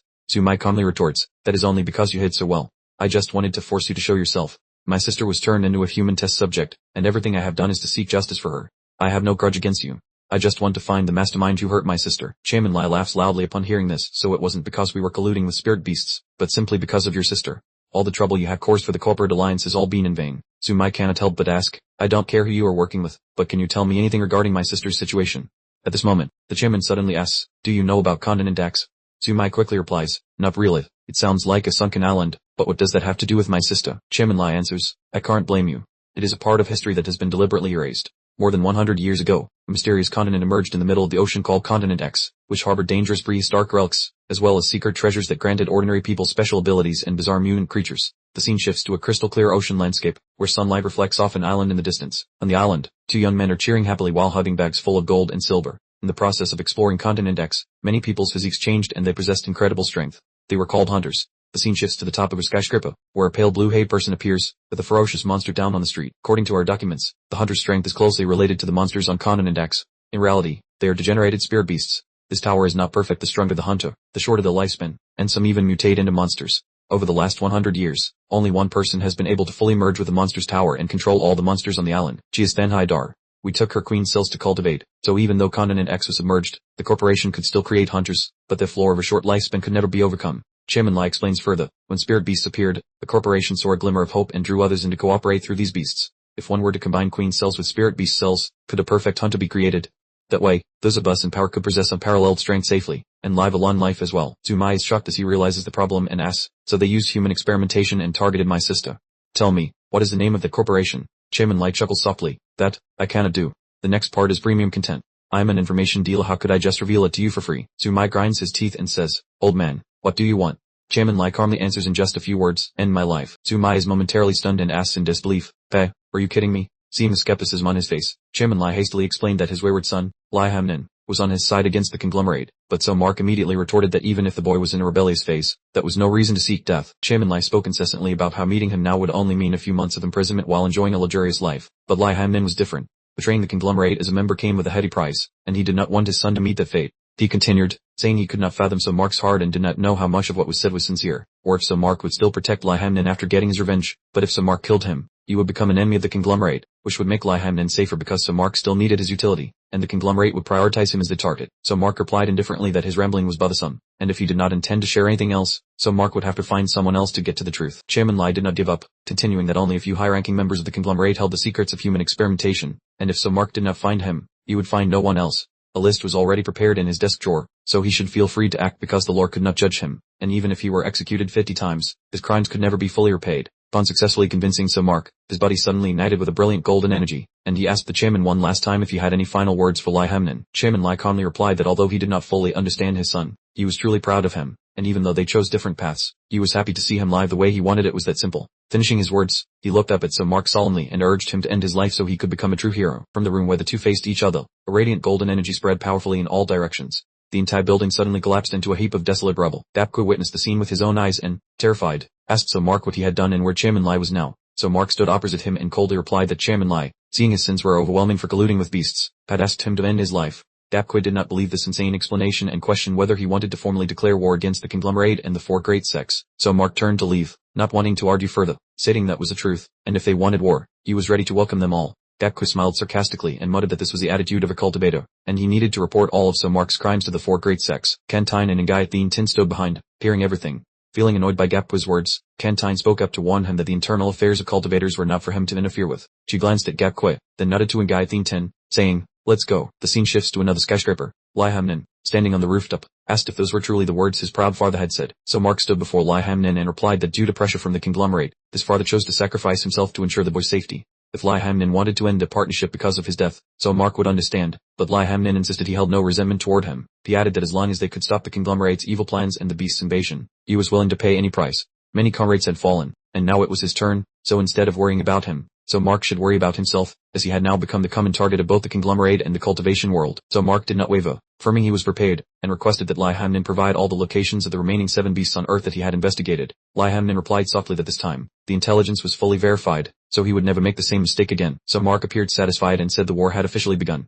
He would not give them any more time to prepare. In a small hall, Dapku was slowly moving toward the podium. Below were numerous reporters and a series of specialized cameras pointed at him. He stood before the microphone to solemnly announce the sad news that during an initially friendly meeting, so Mark had acted ruthlessly toward the chairman of the Light conglomerate, and after contacting the four great sects, they agreed that even though so Mark had been a savior with many contributions, he could not be forgiven. Dapku emphasized that so Mark's recent reckless and sinful behavior had exceeded the limits of tolerance. The reporters went silent as he announced that the 16 conglomerates and the four great sects would hunt down so Mark at any cost, with a bounty of 5 billion offered to anyone providing leads on this criminal. His voice remained steady as he introduced the sect master of Dandai Bichdan, Kuk Tem, one of the four great sects, inviting the sect master to say a few words. Finishing his words, Dapku stepped beside Kuk Tem as the reporters surrounded them. Kuk Tem lowered his voice and declared, so Mark, this is our final warning to you. Surrender immediately and submit yourself to our authority to receive your punishment. Considering your past achievements, we will be lenient, but if we do not receive an answer today, we will be forced to use our full strength to eliminate you. The crowd below immediately broke into an uproar with noisy chatter. No way, this guy is too arrogant. This is truly ridiculous. Hearing the whispers, Dapku shouted loudly, silence. Sect Master Kuk is speaking. Why are you whispering? Do you want to die? Suddenly, a male reporter announced loudly, so Mark has responded. He is giving a live interview. The scene shifts to a chaotic setting, with so Mark standing amid scattered animal bones on scorched earth, shrouded in white smoke. He calmly stated, the remaining 7 demonic beasts that were hidden by the corporation are all here now. They are finished. Aside from colluding with demonic beasts to infiltrate Earth, the corporation also used the cells to conduct human experiments. Therefore, they deceived countless ordinary people to use as test subjects, and the victims suffered immense trauma because of it, including my sister. So Mark looked straight ahead with an icy expression and continued, all of this was just so the corporation's top brass could prolong their lives and solidify their positions. The main business is done. Now I can begin my revenge. To the mastermind of this human experiments, the president of the Tynequan Corporation, are you watching the live stream? This is a declaration of war. From today on, we are enemies who will fight to the last breath. And to the other corporations and all you cultivators, listen carefully. So Mark's eyes showed a fierce, determined gaze. I will ruthlessly crush every obstacle on my path of revenge. I will only say this once, you had better step aside and stay out of my way. In the dark cave, flickering green lights from small glowing spots created a cold and mysterious space. Kantine followed closely behind Kuk Tem, rambling, Master, please reconsider the situation regarding Somark. Somark is an indispensable strategic asset in the Secret Realm War. Collaborating with the corporation to surround and destroy him brings us no benefit.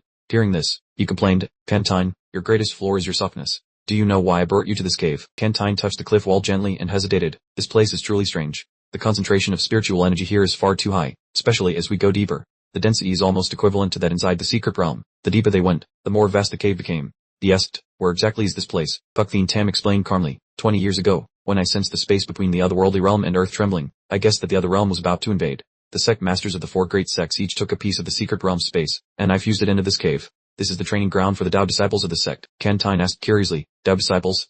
What is that, Master? Hearing this, he turned to look at Kantine and explained, there are 4 Tao disciples, the true successors to the immortal positions of our 4 great sect masters. They are also the saviors we have chosen. Well, were you surprised? Kantine was shocked and hurried to say, then what are disciples like me?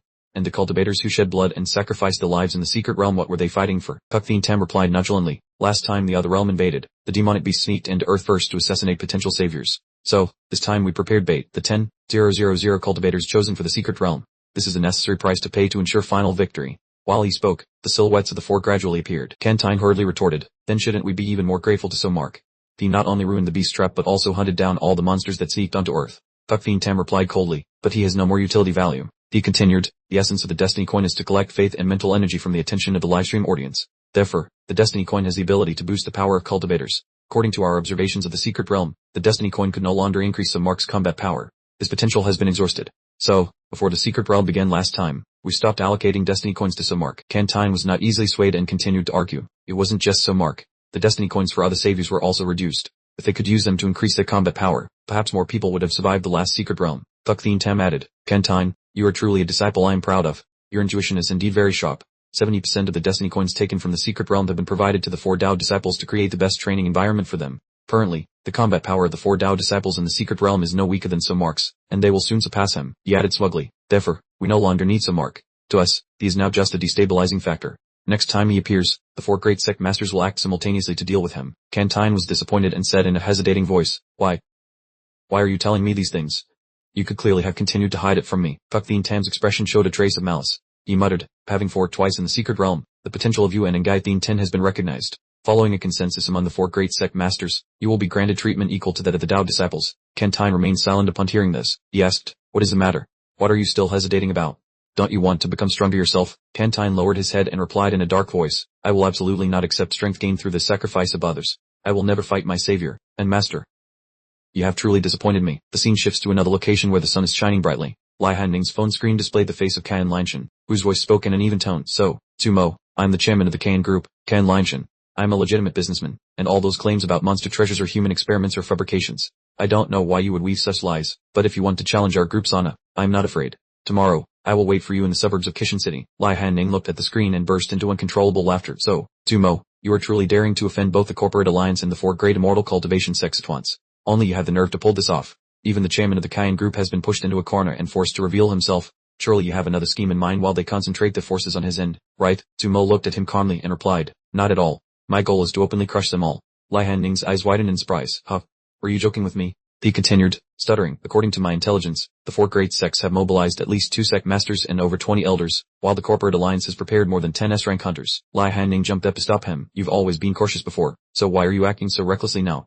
Sumo calmly explained, because we don't have much time left to thoroughly resolve humanity's internal problems. He added, the secret realms held by the 4 great sects seem to be in major trouble, with countless cracks appearing. That is precisely what has given the otherworldly gods the opportunity to constantly harass us, causing heavy losses for our saviors. Sumo said with concern, at this rate, the secret realms will soon fall. Furthermore, through recent battles, I have realized that those cultivators and the corporations are actually too weak. Defeating them is well within my grasp. Lai Hanning still could not hide his restlessness. I understand that you are very strong and your current combat power is on par with an 800-year-old monster, but the corporate alliance and the 4 great sects are not simple opponents. The master of each sect possesses combat power between 1,000 and 1,300 years, and while S-rank hunters may not have high base combat power, they possess secret treasures with strange abilities and formidable combat experience, not to mention that the large numbers of elite hunters will put great pressure on you. Sumo stood motionless as if he were looking down on them or considering something. Then he spoke, "Your assessment has been wrong from the start, because I have never truly unleashed my full strength." The pale yellow light emanating from the small house amidst the quiet trees created a peaceful yet mysterious atmosphere. Su-wen was still lying quietly on the bed.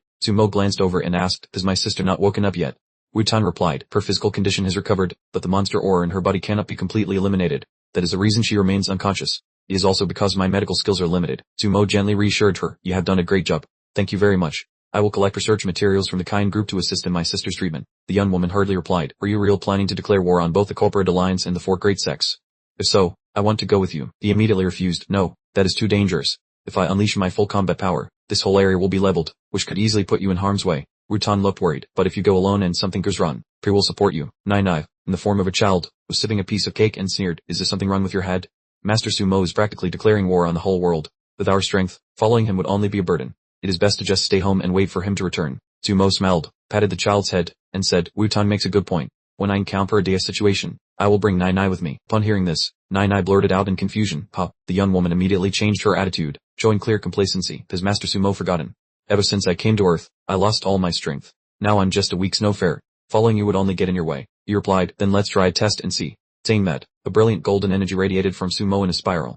When Nai's affinity reaches 30, the system will unlock the symbiotic evolution reward, allowing him to share half of his combat power with Nai. First was a day 1 login reward, 1,000-year monster power. The powerful source of energy was enveloping her. Nai was amazed, "What is this? My strength is gradually recovering." Next was a day 2 login reward, the passive status battle victory Dharma, which triples combat power. That flow of energy continued to envelop her. Nai exclaimed excitedly, "Oh, this tower is bursting forth so terrifically." Finally, the active skill of battle victory Dharma increases combat power by 10 times. The giant tail appeared. She thought to herself, "Strange, who said the Earth's spiritual energy is scarce? Isn't it very easy for me to break through to 1,000-year combat power? I never expected him to grant me such immense power. Then, what must the true strength of Master Sumo be like?" Sumo observed Nai's transformation and praised her. "The effect is very good. When boosted by the battle victory Dharma, Nai is equivalent to a 1,400-year-old monster. After activating the active skill, the combat power has reached 50,000, equivalent to a 2,000-year-old monster. The situation is very positive. Nai herself is now more than capable of wiping out the corporate alliance and the four great sects." The next day, the scene shifted to a laboratory. Kain Linshan said to the mysterious figure, "Sumo is coming soon. Can I go now?" The other guy stopped him. "Chim and Kain, do not be so impatient." He continued, "Sumo's intelligence source, Lai Hanning, is an extremely dangerous person. If you appear right now, you will definitely be discovered by him. That way, the hunting plan will go down the drain. Today is the best opportunity to destroy Sumo, so we absolutely cannot afford to fail." Kain Linshan said angrily, "You bastard, you clearly said something different. You must know how much I have sacrificed for the corporate alliance. Don't tell me you want to turn me into a human shield just like the fellow named Lai." And G11ECDCQU11E3 smiled calmly, reassuring him, her demeanor completely different from President Lai's previous bewilderment. The sect leaders of the four great sects had arrived, and the corporate alliance had mobilized over half of its S-rank hunters, including their most elite squad. This base was now considered the safest fortress in the world. No one could touch him. Tyne Lean Sun sighed in relief and asked if the hunter squad had fully assembled. Dapkwe immediately replied, "Yes, this is a special task force specifically established to serve the political objectives of the four great sect leaders. The light manipulator has the ability to control light energy, create illusions, and unleash streams of heat as intense as the sun's surface to eliminate opponents." Dapkwe continued to introduce the sound of destruction. Pu could utilize ultrasonic and infrasonic waves to disable enemies' hearing while simultaneously attacking their internal organs. He then called out the other members, first the giant and Hiyu. Despite his modest physique, the giant possessed the ability to control gravity and was dubbed the most explosive destruction machine. Hiyu, on the other hand, wielded the power of curses. Simply standing from a distance was enough to plunge opponents into a series of debilitating states. In a flash, it was time for the final character. Dapkwe sarcastically called him the most bizarre and terrifying S-rank hunter, the wielder of spatial power. He then turned to Somark, offering temporary praise for his courage in daring to challenge the entire alliance alone, adding that it was a pity the strongest savior was about to perish at the hands. The scene shifted to the battlefield where the 5 newly introduced figures were confronting Somark. He looked at the group and gave a faint smile. "Is that so?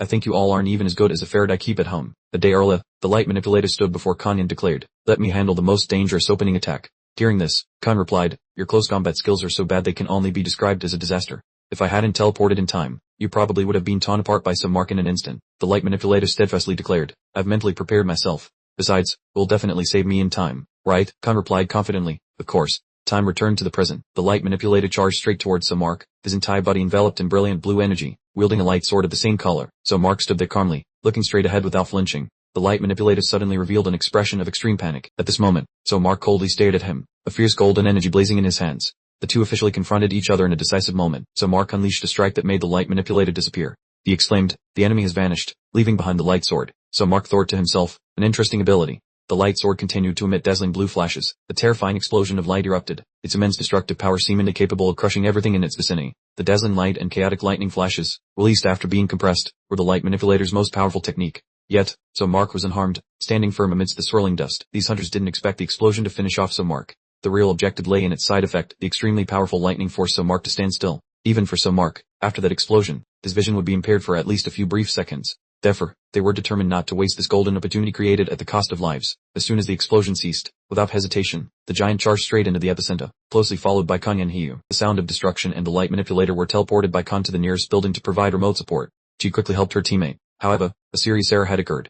The giant froze midway, a flicker of fear on his face, because before him, so Mark was wide-eyed. It seemed the recent explosion hadn't blinded him at all, so Mark's eyes were wide open, his face radiating murderous intent. A maelstrom of emotions engulfed the giant. He thought to himself, "It's over. The plan failed completely. How can I inform my teammates?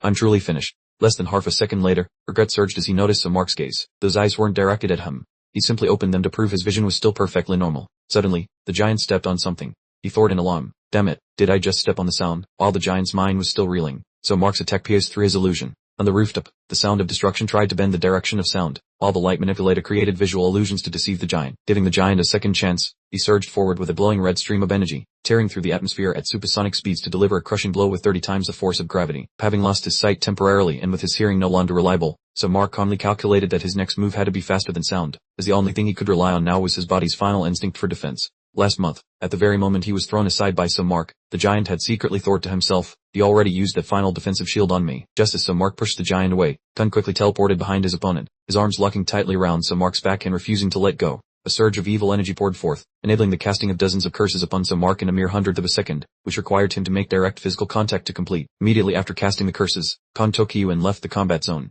They appeared atop the very building where the wielder of light and destructive sound was standing, and after a dazzling display of light, the law-planned scheme had finally succeeded. With curses of stagnation, aging, disease, misfortune, and exhaustion taking effect, so Mark felt his neck stiffen slightly, so he calmly raised his hand to massage it gently. At that moment on the building's rooftop, Khan spoke up, saying, "That was excellent, but now that so Mark is cursed, quickly begin the next wave of attacks." Hiyu stood to one side, her entire body trembling violently. Finding it strange, Khan asked, "Hiyu, were you alright?" With a look of sheer terror, she exclaimed, "Stop dreaming, you all don't understand anything. The moment I cast the curse on so Mark, I touched his deep and terrifying source of energy, the power truly beyond all comprehension." Recalling the murderous look in so Mark's eyes, she continued to tremble and said, "Relying only on us, how could we possibly fight a monster like him?" Khan patted her shoulder to comfort her. "Hiyu, pull yourself together. The disparity in power does not necessarily dictate the outcome, and no matter how strong or mysterious the enemy, haven't we overcome them many times before?" He remembered the other members and continued, "Having been through life and death and fought with everything we had, we reached the position we hold today. Have you forgotten all of that?" Hiyu immediately retorted, "It's easy for you to say those words. You possess spatial abilities, so you just hide in a safe place and control your powers from afar, which is so convenient. Ever since that incident, have you even dared to face an enemy head-on again?" Hearing those sharp, singing words, Khan fell silent, struck dumb. Seeing the tense atmosphere, the giant stepped in to mediate. "Sup it, there. That is a taboo topic for our squad. We agreed not to bring it up again. If you don't want to participate, stay here, and we will try to make up for your absence." Having said that, he leaped off the building without a moment's hesitation, leaving the other four to look at each other awkwardly, while the wielder of light tried to console Khan after his recent emotional shock. Hiyu fell silent and did not say another word. The second wave of the total offensive was initiated by the giant. With all his might, he charged forward, swinging his 1,000-pound hammer, crafted from a special alloy, and after increasing its gravity 30-fold, he brought it down towards so Mark's head at 3 times the speed of sound. The hammer tore through the air with terrifying force, kicking up clouds of dust, and after so Mark blocked the blow, the giant's primary mission was complete. So Mark calmly caught the entire hammer with one hand, his palm pressed against the handle. The giant's task was not to inflict damage, but to create a localized zone and mark the target. Unlike a conventional attack, when the hammer made contact with the enemy, gravity was funneled inward, creating a tremendous suction force to trap the opponent in place, a position already marked beforehand by the wielder of light and destructive sound. Once the target was localized, the brilliant beam of light could be focused on a single point, achieving theoretical maximum destructive efficiency. In every previous battle, no matter how tough the material, it was crushed in an instant.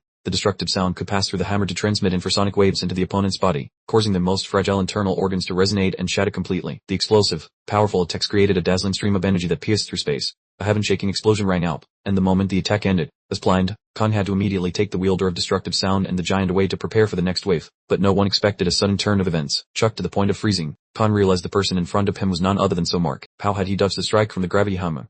The question flashed through Khan's mind, but so Mark was already lunging forward, aiming to deliver a fatal blow to him. Instinctive fear drove Khan to hastily teleport more than 1,000 meters above so Mark. Once he calmed down, he realized he had made a disastrous mistake. There was no time left to get his teammates away, and letting them face so Mark directly was like throwing an egg against a stone. In his utter panic, the surrounding space seemed to freeze, and the distant scene in Khan's eyes moved as slowly as a slow-motion movie. So Mark was gathering his inner energy, preparing to unleash a wide-area attack. The overwhelming killing intent made Khan realize clearly that if this blow was unleashed, his 3 friends would surely lose their lives. Right then, Pu suddenly appeared despite having previously given up the fight. She stabbed the ritual sword into her own chest, using a malevolent curse to transform herself into a true evil spirit. Khan's inner thoughts completely changed as he painfully realized that he was about to lose his 4 close friends forever. 13 years ago, an apartment complex at Dunhai Market witnessed a bloody tragedy in which hundreds of residents died at the same time. The 20-member rescue team sent to the scene found only a single survivor. Over the next 3 days, more than half of the 50-member rescue team died in bizarre accidents, and the remaining 18 went mad one by one and ended their own lives. Cultivators began an investigation and determined that the cores originated from the sole survivor, the successor of the Tanyu Pavilion. Before being wiped out by the Immortals, the Tanyu Pavilion was a powerful sect that specialized in controlling evil spirits, possessing a reputation no less illustrious than the 4 great sects of the time. The escaped disciples sought to raise a child with special talents to restore their glory, pouring all the power of thousands of evil spirits into whose body during the final inheritance ceremony. The failed ritual left 2 writhing in pain, and the evil spirits merged into an uncontrollable monster. The disciples' ambitions vanished into thin air with their deaths, leaving Hu alone as the sole successor. The presence of the evil spirit turned Hu into an omen of bad luck, causing anyone close to her to meet with disaster. As a result, the cultivation world not only refused to accept her but also wanted to eliminate her to eradicate the threat. She was taken away by the corporation with hopes of profiteering, forced to become a hunter. Her only stroke of luck was being accepted into a kind-hearted squad. Khan was the first person willing to stand by her side. Although her specially made cloak blocked some of the evil spirit's chill, it could not ward off all the misfortune. Yet not a single teammate abandoned Hu. The entire squad consisted of orphans who relied on one another like family. By becoming a hunter and awakening her spiritual source, Hu began to learn how to suppress the evil spirit within. After years of bonding, the evil spirit had merged with her body. Although suppressing it caused Hu pain to the depths of her soul, she still endured it with perseverance. Hu always tried to direct all the misfortune onto her enemies instead of letting it affect her friends. Even now, Hu still did not know what the consequences of actively releasing the evil spirit would be, as it was never a power that humans could control. Perhaps when the seal was broken, the first thing the evil spirit would do was to end her life, or worse, she herself would completely disappear, becoming its eternal slave. But that did not matter at all. Hu screamed in despair, "Evil spirit, if you are truly that powerful, take over my body to protect my friends. That is the only thing I ask." So Mark was not bothered at all. He leisurely approached with a brilliant golden energy surging in his hands. Looking at the scene before her, Hu told herself that she just had to defeat this monster. Even as so Mark's power continued to spread, she screamed toward him, "Devour me, go ahead and unleash all of your attacks." Hu began to cast her technique, and the silhouette of the evil spirit behind her appeared, mystical and terrifying. A bizarre energy erupted, wrecking a spherical barrier that enveloped all of so Mark's attacks. So Mark was astonished by the sight, but what shocked him even more was that Hu was now able to freely control the evil spirit instead of losing control as before. The evil spirit's body was shrouded in a bizarre purple mist. Whether it was due to her enduring resilience or her will to save her comrades, she had been recognized by the evil spirit, forcing the monster which was once a mere dream of the Tanyu Pavilion to finally take physical form. So Mark smiled with excitement. "You guys certainly hide many interesting tricks. You're starting to get me excited." Sumo was not only chatting with Zhu, but also deliberately exerting pressure to make the impending enemies wary of him. Suddenly rushing out from the void, Khan unleashed a vicious strike. The dimensional slash is capable of tearing through space. It is Khan's strongest technique, but also carries the greatest risk as it is only effective when held in the palm of his hand. To land a fatal blow, one must risk the life to close the distance to the opponent, which is why Khan hasn't used this skill in a very long time. Since the battle broke out, this was the first time Sumo actively retreated to evade an attack. Sumo sensed a hint of danger as a terrifying wave of power surged right before his eyes. Sumo thought to himself that if the opponent's dimensional slash touched him, his favorite coat would probably be torn to shreds. The evil spirits had now expanded violently, far exceeding the limits that humanity on a spiritual depleted Earth could endure, especially since Su's body served as the fusion vessel for thousands of monsters, making even the founding patriarch of Tanyu admit defeat. This energy source was equivalent to that of a 3,000-year, 5,000-year, or even 10,000-year demon beast. As long as Zu's physical body could bear it, the thousands of evil spirits would continue to grow stronger. Zu was determined to unleash his final blow, knowing the price would be his own destruction. As long as he could defeat Sumo, a single drop of fresh blood fell, activating the blood prison technique. The blood prison spread to where Sumo stood like a form of mental torture. No matter how strong or weak the enemy was, it would relentlessly drive the consciousness into the prison of evil spirits. Sumo stood alone in the vast space, which was initially just an endless expanse of white. Immediately after, countless hideous evil spirits began to merge into a monstrous entity. With just a single second of carelessness, the enemy would be torn apart until their soul was depleted. However, this evil spirit was merely an illusion that could never be destroyed, and the blood prison had no weaknesses to attack. After 3 days and 3 nights of siege, Zu would be the one to collapse from exhaustion before he could even release the technique. Zu collapsed in exhaustion on the ground while Sumo's mind remained clear, but this was already within Zu's calculations, as in the real world, the 0.5 seconds of maintaining the blood prison was precious time he bought for his teammates. Sumo fell silent, his thoughts unknown as he quietly calculated his next move. Just as Sumo regained his senses, dazzling chains of light and gravity from the giant surged forward, binding him tightly. All of this coordination was aimed at helping Khan's dimensional slash hit Sumo with the utmost precision. The combination of the giant's gravity and the chaotic binding skill triggered an earth-shattering explosion. To preserve his teammates' lives from the aftershocks of the explosion, Khan managed to teleport everyone to his own private dimension. The scene shifted to another room. Kai and Lanshan observed the entire event and remarked with satisfaction that this group of hunters still had some use, making the vast resources the corporation poured into them worthwhile. While Ji Dui, standing nearby, was also surprised by their breakthrough of limits when facing Sumo. Kai and Lanshan laughed arrogantly, urging his allies to quickly eliminate Sumo, mocking that the one hailed as the strongest savior was now no different from a dead dog beaten to a pulp. Ji Dui suddenly noticed something unusual and pointed it out stammeringly to Chairman Kai. He looked in the direction of Ji Dui's hand, his face turning pale in shock, unable to believe that Sumo was still standing there, and even his clothes were not damaged in the slightest. Sumo stepped out of the rubble without a single scratch on him. Furious, Kai and Lanshan roared, demanding the whereabouts of the hunter squad, suspecting they had cowardly fled. Meanwhile, inside Khan's private dimension, a small island floated quietly in midair. The giant's trembling voice rang out in utter confusion, saying that things shouldn't have turned out this way. He muttered in disbelief, "I can't believe it," as he looked at his teammate lying on the ground with numerous large and small wounds all over his body. The embodiment of destruction also sobbed uncontrollably. She pleaded desperately, "No way, you can't leave us like this. Wake up, we still have so many plans to carry out." Piyu spoke up at this moment to console, "Don't say such nonsense. He's truly gone. Perhaps the moment he got us out of there, the only thing we can do for him now is to get revenge on that circuit's master." The giant nodded in agreement and roared, "Piyu is absolutely right. Pull yourselves together. Don't be so emotional. We must join forces to take down the villain." The light bearer suddenly spoke with a panicked expression. "Listen, everyone, it seems we've forgotten a very important detail. This is his private space, and only the owner has the privilege to enter and exit. Now that he's gone, I'm afraid we'll all be trapped here forever." 4 months passed in the isolated dimension. The light bearer looked at what was in front of him and exclaimed with excitement, "Success, we finally did it." Standing in the middle of the garden, he proudly boasted, "All our efforts were not in vain. We finally succeeded in growing corn." The embodiment of destruction also enthusiastically added, "That's wonderful. From now on, we won't have to worry about starving." On the contrary, the giant appeared unenthusiastic and reminded them, "Peh, you're celebrating too soon. We still need to find a way to escape this place and go get revenge on the circuit's master." A year later, the giant sat on a chair inside in boredom, muttering to himself, "Dinner is grilled corn again. Can't we change the menu? For example, make popcorn or something more interesting." The light bearer held a stack of documents and stood before him, analyzing seriously. Making popcorn and white sugar isn't simple at all. Although the corn has been harvested, making sugar or butter is a whole other issue. Corn-based margarine contains unhealthy fatty acids, and the dairy cows at the farm won't give milk until next year. Only then can we truly enjoy a happy life. In this peaceful place free from the flames of war, they gradually found joy. Weddings were held as the light bearer fell in love with the embodiment of destruction, while he paired up with the giant. Next came the first significant piece of good news. A newborn baby was born in the village, the crystallization of love between the light bearer and the embodiment of destruction. Many years later, before the tomb of her friend from long ago, Piyu stood there leaning on a cane. Next to her a child was curiously tugging at her clothes and asking, "BunRv, please continue telling me about your stories on Earth." A system notification appeared. "Congratulations on achieving the unique achievement of an undamaged world." The timeline rewound back to reality. The scene shifted back to the base from that year. A group of people brandishing weapons, filled with murderous intent, charged towards the circuit's master, shouting in unison, "Charge! We must defeat him." He stood there calmly, his hand gently waved, causing an accumulating energy to intensely around him. A devastating explosion created a brilliant light that seemed to tear the entire sky apart. That terrifying power quickly consumed everything around it. In the areas belonging to the ground forces of destruction, sirens blazed urgently, warning that the enemy circuit's master had breached the defense line and entered the base, requesting everyone to immediately take their combat positions. The circuit's master advanced step by step deep into the base. Along the way, he easily defeated countless obstacles. The perspective shifted to the inside of a critical area of the base. Kneeling, he reported hesitantly, "President Kine, we have lost all contact with the hunter squads." Upon hearing this, Kine Lanshan roared in anger, "Useless fools, where are those cultivated wannabes? Did they run away too? Retreat immediately." Suddenly, a low voice echoed from behind, "I'm afraid you can't leave here anymore." He turned around in fear and saw that the circuit's master had already been standing there with an imposing aura. He said coldly, "President Kine, we finally face each other." Kine Lanshan's face turned pale. He stammered, begging, "Circuit's master, please stop. I surrender. We can sit down and negotiate." Unexpectedly, strange bubbles began to float in from nowhere, drifting leisurely throughout the room. Somek looked suspicious, his sharp eyes observing every change around him. The bubble ball suddenly flew over, lightly touching Somek's shoulder. He agilely dodged it. Before he could recover, Somek was swallowed by the bubble and disappeared. Tyne Li and Sun, standing nearby, cried out in alarm. He was stunned and asked, "Where did Somek go?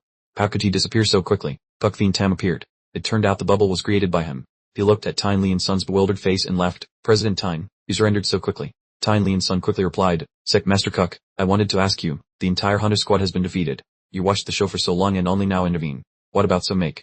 Where did he go?" Puk Thien Tam heard the complaint and explained, "You misunderstood. To prevent Somek from escaping, thousands of cultivators set up formations everywhere. As for Somek, I have sealed him. Everything was easier than expected. My spatial abilities counter his crude skills too well." Suddenly, Puk Thien Tam paused. His face showed extreme shock, and he muttered to himself, "Impossible." An explosion occurred behind Puk Thien Tam.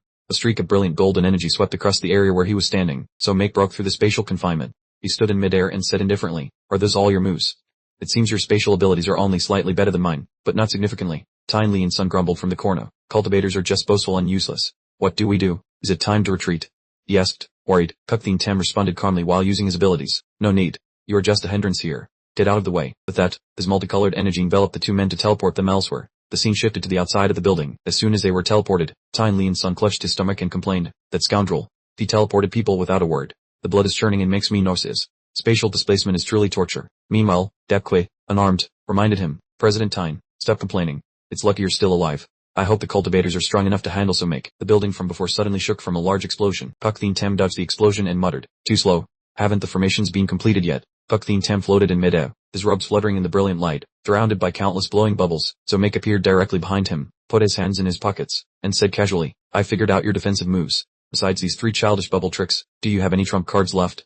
Kuktheen Tem replied angrily, "You are truly arrogant. Let's see if you can withstand the true power of a cultivator." The Heavenly Net Earth Net Secret technique was activated, and the surrounding space began to distort strangely. The scene shifted to another building, where cultivators were intensely operating the formation. The cultivators stood in neat rows in a mystical space. The formation they created was spreading extremely oppressive energy. This was a gathering energy to form technique, where the energy stream shot straight into the sky, creating a bizarre circle. So Make stood in the middle of the circle and said, "Oh, I thought you gathered so many people around to unleash some terrifying ultimate skill. So, you're just trapping us in this circle?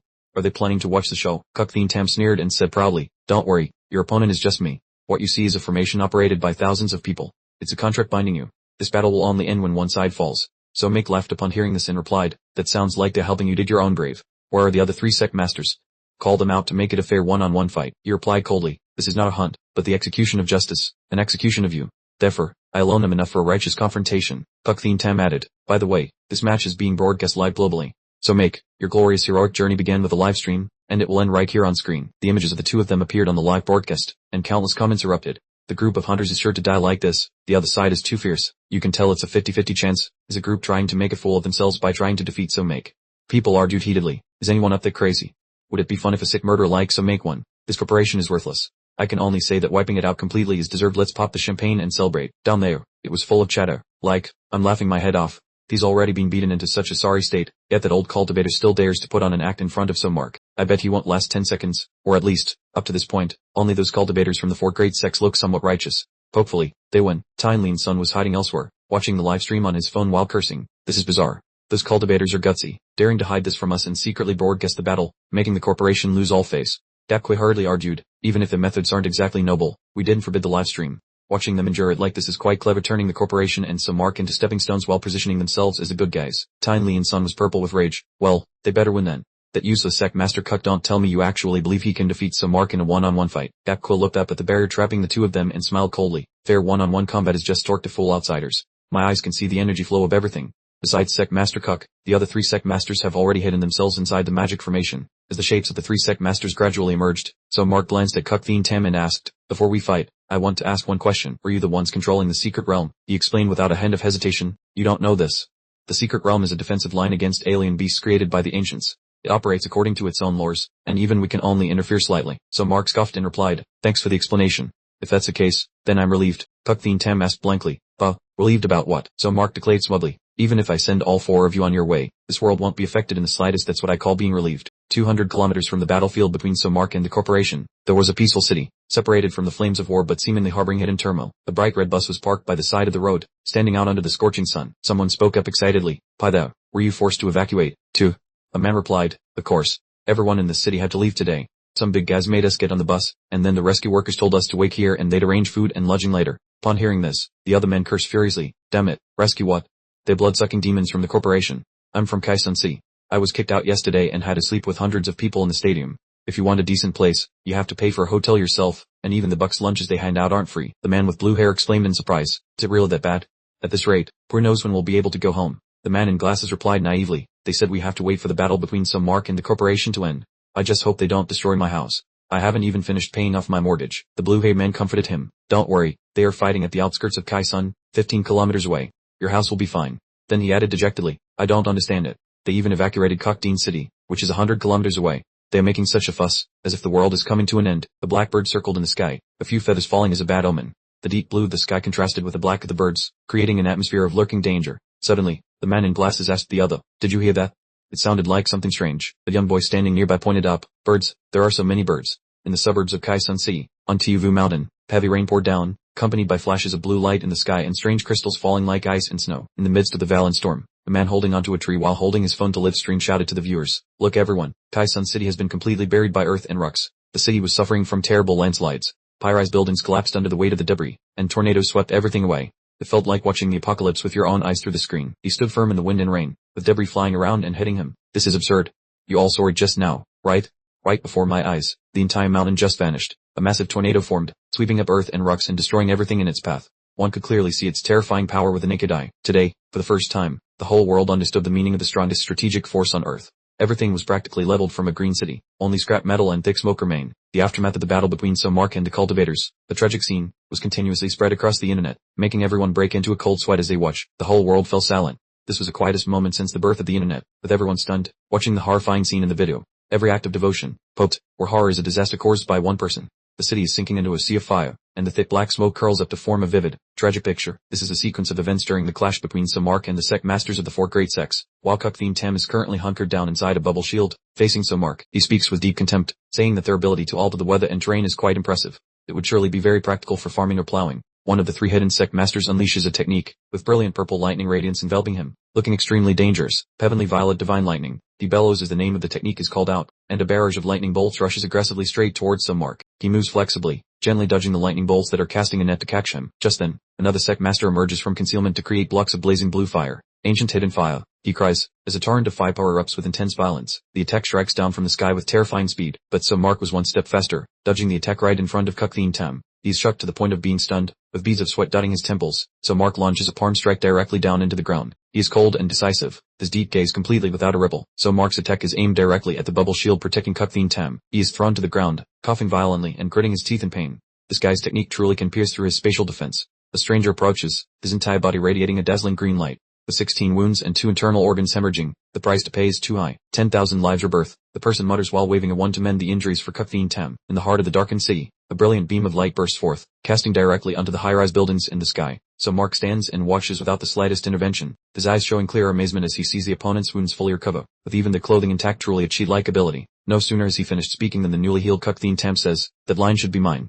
Adapt repeatedly, "Yet you are still unscathed. We must admit we underestimated you." Somark laughs sarcastically. "Don't tell me you intend to offer a surrender." Kuktheen Tem looks at him with sad eyes, explaining that the former sect masters of the four great sects were known as Tao Seekers because they pursued forbidden magic techniques. This inheritance is both a blessing and a curse, helping them increase their combat power rapidly. But when they attempted to ascend as immortals, disaster would strike, leading to a tragic end. However, the weakest Tao Seeker in the history of the Tai Enhat Horfu found another way to use it.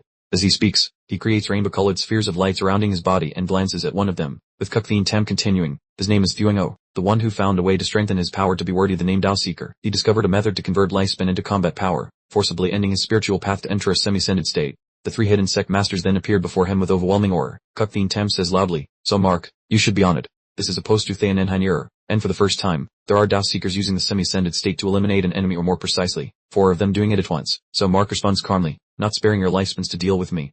Let me see then. Having paid such a high price, what a big surprise you can bring me." Kuktheen Tem shouts, "Do not boast. This very moment is the time to end you." The system suddenly sounds with urgent notifications. The third secret realm will begin in 5 seconds. Saviors, please be ready. Kuktheen Tem is in extreme confusion, helplessly watching everything slip out of his control. The 3 other sect masters also stand frozen for 5 seconds, full of dissatisfaction. Suamai put his hands in his pockets and sighed dejectedly. "What a complete waste of effort." He slowly faded into nothingness. "Wait for me to return, and then I will send you all off." Kinyuanshin shouted angrily, "Do not let Suamai leave, otherwise we will bear the full consequences of the formation's backlash." The end. The 3 sect masters joined forces to unleash dangerous techniques aimed directly at Suamai. He roared, "Suamai, come back here to me right now, you brat." Suamai looked at them nonchalantly. "You are more than capable of interrupting the secret realm, but it seems you are all exhausted yourselves." Kinyuanshin's face darkened, grinding his teeth. "The retreat is about to close. Get over here. The fight isn't over yet. Do you intend to run away?" Suamai replied sarcastically, "Running away? What nonsense are you spouting?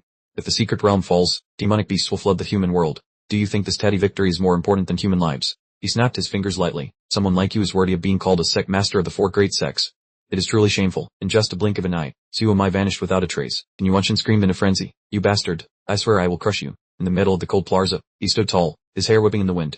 From his heels, intense blue rays erupted, and energy currents like a freezing web tore through the ground. Blinding light engulfed everything. making space seem as if it were frozen solid. The voice rang out. Oh no, the formation has started to backfire. Quickly suppress the formation. The voice trembled, as black smoke gradually gave birth to strange entities. This is bad. The formation contract is based on combat. Now that Mai has left the Babel, we will have to pay the price. Someone shrieked in terror as black smoke crept into Knyunshin's body, causing him to howl in agony. His eyes turned blood red, blood trickled from the corner of his mouth, and he thought to himself, it's fortunate that I can share the damage from the formation's backlash with the disciples. It's strange, the shock isn't as severe as expected. He suddenly realized, this is bad, the other three are also suffering the damage along with him. The black smoke billowed like a tornado, engulfing the entire area. The three hidden sect masters were also tightly besieged by them. The truth about the fight was about to be exposed. Comments flooded the screen. Everyone look, besides Sect Master, there are three other figures. Another comment chimed in, laughing to death, saying it was a one-on-one, but it turned out to be 4 against 1. What cowards. On the screen, there was only pitch blackness. Wait, where did the god of Mai go? Someone replied, how are you watching the live stream? The god of Mai entered the secret realm. No, he isn't in the secret realm live stream either. What on earth happened? After entering the secret realm, Suo Mai stepped onto a desolate land full of gravel and rocks. He wondered, this place doesn't seem like the secret realm. Suddenly, rushed over in a panic. Master Suo Mai, this is the Shanbai land. We are doomed. If I had known, I wouldn't have come here. Why was I so foolish as to want excitement? Staying home and gnawing on a chicken leg would have been better. Suo Mai asked calmly, the Shanbai land, is this place that dangerous? She trembled with fear. It is extremely dangerous. This is a space-time distortion zone. Many super-level demonic beasts have come to explore the Shanbai land, only to be completely wiped out. Even the god lord of our world wouldn't dare set foot here without an interboundary stone. Suo Mai said, oh, it seems the secret realm entrance was interfered with, causing a glitch that brought me here. 3 vibrant stars appeared above his head, and he asked her, so those 3 stars above my head must be the world and that secret realm, right?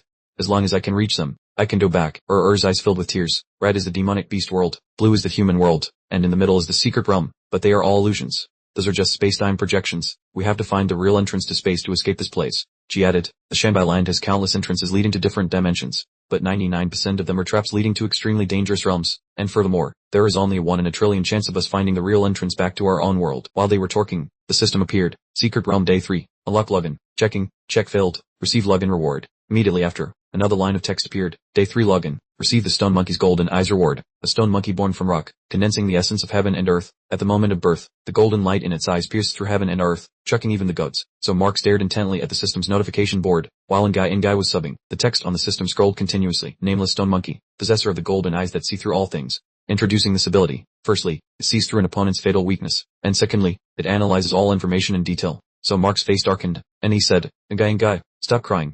We must leave this place immediately. Ngai timidly grabbed Sir Mark's sleeve. Lord Sir Mark, please don't work around aimlessly. The danger in the white lens doesn't just lie at the entrance to the different dimensions. Sir Mark smiled lightly. Ngai, stay calm. Following me is absolutely safe. Ngai became even more anxious. Lord Sir Mark, you don't understand how terrifying the white lens are. Deep zone monsters and powerful beings from other dimensions can strike at any moment. Even the weakest monster there has a combat power of 5 million. We will be torn to shreds in an instant. Even powerful spirit beasts carefully choose their paths. No one else wanders around as carelessly as you. So Mark continued to work slowly, his cold voice ringing out. If you don't trust me, you are free to stay here. Ngai was stunned. Is he really going to just walk away like that? Once he encounters a deep zone monster, you will see how ridiculous his current confidence is. She suddenly realized something wrong. That's not right. If she stays alone in this hellish place, wouldn't it be even more dangerous? Ngai hurriedly ran after Sir Mark. Master, wait for me. Please don't leave me alone. So Mark stopped in front of a giant rock. I didn't expect us to hit a dead end so soon. Ngai pointed forward. Master, my intuition tells me the path to the right is not okay. It's spotlessly clean, without a single speck of dust or gravel, and suspiciously flat. It must be a trap. I think the path to the left seems safer. The system suddenly sent a notification. The deep zone monster is Garmi, whose current combat power is that of a sleeping man. Its camouflage ability makes it look like a flat path, and it specializes in devouring intruding creatures. Seeing this, so Mark decided, no, we will take the path to the right. An hour later, Ngai was dazed and incredulous. How strange. We've been working for so long and haven't encountered any danger. Where are the monsters, the powerful beings from other dimensions, or the terrifying corpses? Could I have been deceived? So Mark looked at Ngai helplessly. This place is extremely dangerous. Keep your voice down, or you will attract the deep zone monsters. Weren't you very cautious just a moment ago? She replied. What danger? Who knows if those deep zone monsters are even real? If there were some delicious food, all this would just be a harmless joke. Suddenly, the chicken thigh appeared from nowhere, emitting an extremely enticing aroma. Ngai was stunned. The chicken thigh? Why would there be a chicken thigh in this place? It's truly suspicious, but the smell is irresistibly fragrant. Fragrance spread throughout the space, making Ngai lose control of herself. It smells so good. I want to eat it so much. She seemed bewitched and kept working toward the chicken thigh, but strangely, she saw no meat, only a pungent odor emanating from the bones. Ngai kept working blindly, mumbling about the chicken thigh until a hand jerked her back. Suddenly, the bone flew into the sky, emitting thick smoke, huge and waiting to devour anyone. Fortunately, so Mark had pulled Ngai out of the danger zone in time. After regaining her senses, she was so scared that she started tearing up, What was that?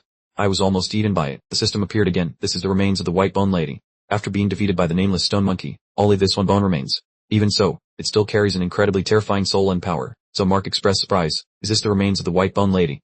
Ngai, have you ever heard of this name? Ngai guessed. Hearing so Mark mention it felt like a bolt from the blue. The white bone lady. She is a legendary figure in our world, second only to the God Lord's ancient spirit beast. She went missing after exploring the White Lands. She was a 70,000-year spirit beast with a combat power of over 60,000 in her prime. Just how strong must that deep zone monster be to have defeated her? So Mark replied calmly. The thing that finished her off wasn't some deep zone monster. She was just beaten to death by passing stone monkey with a stick. Ngai widened her eyes. Liar. I don't believe it. Even our God Lord felt tiny when facing the white bone lady. How could a random stone monkey defeat her? The misty, fragrant smoke spoke up unexpectedly. Little Snowy, he isn't lying. The woman appeared from the bone. I was indeed defeated by that wretched monkey, but that was 5,000 years ago. I didn't expect anyone to still remember the secret. Human, I'm starting to get curious about your identity. So Mark expressed in confusion. I'm just a mere mortal, who happened to understand your past. Your current appearance. Could it be that you have been resurrected? She replied with weariness. Rebirth? Not quite yet. She continued. For years, I've had to devour the souls of others to restore my vital energy. With just 2 more people, I'm sure I'll fully recover. So Mark, unfazed, provoked. In that case, I'll just have to send you back to dust once more. Amidst an illusory vortex, the two sides faced each other, creating a suffocatingly tense atmosphere. Lady Whitebone spoke. It has been so long since I can remember, that these mortals dared to speak so insolently in front of me. So Mark retorted. It's been several millennia since you were smashed to pieces by a staff. Poor memory in old age is normal. Don't worry about it too much. Lady Whitebone's expression darkened. You decrepit old thing. You dare call me old. I originally intended to devour you all alive so you could depart peacefully, but I've changed my mind. I will strip every piece of skin and flesh from you. Upon hearing this, Ngai Hi's hair stood on end. He trembled and pleaded. Lord Whitebone, that scoundrel is insulting you. Don't involve me. I'm also a demon beast. Demon beasts don't fight demon beasts. My meat is tough and not tasty at all. Lady Whitebone flashed a sinister smile. After all this time in the Thuan Biled 1EA1CH Great Land, I finally found my kin. It feels truly intimate. Although there's little meat, it's still very nutritious. Little Snow Weasel, you will become the essence that helps me revitalize the demon tribe. Ngai Hi lay flat on the ground in despair. So in the end, you still want to eat my flesh. So Mark looked at her, speechless. Even Lady Whitebone found it baffling. Why are you suddenly lying this sprawled out? You should at least put up a little resistance. Ngai Hi glared resentfully, tears welling up in the corners of his eyes. He shouted, don't think I don't know. Even if you're just a single bone, you still have a combat power of 300,000 or more. You just want to play around before we die, watching me and the stemmed human fight each other. I won't let you have your way. Ngai Hi continued, surprised, aren't you? This is my way of resisting, lying still and refusing to cooperate to ruin the game. So Mark pointed at Ngai Hi, who was lying sprawled out on the ground, and was speechless. I'm genuinely curious, or all you demon beasts so strange? Lady Whitebone held her head in exasperation. She swung her arm and threw a punch towards the two of them. Shut up, and die all of you. Dozens of large bones, tipped with sharp claws, simultaneously charged straight at Mark. Seeing this, he involuntarily gave a faint smile, his blazing golden pupils narrowed. Golden eye of illusion breaking. Amidst a sky ablaze with golden light, the giant eye suddenly appeared in midair. Lady Whitebone stood under the gaze of the golden eye of illusion breaking. Its overwhelming power shook heaven and earth. The bones she created instantly shattered. Her eyes revealed clear horror. She couldn't believe the reality before her. Lady Whitebone gnashed her teeth. Why do you possess the eye of that detestable monkey? The system reappeared. Lady Whitebone is actually a fake Lord Whitebone, formed from residual bones. After her illusion is broken, she will fall into a state of exhaustion. Injured, she coughed violently and collapsed. I have waited for thousands of years, painstakingly accumulating enough power to be reborn. The two opponents faced each other in eerie silence. Then she spoke, my luck is truly terrible. So Mark replied, you died but still lingered for millennia. You should be content with that. Lady Whitebone gave a faint smile. I won't die. Wait until I devour you alive to replenish myself, then fall into 100-year sleep, and I will rise again. Ngai Hi, who had been watching the drama until now, suddenly jumped up. Lord Mark, don't listen to her babbling. Quickly attack that bone. That is her true form. Her eyes turned vicious. Go ahead and try. Even 10,000-year-old demon beasts couldn't harm me. What can you possibly do, just by yourselves? So Mark unexpectedly charged forward, his arm piecing through her body to grasp a bone. Your residual bone is here. Although it's very skillfully disguised, that bone on the ground is just an illusion. Lady Whitebone no longer had her initial aggressiveness. As expected, those eyes couldn't be deceived. So Mark clenched his hand, and the bone in his palm shattered into fragments. The system reappeared, meticulously dissecting the fatal floors from the remnants of the Whitebone enchantress. Her body shattered into tiny pieces. That piece of trash would sooner or later vanish. At this moment, I couldn't help but shiver internally, thinking, isn't that Lord Whitebone's essence? Yet he crushed it so easily. Humans are truly terrifying. Do I have what it takes to defeat him and complete the God Lord's mission? The more she thought, the more hopeless she felt. Suddenly, she remembered something. Wait, the monkey Lord Whitebone mentioned earlier. Could it be that Suamai is actually some kind of powerful ancient demonic beast? This transformation into human form must hide a grand scheme. So, following my master definitely doesn't make me a traitor to the demonic beasts. Nai reassured herself, that's right, it must be. At the same time, in the secret realm battlefield, the giant demonic beast stood guard imposingly. Someone swung a sharp sword and then delivered a direct kick to it. Another person with white hair also put all the strength into a powerful punch after gaining momentum from this staff. Comments scrolled continuously across the screen. That's real fast. It's only been an hour, and the demonic beasts in the secret realm have already been cleared. It feels like the saviors are getting more formidable. Another warrior waved the fan in their right hand, making the demonic beast writhe in burning flames. The audience still wondered, what about Suamai? Why hasn't Gudmai appeared yet? His livestream is still completely dark. Inside a closed room, D-led 1 ECBCH Suang entered, asking, where in the world is Suamai? He truly makes people restless. Quitin replied, while the secret realm was shifting, sect leader Kuk from the alchemy division, in his excitement, used spatial abilities to pull Suamai away, disrupting the teleportation. He has probably gotten lost in a chaotic spatial region. Lu Lai Tuan exclaimed angrily, you still refuse to report what happened on the livestream. Isn't it because of the obstruction caused by the 4 great sects? The sect leaders ganged up to ambush him, and they still have the nerve to torque one-on-one. How impressive, Quitin said in a low voice. I do not agree with their actions at all. It is truly shameful and disappointing. However, I do not deny the stance and position. I deeply respect the cultivator who just joined the Tai NH-led 1E8 Hor PH-led 1E7. After today, I will resign as an elder and leave that place. D-led 1 ECBCH Suan hastily tried to calm the atmosphere. Lu Lai Tuan, there's no need to be so angry. If Elder Lai truly held power, you wouldn't be sitting here live streaming with us. Moreover, Gudmai is so powerful. Even chaotic space wouldn't be able to trap him. The saviors are growing stronger. Even without Suamai, the demonic beasts will be wiped out. Or knows, he might return when the secret realm ends. Puitin spoke up, hasn't everyone noticed? This time, no notifications have appeared for the secret realm. Although all the demonic beasts have been eliminated, the secret realm still hasn't closed. The real danger might just be beginning now, in the city area located within the secret realm. Budistruck-led 1ED3NG asked, you all feel it too, don't you? An unsettling aura is enveloping the Centea secret realm. The 3 people huddled together in a corner, looking at the city view before them with heavy hearts. Perhaps a life and death battle is about to erupt. They sighed, how great it would be if Suamai were here. Suddenly, a strange object flew swiftly over their heads. It was a 2,000-year-old demonic beast, with a strong, sweet smell of blood. You've already cleaned up all those mediocre underlings. Not bad at all. It stood giant in midair, unleashing a terrifying technique upon the 3 people. TL-led 1EA7 NPH-led 1EA1M hurriedly dodged the attack, exclaiming, this tower. It must be at least a 2,000-year level demonic beast. The other person turned the head with difficulty, saying, were you crazy? This is clearly a technique of a 2,000-year-old demonic beast. The demonic beast smirked savagely. Do you only know how to flee headlong? I heard there's a formidable cultivator named Suamai. Isn't he coming? It seems today will just be a boring sweep. Someone's technique grazed past its lock of hair. That cultivator loudly declared the technique, multi-headed emerald dream, Child, southern vengeance charm. The demonic beast gnashed its teeth. You actually managed to injure me. It seems your strength is not inferior to that Suamai. Why have I never heard of you? Namh-led 1EAD and Chuck calmly waved his hand. Because I've never appeared in this secret realm before. The demonic beast was stunned. So that's it, you powerless coward. I'll devour you whole first, and then I'll tear Suamai to pieces. Suddenly his voice rang out. Your chances are over. In this secret realm, I have far surpassed Suamai's realm. Then a powerful punch landed directly on the demonic beast. He confidently declared, I am the true savior. At S-1EDFM-1EA1CH's location, a spatial gate gradually appeared, with a sparkling crystal in front of it. Lord Ur spoke, Master S-1EDFM-1EA1CH, isn't this the teleportation gate leading to the secret realm? S-1EDFM-1EA1CH nodded, we're going home soon. You should hide in my storage bag first, but there's still one important matter to resolve. Streams of flickering starlight shimmered mystically on the surface of the crystal. The system suddenly spoke, this is a teleportation device created by the gods with immense effort and can transport 3,000-year-old demon beasts from the inner world to outside the secret realm. Do the demon beasts that once fell in the secret realm and the humans returning here really think the battle is over after just one ambush? Namh-led 1EADN truck spoke, an ambush? Do you think that's it? My attack has already brought down the curtain. My sincere advice is not to be stubborn. That way, you'll depart more peacefully. The demon beast roared, you lowly humans dare to command me? What is this?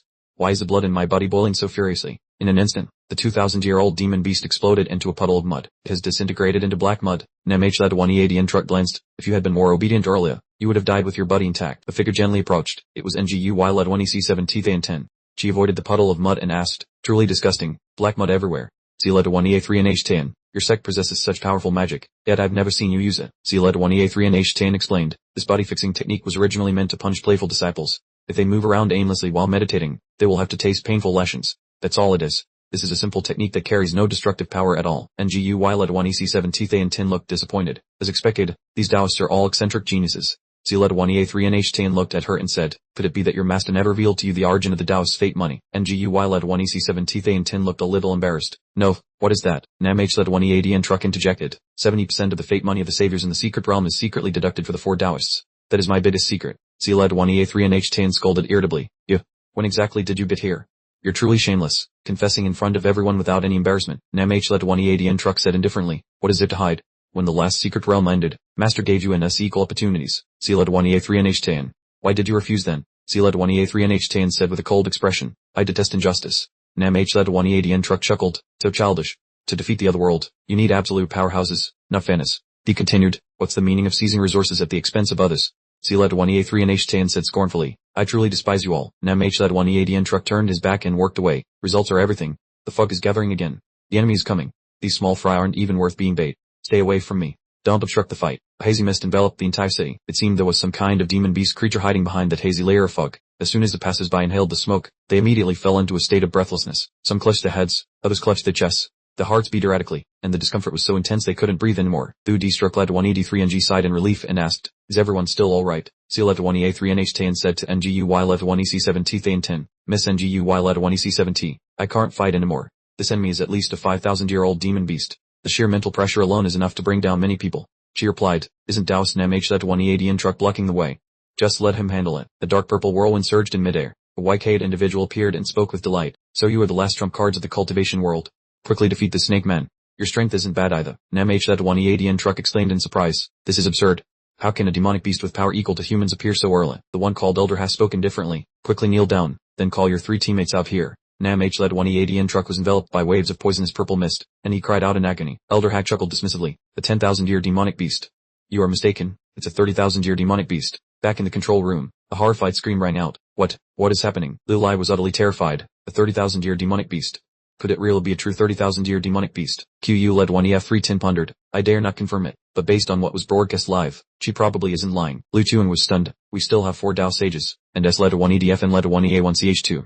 Pope isn't completely gone yet. QU led 1EF3 Tin replied. If that monster isn't lying, the 30,000-year demonic beast would have a combat power of at least 10 million or more. Whereas even after careful calculation, the 4 Dao sages combined are only on par with a 3,000-year demonic beast, with a power of about 100,000. This is no longer a balanced confrontation. Even S led 1EDF and led 1EA1CH and the 4 Dao sages combined cannot turn the tide. D led 1ECBCH Suan trembled. Humanity's about to be annihilated. Quickly, do something.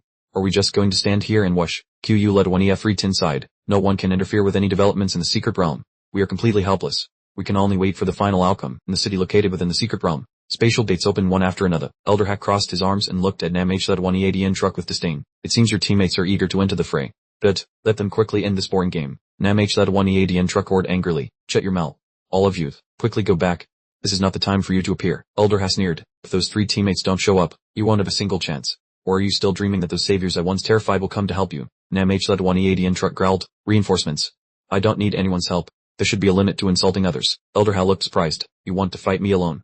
How bold. But facing the pressure of absolute power, you can't even stand steadily in front of me. Isn't that laughable? Nam H led 1E80 truck growled. I'm different from those cowards who quickly lost the will to fight. After sensing your spiritual pressure up close, I realized you might be a true 30,000-year demonic beast, but this is not your true body. You're just an imposter. He gritted out each word. No, even if your true body were present, I would never yield. The secret realm, saviors, the 4 great sects, other worlds, deities, all of them are merely stepping stones to me. He stood tall, clenching his fists, as waves of thick black smoke began to surge, proclaiming, the most powerful stepping stone. Then he shouted loudly, CH led 1EC9 Zivstain Enhai, and charged forward like a storm, delivering a powerful attack towards Elder Ha. Thick dust and smoke covered the entire street. Nam H led 1E80 truck paused. Illusion. Dispel. Just as expected, this is merely a spiritual projection you cast into the secret realm. By now, Elder Ha had dissolved into a disappearing wisp of smoke, saying, how interesting. I didn't expect you to see through it so quickly. I thought only that S led 1EDF and led 1EA1CH fellow was worth paying attention to. In any case, the pathway to the secret realm is complete. We will meet again soon. Nam H led 1E80 truck was furious. I am thoroughly sick of your deceptive tricks. Surprisingly, Elder Ha reappeared in his original form, stating, even the shortcut the projection couldn't fully demonstrate my power, but controlling a 5,000-year demonic beast is still more than enough. Whether it's a deception or not, verify it with your own eyes. The giant clown appeared behind him, saying, before I truly appear, just keep struggling to live on, you boastful hero. Namhan truck was extremely panicked. Ivrila was a 5,000-year-old monster, and this time, they were doomed. Chief Har was filled with suspicion. It's very strange. Why hasn't it arrived yet? Where is it stuck? Could there be some unforeseen event? At the same time, in the Thuan Bark region, so Mark was firmly holding onto a connection point between the 2 space portals. He realized this was a monster's teleportation point. It looked bizarre, but he decided to drag it out first. The 5,000-year-old monster roared violently. Immediately, it was swallowed whole by the space portal. Namhan truck was stunned into silence. What was happening? Why was that monster struggling? Could the teleportation have malfunctioned? Kintine and Vudun witnessed the scene, and it appeared that the monster was stuck right in the middle of the portal, as it was being forcefully sucked inside. Chief Har exclaimed in shock. How could this be? The long-distance transport in the south previously went off without a hitch. The comment section scrolled rapidly. Oh my god, it's Mark then again. Could he be the one who intercepted the monster transport? Watching so Mark through the screen, netizens cheered. Where are those who looked down on Mark then? Come out and see who the real savior is. Thou too is just an empty title. You silently embezzled so much destiny wealth for nothing. In a moment of crisis, he knelt before the monster. It still has to be Mark then. Returning to the control room, Liu lied to and gasped in amazement. Oh my heaven, this is beyond imagination. I thought so Mark had disappeared into the chaotic space-time zone, yet he suddenly appeared to disrupt the teleportation. Putin was stunned. The Thuan-Bark region. That is the Thuan-Bark Great Land. How is it possible? How did so Mark get there? That is a forbidden zone so dangerous that even monsters dare not linger. Breaking through the deep-sea monster encirclement, finding the exact coordinates of the secret realm, and then successfully stopping the monster teleportation. This is truly a miracle. Dish Xuan was equally surprised. Perhaps there is another possibility. This might not be a miracle. It is very likely that everything was within so Mark's calculations. He might have even utilized the space power of Sec Master Cup to reach the Thuan-Bark Great Land. Even though the whole world has turned its back on him, he is still the Mark I admire most. Putin nodded. Perhaps your speculation is correct. So Mark always brings overwhelming surprises. The plans of major sects or corporate alliances are like child's play compared to him. In the secret realm, the 5,000-year-old monster growled as it was sucked straight in. Chief Har gritted her teeth. You clown, don't let yourself be lured anymore. She clenched her fists. I will definitely not let you show such a pathetic state in front of humanity. Staring at the monster, she thought to herself, my mission is to infiltrate the secret realm and slaughter all the cultivators. Chief Har issued an order, change the plan. If he wants to stop the teleportation, then you go to the Thuan-Bark Great Land and destroy some Mark. Go. You are the only hope for destroying mankind. The monster roared loudly and then vanished completely. On this side, so Mark shouted, that connection, pull it out here for me. The clown lunged, sending some Mark flying back through the screen. Seeing it approach some Mark, Chief Har confidently declared, dragging the clown to the Thuan-Bark Great Land is a fatal mistake. Your talent is undeniably beyond our expectations, but your strength is not enough to face a 5,000-year-old monster. You can save those useless people, but you cannot save yourself. Putting to so Mark, he said calmly, interesting. Are there no other monsters in the other world? Even this clown was dumped here. The clown, eyes filled with murderous intent, approached to die. So Mark, now is the time I send you on your way. He smirked contemptuously. Clown, when I threw you out earlier, I intentionally chose a suitable landing spot for you. The system displayed a notification. KPI demon, mysterious strategy, entity of unknown origin, born from humanity's deepest spheres, possesses overwhelming power, control lores, and the KPI field. Any creature that enters this field will be forced to complete random tasks. Failure results in being optimized. Finally, the system added, this useless piece of trash is not worth existing. So Mark looked straight at the monster. Clown, you no longer have a chance to touch me. The 5,000-year-old creature stared blankly at the papers floating before its eyes. It had no idea what was happening. Papers flew scattered everywhere, whizzing past eerie, gloomy statues. Those pieces of paper seemed to be taking over the entire world. Somewhere, a humanoid creature with a head like a tiny TV, displaying the text complete the mission or die, looked incredibly mysterious and terrifying. The monster suddenly felt a little shaky. Mission? What mission is this? So Mark picked up a falling paper, looked at it, and thought, something this important, and you didn't even notice it. The huge clown stood blocking the way, shouting, divot here. Quickly give me the mission. So Mark looked at the monster. Haven't I already told you? Clown. You and I are not in the same realm now. You can no longer touch me. He calmly continued, but who says I'm kind-hearted and benevolent? Your mission is to do 10,000 push-ups in 1 minute. Oh no, there are only 5 seconds left. Clown exclaimed in surprise. Push-ups? Are you kidding me? So Mark looked at his opponent challengingly. 49, 48, 47, 46, 45. Through the screen, Par's sword collapsed to the ground, growling. She was surprised and didn't understand what so Mark had done to make the clown so afraid. She wondered, how strange. There's clearly nothing unusual in the scrying mirror. In the mirror, the giant clown is doing push-ups right in front of so Mark. Comments continuously appeared. Am I seeing things? The terrifying 5,000-year-old monster is doing push-ups right in front of Mark. Ken Tyne and Ngai Thien Tin also looked at the scene before them, astonished to the point of disbelief. Comments continued. It looks like Mark is putting the clown through military training. What a strange maneuver this is. Mark is truly amazing. Passers-by witnessing this scene also had tears welling up in their eyes. It's very strange, but the 5,000-year-old monster has been subdued.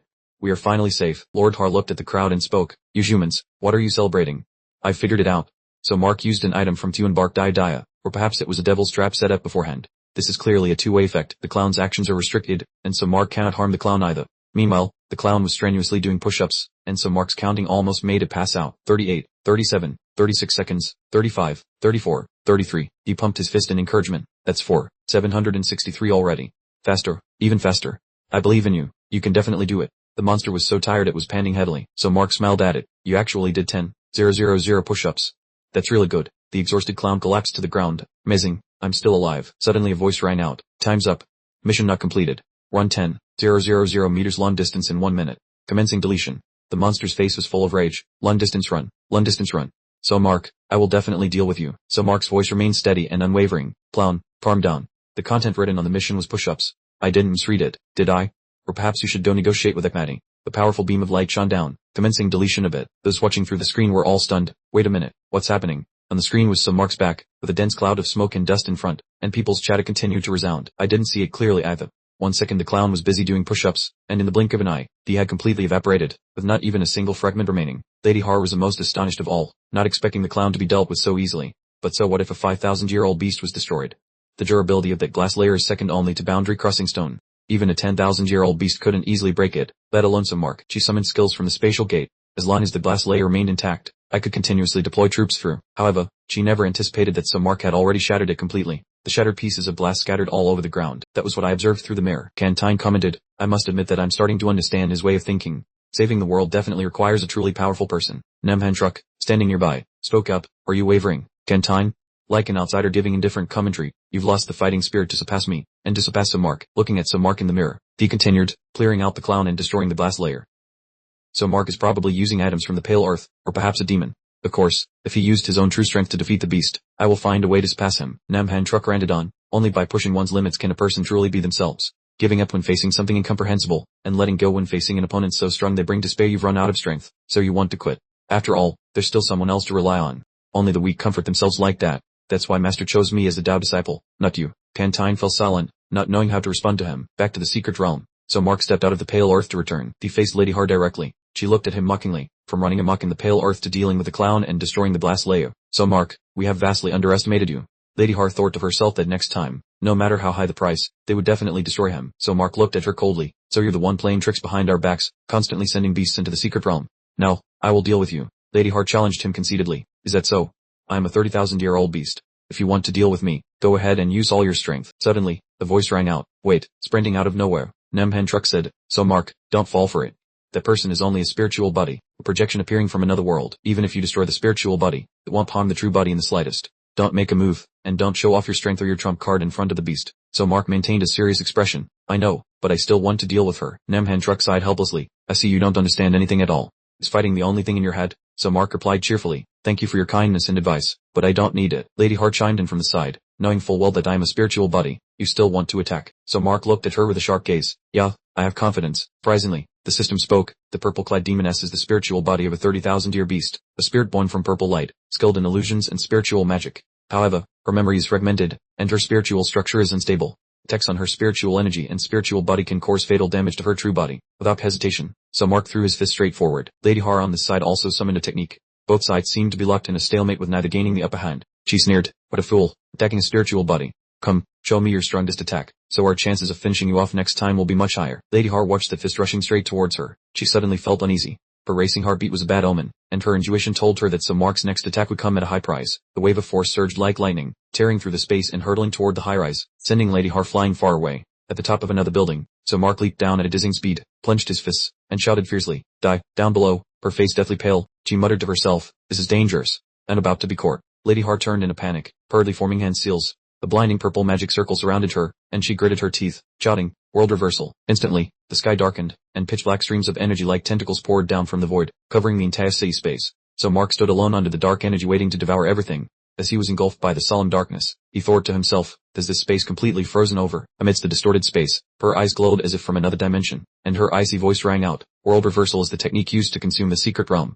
Goodbye, so Mark. She then decisively concluded, the rescue game ends here. Night fell, shrouding the sky and swallowing all light. Only the spreading of thick black energy remained, and an atmosphere of death permeated the space. A desperate call echoed, Captain, Captain, wake up. But those urgent pleas faded into the void, failing to stir the mind sinking deep into unconsciousness. The scene shifted to an ancient place, a landscape as quiet as a painting, strangely peaceful, standing in stark contrast to the chaos and destruction that had just occurred. So Mark looked pensive, thinking, world reversal. What exactly did that monster do to the secret realm? Lathan spoke up hurriedly, Captain, you scared me just now. You were swaying and wouldn't wake up no matter how I called you. So Mark remained lost in thought, wondering, could Vu Dang, Kan's son, Nguyen Thien Ten, and the other cultivators have been brought here too? The information displayed in the golden eyes field of vision was scarce. Suddenly, the system issued a notification. Exile land, a forgotten piece of history. The illusion demon is about to appear. Seeing him silent, Lathan urged again, Captain, what's wrong? Were you not feeling well? Should I go back and report to headquarters and suggest they send a different patrol? So Mark replied contemplatively, perhaps I was just feeling faint from the heat earlier, but I'm fine now. Let's not delay any further. Let's head toward Lu Van. In the modern world, Dishun said in a panic, what's happening? The live stream from the secret realm suddenly changed. She looked bewildered at the scene of the ancient city and asked, where is this? It was a town with a strong traditional Japanese flavor. The dim light illuminated each porch, and it was crowded with residents, yet the image showed signs of flickering. Lai Tuan exclaimed, what's wrong with the saviors? Everyone looks like they've lost their minds and have turned into ancient townspeople, from doctors and passers-by to shop assistants and patrols. Is this some kind of immersive reality game? Then she cried out, Lu Van City. This is Lu Van City. How can this be? Quitin said the first contact between otherworldly monsters and humans began here 1,000 years ago, but wasn't it destroyed? The scene shifted to a quieter place. Looking down from above, a huge, pitch-black vortex could be seen in the middle of the ancient city. A voice echoed, in the southern area, all the saviors have been assimilated into residents of the city. The blonde player sat cross-legged in midair, surrounded by glowing communication devices. His voice lowered. How is the situation on your end? One device replied, same here. It seems all the cultivators who arrived here have lost their memories. B continued, Asor Namhenshuk. He's no better off, sitting in a shop selling coffins. The blonde player laughed loudly. Ridiculous. The dignified Taoist disciple looking down on us, trying to show off for attention. Today's outcome is something he brought upon himself. Communication device reminded him, don't be careless. Even so, Mark has lost his memory and become a patrol. This place is truly too abnormal. The blonde player replied nonchalantly, nothing to fear. As long as we don't leave the shelter, the laws of this world cannot affect me. Now, we must rely on ourselves to save the world and show those foolish mortals who the real saviors are. His response was silence. When no one replied, he snapped, hey, why is no one saying anything? Is the device malfunctioning? Suddenly, ghostly red and black streams of energy slithered toward him like phase snakes. He thought to himself, his expression turning serious. Strange. Could the shelter have been breached? A strange aura, mixed with red and black, suddenly erupted, engulfing the entire surrounding atmosphere. At the Liu family mansion, Levin reached his hand towards the door and said, Captain, we've arrived. This is the scene of the murder that occurred this morning. The system announced that you have entered the main storyline. The illusion demon is observing intently. This is a 50,000-year-old demon beast. Its strategy and weaknesses are both unknown. Liu 9 subbed, covering his face, Your Honor, please demand justice for this humble person, and punch that wicked murderer. My poor 6-year-old son just died. The Liu family lineage is now broken. 2-0. Zaira Mai replied, Captain, Liu 9's eldest son died in the river 2 days ago. This time, the victim is his youngest son, Liu Zaiwen. He offered his condolences, then asked, Liu 9, please be honest, how exactly did your youngest son die? Have you made enemies with anyone recently? Liu 9 subbed, Zaiwen was beheaded by a villain.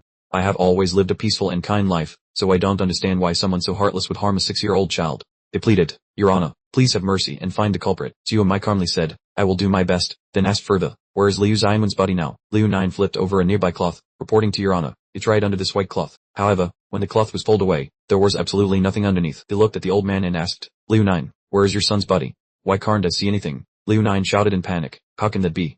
It's right here. Don't you see it? As he spoke, he pointed at the cloth and yelled, look closely.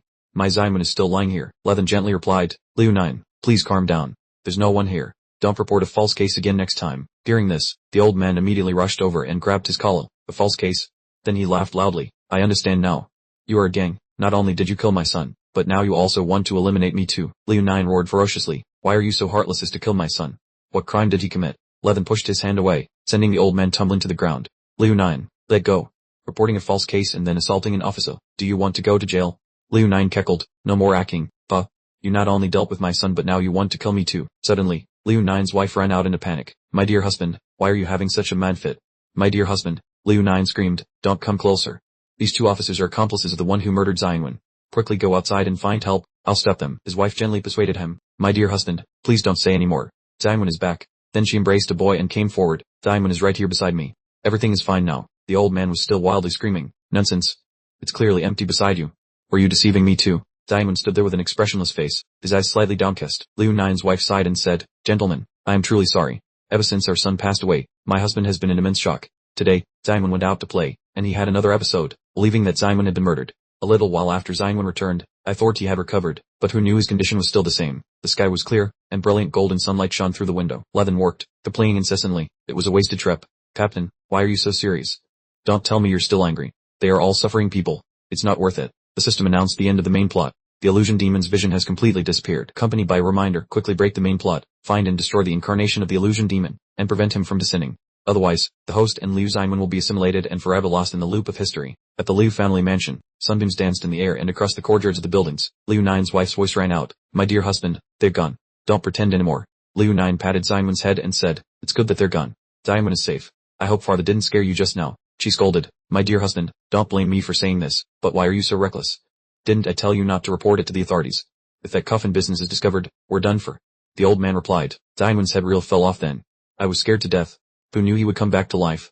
How was I to know that old coffin master had such great powers? The old man muttered to himself in a low voice. No matter what, as long as Yuan Van comes back, it's fine. Then, seeing the boy pointing, he asked, Yuan Van, on that wall. So Mark stood there with a scowl on his face. Frowning, he asked in a cold voice, Old man Liu, have you lost your mind? In the courtyard, the coffin was placed horizontally right in the middle, so Mark looked at the wooden coffin inside. So it is here. Then he asked Lu Ning, is this your eldest son's coffin? Lu Ning's wife rushed over and said in a panic, the coffin has already been set. What does this young man think he's doing? He replied casually, what am I doing?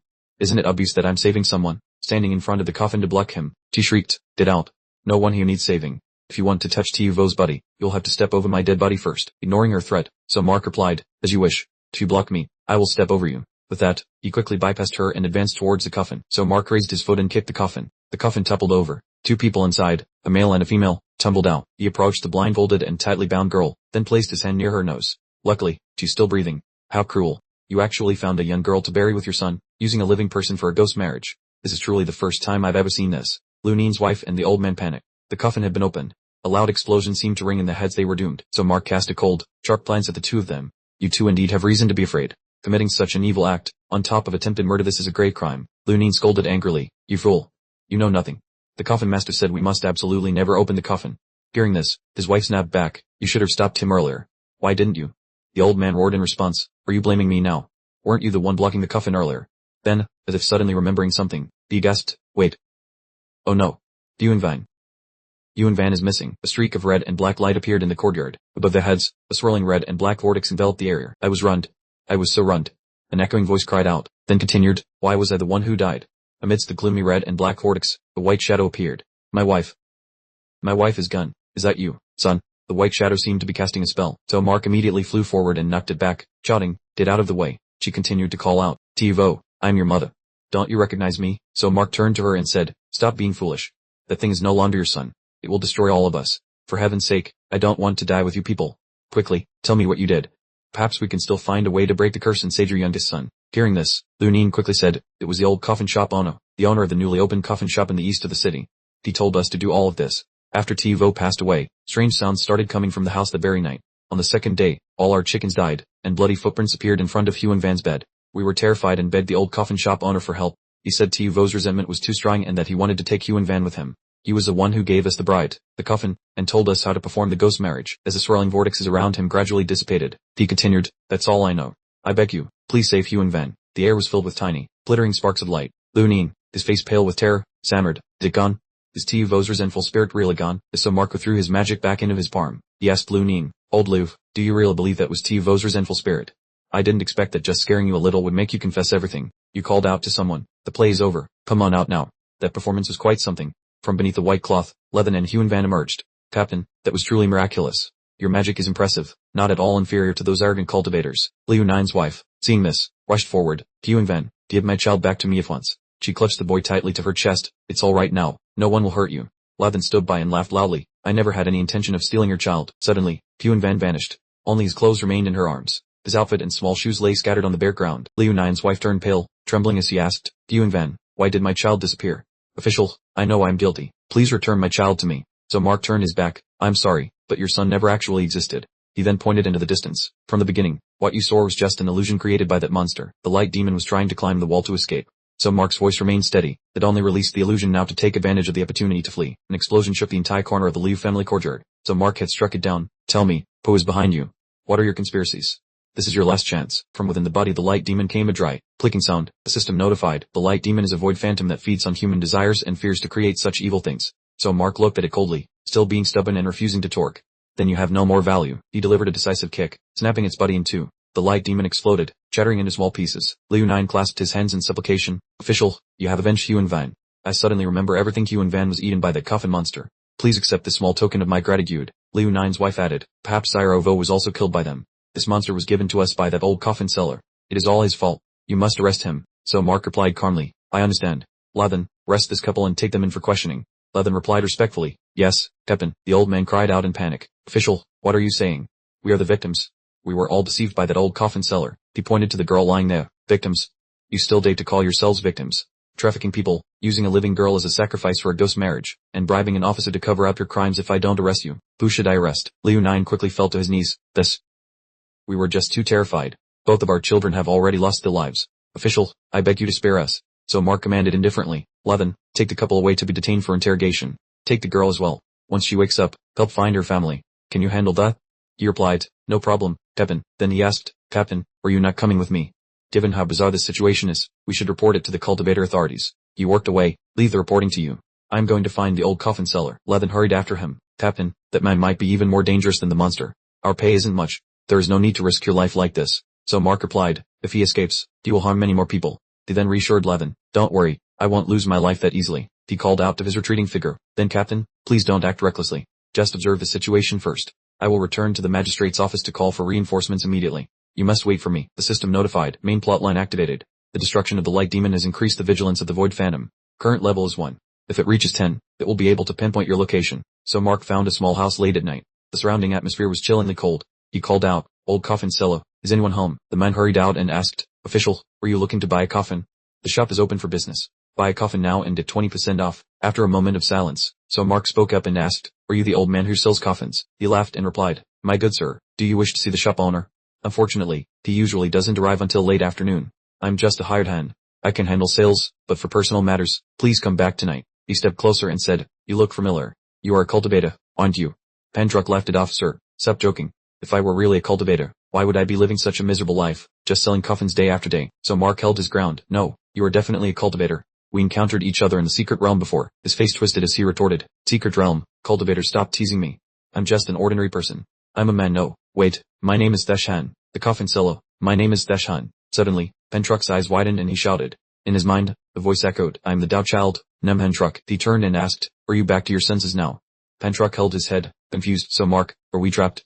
So Mark nodded, it seems so. All the cultivators in the secret realm have been assigned new identities and memories in the city. He continued, to escape this place, we must find the demonic beast manipulating the city. The trouble is, we aren't allowed to act differently from our current identities, or the beast will sniff us out and hide even deeper. Upon hearing this, he said, I didn't think there was anything that could stump you. He then picked up the communication device. Don't underestimate the major sex. We have insiders, the 3 Tao children who are in hiding. The beast cannot detect them, so they will assist us. So Mark asked Pentruck, what's wrong? Seeing his face turn pale, he finally choked out, the signal from the command tablet is gone. Those 3 Tao children are finished. On the doorstep, Pentruck sat dazed. So Mark stood beside him to offer condolences and asked, were you close to those 3? He slowly reminisced, in the past, I clashed with them many times. It's just hard to accept that, with the level of strength, they had to die so unjustly here. To find the hidden demonic beast, I still need more allies. So Mark crossed his arms, leaned against a pillar, and sighed, Budung, Tansun, and Thieningan are all very concerning, but I can't find them now. Pentruck asked, are you in the same situation? My sensory abilities have been sealed. The say is too bizarre. Not just my senses, but even my strength has diminished significantly. He pondered for a moment and then said, is this all that's left? Forget it. This place is too dangerous. Find a place to hide yourself. He brushed it off. Even though I don't have much strength left, I can still support you. Don't go too far with me. So Mark, fine. So Mark replied, if you are so insistent, there is indeed one thing I need your help with. The house in the dark night looked chillingly gloomy, with only 2 lanterns hanging in front of the door still flickering with light. The old man who sold coffins stumbled back. Dakshan, Dashan, where are you? Come out here at once. As he spoke, he threw down his wine jug. This brat must be lazing around and went out to play again. I only went out to a banquet and came back a bit late. Can't you even watch the shop? His eyes were bleary, and his face was flushed red from the strong alcohol. Right before his eyes was Hendruck, floating because he was hung upside down. Thought flickered in his mind, Dashan. So, he's done for. The old man threw the wine jug and shouted, Poitu, come out here. I know it was you. What is your intention? Hanging my employee right inside the shop? Trying to retaliate against me? Confidentiality, my foot, I was only back a little late. Why did you have to deal with my errand boy? He doesn't know a damn thing. The old man stumbled forward. Suddenly, he whipped around and shouted, who is there? Reveal yourself at once. So Mark laughed and replied, old man, tell me, who is Kwaitu? And tell me about your secret business dealings as well. He quickly steadied himself and stuttered, sir, I apologize. I am too drunk and speaking nonsense. I don't know anything. Didn't I just come back from a banquet? I was just panicked because I saw my employee hung up. With an overbearing aura, he pressed, I didn't mention anything about Thashan. The Liu family, the couple Liu Nin, do you remember them? He stuttered in a hurry, this. Yes, sir, I remember. A few days ago, Liu Nin bought a coffin from me. So Mark continued, and then what? He panicked and asked back after that. After selling the coffin, I had no further contact with Liu Nin. He stepped closer to the coffin seller. The Liu Nin couple had already confessed everything, saying they once bought a girl from him for a ghost marriage, yet he still stubbornly argued that he didn't understand what nonsense the official was talking about. So Mark sneered, denying it completely. You're involved in the murder of the 2 Liu Nin sons, not to mention your employee Thatchan is currently hanging in the shop. He mocked, were you planning to take all the blame yourself and use your death to atone for your accomplices?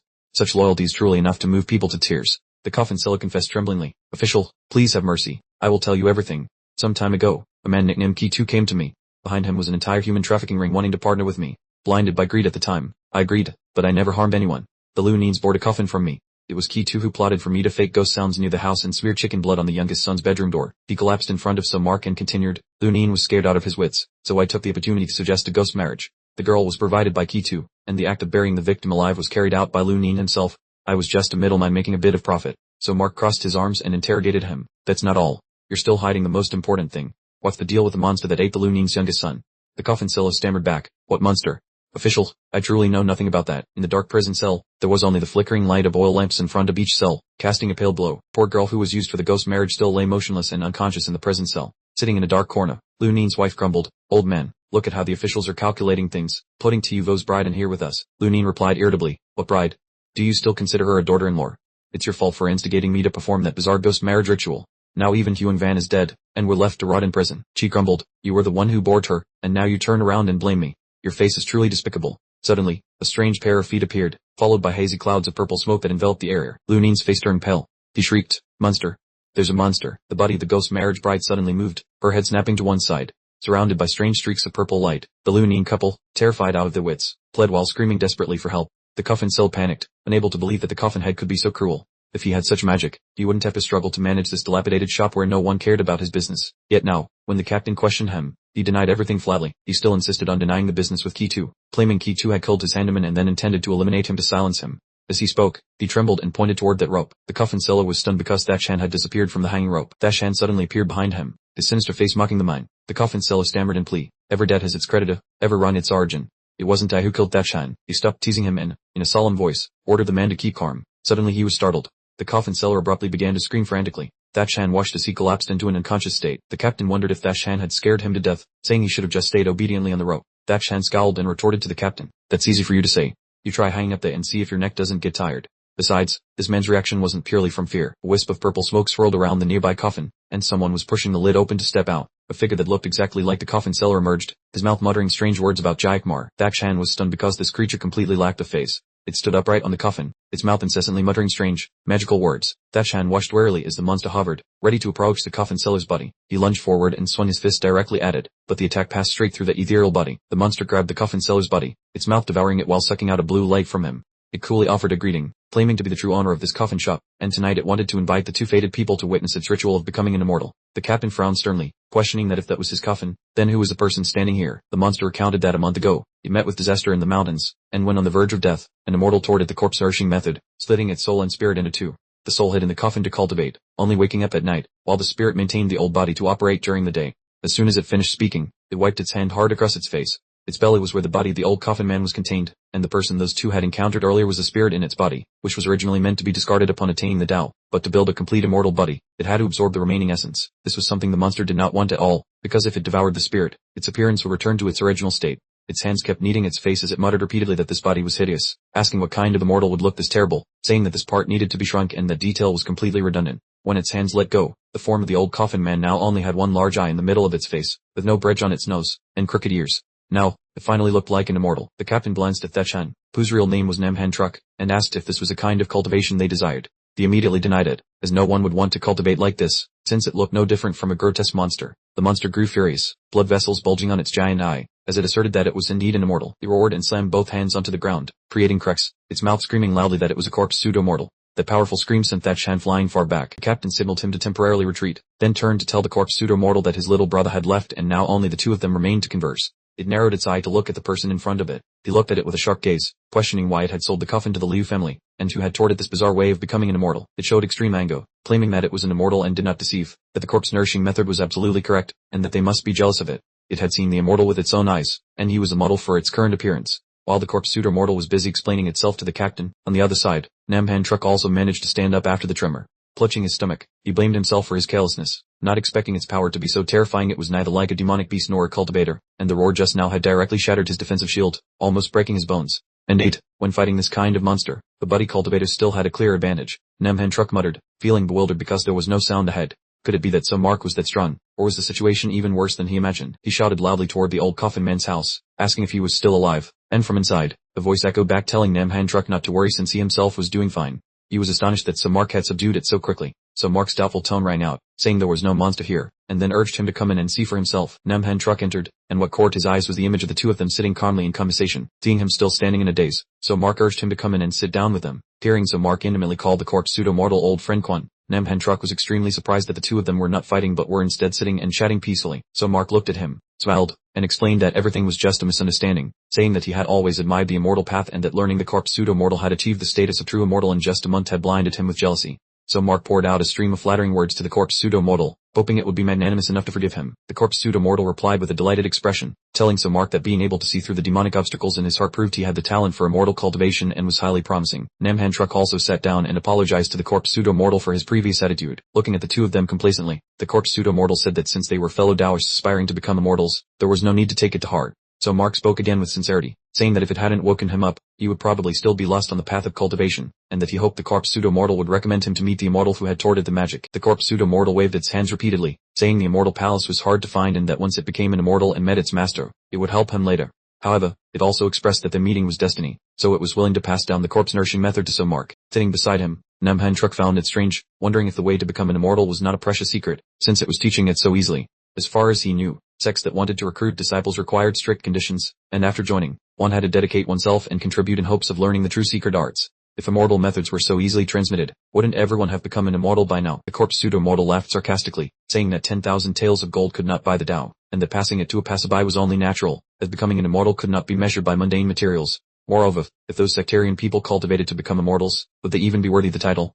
Since it had achieved the status of true immortal, it naturally had to spread the teachings widely to save the world and deliver people. The corpse pseudo-mortal lamented the chaotic world and the constant wars one after another, noting that both of its children had starved to death and its wife had died while fleeing. Even if one cultivated to become an immortal or an emperor, this world was still in ruins, with officials being more corrupt than before, while the cultivation world only chased after power. They held power in the hands but did not care about the lives of commoners, making them entirely unworthy of being immortals. After achieving the Tao, it did not plan to stay in this realm for long. It wanted to entrust the secret method to so Mark so that he could pass it on to the poor who were suffering, helping them escape oppression and live freely. So Mark looked at it with skepticism, but he also confessed that he was a government official, asking if it could truly trust him. The corpse pseudo-mortal laughed and said that precisely because he was an official whose reputation in Yun City was extremely upright, he was trustworthy. It was because of his fairness and refusal to collude with those corrupt officials that it entrusted him. And as for the Taoist friend Namhan Truck, the corpse pseudo-mortal believed that becoming an immortal was too difficult, so the task of transmitting the secret method to save the world and deliver people should still rest entirely on so Mark. Namhan Truck sarcastically mocked Thijir Tine, saying that since it claimed to be a savior of the world, why did it heartlessly take the lives of the Lee family's 2 children and that ghost bride? It stomped its feet in anger, declaring that the Lee couple were inherently unjust and unrighteous, conspiring with officials to ruin lives, so it was only natural for them to face retribution.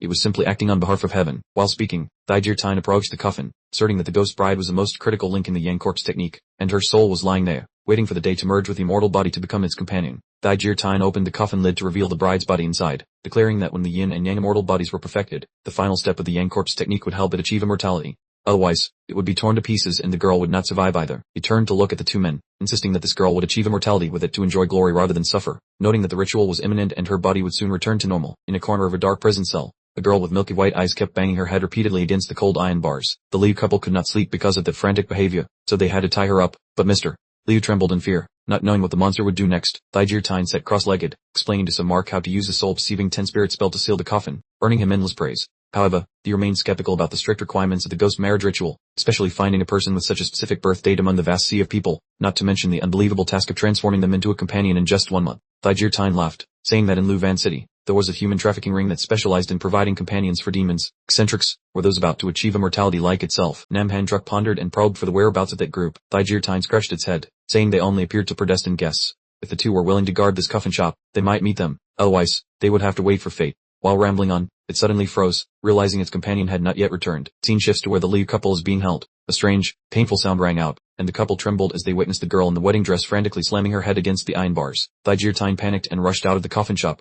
Namhan Truck wondered if the bride being locked up had caused a glitch in its path to immortality. So Mark appeared behind him, sadly offering condolences for this unexpected turn of events. He calmly stated that achieving immortality was against the natural order, so calamities were unavoidable. Perhaps this was its ironic fate. Thijir Tine was still unwilling to accept it. It pointed at Namhan Truck, implying he would be the alternative candidate for its companion. Namhan Truck was shocked, asking how he, a man, could be a companion, and didn't the ritual require a very specific birth date? It aggressively grabbed him, insisting that achieving immortality had to be perfect, so the strict requirements were valid, but now it couldn't be picky. A little deception would do, as all people look the same with the lights off.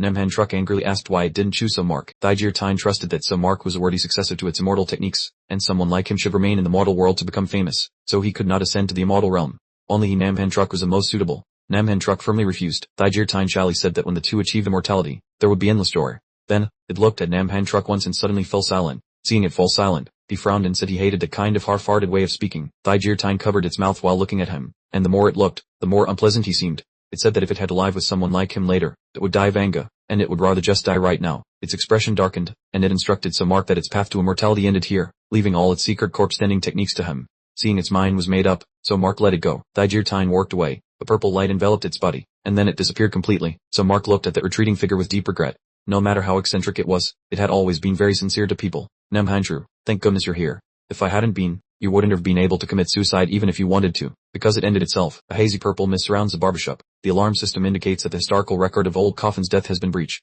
The demonization alert level has risen to 3. When it reaches 10, it will lock down the location of the circuit bureau. Namhandru was surprised by Old Coffin's sudden death. He turned to ask Suamai about his next move. Suamai looked into the distance and sighed. Perhaps the demon hidden in that mountain is the one controlling the city, but the clues have been broken. Now, only the human trafficking group that supplied brides to Old Coffin, the Crow Vultures, remains. Namhandru suddenly remembered that Jir Zion had said he had obtained the Crow Vulture's sword. Perhaps the cultivators in the secret realm had also come here. Why not find them first and join forces? Suamai believed there wasn't much time left. The demon wouldn't let them linger forever. He asked Namhandru to stay at the barbershop and report immediately if he encountered the Crow Vultures. Suamai, being an official in Linian City, would use the government's influence to investigate upon his return. If the Crow Vultures continued the child trafficking, they would surely leave a trace. The scene transitions to a peaceful morning in the city. Suddenly, a soldier frantically chases a thief. It turns out to be a child stealing food. The child is running away with a steam bun. It hides behind the wall of her house, penning. It's quite daring to run so far for just one steam bun. Looking around at the surroundings, the child suddenly feels something strange. In the distance, something glittering appears before its eyes.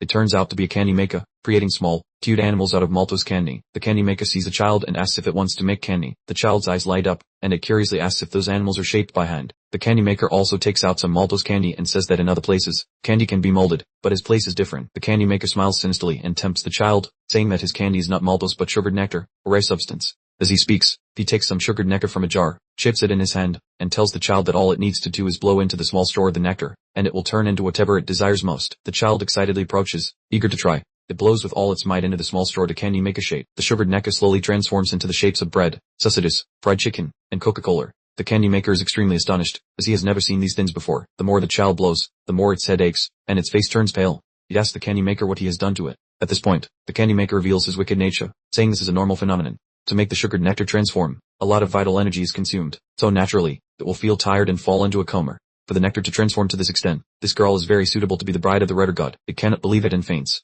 The candy maker's words echo in the darkness, waiting for it to wake up to a bright future. Meanwhile, at the present, Leroy and his wife follow the warden. They had bribed the warden heavily earlier to be released but are still here. The warden tells Leroy that this is an order from the headquarters. Suamai has imprisoned them. Doesn't he want revenge on Suamai? Leroy's face turns pale. He says fearfully that Suamai is a colleague of the court official. How dare he offend him? The other person laughs and says Suamai is different from them. He acts righteous all day and opposes his superiors. The headquarters has wanted to get rid of him for a long time, but they were hesitant to act due to Suamai's background. This time, hearing that the new subordinate under him is the divine Gadliu, they were dragged here, and rumors spread that Old Coffin turned into a monster and killed people, and the coffin shop sold monsters. These are truly devilish words and inexcusable. Suamai is definitely finished this time. Trembling in fear, Lunine stuttered that the coffin monster was real, as he had witnessed it with his very own eyes. The other person sneered mockingly, asking what of it, saying that headquarters had already dispatched cultivation experts to eliminate Samark, and if the Lu couple continued to cause trouble, they shouldn't blame anyone if they became the next targets. In the system at that time, netizens were clamoring for Samark to slaughter the entire Luvan city if no monster was found, since those inside were not living people anyway, and if the secret realm collapsed, they would be the ones to perish. Meanwhile, some questioned why the livestream channel was so lazy, as a large chunk of time had passed in the blink of an eye. Lulai too unhurriedly appeared to reassure everyone that although many rescue teams were stuck, Samark was still searching for a way, and the timeline disturbance on the livestream was due to Luvan city being located in the Lost Land, a place with a time flow completely different from the present. She explained that Elder Kui would clarify everything to everyone, but just as he finished speaking and turned to introduce him, the elder's silhouette had already vanished. Lulai's red eyes were vacant and panicked because he was nowhere to be seen. Ditch Suan suddenly appeared and said that Elder Kui had just told her he had urgent business and needed to leave early, though she felt the old man might have just quietly slipped away on his own. The perspective shifted to a discreet location on a high floor. A roar of fury rang out. That person was none other than Time Lian Dan, who was hurling curses at a betrayer. Seeing the chairman in a rage, the messenger of the corporate alliance standing behind him quickly began to inquire. He shouted that the cultivators had all fled. They had promised to join forces to eliminate Samark, but now they were hiding away, and once he escaped from the secret realm, how would they handle it? The messenger reassured him that he had requested reinforcements from the corporate alliance, while also noting that the withdrawal of the cultivators had been expected. Regardless, the secret realm map was still broadcasting the full view of Luvan City. The truth about Luvan City is the red line of the four major sects that anyone who touches must die for. The corporate alliance nearly sparked a full-scale war trying to investigate it, as the four major sects were willing to wipe Lu Van City off the map forever to cover up this reality. In a deserted stone cave, two figures were pacing forward. The long-haired one was Kuk Thien Tem, master of Dam Dai Bitch Cave, and the other, inquiring about his injuries, was Hyun Tun, sect leader of Tai En Hat Horfu. Kuk Thien Tem sighed, saying that the semi-sentient state caused terrible side effects, reducing his power by half. Hyun Tun expressed dissatisfaction, saying they should have called two more sect leaders as destroying a secret realm required extreme caution. Kuk Thien Tem replied that it was an emergency. The other two were deep at sea awakening that one, and the two of them were enough to destroy the secret realm without any worry. Kuk Thien Tem waved his hand toward the secret realm's core, gathering a hazy-colored ore in his palm, instructing Hyun Tun to be ready to use thunder magic and coordination to eliminate the secret realm as soon as the core was exposed. The core gradually emerged, bringing with it a massive pressure that surged through the air. Kuk Thien Tem ordered Hyun Tun to begin the operation. Hyun Tun quickly clasped his hands together to erect a protective barrier and then gathered his strength to cast the innate purple azure divine lightning. Blinding bolts of lightning along with energy orbs shot toward the core. The combination of the two created an explosion that shook heaven and earth. Yet, the core seemed to remain standing firmly in place. A voice rang out from afar, and immediately, a mountain chain demon subduing barrier surrounded the two of them. Kuk Thien Tem was stunned to see his attack easily blocked. Hyun Tun seemed to have anticipated it. The one who had just stopped the move was Elder Kui. He stepped out to stop them, partially saying that if the secret realm were destroyed, all cultivators inside would perish, the Earth's final protective shield would vanish, and monsters would swarm in to slaughter innocent civilians. He questioned if they had any conscience left to dare commit such an atrocious act. Hyun Tun replied sarcastically that if this war were lost, the protective shield would only be a stepping stone for the monster invasion. Now that the three Dao Suns had fallen, Namhan Truk was weakened, and the other cultivators had become puppets in Lu Van City. Though some mark remained free, defeat was inevitable, and destroying the secret realm was the wisest choice. Elder Kui exposed the hidden ambition as merely wanting to cover up the disappearance of Lu Van City, fearing the world would learn that those bloodthirsty monsters were actually summoned by the cultivators of the four major sects themselves. Hyun Tun's eyes gleamed with killing intent upon seeing that Elder Kui knew the earth-shattering secret of the four major sects, wondering if Thuan Go or Du Thien Inhan had betrayed them by revealing it to him. Elder Kui was extremely furious when Hyun Tun dared to mention those two, for he understood better than anyone what they had sacrificed for this world. He questioned whether the reputation of the four great sects was more important than the survival of humanity, truly feeling that the current position of the Tai En Hat Horfu sect master only brought shame upon future generations. Kuk Thien Tem noticed Elder Kui's anger and stopped Hyun Tun, believing that the truth about Lu Van City would eventually surface as time in the Lost Land was being disrupted, and if the Elder persisted in standing in their way, they would simply have to eliminate him. Hyun Tun took a fighting stance, asserting that the secret realm war was doomed to failure, and that cancelling it now was to save more lives, so he urged the Elder not to force the hand. Elder Kui roared at such sophistry, declaring that if they wanted to use the pretext of protecting the world to carry out this absurd act, they would have to step over his dead body first. His eyes were filled with determination and absolute faith that Samark would succeed where they were helpless. He believed the boy was a glimmer of hope to change the destiny of humanity, so he was determined not to let those two harm him. At that moment, at the magistrate's office, Head Constable Lu Fai-tin pointed directly at Samark, sarcastically remarking that he had misjudged him. Someone who usually preached justice and morality had now committed acts that humiliated the dignity of the people, leaving Lu Fai-tin with nothing left to say. Not stopping there, Lu Fai-tin slandered Samark, accusing him of spreading false rumors about monsters in the sea to sow fear. This time, surely no one could protect him. After speaking, they laughed triumphantly. As it turned out, the whole thing was a pre-planned act to stage the accusations against Samark. The officer beside him quickly formed, agreeing that he was right to scold the boy. Samark had always been arrogant and pretentious, an eyesore to everyone, and they should take this opportunity to eliminate him. On the floor, a man bound tightly cursed Lu Fai-tin as being no better than a beast. He cried that while Captain Samark was risking his life to hunt monsters, the constable dared to stab him in the back, proving he was unworthy of his position as head constable of Lu Van City. Lu Fai-tin sneered, telling Levin to face reality. Samark had offended countless people in Lu Van City, and if not for his uncle serving as a censor in the imperial court, he would have lost his life long ago. He should thank Levin for handing over the evidence of the boy's crimes on a silver platter, as it was he, not the constable, who would finish Samark off. Levin angrily insisted that the monster in the coffin was real and that the city had likely been infiltrated by many others. He questioned whether they had any conscience at all, ignoring the monsters as they slaughtered innocent people. Lu Fai-tin curled his lip in mockery, asking how they could possibly be monsters in Lu Van City. He looked toward the couple from the Lu family and ordered Lu Nin to speak up and confirm the truth. Lu Nin flatly denied it, blaming Samark for failing to deceive them and then imprisoning both of them with his accomplices, while demanding that the constable step forward to seek justice. Levin turned in a rage to shout at the two, insisting that Samark had risked his life to save them from the demon, yet now they dared to lie through their teeth. Lu Fai-tin continued to assert that there could be no monsters when the cultivators of the Lotus Grotto were guarding the city. Their responsibility was to protect the peace, and admitting to monsters would be like smearing filth on their own honor and cultivation achievements. Levin remained firm, demanding a confrontation with the 10 cultivators from the Lotus Grotto, stating that one look would reveal whether the monsters existed. Lu Fai-tin lost patience with Levin's stubbornness, mocking him by asking if he thought having cultivators would save Samark.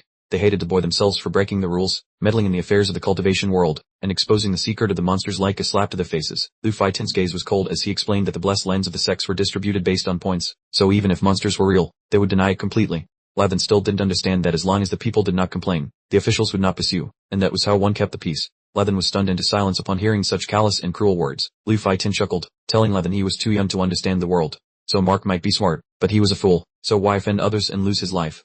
Compared to bandits or droughts, a few monsters eating some people was hardly worth mentioning. Suddenly, the courtroom door burst open, so Mark walked in from the outside with steady steps. He immediately saw Levin bound tightly. Levin cried out in a panic, telling So Mark to run because they were setting a trap and the cultivators were about to arrive. Lu Fei-tin gloated, declaring that So Mark had walked right into the trap and it was too late to run, shouting for everyone to rush in and capture him. So Mark observed the crowd charging at him with a calm expression, showing no sign of surprise. After only a brief clash, all of Lu Fei-tin's subordinates and the man himself were knocked to the floor. As he tried to threaten the boy with the crime of attacking an official, So Mark coolly replied that he was in a hurry and demanded to know where the real head constable was, as he needed to find him. The Fei-tin leader glared angrily at So Mark, mistakenly thinking he was mocking him and forgetting that he was the head of the Fei-tin group in this Lyroran city. So Mark smiled and announced the good news to Lyroran city, that they were about to face an unprecedented catastrophe, and from now on, the leader and all his subordinates were his dogs and must obey his orders implicitly. Fei-tin group tremblingly scolded So Mark, calling him a devil and saying he must be crazy to act this way. They warned him that no matter how good his martial arts were, he was still just a mortal, and if he insisted on acting out, the cultivators at Lion Deer Cave would not let him off. So Mark suddenly remembered the cultivators of Lyroran city and instructed the Fei-tin leader to take him to find them after settling matters in the town.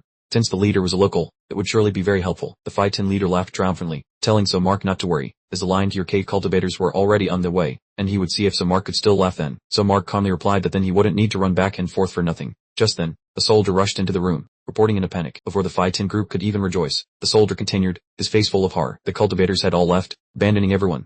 A Lun River had suddenly appeared surrounding Lyroran city, and anyone who touched the water, whether person or object, turned into a corpse. Outside the city, civilians touched the strange water and immediately dissolved. Some cried for help, while others fled in chaos. No one could escape, and perhaps everyone would perish in this Lyroran city. The Fei-tin group went outside to look, their faces filled with wordless terror. The soldier reported that this was the sea current surrounding Lion City, with no way out, and he watched the scene of the strange water causing people to evaporate before asking where the cultivators had gone. The soldier was also stunned, saying he had gone to Lion Deer Cave but it was empty, and the cultivators had abandoned them. The Fei-tin leader broke into a cold sweat, muttering that it couldn't be right. That current could melt ordinary people, but it was no problem for cultivators, and he still believed they would find a way to save them. So Mark approached the current and calmly stated a terrifying hypothesis. What if this current was created by the cultivators themselves? The Fei-tin group did not believe him, arguing that if Lyroran city were in danger, the cultivators guarding the city would also be punished, and this was not something that could be swept under the rug by sacrificing a few people. So Mark's eyes shone with a mysterious golden light. He thought this might be the reason they had left. The system appeared, revealing that he was using the purple gold gourd, a crucial plot item, a magical treasure of Lion Deer Cave originally used for alchemy. If people were put inside, they would turn into corpses, and by modifying it and using a magic array to amplify its effect to encase Lion City, breaking the gourd would immediately attract the attention of the void demon. So Mark told everyone that they were inside a gourd, stating it with certainty. The Fei-tin group followed, still not understanding. Why did he say they were in a gourd? Then, he watched in surprise as So Mark reached his hand into the water. A beam of golden light pierced through the water, and under the ground lay a small snake sound asleep. The system displayed that it was a sleeping river god cub with the ability to control the flow. If attacked, it would awaken part of the river god's instincts and take control of the entire flowing current. So Mark withdrew his hand, turned around, and told the Fei-tin leader to take him to Lion Deer Cave to see if any information had been left behind. The Fei-tin leader could not believe it. So Mark had stuck his hand into the water and nothing had happened. So Mark did not want to say much, telling him to shut his mouth. Even though he was terrified, the Fei-tin leader still angrily scolded So Mark, saying he was dreaming and should do whatever he wanted if he was so capable, shouting that he should not think he could order him around. At this moment, So Mark stepped straight into the cave. Behind him was the bruised face of the Fei-tin leader. Inside Lion Deer Cave, So Mark was surprised that the cultivators had cleaned everything up so thoroughly, leaving nothing behind. He ordered the head of the group to search around to see if anything had been overlooked. Fei-tin leader turned to tell his subordinates to listen to So Mark and get to work. The group searched around, and after a while, a soldier found a mirror, though its purpose was unclear. Lu Feixing took the object. He explained that it was a connecting artifact from the cultivation world, so Sumo immediately asked if he knew how to operate this mirror. Lu Feixing hesitated, replying that he only vaguely remembered that one had to touch the patterns around the mirror's edge. Immediately, the surface of the mirror began to ripple strangely. A figure appeared in the mirror, questioning the signal sent from Lion City and speculating that a communication mirror might have been lost there. Horrified, Lu Feixing recognized it as sect leader Jin. He hurriedly begged Jinju for help and recounted the scene of the city being submerged by monstrous horde that tore the citizens apart, but he was met with a frigid voice asserting that this disaster was caused by his own hand. Lu Feixing stood thunderstruck, stuttering a question and not a terror. Jinju stroked his beard and nonchalantly stated that extraterrestrial demons were plotting to invade Lion, having turned commoners into monsters to serve as beacons. For as long as these monsters lived, the demons could descend. He coldly said that if any monsters escaped, it would be a danger to all humanity, so he had to accept a minor sacrifice. He then disdainfully explained that using the corpse dissolving ward artifact to envelop Lion City was intended to prevent them from fleeing, effectively sending Lu Feixing and the commoners to their graves together. Lu Feixing collapsed to the ground with a haggard expression, his trembling hands clutching the mirror as he begged for his life. He accepted that the master wanted to wipe out Lion City but pleaded to be saved because he was not a monster, while also reminding him of their old ties. Jinju cut him off, saying that while Lu Feixing was good at making money, it was a pity he could not be saved.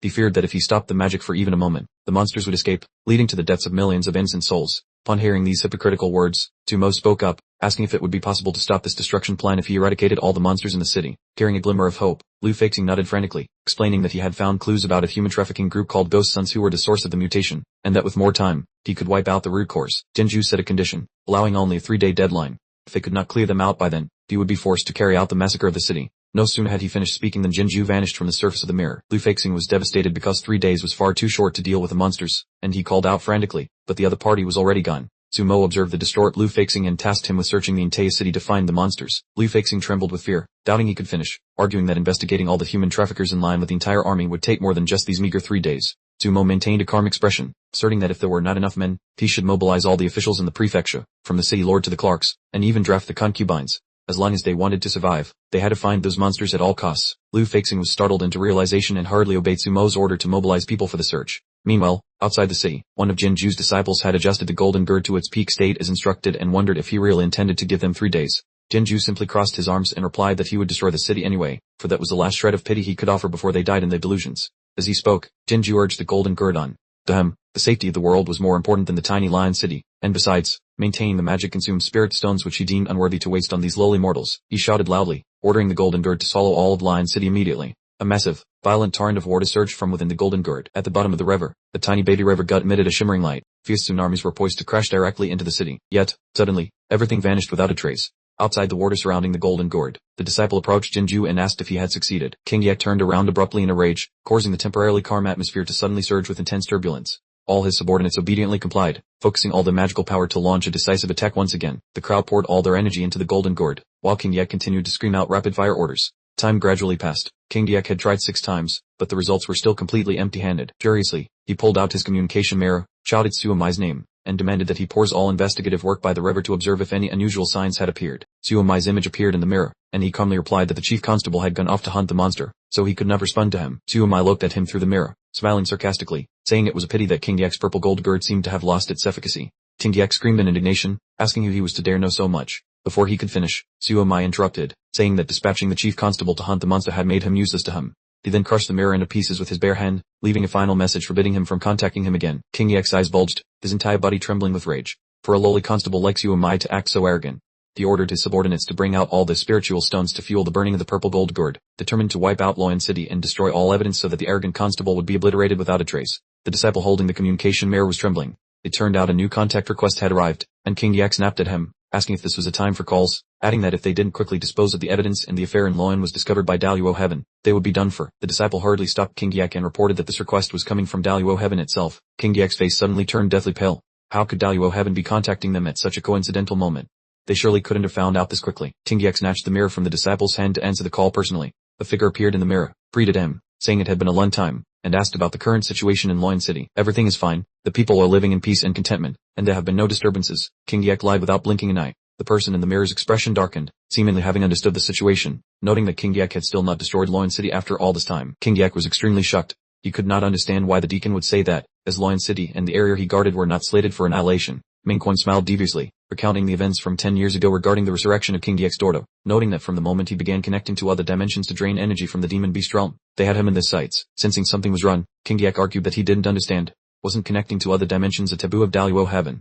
If the deacon had known so long ago, why didn't he stop him from the start? Mingquan squinted and smiled, explaining that Daluo Heaven invented this taboo to pacify the public after a large number of mortals died. It was merely a tool to deceive the weak and create a false sense of security. King Yak must know that for decades, the world's spiritual energy had been depleting, making the theft of energy from the demon beast realm a priority, and King Yak's results were even more excellent than the Dandai Green Cave, using the entire Lion City as a test subject. His recklessness and imagination were truly commendable. King Yak scratched his head anxiously, saying that Lion City was now out of control, and he feared his power was insufficient to destroy it. The other side confirmed they would send people to assist, telling King Yak not to worry as they were very experienced in handling such matters. Returning to Suomai, Yi and Lashen were standing in front of the Black Dragon Gang. Lashen explained that apart from the government, this was a local organization with the most formidable manpower. Suomai turned and asked if he had ever had any friction with the people of the Black Dragon Gang. Lashen explained that his subordinates frequently thwarted their illegal activities, so the two sides did not get along, especially since the leader of the Black Dragon Gang had always held a deep grudge against Suomai, so he feared they would not cooperate. Suomai comforted Lashen, saying that faced with the life or death fate of Lion City, the Black Dragon Gang leader would surely know how to make a wise decision,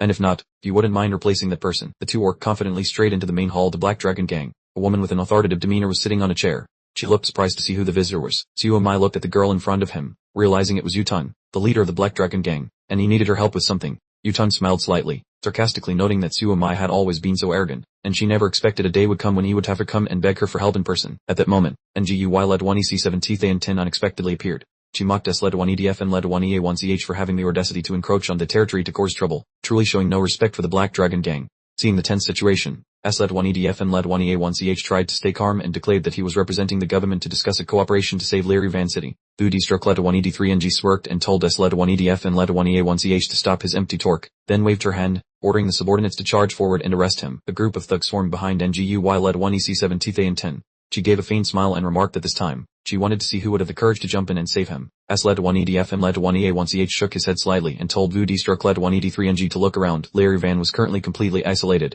and he really didn't want to waste energy on meaningless brawls. Vu D-Struck led 1ED3NG didn't care one bit about the chaos outside. This was a golden opportunity she had been waiting for all this time, and no one could stop her from doing what she wanted with S led 1EDF and led 1EA1CH. She nonchalantly asked if he wanted to become her husband and the gang leader's consort. At that moment, tens of thousands of confused question marks appeared on S led 1EDF and led 1EA1CH's face. NGUY led 1EC7 Tithe and 10's eyes widened in surprise, and she asked if Udi struck led 1ED3NG was joking about planning to marry this guy. The subordinates also hardly begged her to reconsider, saying that doing so would be like inviting trouble into the home, as S led 1EDF and led 1EA1CH had always been a thorn in this side. Udi struck led 1ED3NG rubbed her chin and thought. She had carefully considered which way to humiliate him to satisfy her resentment, whether to hang him upside down on the city walls to endure hunger and thirst for 7 days, frame him for a crime, or simply chop him to pieces in a dark alley. Udi struck led 1ED3NG stood up abruptly and clicked her tongue in lament, saying that S led 1EDF and led 1EA1CH had a talented uncle who was a high-ranking sensa, so those lowly tactics could not be applied to him. Udi struck led 1ED3NG spoke up, saying that wasn't he always claimed of her, determined to put her in prison?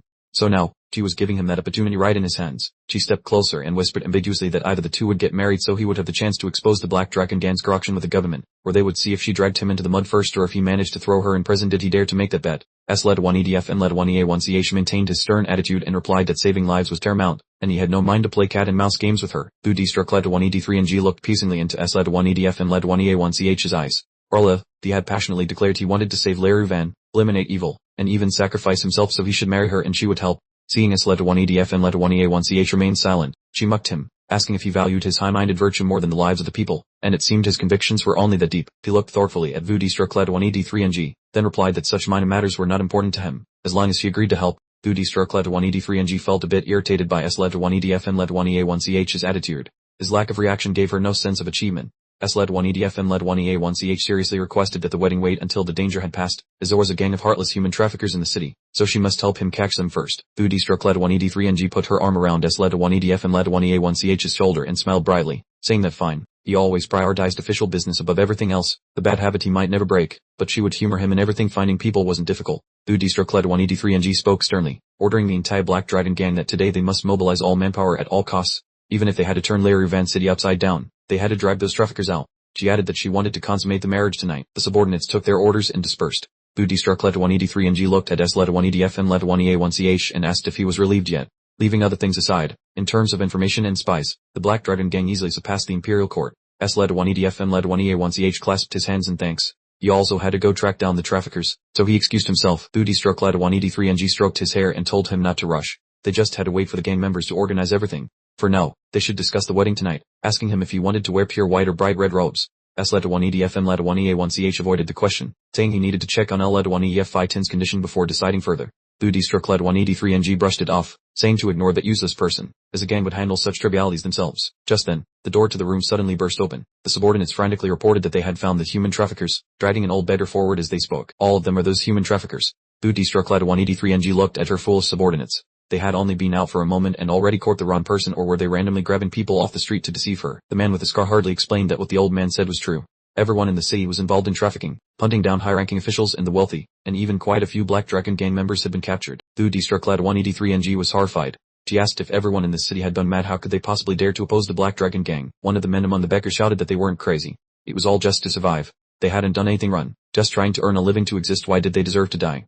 Why did the cultivators destroy the homes and then want to take the lives? The old beggar clutched his head in despair, asking if the Black Dragon gang didn't see it. The river could turn people into corpse water. It would swallow everything, and if not for the river god's manifestation stopping the raging waves, everyone would have perished. And led 1EA1CH had grasped the key elements, making him wonder how he knew about the existence of the river god. The frenzied beggars claimed they were true immortals, informing everyone that the river god needed many sacrifices to awaken. Before, these people had bullied them, robbed them money and food, but now it was their turn to sacrifice their lives to save others. They proceeded towards the city center. At this moment, Ledwanef-10 and his group were tied up by the beggars. The beggars yelled, asking if Ledwanef-10 intended to rebel by daring to tie up officials. In the distance, an old man sat in front. Next to him was a giant snake with mesmerizing glowing red eyes. The old man asked Ledwanef-10 if he knew about the QU Ledwanea3 Ledwaned. He explained that the QU Ledwanea3 Ledwaned were the ones they were hunting, but warned them not to expect to catch them.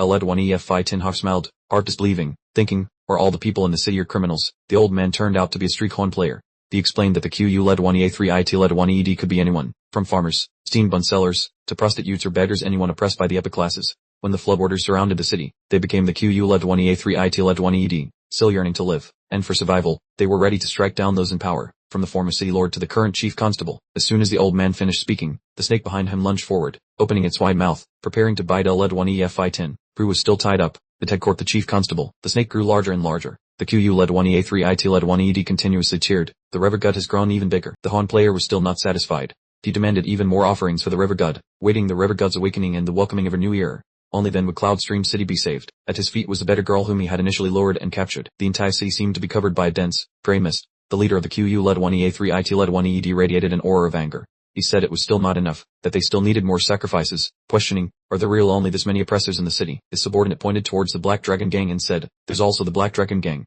Hundreds of people haven't been captured yet. Hearing this, he immediately ordered his subordinate to bring them. His subordinate's voice suddenly faltered, saying, but the Black Dragon Gang's defenses are too strict, and their numbers are large. It will be difficult for us to break through right now. The leader of the QU Ledwanea3 Ledwaned loudly ordered Ledwanea9 Tuck. Alright, I understand. Ledwanea9 Tuck, quickly go with them and bring all the Black Dragon Gang members. They are just mortals. For you. This won't be difficult. Ledwanea9 Tuck obeyed its master, acknowledging with a yes. Before he could act, another subordinate rushed in to report to him. Someone from the Black Dragon Gang has arrived. The leader of the QU Ledwanea3 Ledwaned showed a triumphant expression. He stroked his beard and said, Par, could it be that the Black Dragon Gang sent an envoy to negotiate peace? Truly foolish. But since the sacrifice has come right to our doorstep, let him in. As Ledwanedf and Ledwanea1ch stepped forward, he asked, you are the leader of the QU Ledwanea3 Ledwaned, appearing in person. That saves me the time of searching. He looked up, pointed at Ledwanedf and Ledwanea1ch, and said triumphantly, Ledwanedf and Ledwanea1ch, the junior constable of Cloudstream City. I know you, the one who ruined my immortalization ritual. The entire city's government hunting me down, it's all you're doing. So why are you with the Black Dragon Gang? Ledwanedf and Ledwanea1ch replied succinctly, of course, it's to stop you from destroying Cloudstream City. The leader of the QU Ledwanea3 Ledwaned burst into laughter and said mockingly, destroying Cloudstream City? You don't understand anything at all. His eyes were bloodshot. Pointing directly at Ledwanedf and Ledwanea1ch's face, he roared, this world is now sick, beyond cure. The cultivators, the government, in the end, are only gnawing on the last scraps of this world. Only divine beings from another realm, our God Lord, can save us, save Cloudstream City, save this mistaken world. If you want to stop me, you're too late. He summoned the river god, saying triumphantly, look, with just a few more sacrifices, the river god can fully recover its true form. After performing the wedding ceremony with the river god, a true deity will descend and guide this world. Hearing that, the leader of the QU Ledwanea3 Ledwaned became even more frenzied. He sneered and said that Ledwanedf and Ledwanea1ch would become nourishment for the river god, then ordered it to devour him. The river god obeyed. He roared once and lunged straight at Ledwanedf and Ledwanea1ch. He merely crossed his arms and said, do you think everything is that easy? Look.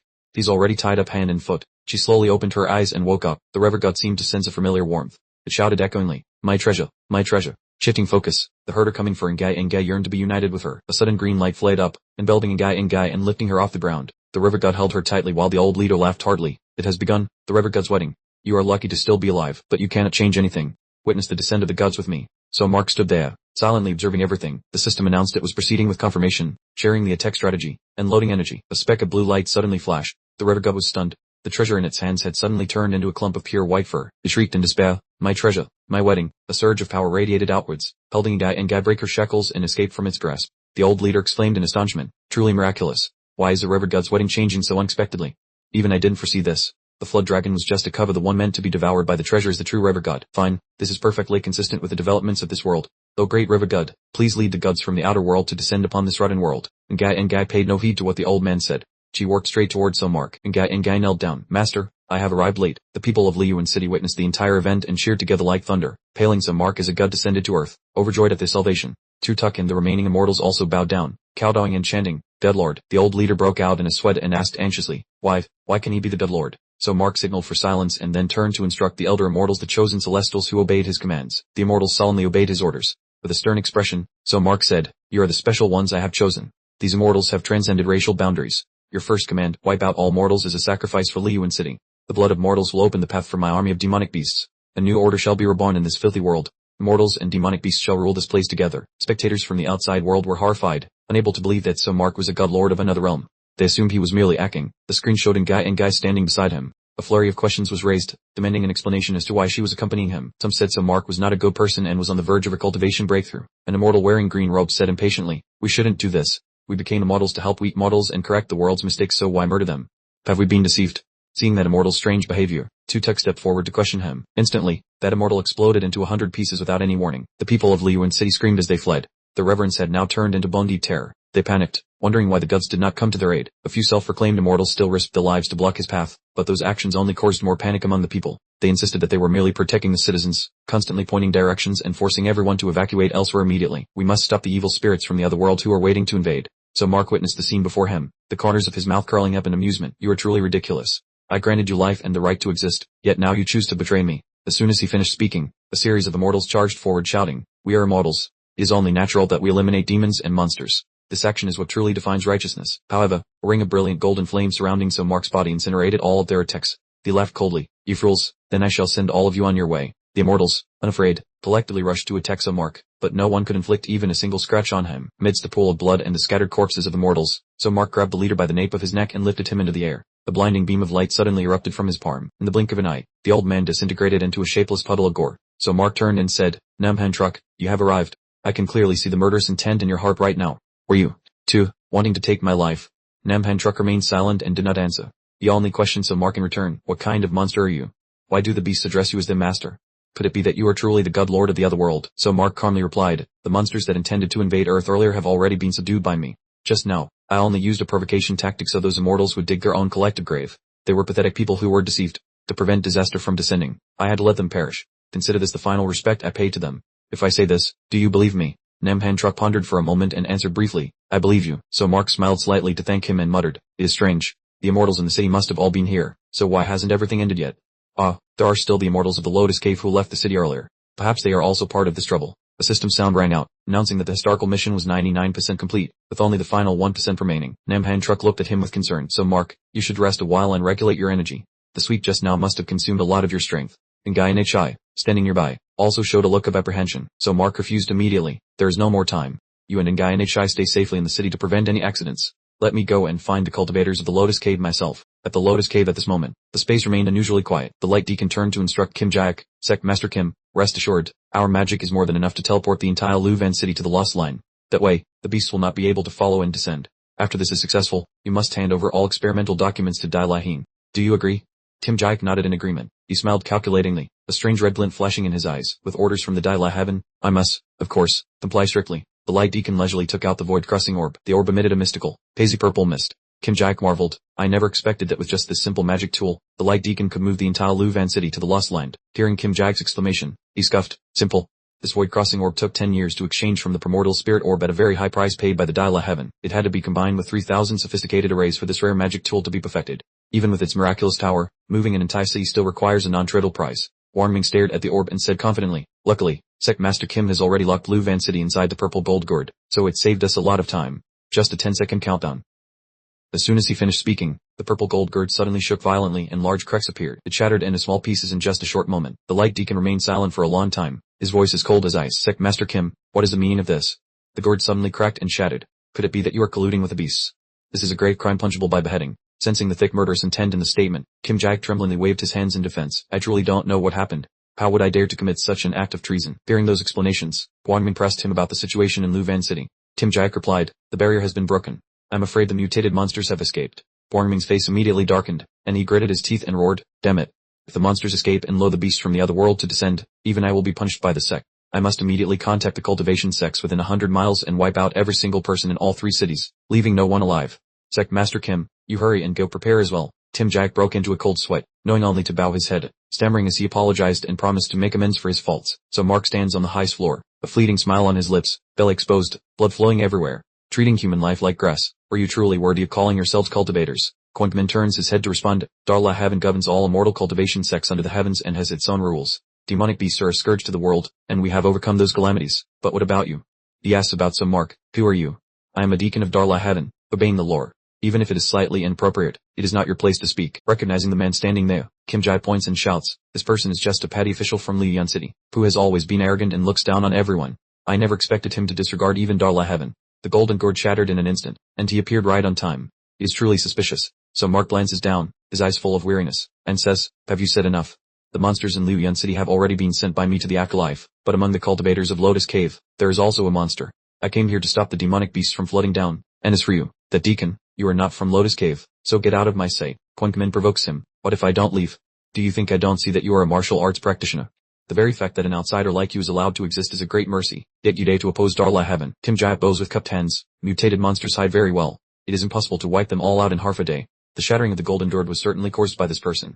His main goal is to prevent us from moving Liuyan City to the Lost Land. This person definitely has his own ulterior motives. He might have even betrayed us to the demonic beasts. Kwon Kmin's face changes. That makes sense. As a martial arts outsider whose cultivation techniques are inherently linked to demonic beasts, Darla Heaven has hunted down tens of thousands of such practitioners over the last 10 years, only recently acknowledging their status in cultivation. But how could a 10-year grudge against Darla Heaven disappear so easily? Defecting to the demonic beasts is not impossible. So Mark lets out his soft "Oh, if reason does not work, then let us destroy everything together." Kim Jai orders his subordinates to attack Mark. The subordinates rush forward to attack. He simply employs one technique. He gently strikes down all of Kim Jai's subordinates. Kwon Kmin uses the power of the zero-degree crystal, shining it directly at Mark. A stream of dark energy envelops him, causing him to suddenly vanish into nothingness. Kwon Kmin says smugly, a martial arts practitioner, lacking character, knowing only brute force, breaking rules, easily provoked, focused only on violence, disregarding the big picture, and heartless. You could say you are stupid. Who would go head-to-head with you? How foolish. I will send you to the Lost Land, a place of eternal life and death reincarnation. But he did not expect that. At this very moment, a cold voice rang out behind him. It was Mark again. Deacon, I have returned. He turns his head and shook, his face full of panic. How is this possible? There is absolutely no way to survive once you enter the Lost Land. So Mark sneers. How ridiculous. Mortal beings like you always think everything is under your control. Unfortunately, it is all in vain. This place is the Lost Land from 1,000 years ago. You were destroyed here. Deacon Kwon Kmin's entire body begins to deform strangely. He pangs and cries out, did the teleportation fail? How could this be the Lost Land? What kind of joke is this? I don't believe it. I am a deacon of Darla Heaven. If I had fallen into the Lost Land, Darla Heaven certainly would not have abandoned me. So Mark crosses his arms and says calmly, perhaps it is because of people like you acting hopelessly that Darla Heaven had to increase the scope of spatial teleportation, and you were caught up in it, constantly reincarnating in the Lost Land along with Liuyan City. 1,000 years later, of the 8 great sects, only 4 remain. Darla Heaven no longer exists, and human power belongs to those who seize it. The Darla Heaven you rely on did not even come to save you in your final moment of destruction. He screams in terror, his eyes wide, watching his hands gradually become transparent, disappearing bit by bit into nothingness. You are spouting nonsense. Am I a fake? Am I already dead? The system notifies him of his status. His soul is torn apart. One half remains in the Lost Land, the other half rushes back to reality. Because the soul is incomplete, for half of every day, the soul in reality experiences the pain of being torn apart. So Mark reacts quickly to Kwon Kmin's attack and says, I don't know whether to call you lucky or not. You only have half a soul in the Lost Land, reincarnating endlessly. Hearing Mark's words, he screams in anger. Though Mark sneers, your remaining half soul luckily managed to return to reality, but it suffers torment every day. Perhaps you should just go meet your ancestors once and for all. Kwon Kmin is furious, his face turning red. Do not speak nonsense. I'm not fading away. Before he can finish his sentence, Kwon Kmin's body is torn apart like a thin piece of paper. Finally, his body completely dissolves. Helplessness is clearly written on the faces of his subordinates. One by one, they gradually vanish. Kim Jai screamed in extreme horror. He ordered his remaining subordinates, telling them not to be deceived or controlled, but to destroy him and avenge the Light Deacon. So Mark spoke coldly. It was time to realize that no one could save the last mutated monster of Luvan City. Kim Jaik was startled and denied it, saying that with tens of thousands of lives in Luvan City, his experiment had achieved a spectacular breakthrough, an achievement even Dilathine would respect. So why would he turn into a monster for a bit of power? So Mark folded his arms and calmly asked him what had driven him to start the experiment. Kim Jaik laughed like a madman with a distorted sound as he began to transform. Why even ask? Naturally, it's because his emotions were a mix of laughter and tears. He could not explain the reason he started the experiment. As his face shifted from anger to anguish, his body began to deform, bones twisting and belly swelling. Then from his throat, a small, bright red creature slowly emerged. I, the great Kim Jaik sect master of Lam Hor Cave, get whatever I want. Why must there be so many reasons? The plot system appeared. The reason was his desire to revive his daughter, Ngan Jaik, who had been bewitched by the Vani demon, opening a portal between the alternate world and Earth. So Mark appeared right above his head with icy eyes. Have you forgotten?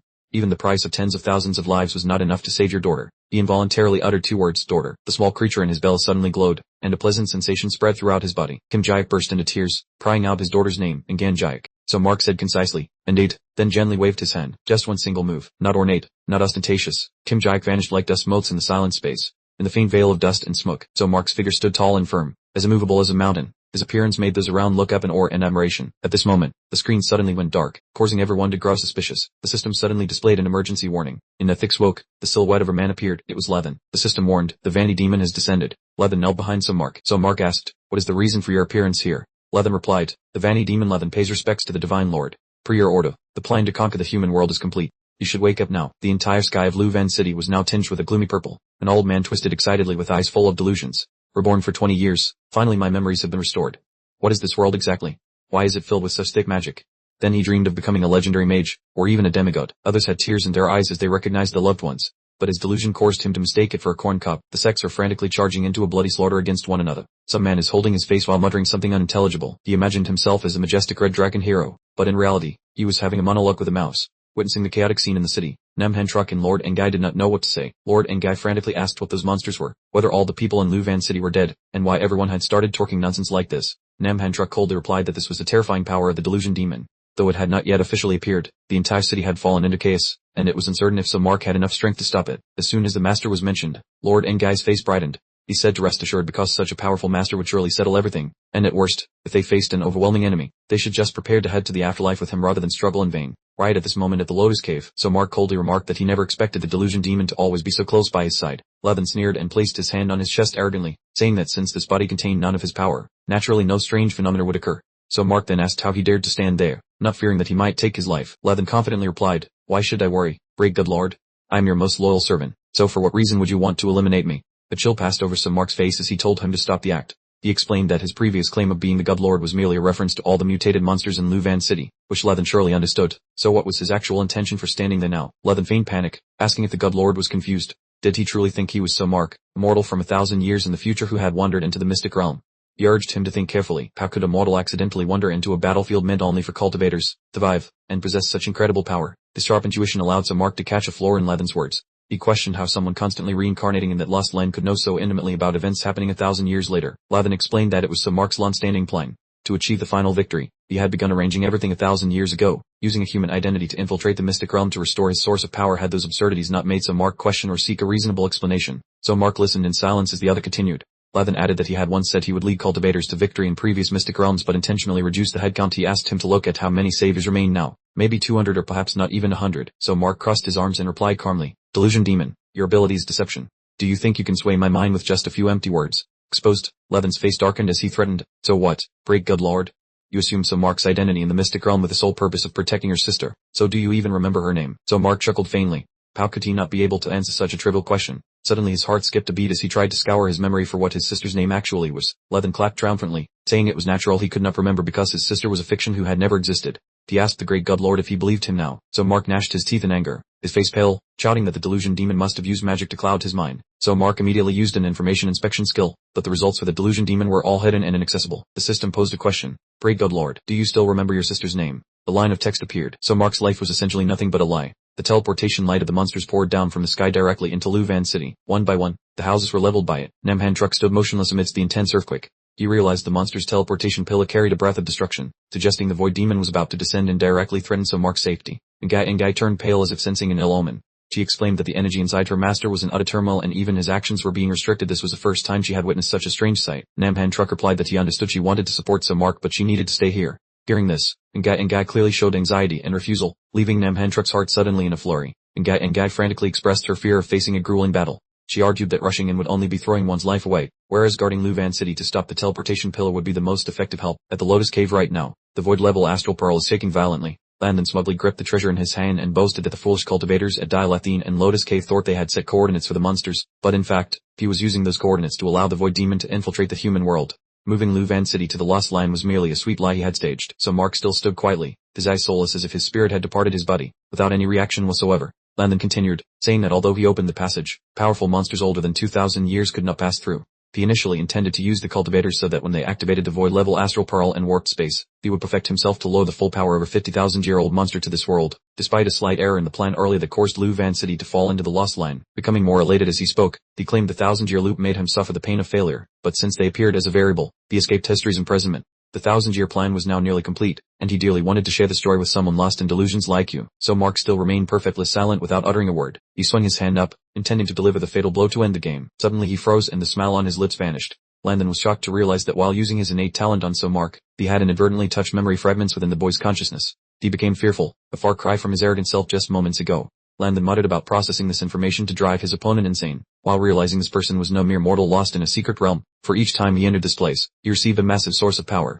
Mark's silence terrified him as he recalled that in just 3 secret realms, the number of cultivators had plummeted from 10,000 to under 200, whereas Mark's past was so empty he had even forgotten the names of his relatives. Landon tremblingly bit his finger and wondered if this man was the incarnation of the Divine Lord. He consoled himself that it was just a lie he made up, but his mind was in turmoil, feeling truly doomed when all the signs did not match the Divine Lord's incarnation. He clutched his face and tore his hair in panic, only praying the descent to Earth would succeed so the Divine Lord wouldn't punish him, while the pearl behind him continuously emitted purple sparks. Luvan City was still enduring waves of horrific destruction. A brilliant beam of light suddenly attacked Namhan-Truk and Ngai. Pantruk narrowed his eyes because he didn't expect the light pillar to have the ability to track them automatically. Ngai realized time was running out as the teleportation process was almost complete. Namhan-Truk asked her to provide cover and set up a defense so he would have an opportunity to attack the light pillar. Ngai was shocked at that bold proposal. She tried to stop him, saying that rushing into the pillar when its energy was at its peak for teleportation would shred a person's body to pieces. Faced with the relentless attacks, Pantruk became more determined. He remembered how many cultivators had fallen for a great cause, because the sex rules and the covenant with this world required a battle to the death once one had received training resources. The pillar of light had now completely engulfed the Lotus Cave.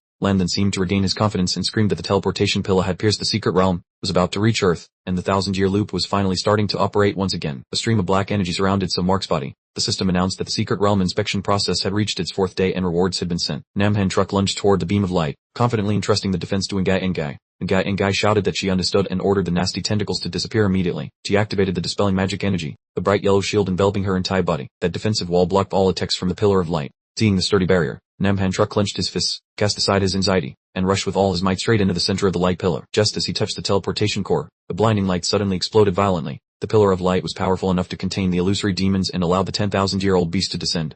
The violent energy within made Namhan-Truk realize reality was far more terrifying than he had mentally prepared for. At this very moment, his leg muscles had torn apart, the bones in his left arm were shattered, his internal organs were bleeding severely, accompanied by burning wounds spreading across his entire body. Namhan-Truk was in agonizing pain. Having stood in the light pillar for only a moment, his body felt as if it were about to shatter. He thought to himself that if he were to face that energy stream head-on, his physical body would be utterly ruined, yet he did not take a step back. Namhan-Truk clenched his fists tightly, releasing a surge of dark power. That power quickly merged with the energy of the light pillar. Witnessing that scene, Landon mocked Tan-Truk's body, which was struggling to resist. With a sneer, he said that even draining his life force would not stop his descent, and that holding on for a few more seconds was utterly pointless. One by one, blue sparks of fire gradually drifted toward him. Landon caught a fleeting glimpse of its presence, but by the time he looked back, it was already too late. As the blue flames engulfed him, the system chimed, "Congratulations on the 4th day, receiving the reward, Samadhi True Fire." The fire spread as rapidly as a plague, burning down Lianhor Cave before erupting across the entire Lost Land. Even after that, it continued to expand relentlessly. Meanwhile, at the old coffin shop, an immortal was devoured by the flames, screaming in excruciating pain. He shrieked frantically, panicked because he did not understand why he was dragged back to the mortal world from the underworld. In Lan City, other immortals also revived, weeping uncontrollably as the long-lasting nightmare had finally come to an end. The demon leader clutched his chest and collapsed in utter helplessness. The villagers screamed, begging for death to end the agonizing pain. At Lianhor Cave, the fire was still burning fiercely and savagely. Landon was shocked to realize something. He demanded to know how the mindless puppets had suddenly awakened, what was happening, and what on earth this fire was. The flames wrapped around Mark. The system displayed detailed information about that blue fire. Landon changed his tone to a flattering one, asking Mark why he was stopping him, saying his true form was about to descend upon Lan City, and that they could use the power of the light pillar to go to Earth.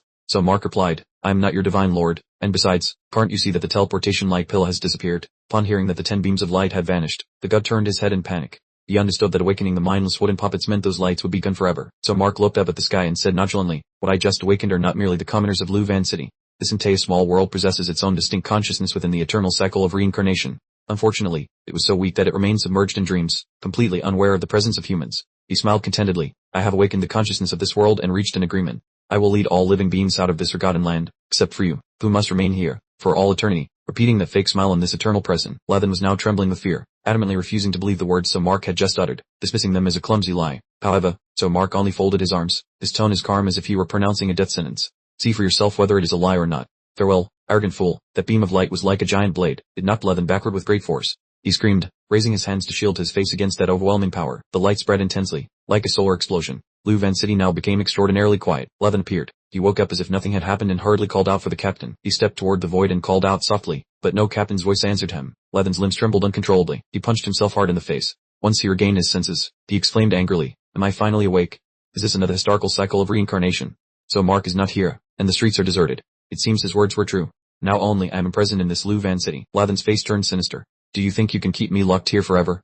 If an exit was opened, it must have left a trace. As long as I search thoroughly, I will escape this cursed place sooner or later. A beam of light shone through once again. The scene returned to its previous state in Luvan City. At a street corner, the moment it all began, Lathan woke up once more and repeated the exact same words from before. He realized in a panic that something was wrong because the world was resetting. The time loop seemed to be contained within a mere 10 seconds. The countdown to the reset began, leaving Lathan with insufficient time to find any clues. That light rushed in once again. Lathan fell into despair. He collapsed to his knees, no longer knowing if he had returned for the 785th or 786th time. Lathan gradually went mad, no longer caring about anything. The system announced that the 787th cycle of reincarnation had begun. Kuktheen Tam gasped for breath, exhausted from being completely drained of strength. Up ahead, Puiten and Huan Tun were still locked in a fierce struggle with each other. Puiten was a beat faster, delivering a vicious counterattack to Huan Tun's chin. Kuktheen Tam ambushed him from behind, shouting so loudly that the other man could not defend himself. He thought to himself that his strength was exhausted, and that the confrontation between the two sects, Tien Hat Horfu and Dan Dai Bishdan, remained a stalemate, even though their opponent was merely a lone elder. Puiten trembled with exhaustion, blood spilling from his mouth. Kuktheen Tam roared, "Puithang, stop being so stubborn. Demonic beasts can infiltrate the secret realm at any time. If they spill onto Earth while you keep blocking the destruction of this place, you are strangling the hope of humanity. Get out of the way now." Puiten remained unmoved. He frowned and growled, "I have told you many times already, don't even dream of it." The emergency red messenger talisman emitted a constant, urgent sound. The members of Dan Dai Bishdan exclaimed in horror, as only the most critical situations required the use of such a communication method. Yuan Tun shouted, "It's all over, that's an emergency messenger talisman." Kuktheen Tam was excited. "Kuthang, look closely. Is this the ending you wanted? The secret realm is about to collapse. Demonic beasts are flooding into the world, you despicable traitor to humanity." The voice in the messenger talisman hurriedly explained, "Sect Master Huan, Sect Master Kuk, can you hear me clearly? The secret realm mission has ended. The teams are preparing to return. Humanity has won." The system broadcasted a notification for the third time that the secret realm had been completed, and after 10 minutes, everyone would be returned to reality. Everyone returned to the real world. Vudan looked around skeptically and asked when the third mission had been completed, while Ngai Tin felt slightly dizzy, his memories as hazy as if he had just woken from a lung dream in a strange place. Vudan frowned, trying to recall what happened at Luvan City, but all the events that took place there slipped from her memory. Ngai Tin realized this feeling was strangely familiar. The mission must have been completed because Mark had wiped out all the demonic beasts. Vudan, feeling resentful and shaking with anger, muttered, "It's so frustrating. I was clearly about to catch up to him, yet in the end, I was still left behind and gained nothing." Ngai Tin replied, "Mister, so Mark is a genius beyond our comprehension, a monster who doesn't follow the rules. Don't let the torment consume you, just focus on doing your part, because comparing yourself to a monster will only lead to a breakdown." On the ground, the pool of blood had already dried. That pool of blood belonged to Namhan Truk, who was now nothing more than a cold, lonely corpse. Those who had just returned showed clear expressions of joy. Some recognized Namhan Truk's body. Those he had once looked down upon and despised as useless now smirked and whispered among themselves. Kentine shouted, "Shut your mouths. Aren't you ashamed? Look at the wounds on his body." He fought until his very last breath. He continued, "In Luvan City, when we fell into the demonic beast trap, ask yourselves what you did. Even I only saw chaotic memories and could do nothing to help." He bowed his head, his voice choking with emotion. "Perhaps we are still alive today only because of his noble sacrifice." At the top of a high-rise building, so Mark silently observed everything from afar. Ngai Nhai stood by his side, her voice tinged with sadness as she approached Namhan Truk. "Why be so stubborn? He was clearly so weak, yet he acted so foolishly." So Mark said with regret, "The world has lost someone who truly believed in me." He continued, "Namhan Truk, you helped me buy time. I owe you a debt of gratitude. If the sect masters of the four great sects show even a little sense, I will spare them." Kuktheen Tam screamed in disbelief that the secret realm had been cleared and that So Mark had survived and returned. Puitin laughed heartily because So Mark had achieved victory. While Puitin's guard was down, Kuktheen Tam suddenly unleashed a vicious attack. The blow struck like a thunderbolt, sending him crushing into a large rock. Puitin spat blood, his eyes bulging in pain. Still fueled by rage, he prepared to follow up with another lethal blow. Yuan Tun hurriedly intervened. "Enough. The secret realm is finished. There is no need to continue this slaughter." Kuktheen Tam raised his voice and asked, "Sect Master, are you still planning to protect those elders?" It is all because of this person that Than Lu Van's true identity was revealed, and it even allowed So Mark to return alive. Puitin was startled. "Our time like this, Yuan Tun-chan, were you still pretending to be kind? You two brats can go ahead and attack. I still have plenty of energy." Chaphet's provocations only further angered Kuktheen Tam. "Sect Master Huan, can you still remain calm in the face of this instigation?" Yuan Tun-chan let go of his hand and spoke slowly. "What has happened cannot be changed. Do not waste time on Kutheng anymore. Now I must go to the deep sea to awaken something with the other two sect masters." Kuktheen Tam became even more agitated and spoke frantically. "That's right, as long as that Heinz returns, So Mark is nothing. Puithang, you should thank the heavens for having escaped with your life." Puitin was shocked. "The deep sea? Have you all been mad? That is a place Dialathine designated to be sealed." An urgent transmission talisman arrived. "Sect Master Huan, Sect Master Kuk, we have just received important news regarding the financial alliance. They have planted massive energy bombs in the diplomatic district of Kaisun City." Kuktheen Tam grabbed the talisman and laughed loudly. "Kaisun Diplomatic District? That is exactly where So Mark will return from the secret realm. It seems the financial alliance has made up its mind. We need not be polite anymore. Elder Kui, the savior in everyone's heart, is about to become a pile of minced meat under the bumps." Scene change. Tien Lian Sun clutched his phone, his voice filled with panic. What the hell is going on? There are only 5 minutes left until Mark leaves the secret realm. How long do you intend to keep me locked up? The envoy of the Financial Alliance spoke with a smug tone. Chimantine, we are currently in an underground bunker 5,000 kilometers from Kai-Sun City. This place is extremely safe. Where else do you want to run off to? Tyne Lian-sun smashed his phone and roared madly. Right, I'm planning to run. So what? Will US fast hunters be anything in front of Mark?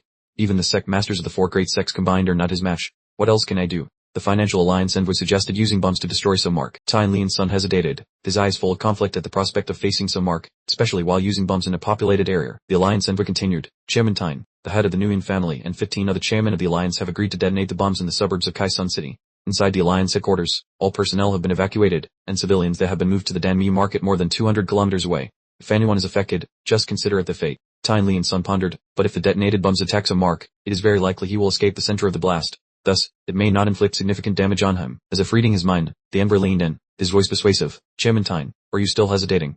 This is the best opportunity. So Mark entered the secret realm while fighting the sect masters of the 4 great sects. The place where he returns to reality will certainly be in a similar location. Therefore, the Financial Alliance has arranged 7 massive bombs at Mark's teleportation point and the surrounding area. As soon as Mark returns to reality, I will blow everything up, giving him no time to react. The Alliance envoy directed his gaze toward the black bag and continued, this black briefcase contains a button to activate the bombs. Chimantine, the opportunity to deal with Mark is yours. Seeing through the plan, Tyne Lian-sun delayed and roared angrily. Is this your plan? To make me bear all the consequences after the explosion? The Alliance envoy held the bag, his voice threatening. Chimantine, do you think you have any other choice? Don't forget that you used Mark's sister for experiments. This caused a major conflict between Mark and the Financial Alliance. With everything you have done, do you think Mark will easily forgive you? At this, Tyne Lian-sun froze. A little while later, like a dog obediently leashed, he reluctantly reached out to take the bag. The system announced secret realm closed. The savior is preparing to return. Mark was teleported to the Kai-Sun diplomatic district. He realized that something was unusual. Mark stood as if facing a highly dangerous force. Tyne Lian-sun pressed the red button. A hand-shaking explosion tore through space. The ground shook, and entire buildings collapsed like scraps of paper. Tyne Lian-sun went insane, repeatedly pressing the button erratically. Many places began to burn fiercely. The entire city seemed to be being swallowed by a horrific earthquake. The corporate alliance envoy folded his arms and smirked. Mr. Ti led 1EC1N. Sev, I forgot to tell you that the activation button only needs to be pressed once. Ti led 1EC1N Lian-sun panted, his eyes filled with anxiety as he hurriedly asked if S led 1EDF and led 1EA1CH was dead yet. The envoy confidently asserted, this is the pinnacle of human scientific achievement. Theoretically, no cultivator can withstand this level of destructive power. However, S led 1EDF and led 1EA1CH frequently exceeds our expectations. To be safe, the Hunter team will enter the epicenter shortly to check. After taking the full impact of 7 such bombs, even if he's still breathing, he'll be crippled for life. I won't give him a single chance to survive. The burning city looked like hell on earth. Amidst the scattered ruins and embers, a deep blue light suddenly emanated. S led 1EDF and led 1EA1CH stood leisurely in the middle of the blue flames, without a single scratch on his body. The system announced that his body had just suffered a violent attack and warned that the thermal energy level had reached its limit. Ngay and Hai transformed and sat on S led 1EDF and led 1EA1CH's shoulder, asking anxiously, Master, do you feel uncomfortable anywhere? The system continued to report. The host is in a resting state, and the surplus energy is beginning to strengthen his physical body. In the streets, the crowd whispered while glued to their phones. My God, is it true that the K-led 1EF Free Sun diplomatic zone suffered a nuclear explosion? Or is it fake news? I'm here in Danmaru. Look at the black smoke rising. There are clips of it all over the internet. The Financial Consortium Alliance is real playing big. How dare they be so reckless?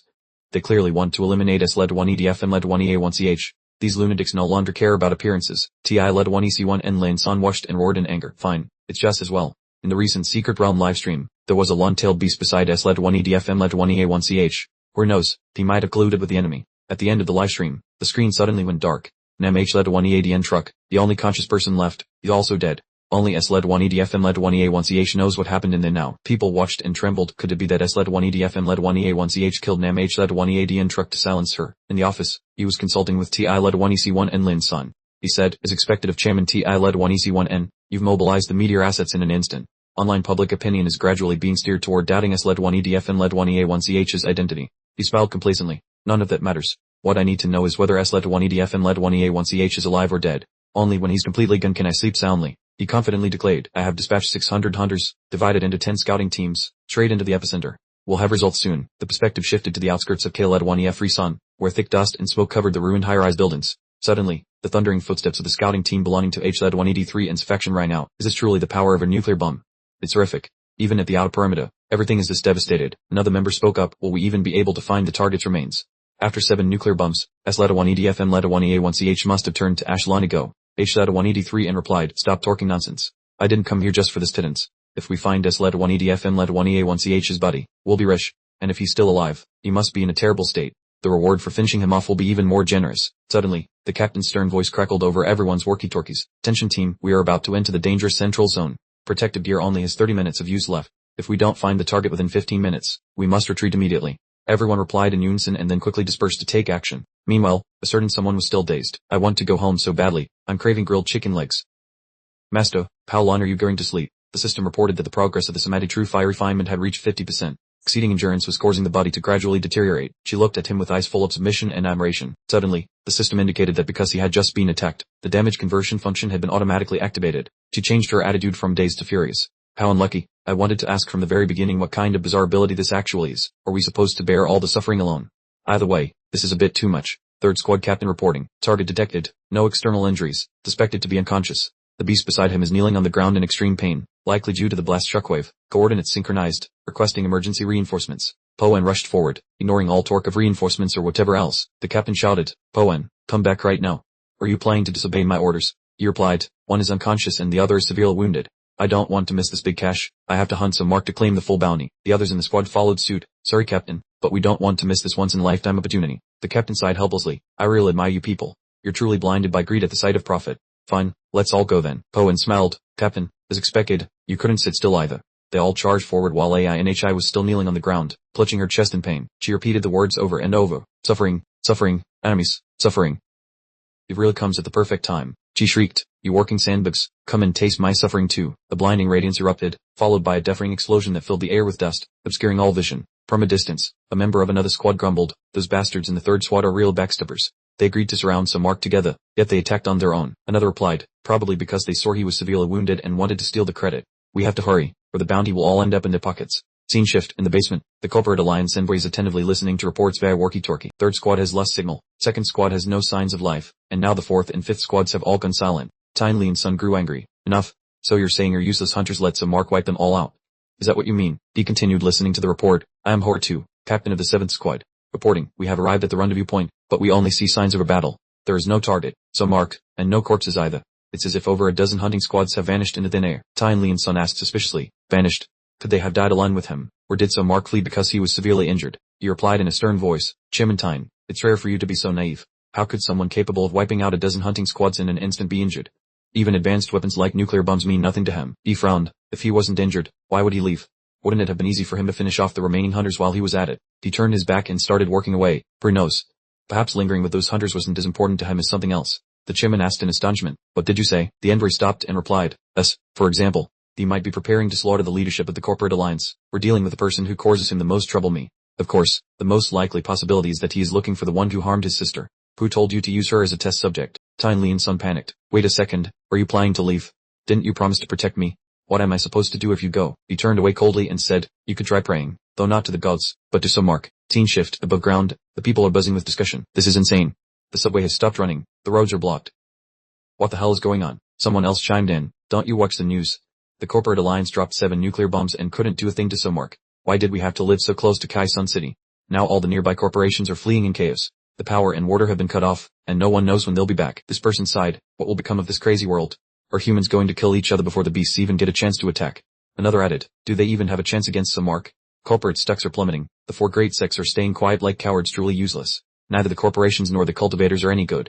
Rumor is it that Samark has teamed up with the beasts and is preparing to offer the whole world to them. The witty uncle said that your information is outdated. The entire internet is buzzing with rumors that Samark is actually the leader of the Bright Assembly, an organization that has been silently manipulating the global economy and finance, and only when the catastrophic beast invasion broke out did he begrudgingly reveal himself to clean up the mess left by the corporate conglomerates in the cultivation world. Someone else immediately retorted, nonsense. I have exclusive sources proving Samark is from an advanced civilization deep in the universe. They have quietly infiltrated the human world, becoming famous politicians and merchants, and they, led by Samark, have long considered our world their own property, which is why they stepped up to fight the beasts. The young girl looked skeptical. Isn't Samark transgender?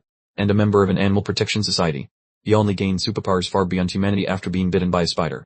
Everyone laughed at her naivety, asking, you believe such nonsense? The girl refused to give in, pouting as she replied, as if your news is any more reliable. The scene shifts to a remote, deserted town. Panlin begins a conversation with Samark. You see, across the globe, all eyes are fixed on your every move and your upcoming plans for the conglomerates. Who would have thought you would choose to hide in this remote city? You scroll through your phone, skimming the headlines. Bright Assembly. These are from an advanced civilization, animal protection organization. Your bot army seems to be free to invent quite interesting stories. You sneer, and there's the transgender rumor too. Hamlin hurriedly replies, don't blame me for that one. The conglomerate alliance is currently going all out spreading rumors about your relationship with the beasts. In order to keep the public from believing their fabrications, I had to release even more chaotic information. So Mark suddenly turned serious. Alright, enough joking. Regarding the matter I asked you to investigate, are there any results? He replied confidently, do you underestimate this Hamlin? The intelligence I want to get, I will certainly obtain. So Mark, this place is the origin of you and your sister. The scene shifts to an old orphanage. You work in amidst the surprised and joyful gazes of the children. Is it real him? They sing in unison. So Mark, it's so Mark. We can finally meet him. He's so cool. Their faces were radiant and excited. Big brother, can we take a picture together? I want to hang it on the wall. We all watch your live streams, and no matter what those bad people online say, we always support you. You look a bit flustered. Hey, everyone calm down, one at a time. The children clamored to ask, Big brother, I want to be as talented as you. Do you have any secrets? I really like your windbreaker. Can you give me one? So Mark smiled. You like my windbreaker? You have good taste. If you want it, just take it. Everyone immediately scrambled forward. This is amazing. I want one too. This feels so great. While the children were cheering with excitement, Derekathach appeared. He coughed lively. It's time to rest. Why haven't these children done back to their rooms to sleep yet? A mischievous girl with pink hair spoke up. You grumpy old man, my idol is here. I don't want to go to bed. He called out the name. So Mark, you stand up, look straight at him, and reply, Derekathach, it has been a long time. The two went into the director's office for a private conversation, and he began, I truly never expected that our little orphanage could raise such a legendary hero, such a great person as you. During this time, you have truly been the center of the world's attention, and suddenly visiting our poor orphanage, there must be something really important, right? So Mark replied, Derekathach, I just have a few questions and then I will leave immediately. I absolutely will not disturb anyone. I want to know about my true background. He began to fall into thought and then slowly replied, on a stormy night over a dozen years ago, you were left at the gate of the orphanage. Now, after so long, finding your biological parents will likely be even harder. You calmly said, if they can't be found, so be it. To be honest, I don't care much. As for my sister, what do you know? Derekathach's tone suddenly became full of worry. You mean Sovan? You probably know more about her than I do.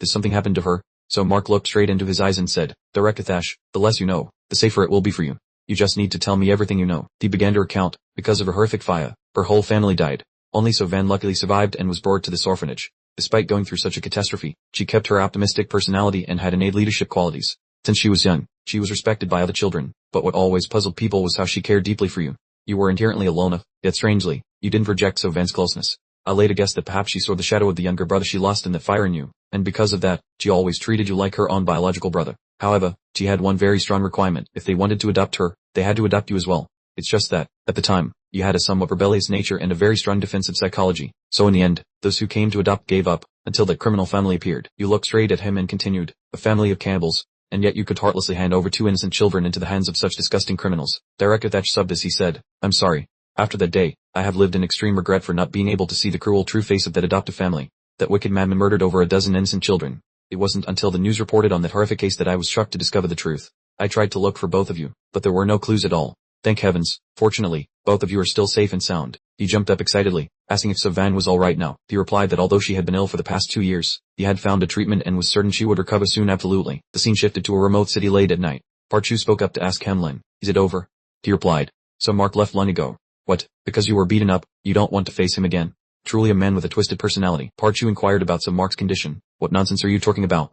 I'm not intentionally avoiding him. I just want to know his current situation. Hamlin explained, asking about Mark's condition. After talking to the director for half an hour, he was surrounded and teased by the children there. When he left, he looked exhausted and muttered that he didn't want to see kids for a while. He chuckled, I didn't expect this cold-faced man to be so helpless with children. It's quite an unexpected joy to have discovered Mark's weakness. He turned to look and asked back, what's so funny? That orphanage had stopped operating 10 years ago due to involvement in a child trafficking scandal, and Derekathach also ended his life there. No one wanted to renovate such a notorious place, so it remained abandoned. How could there be any children left here? As they both pushed open the door to the orphanage, a thick cloud of dust hit them in the face. Hamlin asked him if he sensed anything strange, such as spiritual energy, magic, or any other energy. He covered his nose and replied that there was absolutely nothing. It was just a long-abandoned orphanage. So why did Mark have to lie? He wiped the table, seeing the thick layer of dust, and replied, lying. I don't think Mark would do that. At least, he has no reason to tell a lie that is so easily exposed in front of me. Parchu followed behind, wondering, you mean he actually saw the late director and that this orphanage still exists? Hamlin shared, I have a preliminary guess, but it needs verification. Compared to Mark, it's his sister, Sovan, who has a problem. In the orphanage's old classroom, Hamlin continued, I can't accurately identify Sovan's bedroom from that time, so I'll have to use this place as a temporary substitute. She must have lived here for a significant amount of time. He asked him if he had brought any red dust incense. He took out an object and replied, this is it. After burning for about 5 minutes, it will reveal Sovan's past image, but it requires an object she once loved as a catalyst. He pulled a small wooden horse out of his leather bag. This was hard to find, he said, placing it down.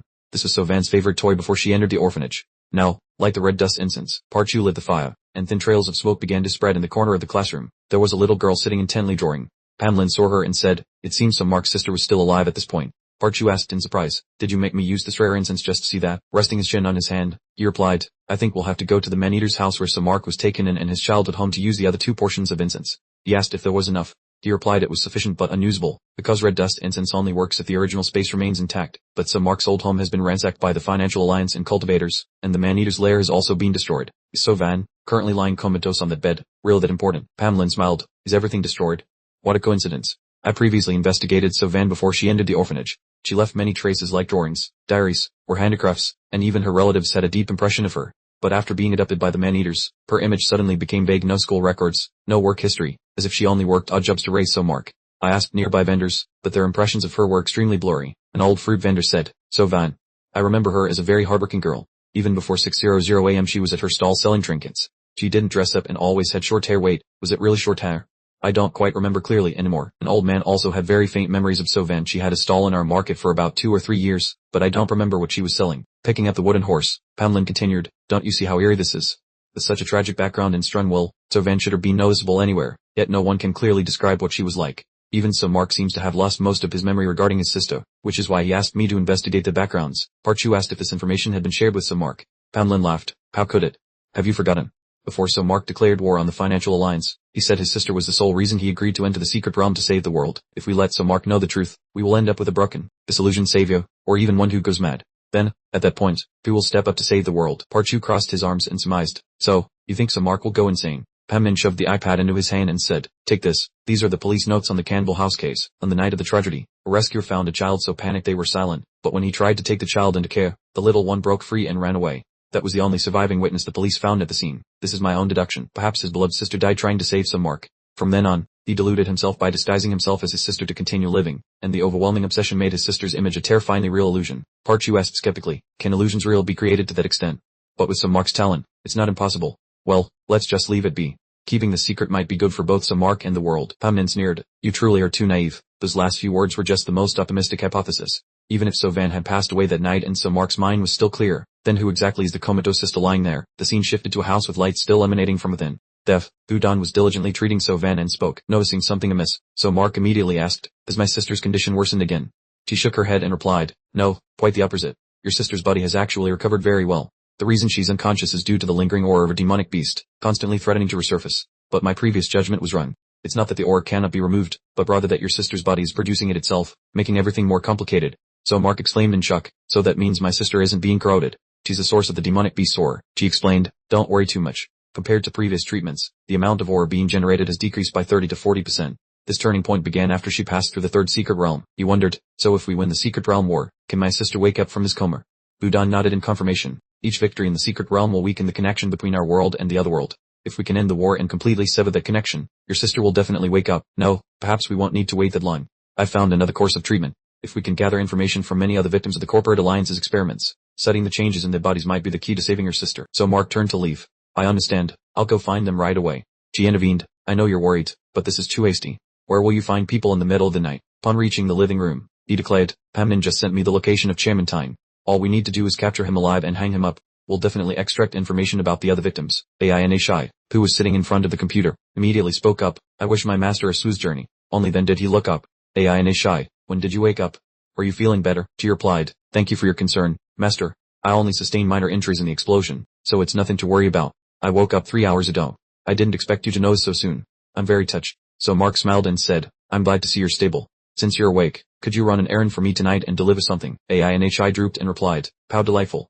I just finished taking a bullet for master, and now I have to go cut down over 100 alliance hunters. My stomach hasn't even had a single chicken drumstick, and I've already received a new mission." Budan patted her head comfortingly. All right, I'll do that small task. Aina has worked hard enough. Just stay home and rest. When I get back, I'll buy you the roasted chicken drumsticks you like. By the way, what video are you watching?" Aina replied, "I'm watching the live broadcast from the Misty Cloud City secret realm. I was unconscious back then, so I need to check if I accidentally said anything sensitive." "Oh, that's right, there's a part that features you. Want to see it?" Aina turned the iPad screen to show Vudan a scene where she was the leader of the Black Dragon Gang. "Stop beating around the bush. Cash Mark for me right now. Captain, I absolutely must make you the gang leader's wife." Vudan's face flushed crimson, and she shrieked, "Did I really say such embarrassing things? And even did that too. AI and Shy feigned surprise. That's not all. After that, you did even more daring things with Master. Budon's face turned red with anger. Enough. Turn it off. Don't play it anymore. Amy replied that she didn't want to, as she needed to check the rest of the content to see if she should reveal what was inside. She lunged forward to grab the iPad, but Amy dodged nimbly, and the two kept struggling back and forth without end. Seeing the situation, Sumo spoke up in a hurry. Well, I'll go out first. Please remember to send this package for me later. The scene shifts to the Vanguard area, where a wall suddenly explodes violently. Tyne Linjin stood waiting there as if he knew the boy would come. Sumo, you finally decided to appear. The hard drive on the table contains all the files on the human experimentation under the orders of the Syndicate Alliance, including documents about your sister. I think you really need this. You worked up calmly and said, there isn't even a single guard, and yet you are handing the documents to me so easily. Do you really think this trick can fool me? Tyne Linjin laughed crazily, asking for your forgiveness. I have never dreamed of that. After all, I'm the one who directly carried out those evil experiments. I'm the enemy who harmed your sister. Sumo, I hate you, but I despise the scumbags in the Syndicate Alliance even more. The Beast Fusion project was a plan pushed by them all, yet in the end, they abandoned me and deliberately leaked information to expose me. Just as you were looking for me, the Syndicate Alliance hunters swarmed into Danhai City. They don't dare to confront you directly, so they want to take your sister and that cultivator Wutan hostage. I can die, but if I help you, you must also help me with one thing. Sumo, send all the Syndicate Alliance people down there to meet me. The scene shifts to Danhai City. Lazy, Lun with the guard standing behind him, shouted furiously. 100 hunters swarmed into Danhai at once. Is the Syndicate Alliance trying to declare war on us? I will say it again, get the hell back to where you came from right now. The Syndicate Alliance Enver replied. President Lazy, you are joking. We have always respected the Danyan Syndicate and have no desire for conflict, but I'm sure you understand the purpose of this trip. Our only enemy is Sumo. Lazy said sternly. Syndicate Alliance combatants are strictly forbidden from stepping foot into Danhai. This was an agreement signed by both sides long ago. The Envoy smiled and replied, to be precise, that was an agreement with the strongest Honda, Triuhai. But now that Triuhai is dead, once that pillar is lost, what right does the Danyan Syndicate have to negotiate with us on equal footing? Lazy crossed his arms and retorted, what a waste of breath. After all this talking, it's still about wanting a fight, isn't it? You replied, no, you misunderstood. At the very least, we won't turn against the Danyan Syndicate. After all, Triuhai is still an idol in the hearts of so many hunters. Lazy looked on with disdain. Is that so? Just say clearly whether you're going to fight or not. If you don't want to start a war, then get out of my sight. I said that a moment ago. One of the hunters spoke up. Still don't get it. Our mission is just to hold everyone here. As long as we maintain a facade of peace, it doesn't matter, he added, even if thousands of other hunters are quietly sneaking into Danhai. That has nothing to do with the Syndicate Alliance. Rest assured, we used President Kain as bait to lure Sumo elsewhere. Only Sumo's sister and the cultivator who has been secretly helping him are left here, along with the beast. Perhaps, the damage in Danhai will be kept to a minimum. Lazy looked at him, speechless. You can't win in a fair fight, so you go after hostages. You guys really are the lowest scum. He roared, you are too naive, President Lazy. The Syndicate Alliance will never forget Triuhai, the monster who broke the world's balance. Therefore, we will never tolerate the existence of any threat like him. The scene shifts to another area in Danhai. Wutan placed the package Sumo sent on the ground and muttered. According to the note Sumo left, I should be fine. But this item is strange. Why would he make me place this rock here at 12 midnight? Nothing happened. Could I have placed it in the wrong spot? Suddenly, a beam of purple light flashed across the sky and rushed toward her. It was Lazy. He said, thank goodness, I finally found you. She asked blankly, who are you? Do we know each other? Wait, did you come here to pick up a package? He said, both angry and anxious. What package? Forget about it. Those scumbags are coming. They have their sights set on not just you, but also Sumo's sister. Is his sister at your house right now? It seems there is a protective spell, so I couldn't get in. I'm afraid they'll use brutal methods to destroy the house and put her in danger. This place isn't safe. Follow me, quickly. She stood stunned and replied, wait a second, you're talking so fast I can't understand a thing. Only then did he place his hand on his chest and say, I'm sorry. This is a side effect of my ability. While coming out of acceleration mode, my body's rhythm is disrupted, causing my speaking speed to spike. I forgot to introduce myself. I am the president of the Danyan Syndicate, Lazy. Budon's expression darkened. Did the syndicate members really think they could demand the handover of so Mark's companion while he was away? They must be daydreaming. He tried to remain calm as he persuaded her, Miss Wudine, please calm down. Our Donvan Syndicate is not on the same side as the Syndicate Alliance. Have you forgotten that after the first secret realm, it was us who rescued so Mark's companion? Tonight, the Syndicate Alliance hunters are surrounding Danhai City with the target of capturing you and so Mark's companion. Let me lead the way to find so Mark so we can protect you both, she replied while assuming a defensive stance. The Donvan Syndicate, I remember that you did help us, but the situation is different now. I couldn't fully trust you before, and besides, your syndicate's hunters can't do anything to so Mark's companion anyway. Lautrec explained anxiously. I know so Mark is a monster guarding him, but the wave of hunters swarming Danhai City this time consists of thousands of people. No matter how powerful that monster is, keeping so Mark safe under siege from so many enemies is extremely difficult. Suddenly, the stone glowed, making Lautrec exclaim in shock. What is this thing? Monsters crawled out from inside and cheered. This is definitely the immortal realm. At last, I have attained the way and ascended to the celestial lands. The leader of the monsters laughed loudly and replied, You're on. This is Luvan City. 1,000 years later, suddenly, people dressed like ancient humans appeared and looked around in confusion. My last memories of a blinding light sweeping through Luvan City. One panicked voice said, Could we be dead? Another replied, Could we have become ghosts? No way, I can still feel my own breath and heartbeat, in the middle of the mud and sea. Ancient people wandered about, mumbling, I want to go home. Where is my home? Both worried and confused, Vu Den wondered. Just as the monsters left, another group of ancient people arrived. How many people did Samark hide in that stone? Lotrak noted that normally, secret realm weapons cannot be taken outside. The appearance of both people and monsters from Luvan City broke all the rules. She then asked, were you suggesting they all came from Luvan City? He explained, don't you remember?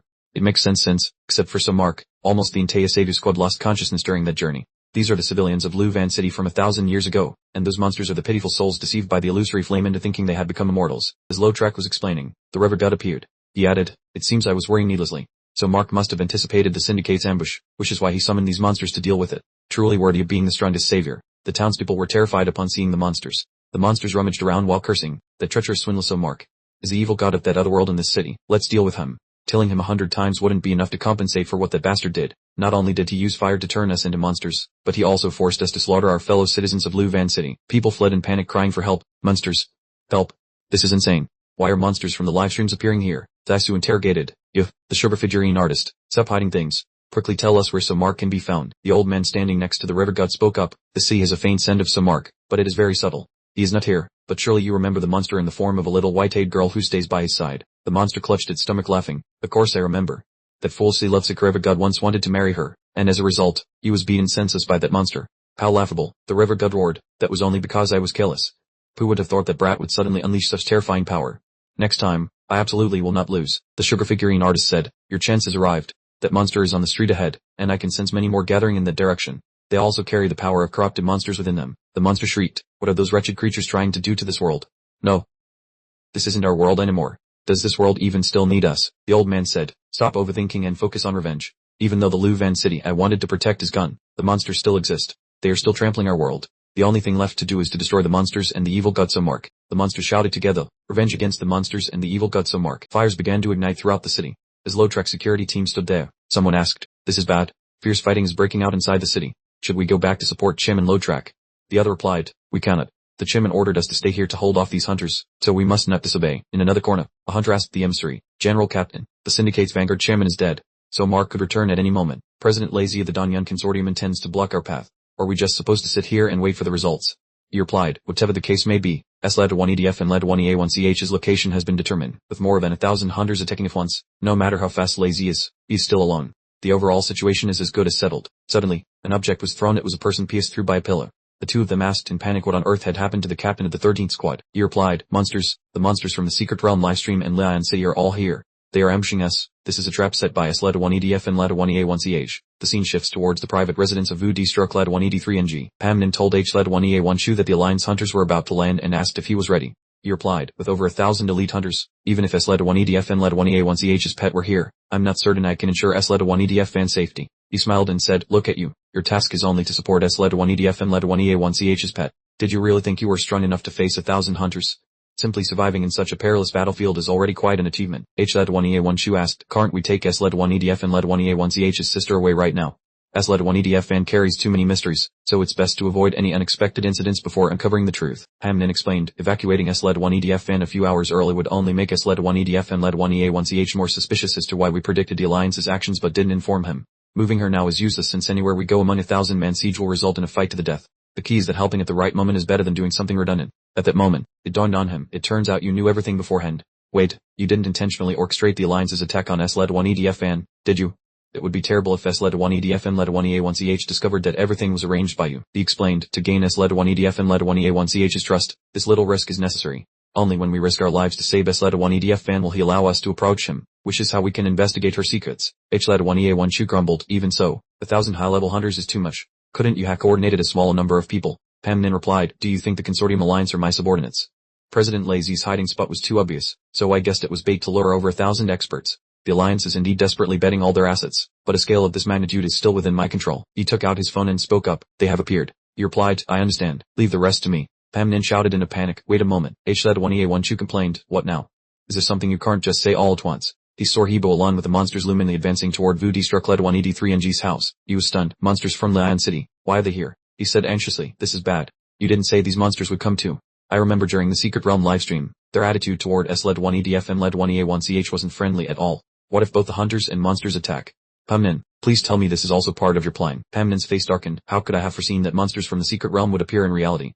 I've messed up, truly messed up. If something happens to S-LED-1EDF fan and S-LED-1EDF M-LED-1EA1CH collapses, this world is finished. The monsters and hunters charged into a chaotic brawl, making H-LED-1EA1 wonder, what on earth is happening? The hunters and monsters are slaughtering each other. Pamnin said, it seems there is nothing left for us to do here. He replied, it appears so. The Captain General and High D-Struck-LED-1EB7C were fleeing. He asked, Captain General, is it alright for us to charge straight into Don H-LED-1EA3I city like this? Won't it break the tacit agreement between the Donvan Consortium and the Alliance?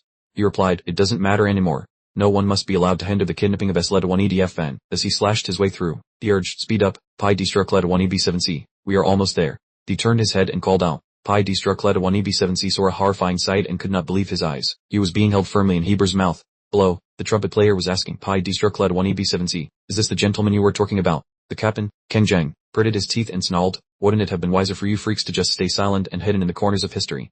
Why on earth did you come looking for a fight with me? He pointed his finger directly at the man and questioned, are you blocking my path? Or should I turn the question back on you? Why are you humans colluding with demonic beasts to act as lackeys for Samark? He was shocked, acting as dogs for Samark. Were your objectives also aimed at Samark? Did you come here because you want revenge on him? The flute player sneered, do you intend to deny that you have no intention of attacking Samark? Do you think I'm an idiot?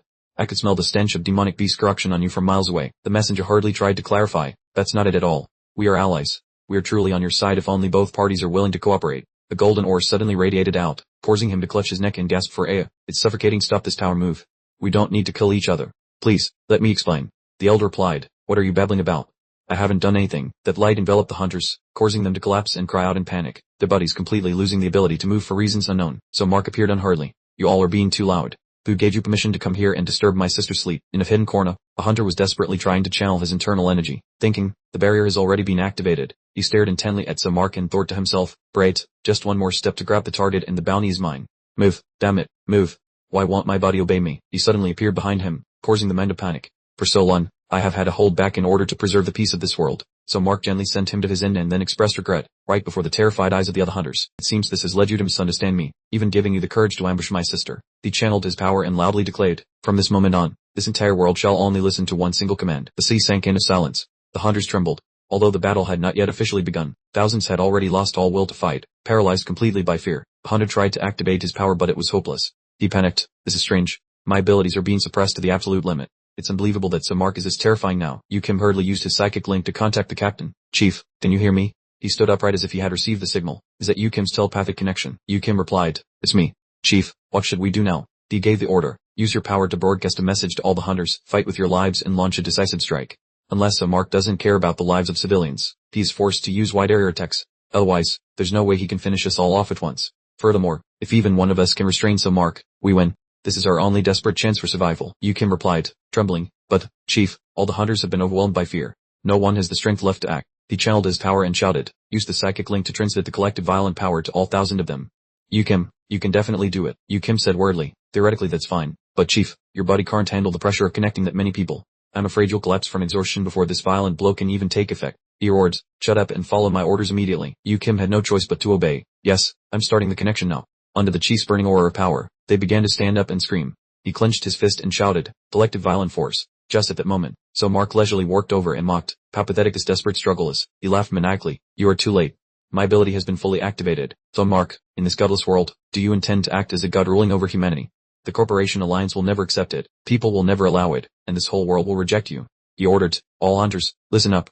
Even if you have to die in the next second, attack with everything you've got for me. He turned toward the water spirit and the flute player and continued to shout, and you too. You ghosts of Luvan City, listen carefully. If you still want revenge on Samark, then support us. The main target is his sister. He spoke, so Mark remained silent, then snapped his fingers lightly. The captain of the guards immediately vanished, and the approaching hunters met the same grim fate. So Mark placed a finger to his lips, signaling, too much noise would disturb my sister's sleep. Old man Blowsweet hadn't even recovered from what he just witnessed. In a flash, those people were gone. He looked in horror at the hunters lying scattered around. These traitors to humanity, who possessed the power of transformed beasts, had all perished, with an unbelievable skill, so Mark sent them to their deaths, but weren't they Samark's hounds?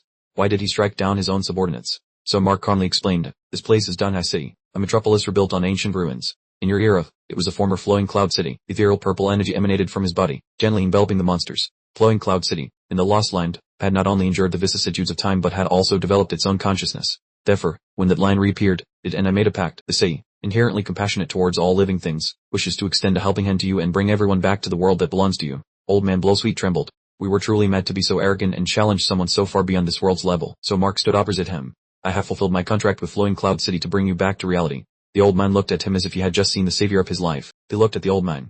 Out of consideration for your tragic lives, I intended to leave you alone. But you yourselves allied with those Dild hunters to disturb my sister's peace. The old man turned pale and knelt down. Hunters? Who do you mean? Those vicious people with transformed beast powers. We just happened to pass by and had nothing to do with them. In fact, we even fought them. We absolutely had no intention of confronting you. So Mark stared directly at him. No need to make excuses. The one who is lying. Do you want to experience vanishing again? In the Dild's conference room, Chimanchi slammed the table and shouted. You use us fools. You're good for nothing. A full day has passed since the attack on Danhai City. Can anyone give me an accurate answer about some Mark's whereabouts and intentions? They used advanced projection devices for communication. Chairman spoke. Chimanchi, you are the temporary leader of the Dild. You must have some explanation for us, right? Under your command, more than half of the Dild's high-level hunters went to Danhai City and lost their lives without achieving any results. Chimanchi replied. Chairman, aren't you just waiting for an opportunity to take my position?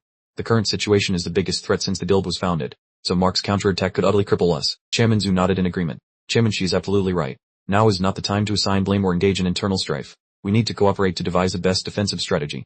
I will share the information I have first. The monsters in Flowing Cloud City are roaming the streets of Danhai. They live peacefully with the residents, even actively helping them when they encounter difficulties. However, anyone who dares to be curious about some Mark or approaches his residence is attacked by the monsters. The spies I sent were almost all captured and disappeared. Those monsters are both powerful and absolutely obey some Mark's orders, making the city his impregnable backyard. Chairman Lin snapped. Chairman Zhu, stop rambling. Just use nuclear warheads to level Danhai City.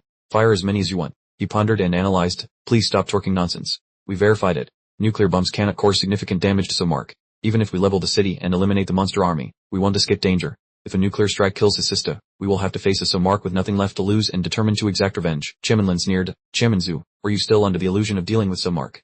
There are no more opportunities. My only goal now is to eliminate those whom Mark cares about before he can eliminate us. Suddenly, there was an incident on Chairman Lin's end. He shouted. Who is it?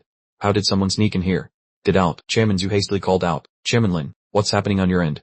Do you need reinforcements? The image hadn't fully materialized yet, but a voice came through. I'm afraid he cannot respond to you for the time being. This latest projection device is quite difficult to use. The image finally showed Han Ning's face clearly. He spoke. Finally, the connection is clear. I probably don't need to introduce myself, do I?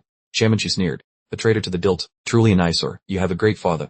He used his entire life to wipe away all your sins. Why are you so eager to seek death today? You said that there was no need to react so harshly. I only came to deliver the Financial Coalition's notice to you all. Submit within 3 days and obey his orders. If you dare to resist, the Financial Coalition will no longer have any reason to exist. In a secluded corner, two shadows were whispering to each other. The oddly shaped figure spoke up. Direct confrontation will only get us killed for nothing. We must pretend to submit to Sumai, then find an opportunity to finish that Tarshan off. He showed a look of disdain and pointed at the old candy seller. I hear what you're saying. The old man broke into a cold sweat upon being criticized by the other, raising his hand to stroke his beard in defense. Puff, puff, it's all a misunderstanding. Just a misunderstanding. Haven't you watched the Secret Realm livestream clips? Lord Sumai is a great savior who is devoted to humanity and is doing his utmost to protect us. The monster looked at him skeptically and said, Lord Sumai, indeed? You flip-flop pretty fast. He clicked his tongue. No wonder you didn't hesitate to sell us out.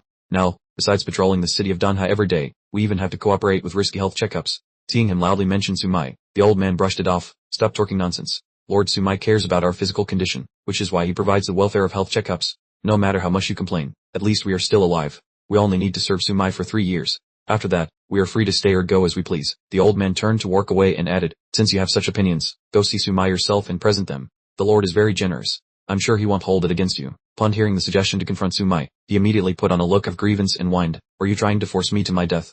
I never want to face that guy alone. It's just too terrifying. Scene shifts to Sumai. He was carefully observing a 3D model of the laboratory facility and then turned to the butler of the Danyan Corporation. A facility this large, and you intend to sell it to me for 1 coin. I thought you were planning to give it away for free. He replied, normal gifts always come with unreasonable demands, so this is a fair transaction in the spirit of voluntariness between the Danyan Financial Coalition and Mr. Sumai. Sumai sneered, a fair transaction with no expectation of return. You people are real calculating, he confidently asserted. Inside the laboratory, the researchers' salaries have been paid 30 years in advance, and there's no need to worry about equipment costs. Assisting Mr.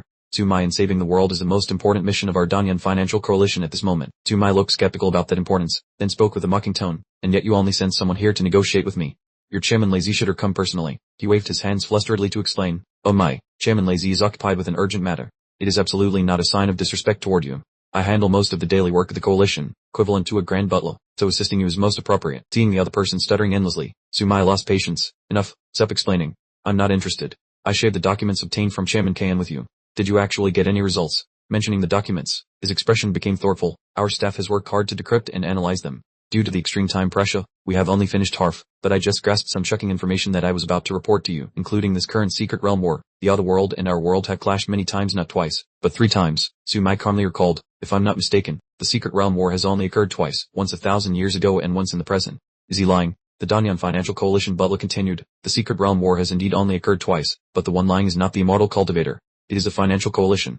They have hidden shocking truths. 1,000 years ago, humanity developed science and technology far beyond imagination, even invading the other world and taking spirit beasts as hostages or domesticating them as pets. Over 100 years ago, a continent called Yiju appeared in the middle of the ocean. The financial coalition excavated prehistoric scientific achievements and discovered monsters and spirit beasts that had been modified. Countless gold and valuable treasures were found on that continent. Due to bottomless greed, humans and monsters slaughtered each other. It seems that due to the influence of scientific experiments, the corpses of dead monsters often disperse strange energy particles. The few people with the aptitude to absorb them became stronger or possessed special abilities. That is the origin of hunters. It can be understood that the financial coalition's hunters are products of this mutation process, just like the residents of Lion City 1,000 years ago who were controlled by spirits, leading to mental distortion. However, power always has a price. Most hunters cannot live past 35 years old, and the spirit beasts of Lion City were also victims. According to the recent health check results, their maximum life expectancy is only 3 more years. This is a price paid for immense power. If that prehistoric technology could be fully restored, it would probably be able to cure my sister, right? The Danyan Financial Coalition butler sighed.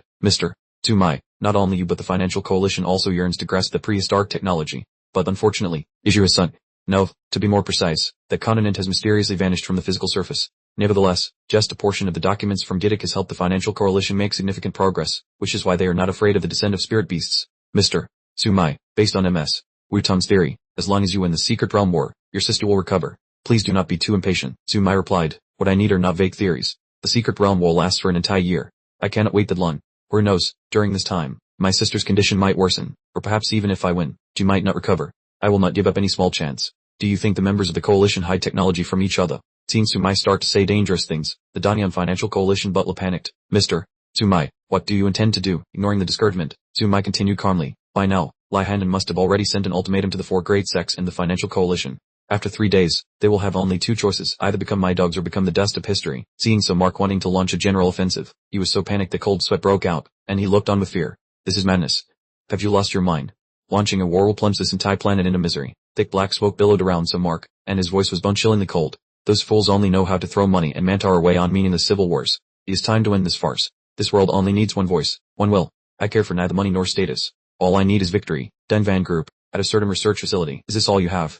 Stop these petty investments. Exploit me to obtain the highest profit. A moment later, a knock echoed at the door. So Mark said casually, come in. Lai Hanlin walked in, pointed toward the door, and said, the negotiator from Dunvan Group just rushed out looking as pale as if he'd seen a ghost. Did something major happen? So Mark replied nonchalantly, perhaps my ambition was so great that it terrified him. Lai Hanlin, report on the actual situation. He smiled slightly and reported, the attitude of the 4 great sects remains incredibly firm. They resolutely refuse to bow to your leadership. They have chosen the path of war. From their behavior, the cultivation faction might still have a hidden trump card. So Mark replied without surprise, hiding their strength not to oppose the world, but to spy on their allies. This has always been their style. So, what is the response from the Financial Alliance? Lai Hamlin waved his hand dismissively and continued, the chairman of the Financial Alliance say they need to consider it carefully and haven't given an immediate response. Clearly, they are just using stalling tactics to buy time. So Mark smirked arrogantly. Everything is unfolding exactly as I predicted. In that case, add more fuel to the fire. The scene shifts to a meeting room. Chairman Thatch laced his fingers together and announced, here is the latest news. The head of Donvan Group has just declared they will provide full support for all of Sir Mark's plans.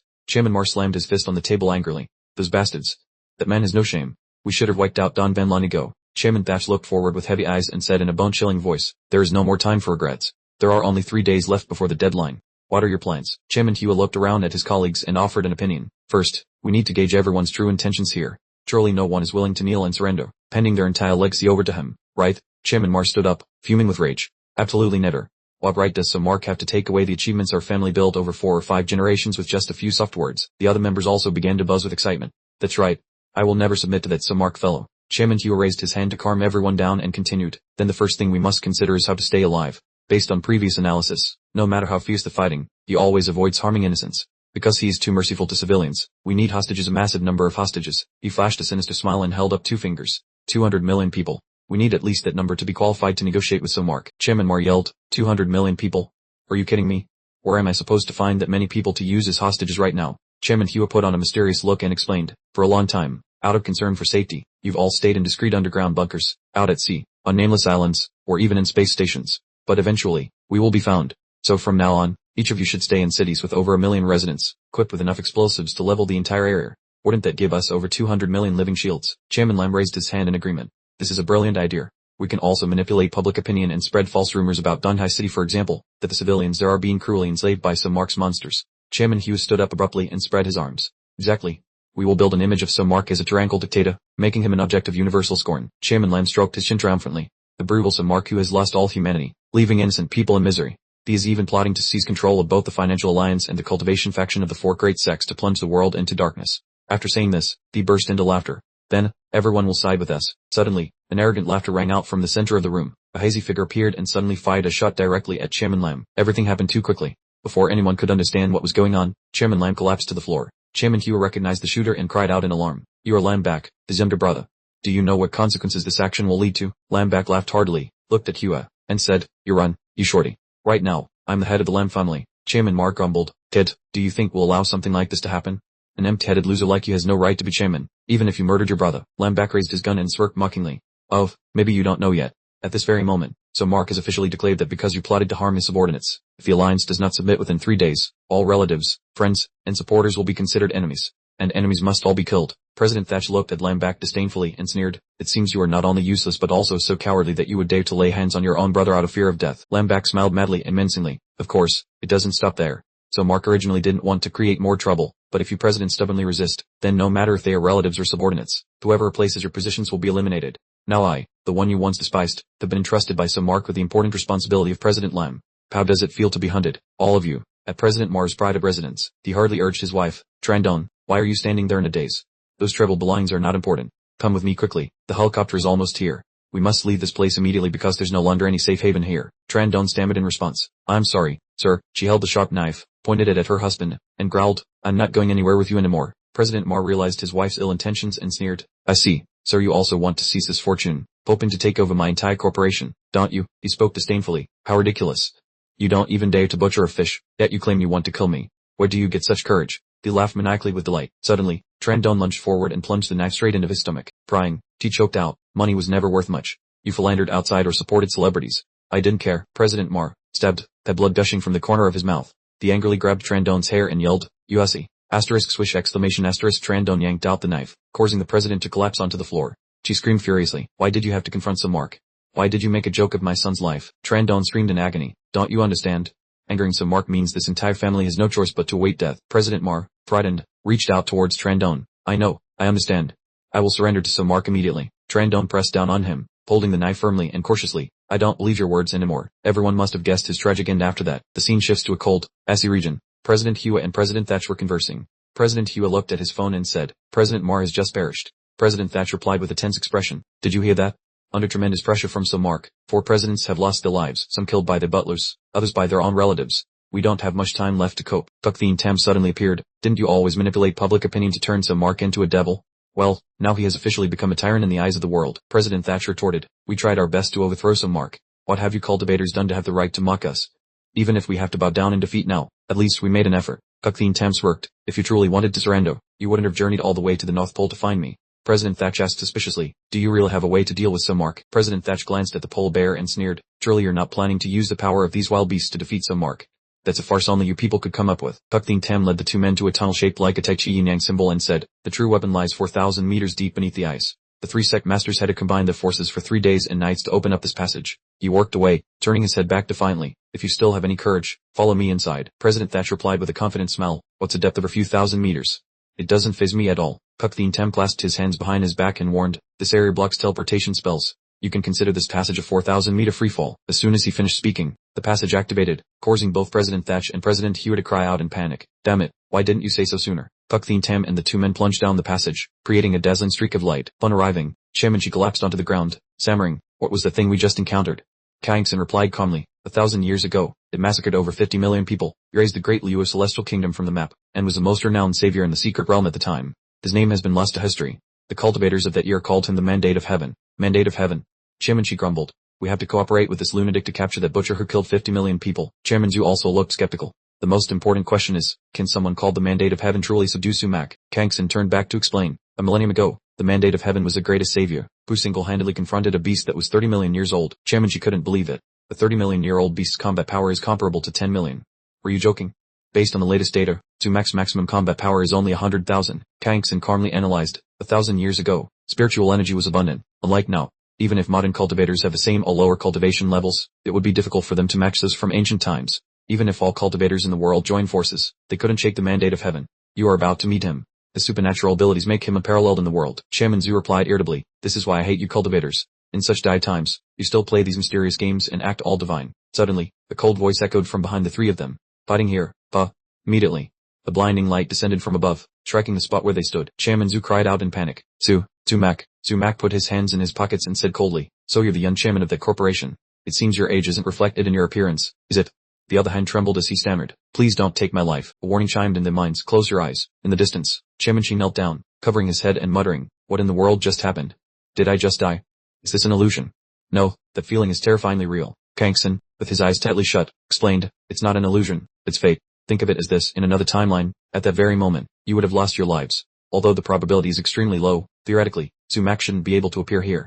But if you keep your eyes open, you will fall victim to his killing intent. Chairman Zhu, dripping with sweat, exclaimed, this is a mandate of heaven's power, the ability to control fate at will. No matter how low the probability, he can make it a reality. Chairman Shi calmed down and said, so, as long as we don't look with our eyes, we escape danger, right?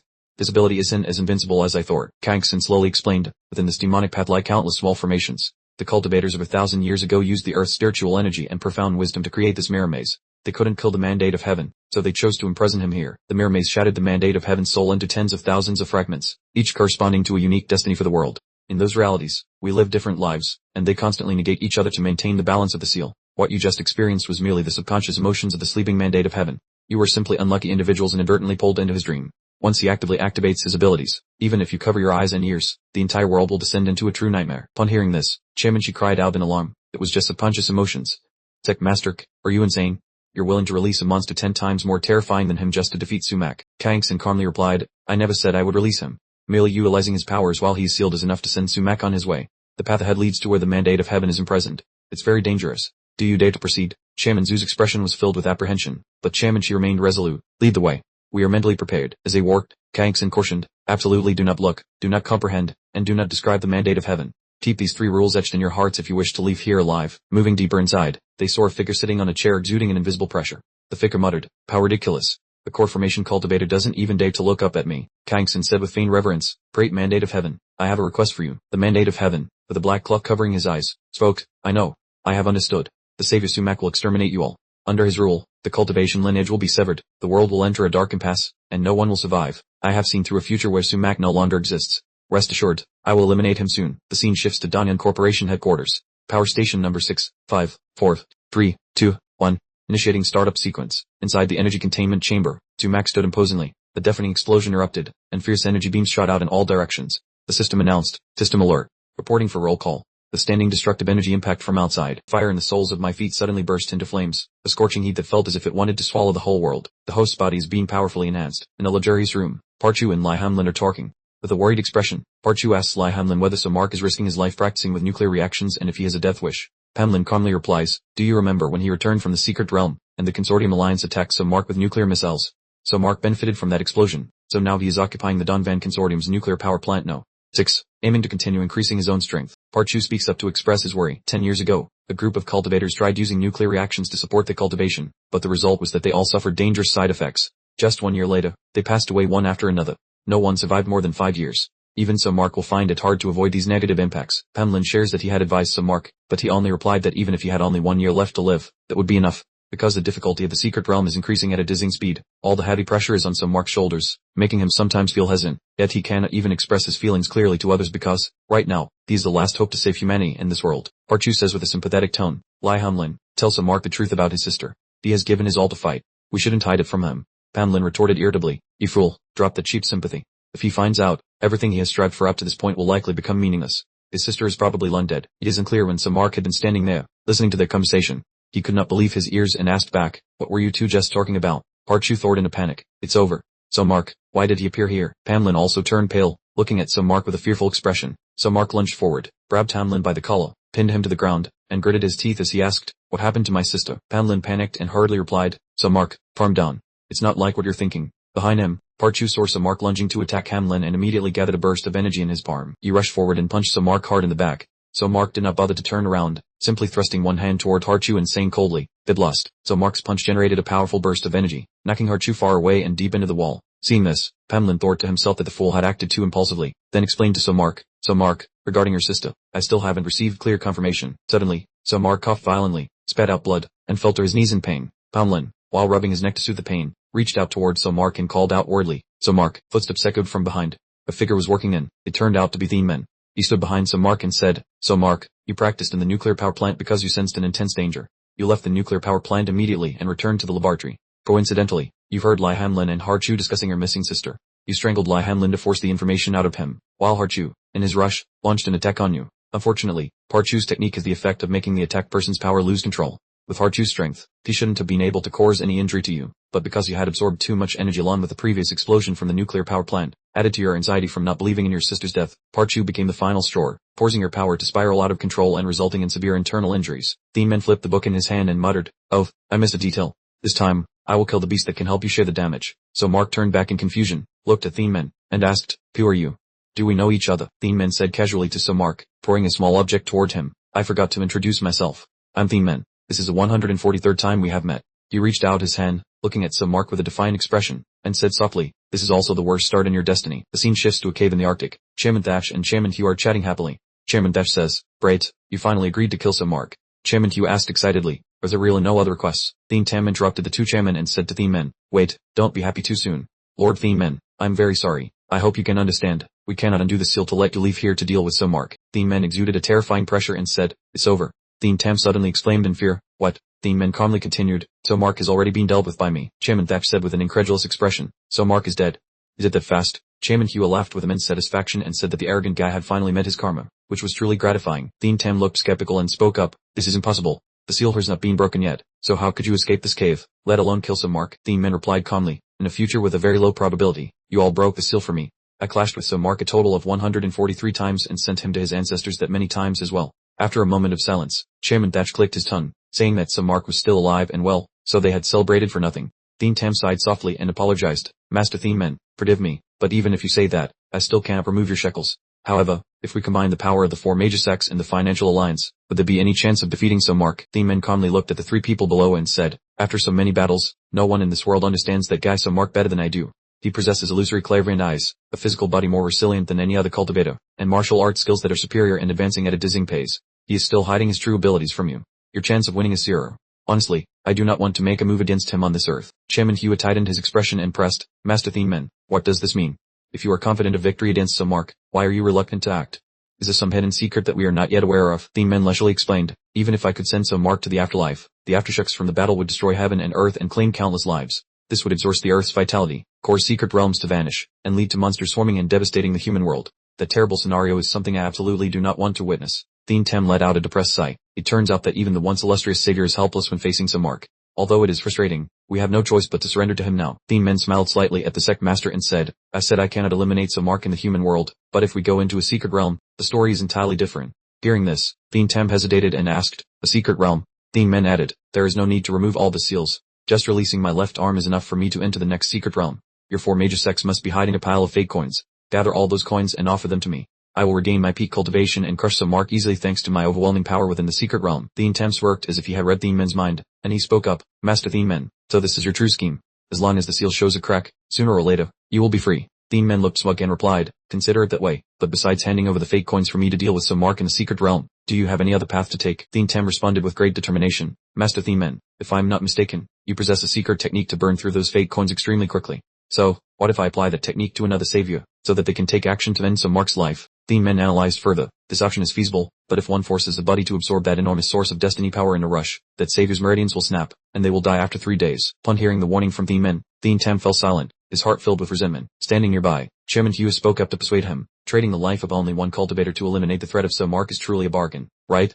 Sect Master Cuck, I assume you have no objections, do you?" Thien poured more cold water on the idea. Not every savior can withstand the process of being forced to absorb fake coins. To be blunt, there is only one person in the world who can do it, your disciple, Kan-san. Thien was shaken to his core upon learning he had to sacrifice his favorite student to defeat Samark, and he asked back in a panicked voice, "What did you say?" Chairman Thatch, standing behind him, chimed in to persuade, Sect Master Cuck, after all, it is just one disciple. But before he could finish, Thien Tam cut him off and shouted, shut up. Thien Men wore a devilish smile and teased, it's a brain-wrecking choice, isn't it? Kansun has always respected you like a father, and from him, you have felt a family affection you haven't had in a long time. Not only that, but he is currently your only successor. Not wanting to let Thien Men ramble any longer, Thien Tam flew into a rage and shouted, enough, Thien Men, I agree to your proposal. Having received the desired answer, Thien Men laughed with amusement and revealed, that is the expression. This is the face I wanted to see. It is truly much more vivid in real life. Thien Tam pondered for a moment and asked, the relationship between Kansun and Samark has never been bad. Were you sure that if he accepts this destiny, Kansun will definitely take action to kill Samark? Thien Men replied nonchalantly, that goes without saying, because that is a future I have already foreseen. In some parallel timeline of Thien Men, Kansun is standing in front of Samark's corpse, coldly looking down at him as he sits on the ground. The upcoming Secret Realm expedition takes place in 5 days, and according to Master Thien Men's divination, that is the end of Samark. Chairman Thash roared at Thien Tam in an irritated tone, you talk as if it is easy. Compared to you cultivators, our financial alliance has caused much deeper enmity with Samark. He wore a grave expression, we even nearly threatened the life of Samark's sister, so even if we surrender, Samark will not easily let us off the hook. Thien Tam patted Chairman Thash's shoulder and calmly analyzed, but to preserve his own reputation, at the very least, Samark will not kill you immediately. 5 days from now, everything we have lost can be reclaimed. President Th-Led-1-EA-1-CH held his head with a pained expression. I hope your words are true. Victory or defeat now completely depends on the disciple from C-Led-1-EA-3-NH-Son. Don't be weak, don't disappoint us. Thien Tam replied indifferently, you don't need to remind me. I've already decided. Anyone, including myself, can be sacrificed. Only the sect is eternal. The scene shifts to the nuclear power plant belonging to Dunvan Corporation. Loy T-Led-1-EA-1-CH calmly invited them. Sirs, please come in for some tea. President Th-Led-1-EA-1-CH, President H-Led-1-E-9, and the month Thien Tam were seen striding in. S-Led-1-EDF-Led-1-EA-1-CH chuckled faintly. What a surprise. I thought, given your clean nature, you would fight to your last breath. President Th-Led-1-EA-1-CH replied dejectedly. Lord S-Led-1-EDF-Led-1-EA-1-CH, we have lost. You far surpass us in both martial strength and strategy. In this vast world, there's nowhere left for us to stand. Please, do not quibble with us, your humble servants, and accept our loyalty. S-Led-1-EDF-Led-1-EA-1-CH replied indifferently. President Th-Led-1-EA-1-CH, President H-Led-1-E-9, I don't need your loyalty. President Th-Led-1-EA-1-CH asked angrily. S-Led-1-EDF-Led-1-EA-1-CH, what do you mean? President H-Led-1E9 also looked at him, questioning, we have already surrendered. Do you still want to corner us? S-Led-1-EDF-Led-1-EA-1-CH remained calm. No, I just don't trust you. Hand over the management rights of all key companies to Dunvan Corporation. You can retire early and enjoy a wealthy life. Loy T-Led-1-EA-1-CH sneered. President Th-Led-1-EA-1-CH, when you were suppressing our Dunvan Corporation, did you ever imagine this outcome today? President Th-Led-1-EA-1-CH replied resentfully. The winner takes all. The loser is a bandit. I have nothing to say. The transfer is not a problem. I will cooperate wholeheartedly before Dunvan Corporation takes over the business. I hope, Lord, you will keep your word and spare our lives. S-Led-1-EDF-Led-1-EA-1-CH smiled. If you live peacefully from now on and abandon any hostile intentions towards me, then the past will be forgotten, and I won't pursue it. Oh, one last thing. Return my world crossing stone. President Th-Led-1-EA-1-CH protested. Your world crossing stone. To possess this item that links to a different dimension, the financial alliance had to pay a hefty price. Its ownership is not something I alone can decide. S-Led-1-EDF-Led-1-EA-1-CH looked at him with a threatening gaze. I believe the other presidents won't have any objections. President Th-Led-1-EA-1-CH. What do you think? Thien Tam looked at President Th-Led-1-EA-1-CH. Do you want to destroy the hard one piece? Quickly return the world crossing stone to S-Led-1-EDF-Led-1-EA-1-CH. President Th-Led-1-EA-1-CH reluctantly replied. I understand. I'll personally hand it over later. S-Led-1-EDF-Led-1-EA-1-CH told President Th-Led-1-EA-1-CH. Very good. Then turned to Thien Tam and asked, and what about Sect Master Cuck? What is the attitude of the 4 great sects? Thien Tam gritted his teeth and replied, from now on, the 4 great sects will completely obey your commands and deployments. C-Led-1-EA-3-NH-Suan also said that all resources within the sects will be made available to support your scientific research and preparation for war. S-Led-1-EDF-Led-1-EA-1-CH stroked his chin, looking at Thien Tam. Sect Master Cuck, I have a question. Why are only 2 of you sect masters here today? Do the other 2 have objections? Thien Tam quickly explained, they are currently maintaining the Secret Realm's defense mechanism to prevent invasion from other dimensions, so they couldn't come. The Secret Realm is now full of holes and nearing its limit. S-Led-1-EDF-Led-1-EA-1-CH was skeptical. Is that so? For the safety of humanity, if you cannot hold the Secret Realm, then hand it over to me. Thien Tam stammered. The Secret Realm is extremely complex and fragile. To safely relocate it would require at least 5 years. A determined voice rang out. No, 1 day is enough. Thien Tam spun around sharply and shouted. Who's there? S-Led-1-EDF-Led-1-EA-1-CH introduced. This is Elder Kwai. You must know him. An old acquaintance. It took me a great deal of effort to contact him through Dunvan Corporation's channels and invite him as a consultant. Kwai Tin clasped his hands behind his back and said, Sect Master Cuck, I'll bid you one day to transfer the Secret Realm here. Or do you need my help? Thien Tam angrily lunged to attack, shouting, Kwai Tin, a traitor like you dares to show your face here. S-Led-1-EDF-Led-1-EA-1-CH sternly shouted, Sect Master Cuck. Thien Tam, Pu was lunging forward, was forced to stop, his eyes still burning with anger as he stared intently at Quitin. After a moment, he calmed down, gritting his teeth as he said, "The secret realm doesn't need Elder Qui's intervention. Tomorrow, I will bring it here myself." The scene shifts to the next day. Pamlin stood before the energy currents from the secret realm and exclaimed, "Is this the true form of the secret realm that the four great sects just brought? It's truly marvelous." S-led-1 EDF and led-1 EA1CH approached Tamlin and said, "The Financial Alliance has already handed over the World Crossing Stone. It's exactly what you've always been looking for. Do you want to come and see?" Pamlin replied, "First, I want to discuss with you the attitudes of the Financial Alliance and the four great sects." So Mark spoke up, expressing his doubts as he pondered their attitude. Pamlin replied calmly, noting that their surrender was so swift that it made everything seem abnormal, as if things were going too smoothly to be suspicious. So Mark responded that this was precisely why he had demanded they cede the transboundary stones and the secret realms, yet he hadn't expected them to agree so readily without any hesitation. Pamlin looked at him and asked, "What if they had chosen to confront you instead?" So Mark answered indifferently, "In that case, I would have just beaten them in a submission and forced them to hand over what I needed." Pamlin laughed, saying that this was typical of him, then continued his analysis. The Financial League and the four great sects did not resist at all. They were ready to offer up the most precious treasures, which surely means they are plotting something earth-shattering. So Mark replied dismissively, "Our enemies are elsewhere. Only by having the transboundary stones and the secret realms in my possession can I qualify to begin the plan to counterattack the otherworld." Pamlin said thoughtfully, "So Mark, be honest with me, is this counterattack on the otherworld for the sake of saving your sister, or do you genuinely want to change the fate of humanity?" So Mark turned his back toward the secret realm and said, "Does that matter when the secret realm is already full of cracks?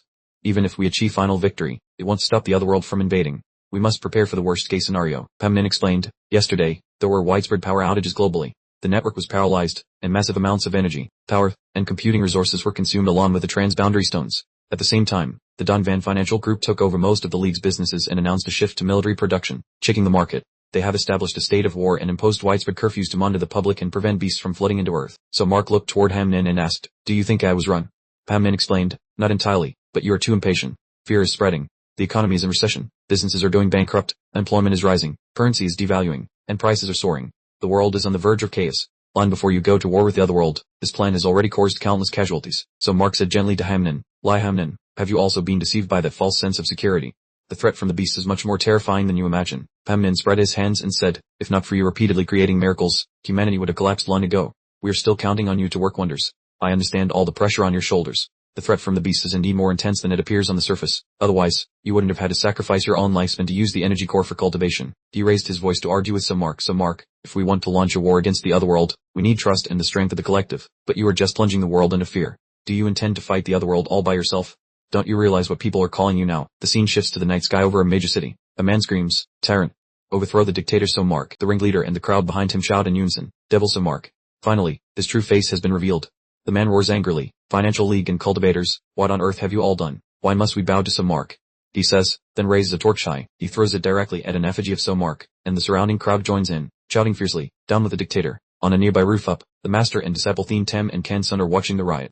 Thien Tam speaks up, Mark has become a thorn in the side of the entire world. Kan Sun, do you still think he's a good person now? Kan Sun looks at him and replies, "The ones who set the trap to frame Mark were you people, and the ones who surrendered were also you. Master, have you ever truly cared about what I think?" Thien Tam looks at Kan Sun and answers, "For the sake of the ambition to develop the sect, I indeed made many mistakes, but there was a moment I truly believed Mark could save this world. That is why I led the League and the sects to surrender to him. I never expected that once he held power, he would become tyrannical and disregard human life." Kan Sun looks at Thien Tam and says, "Master, you still haven't answered the question. Why do you care about my thoughts?" Thien Tam grabs Kan Sun's shoulders and says seriously, "The only one who can eliminate Mark and re-establish the world order now is you." Kan Sun asks back, "Me?" The scene shifts to the cave where Thien Men is sealed. Thien Men says to Thien Tam and Kan Sun, "Not only did you force me to pass on the method of absorbing fate to Kan Sun, but you also demanded that the seal only be lifted 50 years after winning the secret realm war. Those conditions are truly too harsh." Thien Tam respectfully replies, "Lord Thien Men, your power is too terrifying.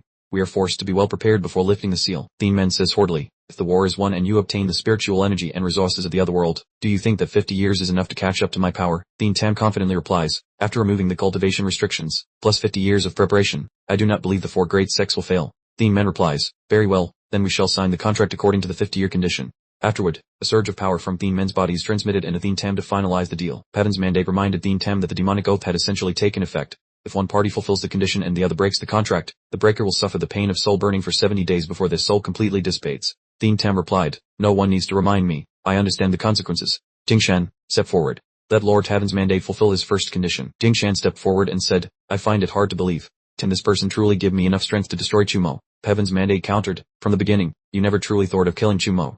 You only took this mission because your master said if you refused, someone else would. You intended to gain the power first and then torture Chu Mo, persuading him to change his treatment of communists. Is that correct? My master knows my thoughts. Jing Shan shouted, retorting, I did not. That isn't true. Without letting him speak further, Heaven's mandate interrupted, but what you don't know is that your master, Thien Tam, is hiding a piece of critical information. If you absorb too much misfortune in a short time, you will die in 3 days. Hearing those words, Jing Shan turned to look at Thien Tam with an incredulous expression and said, what? Thien Tam remained silent, as if he hadn't heard Jing Shan's words. Jing Shan looked toward his master, pointed at Heaven's mandate, and said, Master, say something. Tell me that what he said isn't true. Heaven's mandate explained, Sec Master cannot hear our dialogue. The moment we formed the contract, I placed a minor spell on him. Jing Shan suddenly realized something. Damn it, he immediately picked up his master and hurried outside. While running, he thought to himself, this is a trap. We have fallen for it. As he ran, Heaven's mandate's voice echoed in Jing Shan's head. Jing Shan, although your master indeed hid critical information that could cost your life, he's not necessarily a villain. His plan was that in 50 years, even if he had to endure the contract's backlash and face death, he would never let me go. Jing Shan frowned, searching for the source of the sound, thinking, I've run so far, yet I can still hear Heaven's mandate's voice. Don't think about it anymore. We're almost out of here. Seeing the edge ahead, he immediately charged toward it. With a calm expression, as if he had anticipated it, Heaven's mandate said, welcome back. Jing Shan, still carrying Thien Tam on his back, replied with a look of panic. How is this possible? This was supposed to be the cave's exit. Heaven's mandate continued, you are standing right before me. Open your eyes. Your sect master must have warned you not to open them in my presence, but you were so surprised that you forgot. As he spoke, he manipulated energy currents to surge toward Jing Shan. Jing Shan was tightly bound by the energy currents and said angrily, release me. Heaven's mandate, what is your objective? Heaven's mandate brought Jing Shan before him and said, because I met someone with a soul index identical to mine. I waited a long time, but due to their greed, they wanted to claim all 30% of the Savior's misfortune. I waited until they understood the logic, and then I taught them the technique to control secret realms, but this method creates vulnerabilities that monsters will exploit.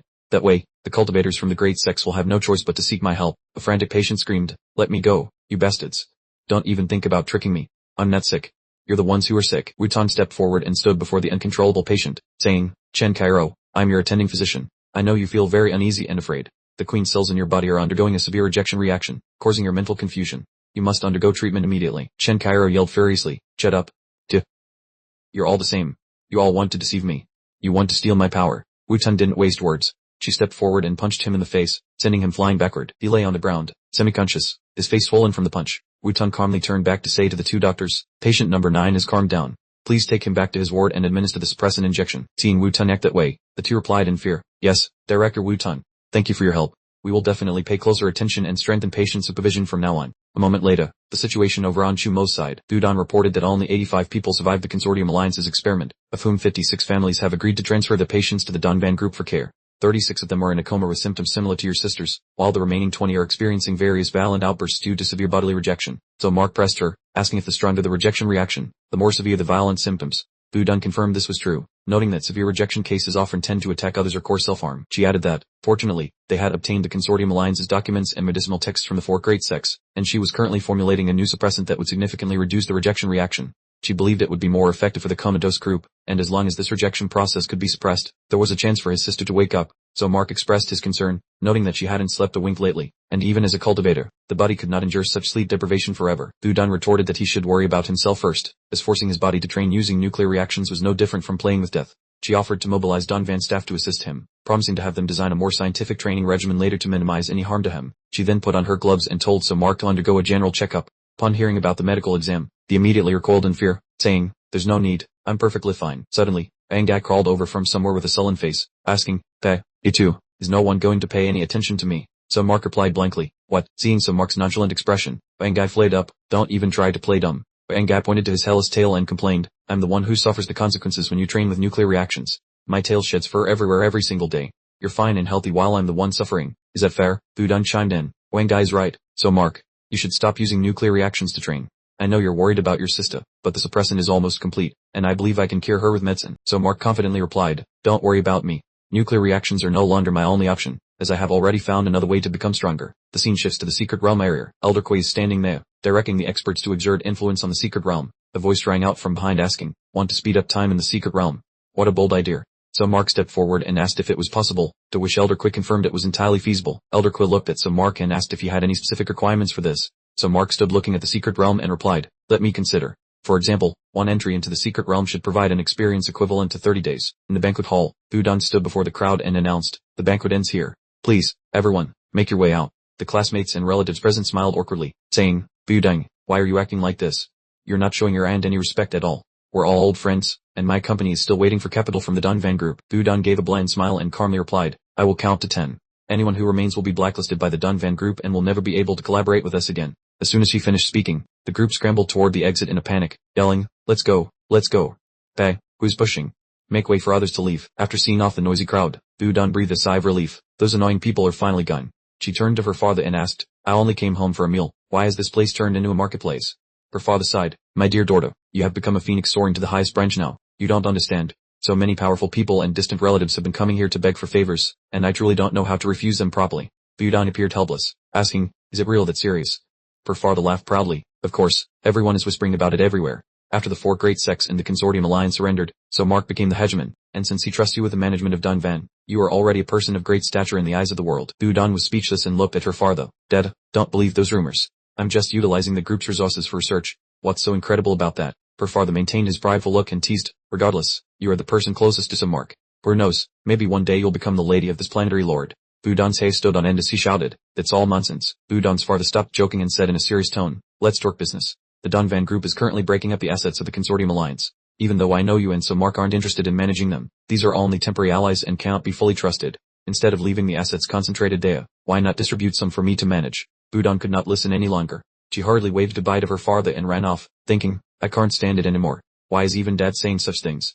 I'm going out, don't bother me anymore. On the main street, the last light of the day was fading away. The classmates whom Budon had chased away earlier were angrily cursing. That woman is so stuck up. Who does she think she is? If it weren't for so Mark, she would be nothing. The person beside him sneered, don't say that. Knowing how to please men is a kind of ability, too. It seems she has been neglecting her cultivation lately. She must be putting all her energy into pleasing so Mark. The moment the man finished his sentence, 2 sharp slapping sounds rang out right where they were standing. Thien Tin calmly rotated her wrist, glancing at the 2 people lying sprawled on the ground with large bumps on the heads without the slightest concern. Just as Vu Dang arrived, she spoke up to ask what was happening, her tone sounding as if she had been waiting at my door for ages. Thien Tin didn't bother to answer. She approached Vu Dang and leaned in to sniff her, making the other girl jump and shout, what are you doing? Get away right now. Thien Tin looked up and remarked, the smell of medicinal herbs is so strong. Did you really spend all your time just fussing over those drugs? Vu Dang snapped back, my business is none of your concern. I have the right to do whatever I want. Thien Tin shrugged with an air of sincerity. I'm giving you honest advice. Obsessing over alchemy won't help in real combat. If you keep immersing yourself in it, you might end up losing your life. Vu Dang was speechless before retorting. You came here specifically to jinx me, didn't you? Thien Tin rolled her eyes. I was just passing by. What I'm about to say is purely gossip, definitely not revealing any sect secrets, but the 4 sect leaders and Kan's son have all disappeared. It seems they are involved in something very dangerous. Meanwhile, in an infinite void, coins were being swept into a magnetic vortex, spinning incessantly. At even a slight touch to the edge of the magnetic field, they were instantly eroded and completely vanished. Standing nearby, Thien Tam spoke up in surprise. Kan's son, why have you come out so early? The accumulated destiny of the 4 great sects hasn't been fully absorbed yet. Kantine slowly stepped out from the center of the vortex and said in a pensive voice, the time has come. The next secret realm is about to open. Thien Tam approached with an inquisitive look. The opening of the secret realm was predicted by fate, wasn't it? Yuan Tung interjected. Ancient techniques are truly incredible. In just a blink of an eye, Kan's son has already devoured over 90% of the destiny. Those present reminded him in unison. Kan's son, remember your mission. Given so Mark's personality, he will likely manage on his own in the secret realm. Just wait until he's exhausted or seriously injured before moving in for the assassination to ensure victory for our 4 great sects. Kantine glanced at them all and replied coldly, I know what I have to do. Having said that, he suddenly reached out and grabbed Thien Tam's head tightly. Before that, I'll borrow a bit of power from you, use a stretch. Tech so suddenly, Thien Tam's pupils constricted and his eyes became bloodshot. It's over. I must quickly use a teleportation spell. Just as the thought sparked in his mind, Kantine, as if reading his thoughts, exclaimed, it's the end of the road for you. When he released his hand, Thien Tam was already completely drained, his limp body collapsing to the ground. The surrounding sect leaders turned pale with horror. Kan's son, what on earth are you doing? Yuan Tun's face turned bright red as he immediately summoned a weapon into his hand and roared, stop talking nonsense.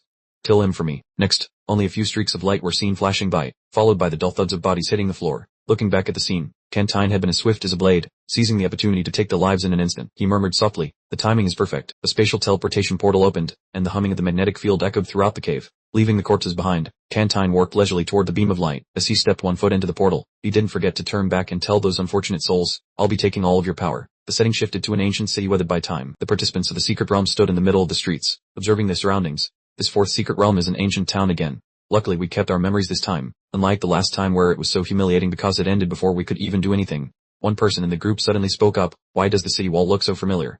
Where on earth is this place? He turned his head toward an old man who looked like a local, intending to go over and ask him a few questions. The whole group approached the old man. He was wearing tattered armor covered in wounds, leaning on a sword thrust deep into the ground as he stood there silently. One of them spoke up, old sir, may I ask you something? Before he could speak, Vu Dang suddenly stepped in to block him. saying, "Don't bother the old man. He has already breathed his last." Thien Tin nodded in agreement and explained to the group that this place was the city of Kyusai. The other man asked blankly, "Kyusai City?" Dudan told him that before the Great Luo Heaven was established, it took a long time for the secret realm to be created. The cultivation world was powerless to stop the descent of the demonic beasts, making the northwest region the gateway for monsters to flood into the world, and as cities fell one by one, everyone assumed this place had become a playground for monsters, except for one city that stood firm, Kyusai. She lingered to look at the old soldier and continued, "For 30 years, they were besieged by the enemy with no reinforcements and no supplies. For thousands of miles, it was a solitary city, and the soldiers' hay turned white, yet 3,000 warriors from Xin guarded Kyusai without stepping back, all of them sacrificing their lives for the city." Hearing this, someone in the expedition team trembled and exclaimed, "Wait, the rules for the secret realm mission haven't even been announced yet." The person with him also turned pale as he realized something ominous. Could it be that we have to take the place in defending the city, struggling to hold out for 20 or 30 years? Ignoring the bewildered faces below, the scene shifted to Samark, who was standing on the towering wall of the city gate. The system suddenly announced, 5-day attendance completed. Reward received, 1,000 dear demonic beast power. The gift has been delivered. Post please check. So Mark looked at the notification with indifference, thinking, this again?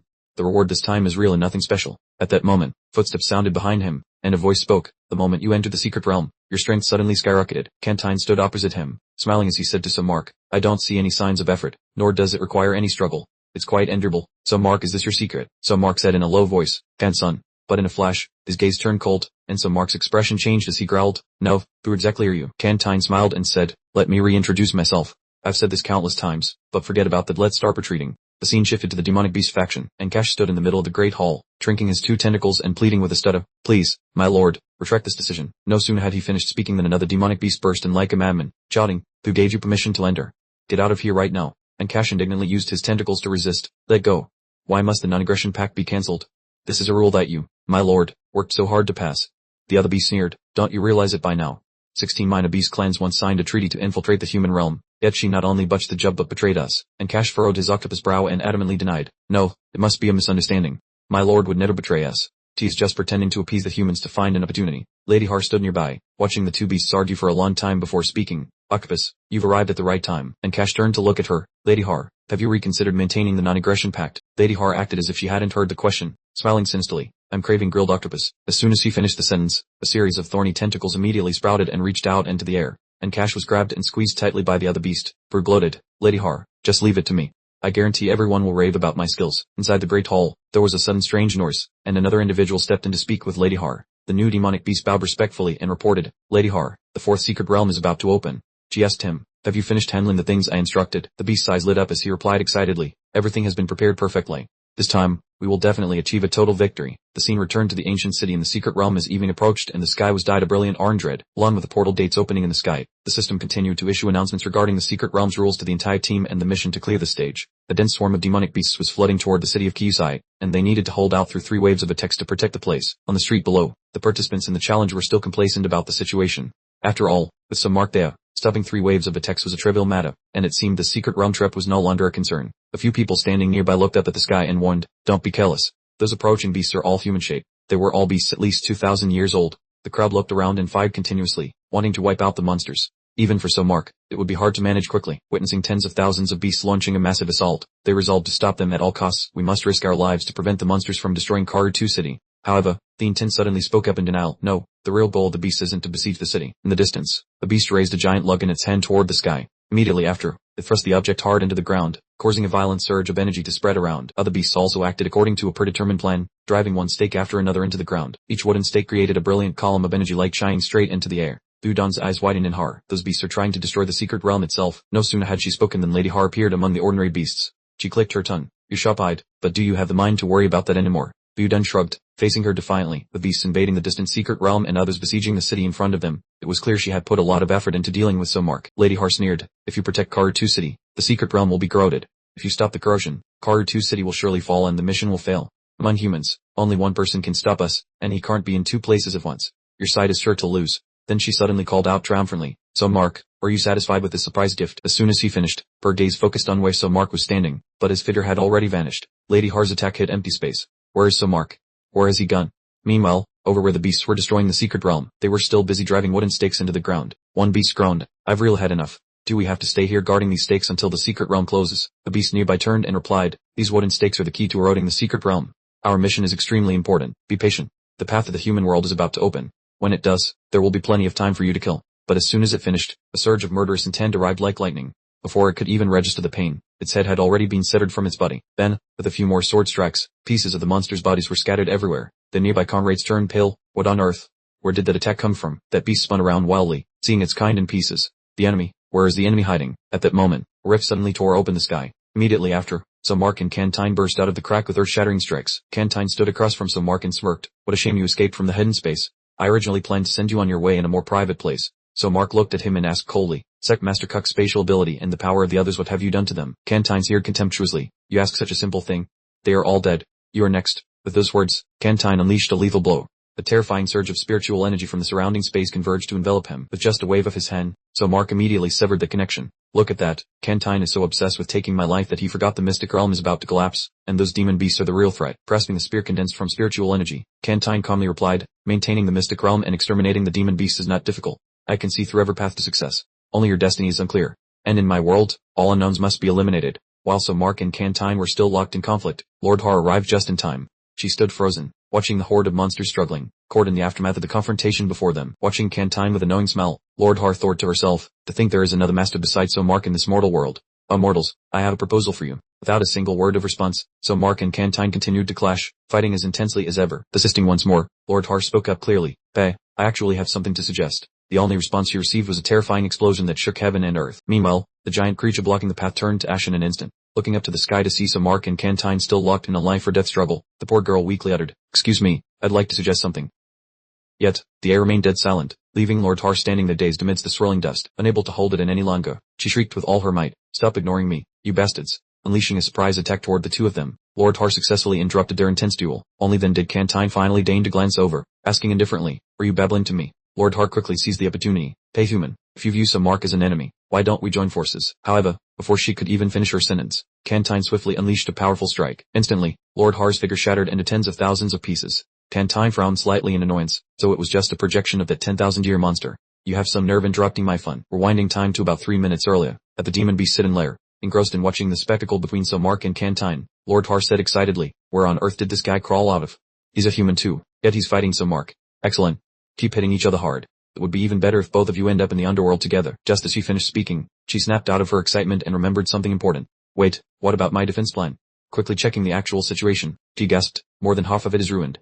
I'm doomed this time. All my preparations are about to go down the drain. Trying to keep calm and think, Lord Har reassured herself that there was still a way out. The monsters below the city walls are still unharmed and full of energy. Now is the time to mobilize the entire army for a desperate attack. I will step in to hold back Mark and the cultivator. Or knows, this might be a blessing in disguise since that guy wants to tear him to pieces anyway. Placing her hand on the military map, she calculated, I just need to propose joining forces to destroy Mark. Whether he agrees or not, the odds will always be in my favor. Pleased with her newfound scheme, she thought, if he agrees, the chance to defeat Mark will be wide open. If he refuses, I'll still have plenty of time for my beast army to tear down the walls and claim final victory for this mystic realm. Just as she finished her thought, the map in front of her suddenly exploded into tiny fragments. Lord Har froze, staring at the fragments scattered across the floor. Oh, my goodness. Stunned and exasperated, she lamented bitterly. I didn't even get a chance to say a word, and my projection is already destroyed. Clutching her throbbing forehead, Lord Har took a deep breath to calm down. Don't get angry. Absolutely do not get angry. Just then, the beast's subordinate tiptoed over and called out, Lord Har. Looking at the messy debris at her feet, he timidly asked, My lady, is this pile of shards your projection? Lord Har immediately cut him off, her voice shocked. It's just a minor glitch. The lesser demon quickly bowed low to apologize. Please forgive my curiosity, Lord Har. Here is the grilled octopus I just prepared for you. Paying him no mind, she coldly walked past him. I'm not hungry. Get out of my sight. She slowly walked inside. Lord Har's posture remained as proud and straight as ever. As soon as she stepped onto the landing, she couldn't help but deliver a powerful punch to the pillow next to her. The demon beast palace immediately shook with a terrifying explosion. Lord Har roared furiously. He really is an idiot.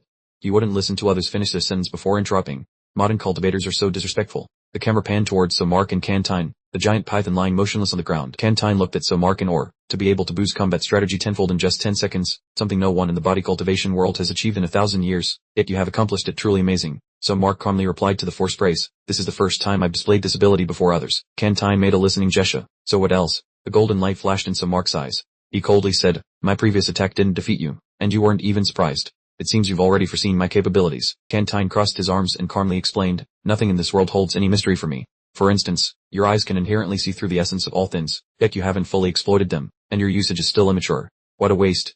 So, have you still not seen my stat set? True to Cantine's words, the system only displayed blurred data in Mark's eyes. The identity of this cultivator is unknown, Both combat strategy and stats are blank. Cantine raised his hand, and spiritual energy surged and gathered in his palm.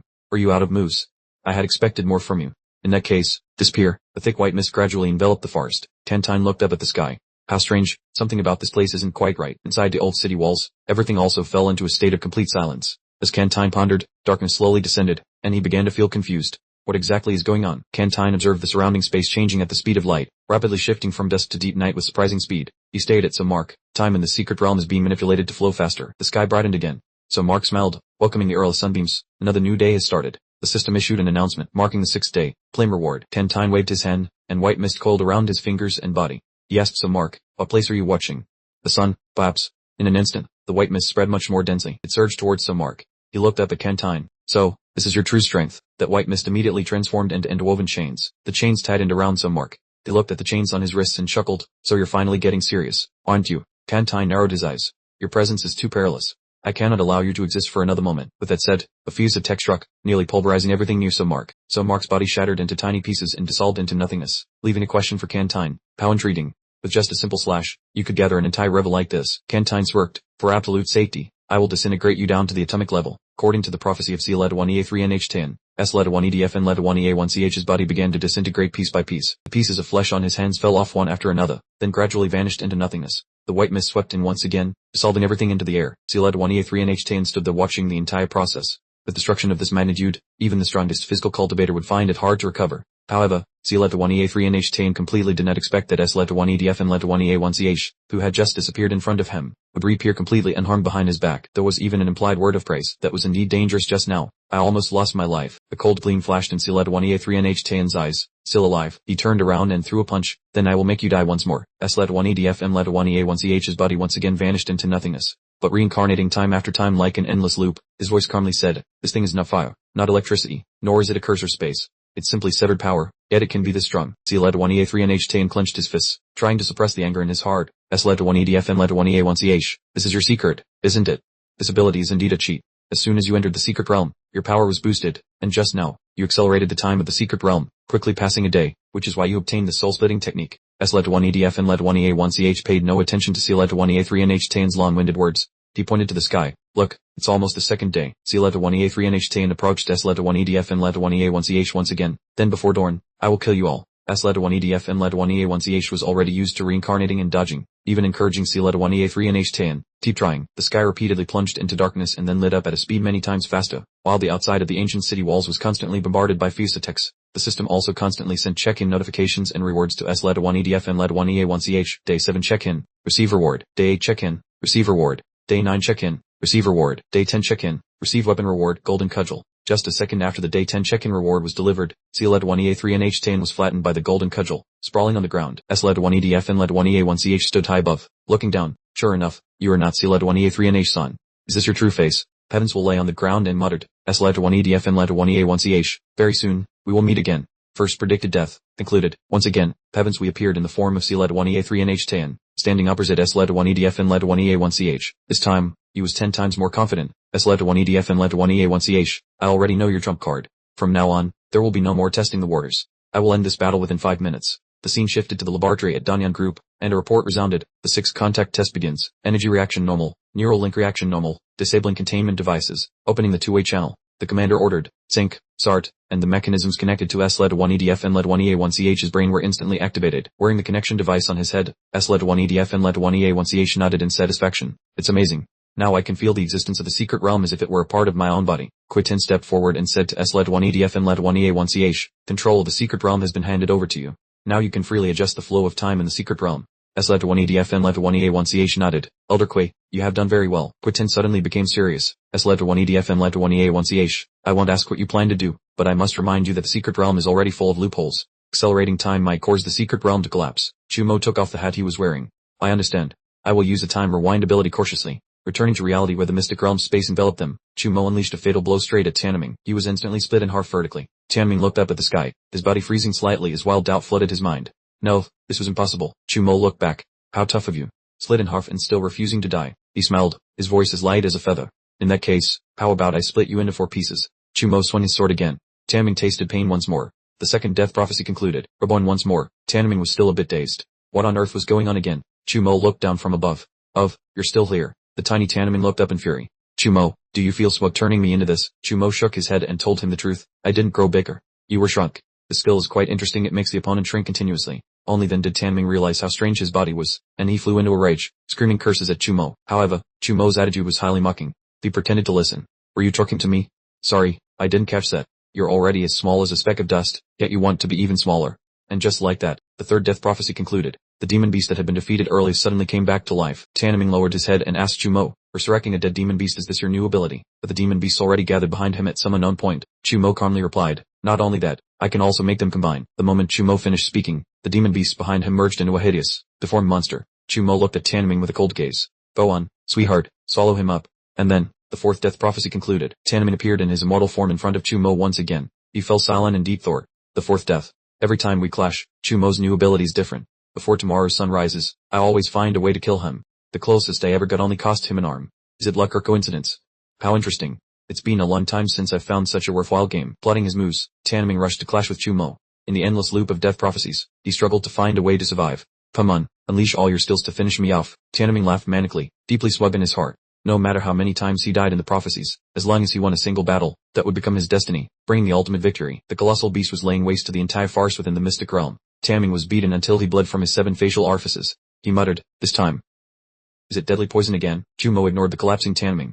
He was busy playing with the demon beasts. And then, the fifth death prophecy concluded. After resurrecting, Tiananmen was swiftly dealt with again. The sixth death prophecy concluded. Once again, he was taken care of by Chumo using a substitute puppet. Tiananmen's body was pierced by hundreds of thousands of needles. Time after time. The 7th, 8th, 100th, 1,000th, all the way to the 10,070th death prophecy ended in despair. Outside the ancient city, earth-shaking explosions continued to resound day and night. Reborn again, fate wanted to have a serious talk with Sumo. Maybe we should temporarily stop and rest for a bit. Sumo, who was currently merging with the monsters, replied, the longer the ceasefire lasts, the stronger my power becomes. Why are you forcing yourself into a disadvantage? Fate pointed his hand at the crack behind him. Cracks have already begun to appear in the sky. If you continue to intentionally accelerate time, perhaps the secret realm will soon collapse into ruins.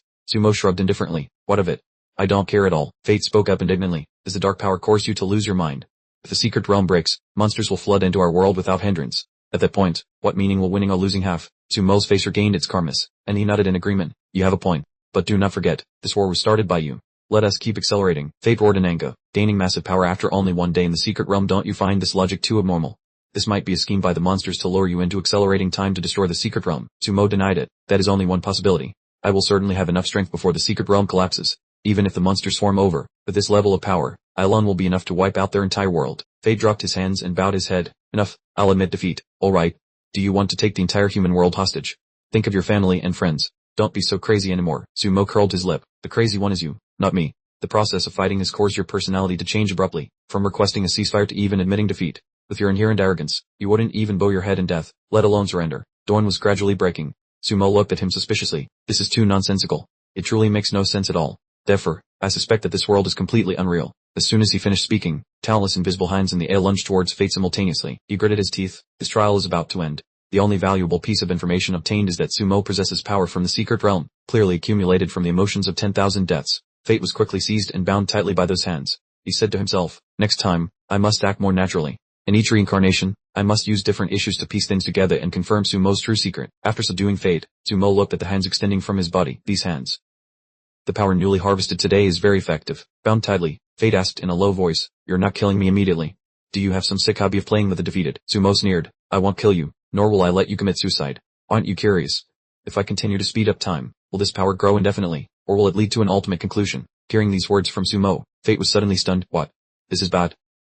It's all over now. Time continued to turn after that. The system continuously notified Sumo of check-ins. The reward for the 9th day had arrived. Upon receiving rewards for the 15th and 29th days, he gained time system abilities along with historical time limits. Only now did Sumo feel satisfied. He looked up at Fate. After fighting for so long, I finally know your real name is Thenemark. Hearing Sumo call his name, Thenemark laughed. Countless people know the title Thenemark.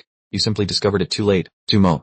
Sumo clicked his tongue in denial while withdrawing the hands binding Thenemark. No, I'm talking about your true name Bakin. Hearing that name, both familiar and foreign, Thenemark couldn't help but be surprised. It seems you've just gained another interesting ability. Mind reading or something else?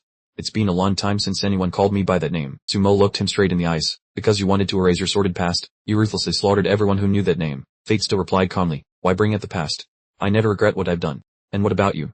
Do you have regrets? He looked up at the crumbling sky. You speed up time to gain new abilities, but look around, the secret realm is collapsing. This is the evil fruit caused by your own hands. Sumo glanced around and said indifferently, you're very right. If I accelerate time for one more day, the secret realm will surely collapse completely. Fate raised his hand, intending to strike the decisive blow. If the secret realm is destroyed, Earth will lose its protective shield.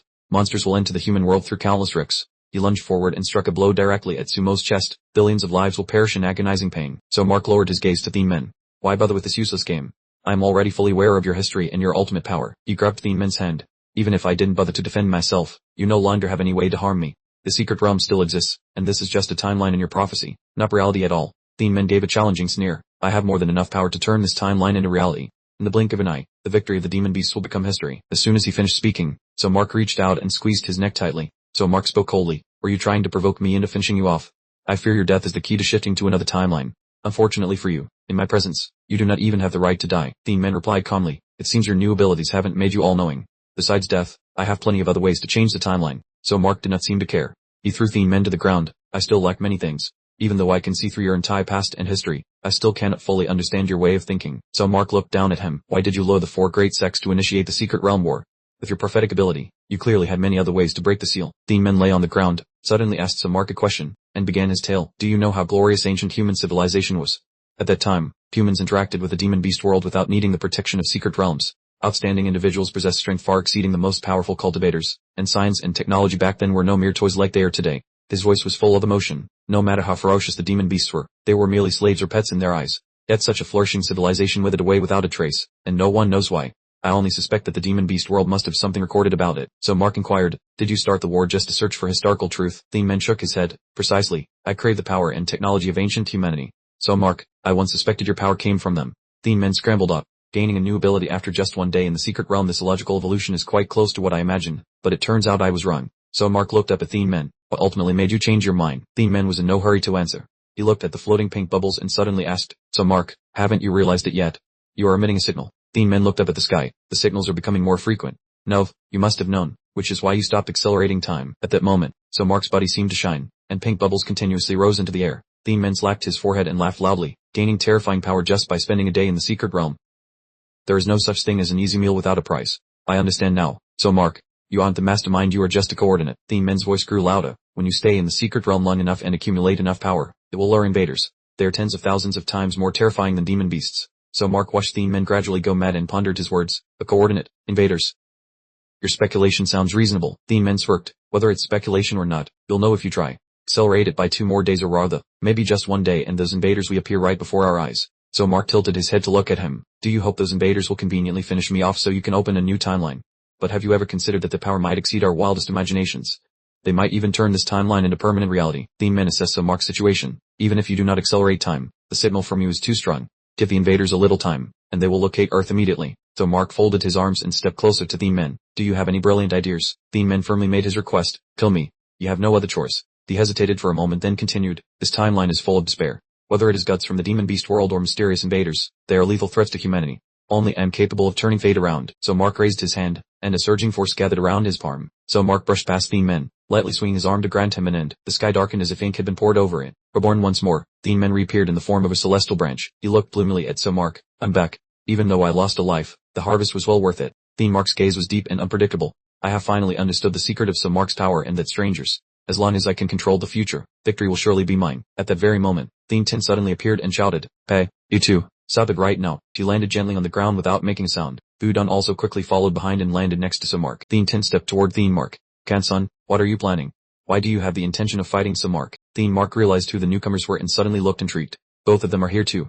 Excellent. I've just come up with an interesting scheme. They will be the pawns for me to control So Mark. Let's begin. He raised his hand and lightly touched his face. A moment later, Thien Mark immediately removed his disguise, revealing his true appearance underneath. Thien Tin narrowed his eyes and asked, Were you? Thien Mark didn't answer. Instead, he panicked and looked down at his hands. No, this isn't what I want. Damn it, this body isn't following my commands. Did So Mark? The current So Mark clearly hasn't activated time acceleration yet, so there's no way he should have such a bizarre power. Is the one controlling me a So Mark from a previous timeline? How is that possible? So Mark was the first to break the suffocating atmosphere. Thien Mark. No, you're still back, Heen. My memories are so cluttered. Before he could finish his sentence, Thien Mark screamed crazily. I'm Thien Mark, a cultivator from 1,000 years ago.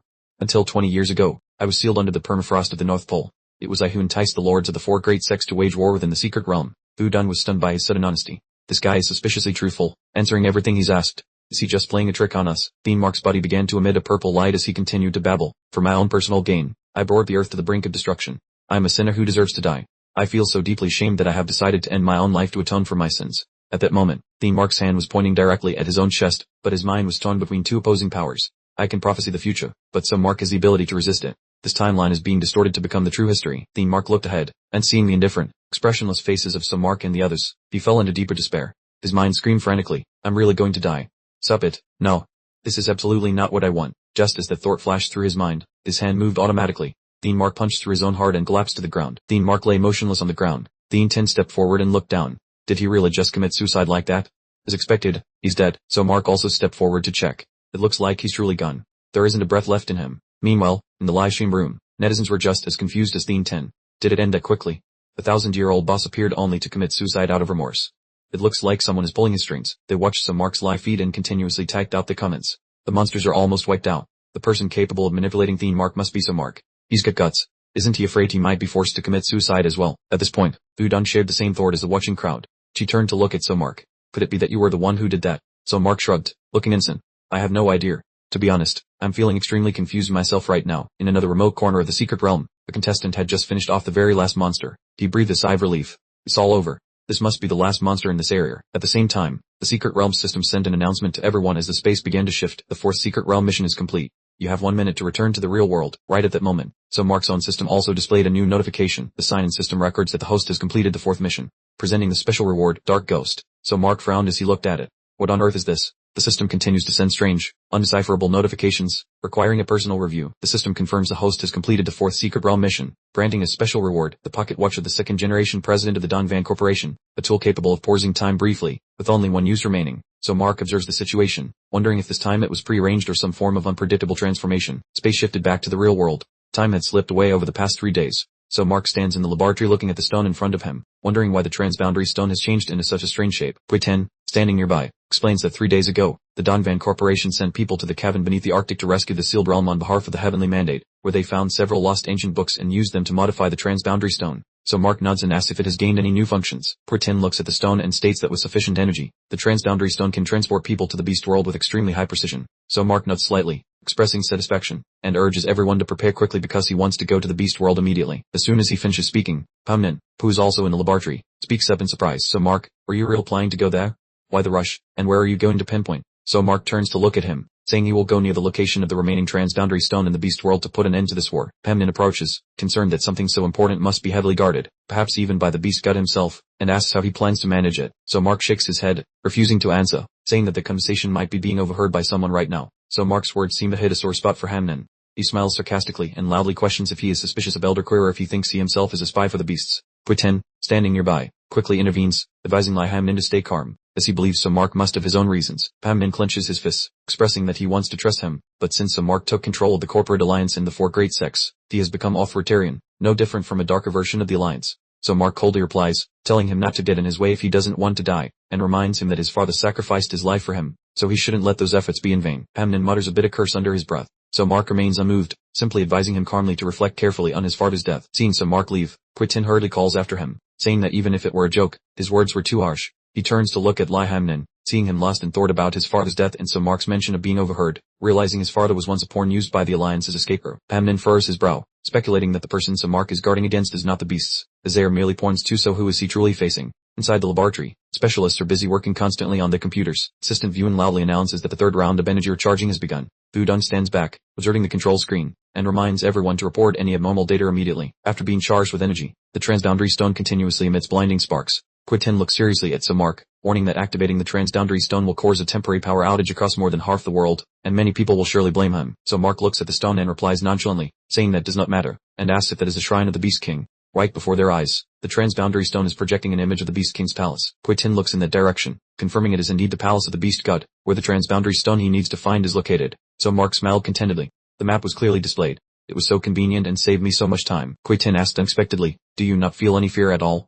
The data shows the Beast King Palace's security team is 1,000 troops with a combat power over 300, 50, 000 troops with over 1 million, and 2 with over 10 million. He paused for a moment before continuing. As for the Master of the Beast Gods, the combat power estimate for that world reaches over 100 million. Mark rubbed his chin and thought, let me calculate and see. He silently sank into his own calculations. The first check-in, 1,000 your beast power increased combat power by 10,000.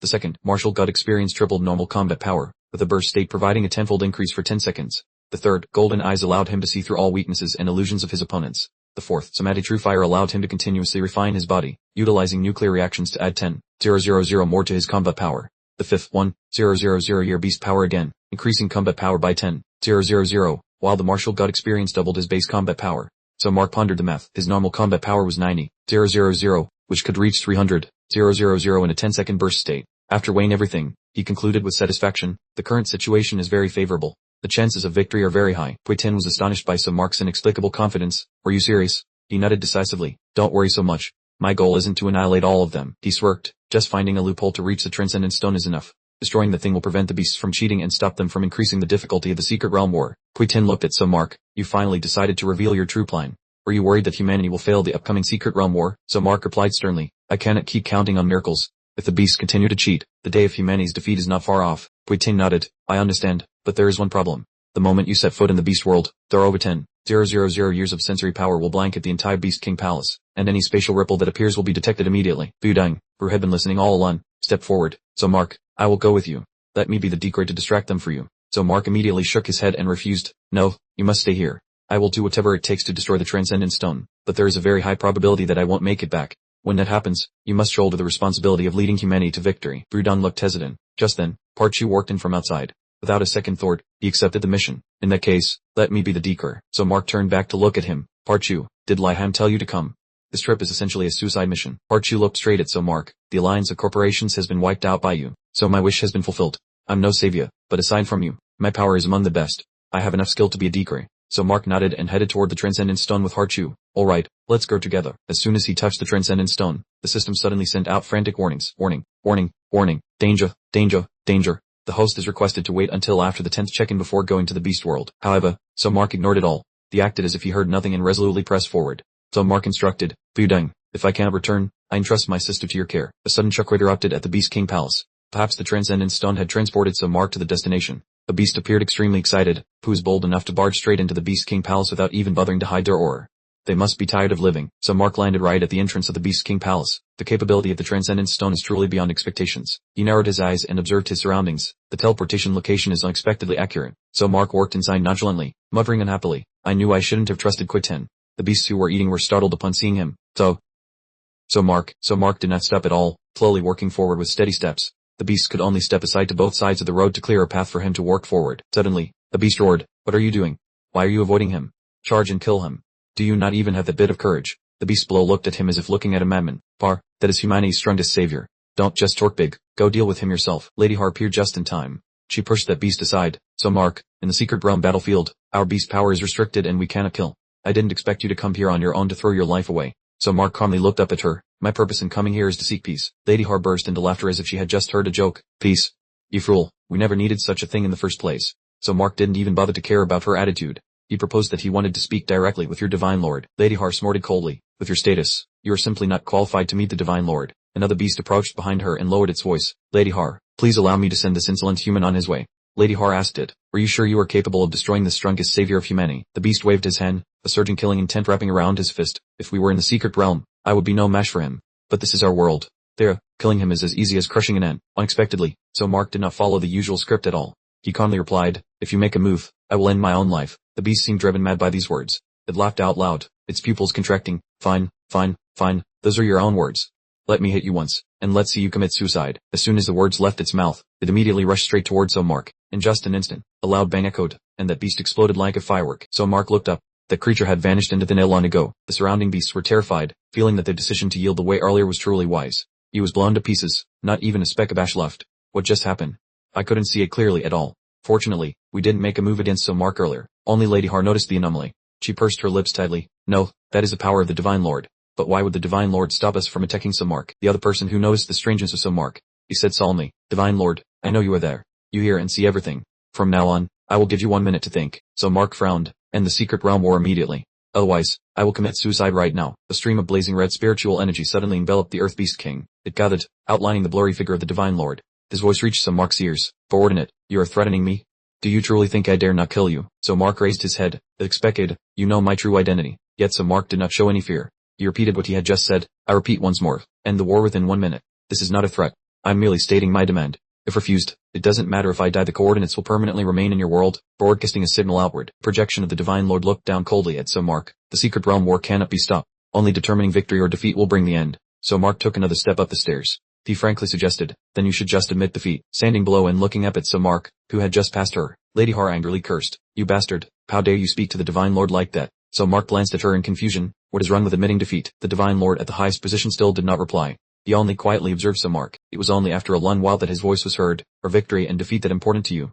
Mark's attitude became solemn. Neither humans nor beasts matter, and our war matters even less. Even if you win, as long as the coordinate remains here, your end will only be destruction. Just as his words fell, a certain corner of the Earth Beast King suddenly exploded. The God Lord raised an eyebrow, looked at Mark, and inquired about his purpose. Mark calmly replied that, as he had said before, he was here for peace. The God Lord scoffed, telling Mark to stop the act. His intention to do something to attract their attention and protect his teammates was clear, but unfortunately, the sound he just heard meant that person was already dead. Mark continued to work calmly, his mind calculating, trying to buy some more time for Harchu, and at the same time irritating the God Lord. However, his presence here was already pushing the limits. Immediately after, Mark suddenly pulled out a watch and clutched it tightly in his hand. The God Lord's expression suddenly changed. He became noticeably more anxious, asking Mark what he was doing and demanding that he stop. The watch in Mark's hand suddenly glowed. At that very moment, the system also sent a notification to Mark, confirming his use of the reward item. The watch, which had the effect of temporarily stopping time. The God Lord's gaze also seemed to freeze in place. Only 0.01 seconds passed, and Mark quickly seized the opportunity to move forward. He broke through the doors of the Divine Temple. 0.02 seconds passed, and Mark successfully infiltrated inside, seeing the strange stone block on the altar. Mark's eyes lit up with interest. The system quickly sent information about the boundary-crossing stone to him, stating that it contained the miraculous power of space-time and had weaknesses that needed to be analyzed. However, before the weaknesses could be revealed, the watch in Mark's hand suddenly emitted a surge of black energy. The system then sent an urgent warning to Mark, informing him that the watch was being interfered with by a mysterious force and was about to be damaged. Mark frowned, looking at the watch, thinking to himself that if the watch was breaking, it meant the God Lord's power had interfered. He wondered how much time he had left. Time continued to pass, reaching 0.03 seconds, and the system finally completed its analysis and sent a notification. The boundary-crossing stone's weaknesses had been fully analyzed, Mark immediately flew straight towards the boundary-crossing stone without hesitation. A small crack had now appeared on the boundary-crossing stone. The system updated its status. The durability of the boundary-crossing stone was 98%. Mark stared intently at the stone block, telling himself it was incredibly sturdy. While his watch could barely hold on any longer, the watch continuously emitted black energy, looking as if it was about to explode at any moment. Mark ignored everything, quickly landed another punch on the boundary-crossing stone, continuously attacking it. The durability of the boundary-crossing stone decreased to 79%. Time reached 0.04 seconds. The boundary-crossing stone's durability was 43%. At 0.05 seconds, the system announced that the watch was broken. Mark did not stop. He clenched his fist, preparing to deliver the next blow. Feeling as if time was running out, the watch suddenly exploded. The God Lord's reflection outside also flickered and vanished instantly. A second later, he appeared directly in the main hall, right behind Mark. At this moment, the transcendent stone's durability had dropped to a mere 19 out of 100. Mark looked back over his shoulder. Only 0.06 seconds had passed, but the God Lord had already landed, and a terrifying wave of power swept across the entire grand hall. He gritted his teeth and snarled at Mark. Humans are truly cunning by nature and never change. Glancing up at the transcendent stone, which was full of cracks but had not yet shattered, the God Lord remarked, your plan can be considered a failure. This stone is still standing firm. Yet, even though Mark was lying on his back on the ground due to the shockwave from the God Lord's tower, he laughed. Not at all. My plan was a complete success. From this moment on, don't even think about cheating in the secret realm again. Just as he finished his sentence, the transcendent stone immediately exploded into hundreds of fragments that scattered across the grand hall. And at this moment, the transcendent stone's durability was less than 100. Mark still lay there, looking straight at the God Lord. You had plenty of opportunities to stop me but hesitated. Tell me, divine beast, are you real that afraid of the price you'd have to pay to kill me? Outside the Beast King's hall, unusual fluctuations also began to appear. The beasts cried out in terror. The grand hall has disappeared, and the God Lord is nowhere to be seen either. What on earth is happening? Lord Har coldly interrupted. Stop panicking. That is the power of the God Lord. He has created a separate pocket dimension outside the beast world. She smiled confidently. Rest assured, the coordinates Mark released have completely lost their effectiveness, and final victory will belong to the God Lord and us. In the space where the Beast King's hall had just vanished, green light from the transcendent stone was enveloping the grand hall. The fragments automatically reconnected into a strip of light that flew across Mark's field of vision. What is this? They began to converge back to the original position of the transcendent stone. The God Lord looked at Mark and said, hadn't you already guessed? These are the shards of the transcendent stone. Mark stood stunned, watching the stone gradually recover, and thawed in amazement. It was shattered this badly, yet it can still fully repair itself. The God Lord spoke up. Mark, I must thank you for working right into the trap. Without you participating in the next secret realm, humans will definitely lose. Mark laughed sarcastically. You want to kill me, but aren't you worried that the coordinates will latch onto your world? The God Lord replied calmly. Do you still not realize your current situation? He laughed loudly. This grand hall has been completely isolated from the outside world. Following this in, So Mark tried to focus on sensing his surroundings, but he only felt a shroud of dark, gloomy energy and could detect nothing else. He questioned the God Lord. Outside is just void. Have you created an independent plane and locked us in here? The God Lord nodded, confirming, that's right. Till you hear and throw your corpse into the Thuan Bileta 1EA1CH Hall, and the coordinates on you will no longer be able to lock onto our world. So Mark looked up straight, bringing me to the Thuan Bileta 1EA1CH Hall before acting. Wouldn't that be the safest way to do it? The God Lord appeared interested. His eyes flashed. That suggestion sounds intriguing. So Mark didn't want to waste words and went straight to the point. Cut out these useless probing games. If you were capable enough, I would have been dead long ago. Perhaps you're stuck in this self-created plane because you had to restore the transcendent stone, but you're still not sure if killing me here would prevent the coordinates from shifting to your world, right? The God Lord was provoked by So Mark's confidence. He raised his hand, his entire body erupting with a powerful aura of dark energy. Perhaps I should try and see. So Mark laughed loudly, trying to use psychological tactics to gauge the status of the coordinates through my reaction. It's a pity I'm completely clueless. The owner of the coordinates is a terrifying invader who always sees our world as a delicious meal. Do you dare to gamble on whether you can stop them from shifting over? At this very moment, the system frantically blared warnings. The signal was intermittent, connection was impossible, and it urged the host to retreat immediately because danger was closing in. The pressure emanating from the God Lord surged and erupted violently. The majestic aura felt as if it wanted to crush So Mark's mind. The system continuously notified the host that he was in a precarious situation, attempting to connect but remaining completely disconnected. The God Lord narrowed his eyes at So Mark. I have a 90% chance of blocking the displacement coordinate, but I don't want to waste the effort, nor is it necessary. So Mark, let's make a deal. So Mark looked at him suspiciously. A deal? The God Lord continued. So Mark, I know full well that on Earth, you have always suffered injustice, been despised, ridiculed, and mocked. It is ridiculous that those weaklings dare to look down on the strong. Do you really intend to save all of humanity? No, you only truly care about the few people close to you. He fixed his gaze deeply on So Mark. After the Secret Realm War ends, I will bring your friends and family to my world, grant them 10 million square meters of land to settle down, and guarantee a prosperous and safe life for generations to come. In return, you must come to the Shanbai continent and never set foot in our worlds again. So Mark asked in reply, can't they just stay on Earth? The God Lord laughed aloud. When the Secret Realm War ends, Earth will also reach its finale. Do you really want your sister to die along with this planet? So Mark hesitated for a moment. I need to think carefully. Please tell me what you know about the owner of the coordinate and the real reason you want to destroy Earth. The God Lord looked at So Mark with a faint smile. It seems you know nothing. Very well, consider it a fair trade. I will tell you everything. So Mark silently contacted the system. Hey system, what is the deciding condition to receive the check-in reward? By utilizing the power of the Interrealm Stone to open a portal, the host steps foot into planes other than Earth and the Beast World, and participates in the Secret Realm War between humans and beasts. So Mark questioned, I am currently in an independent minor world, the space is full of the power of the Interrealm Stone, and I am fighting the God Lord of the Beast World. Is that enough to fulfill the conditions for the reward? The system replied coldly. The system is calculating. Conditions not met. Received high-level command. Currently no response signal. So Mark threatened it. If I die, your prey will disappear as well. The system immediately responded urgently. The system is recalculating. The God Lord withdrew his intimidating aura towards So Mark and said calmly, regarding the invaders, I don't know much either. They are called Echoing Shadows, specializing in sweeping through the Shanbai lands and devouring every world they encounter, turning everything into dead zones without a trace of life. But finding prey is not easy for them. So Mark followed up, so that's why they need the coordinates, right? The God Lord nodded. The Echoing Shadows project countless coordinates, but only a few touch worlds with living beings, while simultaneously latching onto a certain creature's body. For example, So Mark asked further, if I already have the coordinate, why haven't they found Earth yet? The God Lord shrugged and replied, with just the coordinate, it's impossible to pinpoint Earth's exact location. Do you know the Shanbai continent? So Mark nodded. I have been there once. The God Lord explained to him, the human world, the beast world, and all worlds with life were originally isolated, independent entities until the Shanbai continent appeared, becoming a path or a transit hub. Only upon reaching that place can we jump from one world to another, but you must first find the item corresponding to that world in the Shanbai continent. He gave an example. For instance, if the item on the Shanbai continent corresponding to Earth is an apple or a rabbit, only when those are found can the Echoing Shadows invade Earth. So Mark nodded. That sounds simple enough. The God Lord shook his head, denying it. No, there are two difficulties. The space of the Shanbai continent is nearly infinite, and the item corresponding to Earth is constantly changing. 1 second it's a stone, the next it's a rabbit. The God Lord's voice was steady and flat. Worlds existing separately are always in a state of flux, but if you bind two worlds together, the corresponding items stop changing. So Mark hesitated and asked, you mean the Secret Realm War? The God Lord nodded. The first Secret Realm War was opened by Earth, and the coordinate is based on you. By using that to lock the two worlds together, harvesting two pieces of prey at once, that is the plot of the Echoing Shadows. So Mark shook his head. No, the one who opened the Secret Realm War was Theme Men, a cultivator from 1,000 years ago. The God Lord was surprised, then laughed loudly. Theme Men. The power of the coordinate is enough to force that person to commit suicide. Changing his will regarding the coordinate was all too easy. So Mark frowned. If everything is a plot by the Echoing Shadows, humans and beasts should cooperate even more, end the war, and break the bond between the two worlds to avoid this invasion disaster. The God Lord shook his head decisively. No, humans and beasts cannot cooperate. The moment the Secret Realm War began, our worlds were locked. The Echoing Shadows have already determined the area.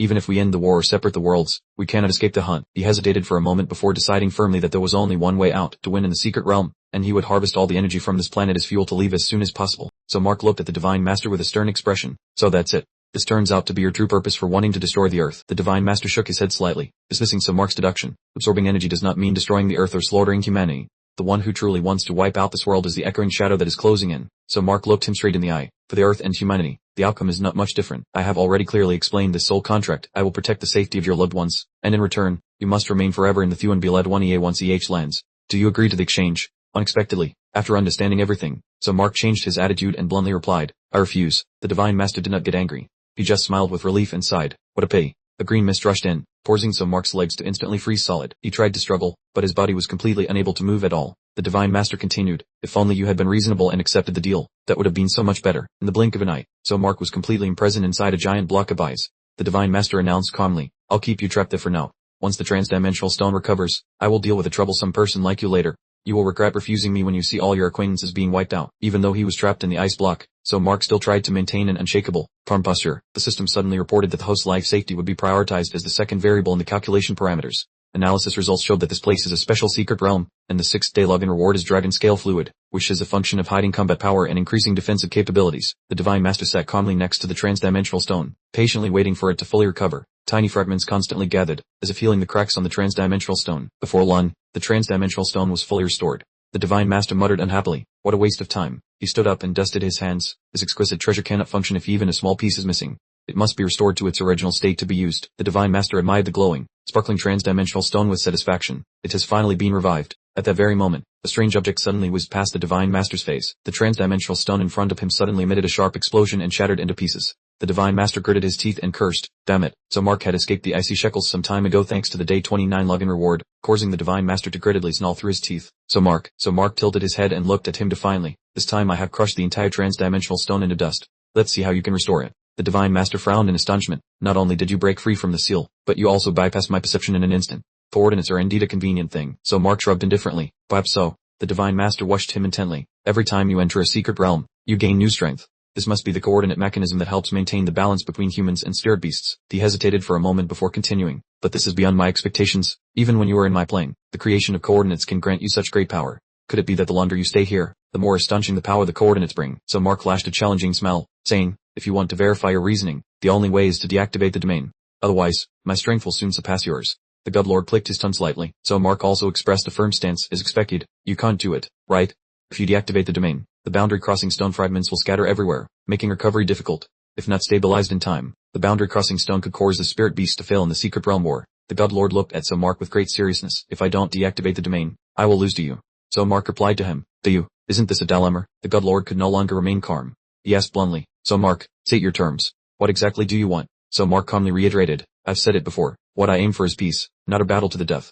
There are still other options for our worlds. The God Lord still tried to convince So Mark to understand his intentions. Sacrificing the Earth so the spirit beast world can break free is the plan with the highest success rate. Having both worlds coexist is almost impossible. So Mark stood his ground. Then there is nothing left for us to discuss. The God Lord snapped immediately. So Mark, based on the previous agreement, I can increase the number of migrants to the spirit beast world to 10 or 20 million, or even grant your loved ones a position of power second only to one. Everything is negotiable. So Mark shook his head resolutely. No, I will never agree. The God Lord muttered. Is that so? Immediately afterward, he raised his hand and unleashed a powerful surge of energy. If that's the case, there is no choice but to kill you. Extreme path. The coordinates will not shift. So Mark curled his lips. Duelist field. Activate. So Mark's body glowed, filled with surging power. The God Lord watched in shock as his divine power was seemingly drained by So Mark. He frowned. My divine power is being devoured. No, it feels more like it's gradually dissipating. So Mark smiled and explained. The dualist field, also known as the equality field, has the ability to seal all powers except physical ones. So, God Lord, let's have a hand-to-hand fight. A shot, thunderous explosion suddenly echoed inside the Grand Hall. The God Lord took a powerful punch directly to the face from So Mark. He did not delay and retaliated immediately.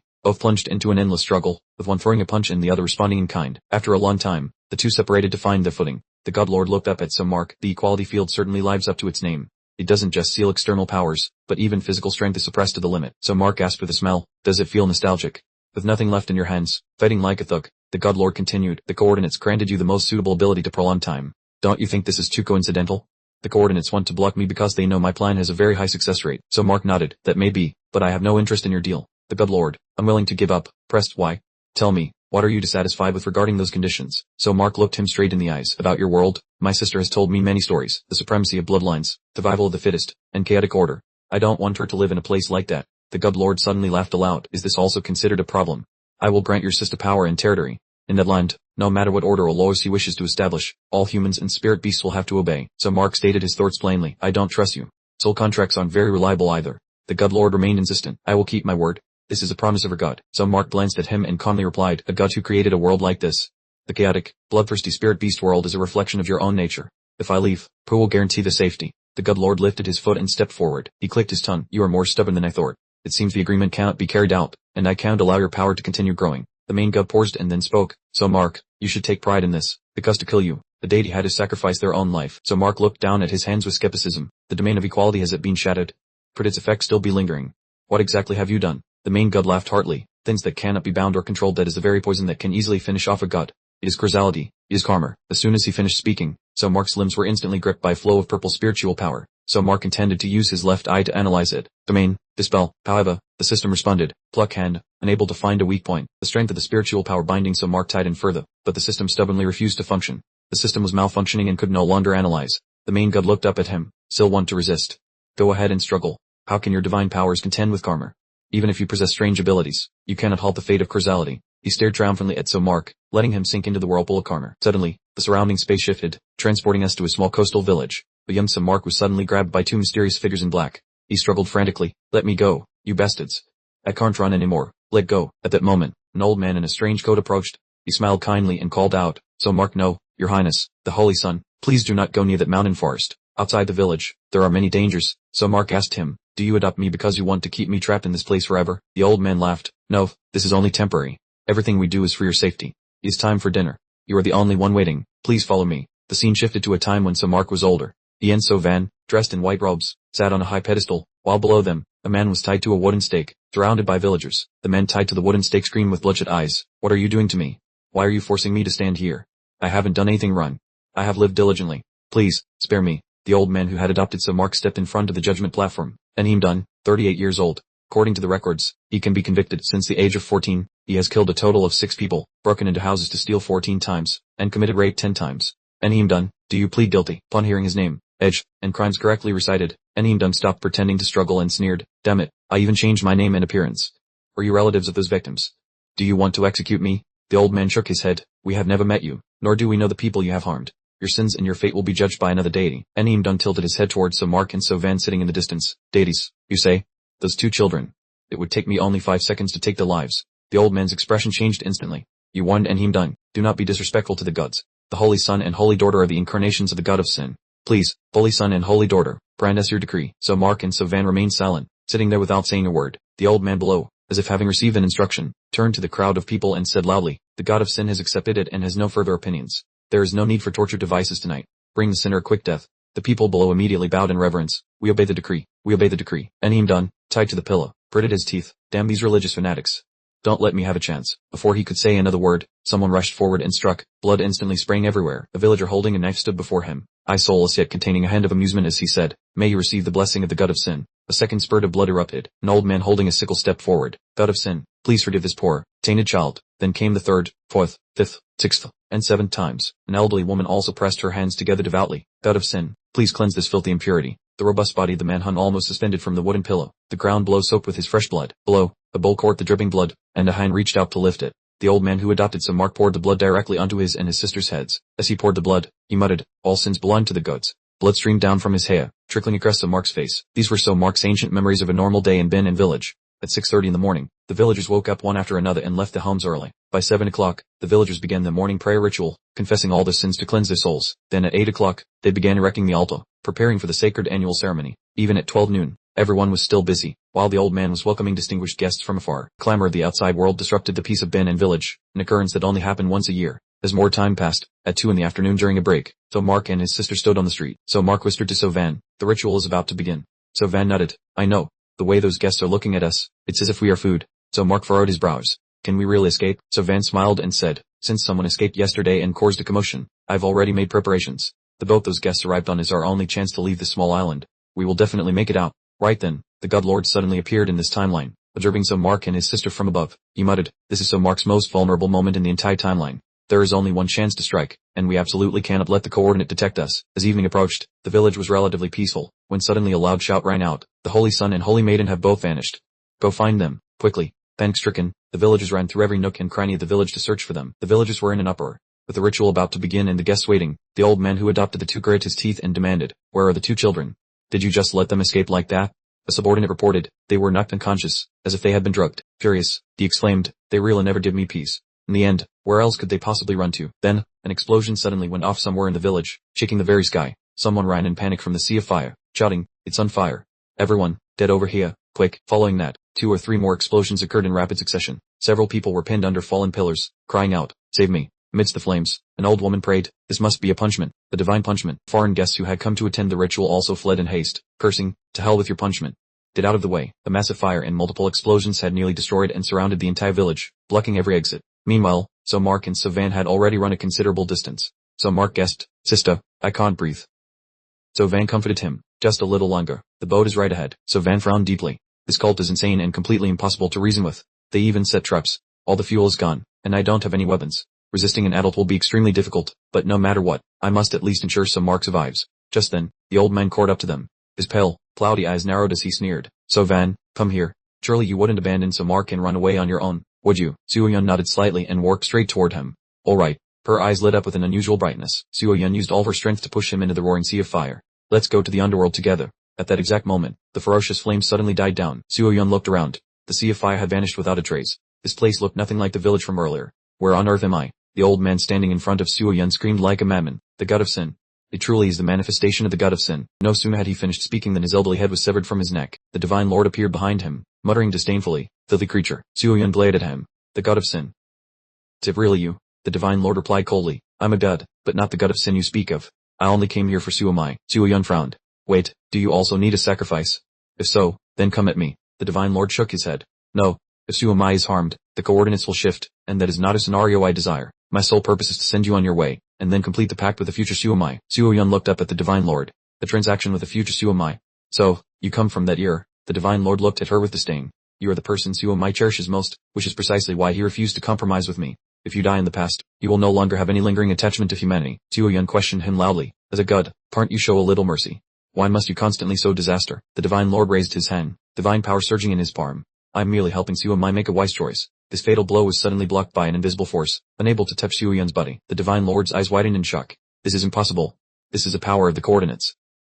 Could there be two coordinates coexisting?" Suoyun's body was suddenly enveloped in a golden glow. The divine lord frowned. "This is bad. This tower is entirely different from the one Suomai possesses. It turns out you are the original host. How ridiculous is this your destiny, or am I still being manipulated by the coordinates?" Suoyun asked herself in bewilderment. What on earth is a system sign-in? Operating similarly to the memories of Suomai, the system sent a notification to Suoyun. Sign-in failed. Connection error. Time and data mismatch. Restarting. Signed in 29 times. Detected within a secret realm. Permitting re-sign-in. Completed 30-day sign-in. Receiving skill reward. Spiritual annihilation. Suoyun's body suddenly shuddered. The sensation was incredibly foreign and terrifying. Standing opposite her, the divine lord spoke. "Kid, do not attempt to use the power of the coordinates. That is a warning from your own body. In just an instant, you have absorbed an amount of energy that took Suomai months to acquire. If you stubbornly persist in using it, your body will disintegrate into nothingness." Suoyun fell silent for a moment, then replied, "You are no different from the priest of the god of sin. You people only know how to use Suomai and me to harm us." The divine lord attempted to explain. "You have misunderstood. Please, calm down and listen to me." Before he could finish speaking, Suoyun channeled all her strength and threw a punch straight at him. The divine lord clicked his tongue and shook his head, saying that with his scorching essence, humans are no different from some mark. "Just listen to me." But just at this moment, a crack suddenly appeared right behind the divine lord's back. It seemed that his body was completely affected by the power of Sovan. He roared in anger. "Damn it, what the hell is this?" That attack just now was terrifying. Before he could finish his words, the divine lord's body shattered into small pieces right before Sovan's eyes. Even Sovan was stunned. Could that cruel deity have lost his life so easily? But at that very moment, Sovan's legs also suddenly began to fade away. She looked at herself in shock. "Am I also about to die?" With those words, Sovan immediately vanished into thin air. Everything plunged into a thick, pitch darkness. The scene shifted to the seashore, where Sovan stood murmuring, "The sea and the village. I have returned." She looked down at her hands. Was that a dream just now? This is not good at all. I can no longer feel the existence of my body. Right at that moment, the system appeared again, announcing that the host, Sovan, had died. The life form was gone. Data was corrupted, and the system was transitioning to search for a new host. Sovan fell silent, neither alive nor fully dead. Am I a ghost now or something else? What on earth am I? So Mark appeared out of nowhere, holding his head as he worked over. "Sister, what happened just now?" My head hurts so much. When I woke up, you weren't there. I was worried to death. So Van tried to regain her composure. She turned to smile gently at So Mark. Don't worry, we are safe now. Let's go home. So Mark asked in confusion. Home? We don't have a home. Do you mean the orphanage? So Van shook her head and replied, no, there will be another place that is safer. As dusk fell, a boat drifting on the sea finally washed ashore. So Mark lay unconscious on the sand while a staff member performed first aid on him. Rescue Team No. 18 reported finding a surviving boy, who was comatose but still breathing. So Van stood nearby, watching So Mark lying on the sand, all listening to the report that they had only found a single survivor. She bent down to examine her body. So Van could see right through her own hand, clearly spotting every grain of yellow sand beneath it. The scene shifted to a closed room, with So Mark sitting quietly on a chair. As a reporting voice echoed, every year, the village would buy a boy and a girl from the orphanage to be the holy son and holy daughter, using the fresh blood of sinners for sacrifices. They looked at So Mark and continued, at the end of that year, the villagers would hold a cannibalistic feast, with guests consisting entirely of wealthy merchants and officials. They believed that eating the flesh of the holy son and holy daughter would bring blessings from the gods. The police officer clicked his tongue. At least he didn't burn to death. The other person asked back, was this fire really an accident? He just stays silent and refuses to cooperate at all. At this point, another person walked in and said, forget it. Many people don't want to dig deep into this case. Just close it as an accidental fire and be done with it. So Van, in her special form, still stood quietly behind So Mark to protect him. She whispered, it's okay, we will be leaving this place soon. The scene shifted to a bustling city. An old woman looked at So Mark and asked, kid, do you really want to rent a house all by yourself? So Mark shook his head in denial. No, that's not it. We are just two siblings. The old woman was skeptical. Are you two religious siblings? So Van then spoke up to clarify, I am indeed So Mark's older sister. The old woman quickly wiped her eyes and chuckled, if real as you two. I'm so muddled and my eyesight is poor, so I didn't notice earlier. If you two are renting the place, I'll give you a friendly price. Time flew by, and the two siblings, So Mark and his sister, struggled together to make a living. At first, everyone felt sympathy for the two poor children with no parents who had to work hard setting up this stall to scrape by. However, before long, their attitude toward the two siblings changed, and rumors began to spread. People claimed the two had been abducted by a cult, bringing bad luck that caused many to die unjustly, and that anyone who got close to them would meet with disaster. So it was deserved that they were so miserable. So Mark held a heavy basket of fruit and sighed, sister, we didn't earn enough money to pay the rent this month. People keep whispering behind our backs, and customers are afraid to stop by. So Van shook her head, don't pay attention to what people say. I will find a way to handle the money. Days passed like the wind, and soon So Mark was accepted into university. He went to discuss it with his sister. I want to drop out and start working. You've had it too hard. So Van looked stern and scolded him. What nonsense are you saying? I can handle the tuition. I've recently found a job with a decent income. Currently, he is still standing motionless in the main hall of the Beast Palace. So Mark gritted his teeth, enunciating each word. System, your plan is truly insidious. Forcing me to log in for 30 days to defeat the God Lord. It turns out it was so I would possess power beyond control. You arranged for my sister to complete the login in the past, sacrificing her life to kill the God Lord, and then transferred the power to me. The system calmly replied to So Mark, your sister never truly died. So Mark was stunned, but she isn't living normally either. And the system continued to explain, because the God Lord of the Beasts interfered with the timeline. Your sister exists in a state between life and death. She cannot be touched, nor can she be seen. So Mark muttered, cannot be touched or seen.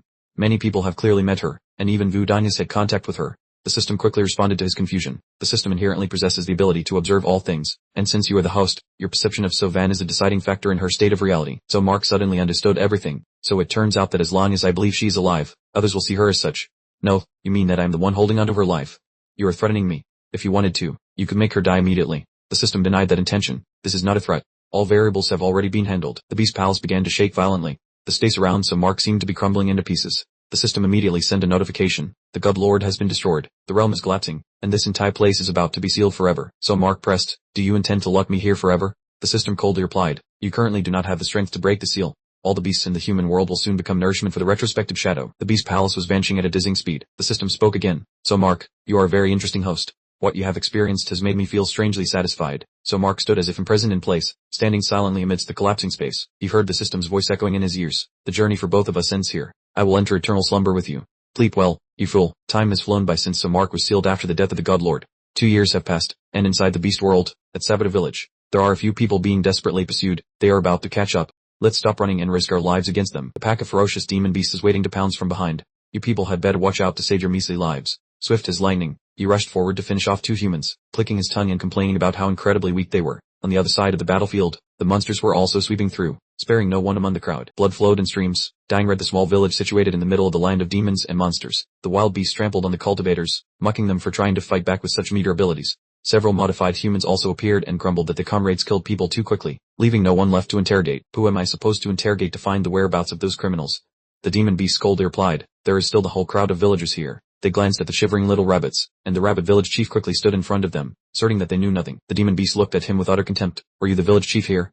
How dare you hide the cultivators and the Donvan Corporation? He stretched out his hand with claws as sharp as knives. The monster grabbed the poor little rabbit, forcing the village chief to reveal the whereabouts of those people. The rabbit village chief shouted in anger. I already told you we know nothing. Let her go right now. The demon beast grinned and sneered. If you say you don't know, that's fine. In the blink of an eye, he violently crushed the little rabbit in his palm. The rabbit village chief was so angry that he gritted his teeth. You bested. The demon beast challenged. You still have many companions left. I will kill all your loved ones until you are willing to open your mouth. In an instant, the scene shifted to the desolate desert outside. 2 rabbits ran for their lives. We must report to NHI immediately. That esteemed lord is still digging up ahead. The leading rabbit anxiously asked, is that stone real that important? The one behind shook its head and said, I have no idea. As soon as the words left its mouth, both of them were grabbed by the neck and lifted into the air. The people from the Financial Alliance laughed gleefully. Sure enough, releasing these 2 preys allowed us to catch NHI right away. One of them turned around with a sneer. It seems we are close to our target. Who is Somak? Somak is the host possessing the most perfect queen cells. That is the Alliance's top priority. At the same time, a location not too far away, powerful punches were repeatedly striking a large boulder. The female rabbit was still diligently digging through that hard pile of boulders. NHI's punches showed no signs of stopping. She put all her strength into striking the rock face, smashing it into small pieces. After so much relentless effort over a long period of time, a sparkling pink stone was revealed, and at the same time, Somak's figure gradually appeared. His eyes, which had been tightly closed for so long, flooded open. At the very next moment, Sumo suddenly woke up. At Aer's location, a terrifying explosion had just resounded violently. The demonic beasts quickly surrounded Aer, sneering that since she was hiding here, she was indeed a useless weakling. Aer was lying on the verge of death amidst the rubble of rocks. The demonic beast mocked, you humans are so cowardly. To deal with a weakling like her, you still mobilize such a large crowd. The group from the Consortium Alliance hesitated. Well, as for this, they turned to reply. When she was on Earth, Aer used to possess formidable strength. I don't know why she is so weak now, perhaps due to Sumo's disappearance. The demonic beast muttered as it approached Aer. Sumo is busy saving humanity. Is he real worth you betraying us? Aer struggled to sit up. You bastard, I have nothing to say to you. The demonic beast bared its sharp fangs. The lowly race you protected has suffered much more since your betrayal. That octopus you pampered has now become grilled octopus. It grabbed Aer by her hair and said, it's all your fault. Don't you feel guilty toward them? Aer looked straight at it. In this world, they would never have a single day of peace. The demonic beast laughed out loud. You're right. In fact, the brief good times you had before were only because of the mission on Earth. Once it was completed, you lost your value. You weaklings have no future at all. Aer shouted in resentment. I will definitely find a better path for them. Accumulating demonic power in its hand, the beast sneered, relying on Sumo. He has disappeared and is surely dead. Go join him in the underworld. It swung its hand toward Aer, intending to finish her off then and there. Fortunately, a member of the Consortium Alliance received the message and hastily intervened. Please stop. We need to extract information from her. The demonic beast slammed Aer hard onto the ground. Fine, let this trade alive for a few more minutes. The man from the Consortium Alliance politely replied, thank you very much. He stepped forward, using spiritual energy to bind Aer tightly. Those rabbits confess that you have been here for nearly a year. What on earth have you been up to? Aer coldly replied, I don't know. Changing his tone, he coaxed and threatened her, I only need information about those humans. If you don't speak the truth, those rabbits will die. Is protecting humanity worth sacrificing your life as a demonic beast? He emphasized, is it related to Wu Tun, Lai Hang, or Sumo's sister? I have no patience left. This is your last chance. Meanwhile, in another location, the stone Aer had been searching for day and night began to tremble, emitting a dense fog, while the man was still frantically interrogating her. Just as he finished speaking, he suddenly sensed the strange aura approaching. Turning his head, he saw the stone levitating, shrouded in fog, while surging spiritual energy filled the area, pouring the Consortium Alliance into a panic. What is this?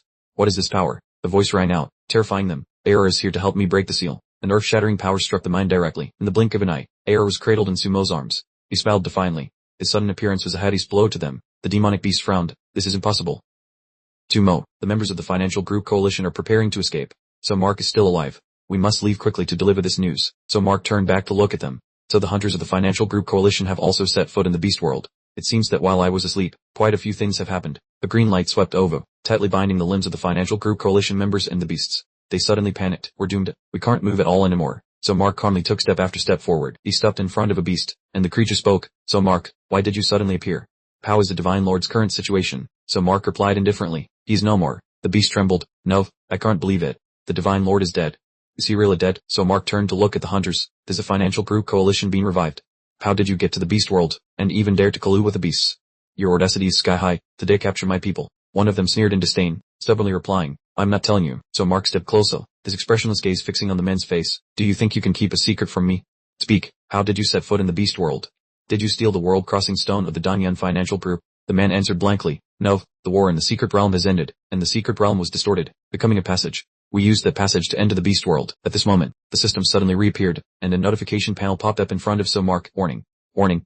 The host has awakened earlier than expected. Please initiate the backup line. So Mark sighed. System, you've finally shown up. Has the echo of return still not arrived yet? However, the system did not reply to So Mark at all. It only muttered to itself, confirming backup line. freezing all sign and rewards. So Mark's entire body suddenly erupted violently. He clenched his teeth, and during the tearing sensation occurring inside his body, the binding curse on those people was also lifted. They suddenly became confused. What is happening?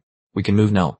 So Mark's state is very strange. Let's run quickly. However, one beast did not know what was good for it and wanted to stand up. No, we must kill some Mark now. They rushed towards some Mark in unison, swinging their arms to attack. So Mark clenched his teeth. System, don't cause any more trouble. He roared, his full power erupting. Break open for me. A powerful shockwave instantly blew away the beast that had just approached nearby. Those further away were also slightly shaken. So Mark coughed a few times. So Mark bowed his head as blood trickled from the corners of his mouth and eyes. The system warned him, do not do anything, do not change anything, and do not use your power. Before so Mark collapsed, the system managed to send another message. Every time you use an ability from the sign and rewards, it will accelerate your rate of death. This was a warning. At some ruined building, a faint voice rang out. Isn't this the strongest savior of humanity? Although he's in a coma, he still radiates such terrifying power in this state. The rabbits surrounded so Mark, curiously gasping about the relationship between him and Lord Aera, wondering how they knew each other and if a human like him was trustworthy enough to help them. Just then, Aera returned and shouted authoritatively, what are you all doing? Who gave you permission to gather here and cause such a ruckus? Seeing Aera in a fit of rage, the rabbits panicked and scattered in a flash. It turned out to be Lord Aera. It was no wonder they were scared pale, as Lord Aera looked terrifying when she was angry. Aera's scream was so loud that so Mark woke up with a start. He looked around, bewildered. Rabbits. Why are there so many rabbits? Where am I? Aera stepped forward to explain. This is Sabiter village. You've been sound asleep for over half a day. How do you feel? So Mark tried moving his limbs and felt fine, then asked how she had found him. Aera sighed wearily. You know the answer. Why ask? Ever since I came to Earth and you forced me to sign a pet contract, I have always been able to sense your location. Not to mention the unluckiest part, every time you get hurt, I have to bear half the pain. Just now, seeing you collapse, I almost passed out myself. So Mark quickly apologized. I'm sorry, I really have implicated you. However, this formal attitude made Aera shudder. Don't say things that make my skin crawl. We aren't even anything to each other to be so distant. It's terrifying. So Mark became pensive. This time it's different. From now on, every time I use my power, I will suffer a backlash. At worst, I could lose my life. So Mark's confession hit Aera like a bolt of lightning. He stood up and patted her head. Don't worry too much. I will definitely find a way to break the contract between us. Yet, contrary to so Mark's intentions, Aera firmly refused. There is no need to do that. So Mark smiled wryly. Why? Do you really want to be my pet so much that you'd accept dying with me? Aera replied seriously. If I share the damage, the number of times you can comfortably use your power will increase. Perhaps that way, we can save the rabbits in Sabiter village, as well as the poor spirit beasts and humans out there. She bowed her head and whispered, I need your strength. I need a so Mark who is invincible. So Mark suddenly remembered his main goal and asked Aera, what happened while I was asleep? Aera recounted, what I know is limited. After you left, the secret realm war ended, and it warped into tangled vines, creating a passage between the spirit beast world and Earth. With the help of high-level spirit beasts, the alliance of corporations destroyed the Donvan Corporation and the four great sects. They plundered interrealm stones and murdered countless people. The survivors either hid on Earth or snuck into the spirit beast world. Aera frowned. The alliance of corporations and the high-level spirit beasts are acting as if a terrifying enemy is about to descend a calamity that could wipe out all humanity and spirit beasts. So Mark pondered, strange, how do they know? Could it be information leaked by one of the God Lord's own confidants? Aera continued, according to Lai Hanlin's investigation, to avoid the catastrophe, the high-level spirit beasts conspired with the alliance of corporations. The result was that only a small portion survived, and all other living beings were sacrificed. So Mark smiled reassuringly. I will stop them. Do you know where my sister, Budang, and Lai Hanlin are hiding? Aera shook her head. I'm not sure. They are hiding very well, but there are still clues because the rabbit friends are assisting the cultivators. The nearest location is over there. The scene shifts to a desolate desert region. A group of hunters from the alliance of corporations is surrounding a group of people. Chairman Hugh stepped forward and threatened. And Guy Thenon, stop struggling in vain. We have no interest in you.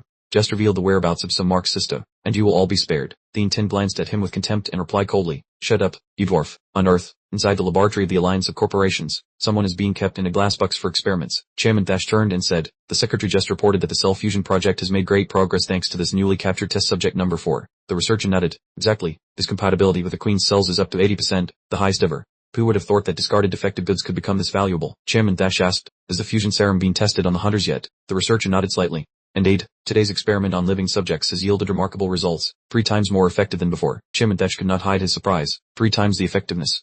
I recall that the maximum fusion capacity of the specimens collected previously only reached 70%. The researcher stroked his beard. The higher the compatibility, the more satisfying the results. But unfortunately, the conjugation serum currently has to be manually prepared in the laboratory, which is both costly and impossible to mass produce. Chairman Thatch narrowed his eyes calculatingly. Cost is not the issue, and small quantities are not a problem either. When hunters enter the beast world, they grow stronger due to the abundant energy environment. But I need elites capable of confronting high-level beasts head-on. The researcher turned to ask him, is it possible that the beasts have already started wanting to move against us? Chairman Thatch shook his head. We are safe for the time being because the world-crossing stone has been destroyed. The beasts are forced to rely on the peace in my possession to escape the Straits. But when things settle down, what do you think our fate will be if we don't possess strength equal to theirs? The researcher replied, time is running out. To get hunters to reach the level of high-level beasts, I must have more test subjects. Unfortunately, most have been hidden away by the Dunvan Consortium, especially Mark, whose projected index is as high as 95%. Chairman Thatch observed the screen. Every corner of the earth is now under our surveillance. Once the hunters are equipped with Fae's sacrifice treasure, the cultivators will be nothing. So Mark will soon have nowhere left to hide. Shifting the scene to the beast world, a sharp, gleaming spear suddenly plunged into the ground. The hunters of the Consortium Alliance had easily taken down a cultivator. The other person hadn't even had time to react before losing the life on the spot. In the midst of the desolate desert, the hunters acted ruthlessly, and one by one, people fell in despair. Just a short while later, human corpses were piled up in a messy heap nearby. Chairman Hugh sneered. The power of Serum No. 4 is truly formidable. Thien Tin, do you still want to stubbornly protect outsiders? Your sex traditions end today. Thien Tin gripped the shaft of his spear tightly, grinding his teeth, and replied that if he had to sell out his fellow disciples to surrender today, that would be the true end of Dunhor Thiemun. Chairman Hugh opened his white, staring eyes wide, pointed at Thien Tin, and ordered, if you don't know what's good for you, kill everyone. I don't believe there is anyone who can remain stubborn at death's door. The hunters cheered excitedly. Understood. Suddenly, a massive rabbit rushed in from somewhere. A giant monster rabbit with a stride spanning 100 meters. It landed with a powerful tremor that terrified the hunters. A rabbit? Why a rabbit? Am I seeing things or having a hallucination? Chairman Hugh was also stunned for a moment. The one standing on that rabbit's head. Could it be Mark? So Mark stood atop the animal's head and asked, I'm here. He looked down at the people below from high above. It seemed he had arrived just in time. Chairman Hugh's face turned pale. He frantically ordered, report to headquarters immediately. Send word that Mark is here right now. He turned to his two bodyguards, take me away immediately, and as for the rest, just leave Mark alone. The hunters stirred and whispered, facing Mark. Were you joking? One of them spoke up, you want to desert? Remember the bum inside your body, your family, and the bounty. What other way out do we have? Although terrified and wanting to run, the hunters could only curse. If we're going to die, we're going to die. Might as well risk it all. Yet, the bald man had barely finished speaking when his head was severed from his neck, leaving him no time to utter any last words. Next are the remaining stragglers. Absolutely not a single one will escape. So Mark, hovering high above, focused all his energy on ending the battle as quickly as possible to minimize the backlash from the system, though this meant his control could not be perfectly precise. After sending the hunters off to the wilderness, so Mark landed gently on the ground, though he had initially intended to keep one alive for questioning. During the recent horrific sweep, President Hewitt could not escape either. He was crawling on the ground, groaning in pain. My legs, you bastards. So Mark looked down at him coldly from above. President Hewitt, I showed you mercy and offered you a way out before. Now you dare to take advantage of my absence to kidnap her. President Hewitt laughed wildly. Are you threatening me? Do you think I would surrender so easily? So Mark narrowed his eyes coldly. So that's how it is. This body of yours is just a decoy. Let's see if you can still torque tough when I catch your true form. The corners of President Hugh's mouth twitched repeatedly. So Mark, you don't know a damn thing. Prepare yourself to be buried alone with your friends and this entire planet. As soon as he finished speaking, the decoy body of President Hugh exploded into 100 pieces. So Mark waved his hand to clear the thick dust before him. What a pity. I should have spared someone else to interrogate, he said, turning to ask Thien Tin. People of Thieningan, do you know the whereabouts of my sister? Thien Tin replied softly. Your sister is currently with Vu Dun, so she is still safe, though perhaps only Lai Hamlin knows her exact location. So Mark frowned and asked, Lai Hamlin. Does that guy snuck into this beast world too? Thien Tin nodded slightly. That's right. We all came here to reclaim the World Crossing Stone. So Mark muttered, World Crossing Stone. So, up to this point, do you understand the true scheme of the Conglomerate Alliance? Thien Tin patiently explained. To be exact, this is a plot by the beasts. To avoid powerful enemies approaching, they want to turn Earth into an energy source, accepting the destruction of this world to relocate to territory elsewhere. But unfortunately, their World Crossing Stone is shattered. Therefore, the beasts desperately need the World Crossing Stone from the Conglomerate Alliance. Just after finishing his sentence, so Mark suddenly coughed violently, then vomited a mouthful of bright red blood. Thien Tin rushed to support him. So Mark, what's wrong? I can use a healing spell to help you. So Mark waved his hand in refusal. No need, it's just a minor side effect. At that very moment, the system's voice rang out once more. Daring to ignore the warning means you must accept the high price. So Mark, give up. You can't turn this situation around. So Mark parted his lips. Why do you keep devouring Earth and the beast world like parasites? The system only replied coldly. In order to survive. At the same time, at a base of the Conglomerate Alliance, a hunter was frantically shouting into his radio to connect with his comrades. Headquarters, this is B-02. B-02, please respond immediately. A soldier standing nearby worked over and asked, still no contact. The man replied anxiously, yeah, since 10 this morning. Both bases B-01 and B-02 have been silent, even though the signal towers show everything is normal. Hearing this, his companion laughed gleefully. Could it be that those two Entals have been paid a visit by the cultivators? The man immediately dismissed it. No way, those pieces of trash are already exhausted just trying to run away. What I'm actually worried about are the beasts. Could they have double-crossed us? The other hunter laughed foolishly. Who knows, maybe some Mark's vengeful soul has returned to collect our blood debt. The man next to him snapped irritably. That joke isn't funny at all. The other laughed it off. Loosen up, I'm just kidding. But as soon as he finished his sentence, the base exploded in a terrifying blast. The one who was joking earlier was now lying motionless on the ground, while the other man was pinned in place. So Mark said in an ice-cold voice, if you're smart, tell me everything you know about the presidents of the Conglomerate Alliance and the coordinates of their bases. The hunter trembled with fear. Information about the presidents is top secret, so I am truly in the dark. As for the locations of the bases, base B05 is at coordinates X2, 39,737,119, Y7, 7,513,488, and then there is base B06. After waiting for him to finish, so Mark immediately blew his head to pieces on the spot. He bowed his head, observed his bleeding hand, and mumbled, "I've lost control again." So Mark tried to move his hand. His little finger was starting to stiffen. "It won't be long before I lose all feeling, will it?" Just then, Thien Tin ran over. "So Mark, were you injured again?" So Mark reassured her, "Don't worry, this wound will heal on its own. I already know the location of the next headquarters. Let's go." Thien Tin anxiously tried to dissuade him. "Get some rest. You've already leveled 3 bases this morning. Your body and those after effects are no joke." So Mark glanced at her. "The Financial Alliance is going all out to capture her. Every time I take down a headquarters, she becomes a little safer. Her whereabouts are still unknown, and this is the only thing I can do." Thien Tin hesitated and asked, "Are you only targeting the Financial Alliance? Aren't you worried about the demon beasts?" So Mark explained, "Mr. NHI once said that the demon beasts aren't fully cooperating with the Financial Alliance to capture cultivators. They don't really think anything of you." Thien Tin was stunned by that statement. "What do you mean?" So Mark looked at her. "Are you unhappy with it?" "But it's the truth. The demon beasts have been probing for tens of thousands of years. How long do you think you can hide? I don't know what they're planning, but destroying the Financial Alliance as quickly as possible will not only protect my sister but also allow us to seize the interdimensional stone to prevent their escape plan." At the Financial Alliance's headquarters, everything was still proceeding as usual. Chairman Hua rushed over to Chairman Thatch. "Chairman Thatch, have you received the report yet? My backup buddy was just destroyed by some Mark." Chairman Thatch merely responded with a cold "Oh." Chairman Hua angrily retorted, "What do you mean? Oh, I'm talking about some Mark. It's him. That guy is still alive." Chairman Thatch calmly nodded. "I know. Since this morning, so Mark has leveled 5 headquarters." Chairman Hua was alarmed. "Doesn't that make it even worse? Over the past period, we've arbitrarily killed cultivators and captured his sister. So Mark surely hates us to the bone. If we let him find us, we're as good as dead." Contrary to Chairman Hugh's panic, Chairman Thatch calmly analyzed, "Did you think we were so safe before? The demon beasts were never truly cooperative. If they had truly exerted themselves, they would have found his sister long ago. Not to mention, they are also eyeing the location of the interdimensional stone." He tilted his head to look at Chairman Hua. "If they really find the interdimensional stone, the demon beasts will eliminate us immediately. But the situation is different now. We now share a common enemy. Do you see this as a danger? On the contrary, this is a good thing. I've already arranged to meet them. Let's go meet the demon beasts." Inside a dark corridor at the main headquarters, Chairman Thatch smiled and greeted him. "Lord Har, it's been a year, and your demeanor is still the same." Lord Har responded coldly, "I don't like pointless pleasantries. Get straight to the point." Chairman Thatch, Chairman Hua. Chairman Thatch spoke up. "Lord Har, you have been preparing the blood sacrifice ritual for quite some time. We would like to know the progress." Lord Har replied curtly, "Everything is still very smooth. The details of the ritual are not for you to know, just as you refuse to resonate the interdimensional stone with us. The reasoning is the same. I will inform you when it's done." Chairman Hughes suddenly interjected, his face lifeless and full of annoyance. "No, we need to know. How much longer until the ritual is complete? Surely you don't know that some Mark has just reappeared, do you?" Lord Har paused slightly. "So Mark." Chairman Thatch took out a device to show Lord Har. "This morning, he just destroyed 5 of our headquarters. This is a recorded footage." Lord Har took it and examined it. "It really is that bastard. Wait a minute, if some Mark has appeared, then Lord Gub might." Chairman Hughes sneered sarcastically. "Don't pretend anymore, Lord Har. Surely you've guessed it already, haven't you? When some Mark has appeared, Lord God is still nowhere to be found. The highest probability is that he has been killed by some Mark." Lord Har swung his hand, sending Chairman Hughes flying.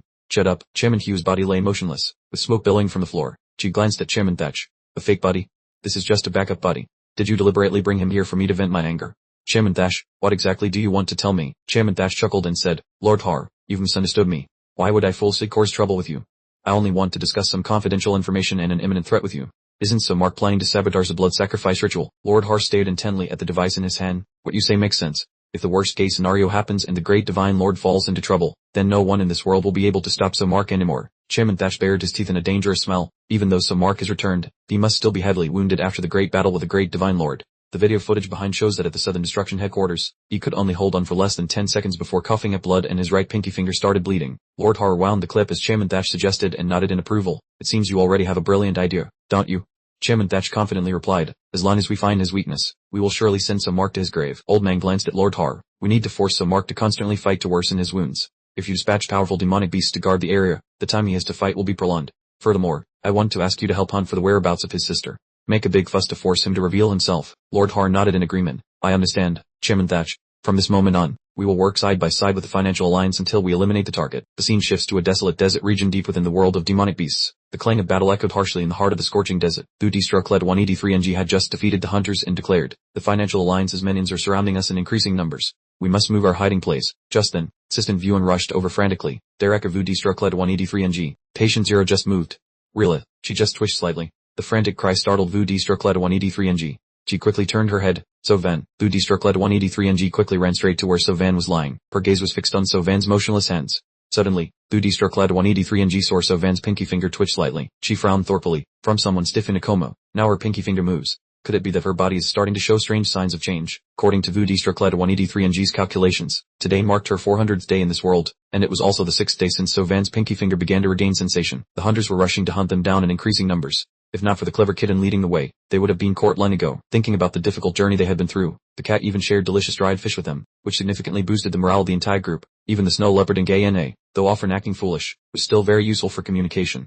Hopefully, she would soon find clues about So Mark. By day 450, high-level demonic beasts appeared more frequently, causing the frequency of encounters to soar. Many of her comrades had lost their lives. Looking at the small grave with a piece of dried fish on it, Struck 183 and G choked up as she bid farewell to the little cat. Their whereabouts had been exposed, so she hurriedly buried it and led the remaining people to continue their escape. Facing the desperate faces of her comrades, she wondered how much longer they could hold out before being caught. Fear was engulfing each person's face. Struck 183 and G sat silently beside So Van. The only good news was that her physical condition was gradually improving each day. She contemplated deeply. If So Mark knew about those unconscious movements of her arm, he would surely be very happy. On day 408, Struck 183 and G had personally taken action to end Assistant Vuan's life. He was the person who had been with her the longest. Before dying, he cried and begged for forgiveness for pushing So Van into the abyss, but she showed no mercy. Struck 183 and G coldly observed the others. She understood that they were afraid of So Mark's return, which was why they wanted to abandon So Van, just as Assistant Vuan had done. She chose to remain silent because she understood the fear for survival. If not for these efforts, the whole group would have been torn apart by demonic beasts long ago. Struck 183 and G offered a choice to part ways. She would take So Van and leave, but they held her back, knowing that without her protection, death would come to them faster. She felt helpless and couldn't trust anyone completely, but since she couldn't fully take care of So Van by herself, she was forced to keep them and had to be even more vigilant from now on. As the countdown reached the 410th day, the siege tightened, significantly shrinking the living space. The brothers gradually broke down mentally as their food and water ran out. For 3 whole days, they hadn't seen a single bison. The way the teammates looked at each other began to be tinged with a cold, murderous intent. Wutan understood all their intentions. Although she wanted to stop them, she was powerless, her body exhausted after battles, leaving her only enough strength to protect herself and shelter Suyan. When night fell, the worst-case scenario occurred. They began to slaughter each other with scavenged stones. The Sufel became prey, while the survivors filled their stomachs. Shortly after, a man approached and offered her a piece of bloody meat, but she adamantly refused. Wutan was alone in the vast wilderness. She tried to search for happy memories but couldn't find any, and the face of Sumo in her mind began to blur. On the 412th day, a desperate ambush occurred, making Wutan think it was the end of her life, just as Lai Hanning arrived with reinforcements to rescue her and take her to Sumo. Following Hanning as they left the place, Wutan's heart was filled with resentment when she thought of Sumo. Her mood was extremely poor.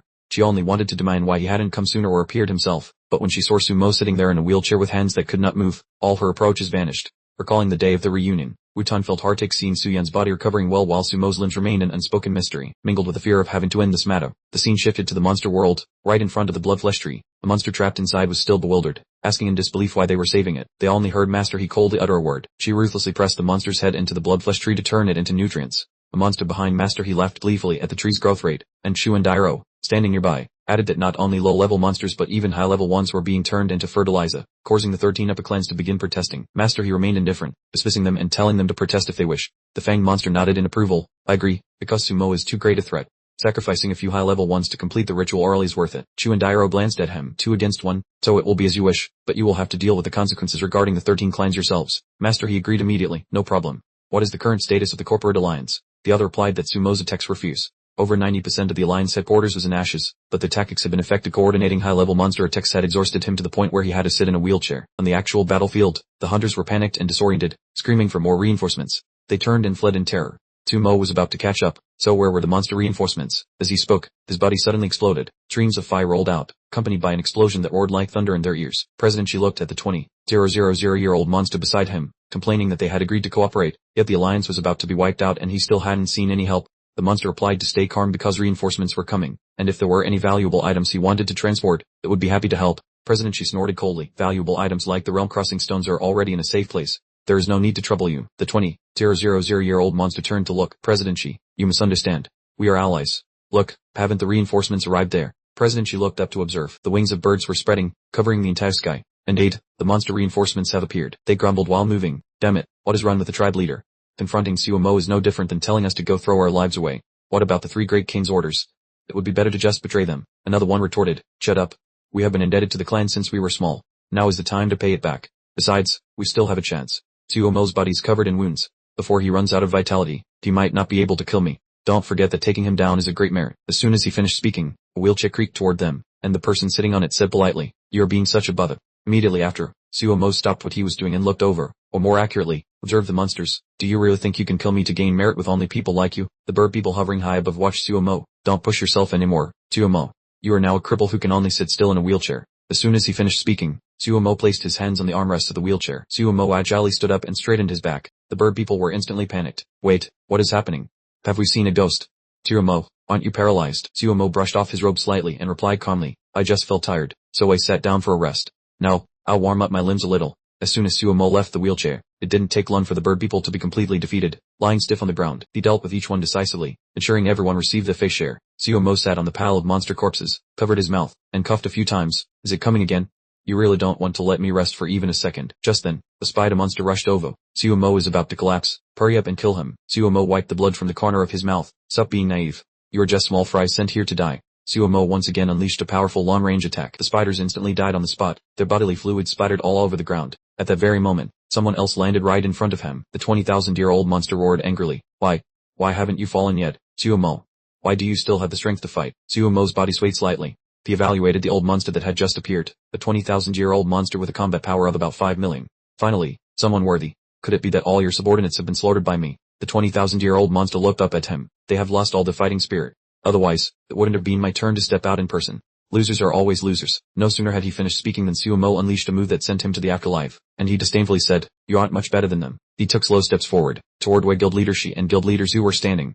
Suomo uttered each word clearly. This is only a one-way street. He looked straight at both of them. Alright, guild leader Shi, guild leader Zhu. I'm glad I finally found you. Guild leader Shi tried to maintain a calm appearance to negotiate. Suomo, take arm. We can negotiate. Those damn monsters were never sincere about cooperating. I wanted to get rid of them a long time ago. We hold many secrets about the monsters, and I can tell you everything. Guild leader Shi rambled on and on, but no one understood what he was trying to imply. After a long tirade, guild leader Shi even wore a triumphant expression. He paused for a beat and then fell silent. Afterward, guild leader Shi continued to speak incessantly. Because he received no reply from Suomo, he spoke even more. Finally, Suomo just raised his hand to rub his ear. How strange. Have you guys been talking this whole time? Only then did Chairman Th1EA1CH finally stop. S-Let1EDF and Let1EA1CH calmly replied. So that's how it is. My ears can't hear anything anymore. It's a pity. I intended to chat with you a bit more. Pausing Chairman Th1EA1CH and Chairman H-Let1E9 to scream in panic. S-Let1EDF and Let1EA1CH. We beg you, don't do it. Without letting them finish, S-Let1EDF and Let1EA1CH unleashed a purification strike directly onto where they were standing. The scene immediately shifted to a secret facility belonging to the Financial Group Alliance. Inside, only a few remains of corpses killed at the hands of Chairman H-Let1E9 were left. Thain and Hamnin went to check the surroundings. Lie Hamnin, this underground base has nothing but Chairman H-Let1E9's corpses. Your intelligence was wrong. Hamnin shook her head. No, it wasn't wrong. There are clearly traces of the world-crushing stones here. Under pressure from S-Let1EDF and Let1EA1CH, the Financial Group Alliance was backed into a corner. Chairman H-Let1E9 probably wanted to steal the stones away secretly, but unfortunately, he encountered an enemy. Thain looked suspicious. Do you mean the monsters? Pammin replied. The monsters collaborated with the Alliance because they wanted to seize the world-crushing stones in their possession. Now that they've achieved their goal, it means the blood sacrifice ritual is nearing completion. Just then, the Blackbird group began to sense S-Let1EDF and Let1EA1CH's presence. Lord Hass said in a deep voice, leave it to me. I will stop him personally. The other two were secretly smug. Everything depends on you then. At the same time, Budi struck Let1ED3 and G followed closely behind S-Let1EDF and Let1EA1CH toward the meeting point. S-Let1EDF and Let1EA1CH didn't want her to be in danger, so he advised her to turn back. Budi struck Let1ED3 and G was about to say something but stopped, silently turning around to leave. Just as she disappeared from sight, Lord Ha blocked S-Let1EDF and Let1EA1CH's path. S-Let1EDF and Let1EA1CH spoke first. Your god lord is gone, and it wasn't by my hand. Everyone is just a pawn in the Shadow's echo plan. He sincerely persuaded. Trust me, I can stop the Shadow's echo. Both humans and monsters will have a chance to survive. The grudge was too deep. She refused to listen further. At this moment, I only want to kill you to appease the souls of the dead. In a laboratory, Angar was lying listlessly on a bed, recovering. Her vacant eyes stared blankly at the ceiling as if her soul had been drained. A rabbit carrying a tray of chicken entered and called to Angar. It's time to eat. That reminder seemed to wake Angar's mind. She quickly sat up. It's lunchtime. Angar reached out for a chicken leg. She sat there devouring every bite with relish. This is so delicious. I feel alive again. Thain stood nearby, trying to transfer spiritual energy to heal Angar. I didn't expect her to help the enemy. Pamnin hurried forward to ask, how is Angar's condition? Thain shook his head. It's not looking good. Most of the time, she just lies motionless. She only shows some spirit when she sees food. Last night, her heart even stopped beating for 10 minutes. Hearing this, Pamnin cried out in worry. What? Then what about S-Let1EDF and Let1EA1CH? Thain reassured her. Don't worry, that was just a temporary symptom of organ failure. It's stable now, but she is still taking damage. If this continues, it will be very dangerous. Before Thain could finish his sentence, Angar was eating, suddenly coughed up blood. Pamnin turned back in shock. Angar, they and Tin rushed over to support her. She's losing too much blood. This has never happened before. Let 1 EDF and Let 1 EA1CH must have encountered an incredibly tough opponent. This is bad. There's nothing we can do to intervene now. Ngai's eyes went blank and lost their focus. She could only rave in delirium, inhaling and then suffocating. Tin tried to circulate spiritual power to both heal and soothe her. Relax your body. Don't resist too much. Ironically, at that very moment, the alarm bell began to ring deafeningly. Pamnin sensed imminent danger. It was bad, a red alert. Why now? Perhaps the monsters had caught the scent of this outpost, yet in Ngai's current condition, she could not be moved. Someone came rushing in from outside in a panic. Upon seeing Pamnin, the person cried out, Commander-in-Chief, thank goodness you're still here. Pamnin cut them off. Calm down. What is the situation out there? He hurriedly reported. Commander Somark right in front of us just now. He suddenly vanished. At the edge of the desert, where Somark was locked in combat with Lady Har, a surge of dark energy suddenly erupted. Fresh blood trickled from the corner of Somark's mouth. He glared forward. The black flames had already seeped deep into her soul. Struggling only brings more misery to your body and mind. You are finished. Lady Har struggled to stand. Somark. Why don't you just give up already? She frantically gathered her strength for a final strike. How could such a weakling harbor a monster like you? Somark clicked his tongue in annoyance. What a headache. He nonchalantly raised a single finger. He unleashed a powerful blast directly at Lady Har. In the blink of an eye, she vanished completely into the void. Lady Har's body disintegrated in midair, her final thought being, Lord Dud, I am coming to serve you. In the world of monsters, the tree of flesh and blood had grown to a terrifying size. Its blossoms began to unfurl. The monster shook its head and clicked its tongue. She couldn't even delay them for a bit. Har truly was useless. Mark's wheelchair remained motionless in its original spot. He observed the two monsters that had just materialized before him. Mark spoke nonchalantly. Only the two of you left. One says send you on your way. This little game can finally end. The two monsters mocked Mark. With that broken body of yours, even if we didn't lift a finger, you'd be dead soon anyway. Mark smiled calmly. Before that happens, I have more than enough strength to send you to your graves. Pinder and the other monster drew their weapons and took their stances. Is this a hallucination before death? The demise of a master is always so tragic. On Mark's side, he summoned the dark power he had used during the Battle of Destiny. He declared, two like you are not worthy of being my opponents. Pinder gripped the sword tightly. Speaking with arrogant provocation, two surges of power collided violently with one another. The aftershock was so powerful that it whipped up a gale in the heart of the arid desert. Mark cast a single glance. Fleshy tree trunk has now begun to shake violently. Pinder laughed arrogantly, certain the ritual was nearly complete. Mark, you've lost. No one can stop me now. Mark remained silent, offering no response. He slowly raised his right hand. A deafening explosion rang out, and the fleshy tree suddenly shattered into pieces. Fortunately, the attack struck the wolf demon, who managed to block Mark's move in time. Don't even think about disrupting the ritual. He looked up and shouted at Pinder, I'll hold off Mark. Take the boundary crossing stone and complete the final blood sacrifice. Pinder quickly replied and rushed toward the fleshy tree. As you command, he told the wolf demon, hold your ground. Once the ritual is complete, I will help you finish off Mark. However, as soon as he finished speaking, his body was torn into pieces, and the boundary crossing stone vanished without a trace. Someone appeared from above just in time to sabotage the ritual. They snatched the stone while Pinder vanished without leaving a single trace. The wolf demon's eyes widened and his pupils contracted in horror. Is Pinder dead? It was hard to believe that a human stronger than Mark had appeared. The newcomer replied coldly, that's not it. She was about to introduce herself but suddenly remembered something and corrected herself. We belong to the Echo of Lingering Shatters. At that moment in the laboratory, all electronic equipment was being pulled into the air by powerful suction. Even the people were being swept up. What's happening? My body is floating. The ceiling began to deform as people shouted. Look up there. The ceiling is about to burst. A large hole cracked open in the ceiling, revealing a glimpse of the fleshy tree's flower. Tin held Pamnin tightly as he wondered. The sky has been swallowed. Tin replied. The passage to the secret realm has been forced open. Could Earth and the demon beast world be merging? That's strange. Weren't the beasts planning to turn Earth into raw materials? Pamnin shook his head. Not necessarily. It might not be the demon beasts, but the Echo of Lingering Shatters. Lord Ngai's body suffered even more severe injuries. Both Pamnin and Tin were shocked. Lord Ngai had to share such agonizing wounds once again. Despite that, Lord Ngai struggled to get up. I'm not dead yet. Mark, you bastard, move for me. Near the fleshy tree, the glow of twilight had begun to blanket the sky. Another strange object fell into the desert area. The wolf demon had also been dealt with by the Echo of Lingering Shatters. She turned to Mark and said, Mark, your ears are ruined, but you can still perceive my voice through the air's vibrations. Mark was slammed against the cliff, screaming in pain. Give her back. Give my sister back. The Echo of Lingering Shadows spoke. You must have realized by now that your power is constantly flowing towards Sovine. Killing her once she is found is humanity's only chance for victory. Mark's condition was critical. Blood continued to pour from his eyes. Looking down from above, the Echo of Lingering Shadows said, Look, watch as the demon beast world and Earth are transformed into nutrients for us. Mark struggled to ask the Echo of Lingering Shatters, why not just kill me or my sister directly and choose another host? The shadow of Hui Huan stood there silently, offering no response. Mark calmly continued, let me guess, have you completely parasitized my body and my sister's, because you borrowed her body in the past to slay the God Lord, thereby creating a paradox? The shadow of Hui Huan coldly replied, what nonsense, your deductions have no basis whatsoever. Ignoring the denial, Mark calmly went on, that is why you had to divide the power between me and her. You stripped away my limbs, my hearing, and even my sight. But why didn't you take my heart or my brain from the start? Is it because you fear that if she truly awakens, you will no longer be able to control her? The shadow of Hui Huan looked up at the sky and said, "How many times must we repeat that your sister vanished long ago?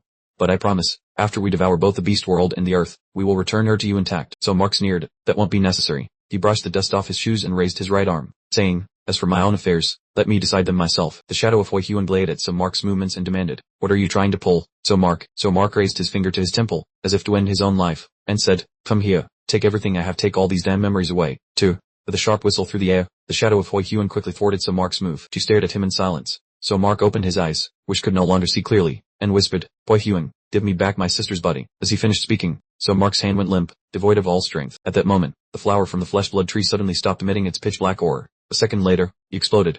Everything around it vanished completely, ending right at that moment. Pam Nin looked up, and Thien Tin exclaimed in surprise, "The sky has returned to its original state, and those floating phenomena have disappeared entirely." Pam Nin murmured, "So Mark, he did it." She gazed at the sky as it gradually returned to its natural state. Thien Tin still could not fully believe it, saying, "It seems so, but we need to see for ourselves. Let's move forward and check." Both of them rushed quickly toward the location. Upon arriving, Thien Tin's eyes widened. "Vu Deng, so Vine." At this moment, the shadow of Hui Huan was standing opposite Vu Deng. Her face looked coldly at the two who had just arrived. Pam Nin hurriedly held Thien Tin back, saying, "The guy Thien, please calm down and wait a moment." Pam Nin looked directly at the shadow of Hui Huan and asked, "Are you finally So Van, or are you still the shadow of Hui Huan?" By now, So Van had regained control of the body and said, "So Van, thanks you all for wholeheartedly taking care of my younger brother for so long." She gently sat down beside So Mark. So Van lightly touched his face with her fingers, before her figure gradually faded into nothingness. So Van whispered, "My brother, So Mark, I entrust him to you all." In the blink of an eye, only So Mark remained lying on the ground. Thien Tin rushed to Vu Deng's side, anxiously asking what had happened there and what the current condition of So Mark was. Vu Deng interrupted her, saying that when she arrived, So Mark had already collapsed and the sky had returned to peace. Vu Deng explained contemplatively that So Mark's soul was struggling against the echo of knowledge.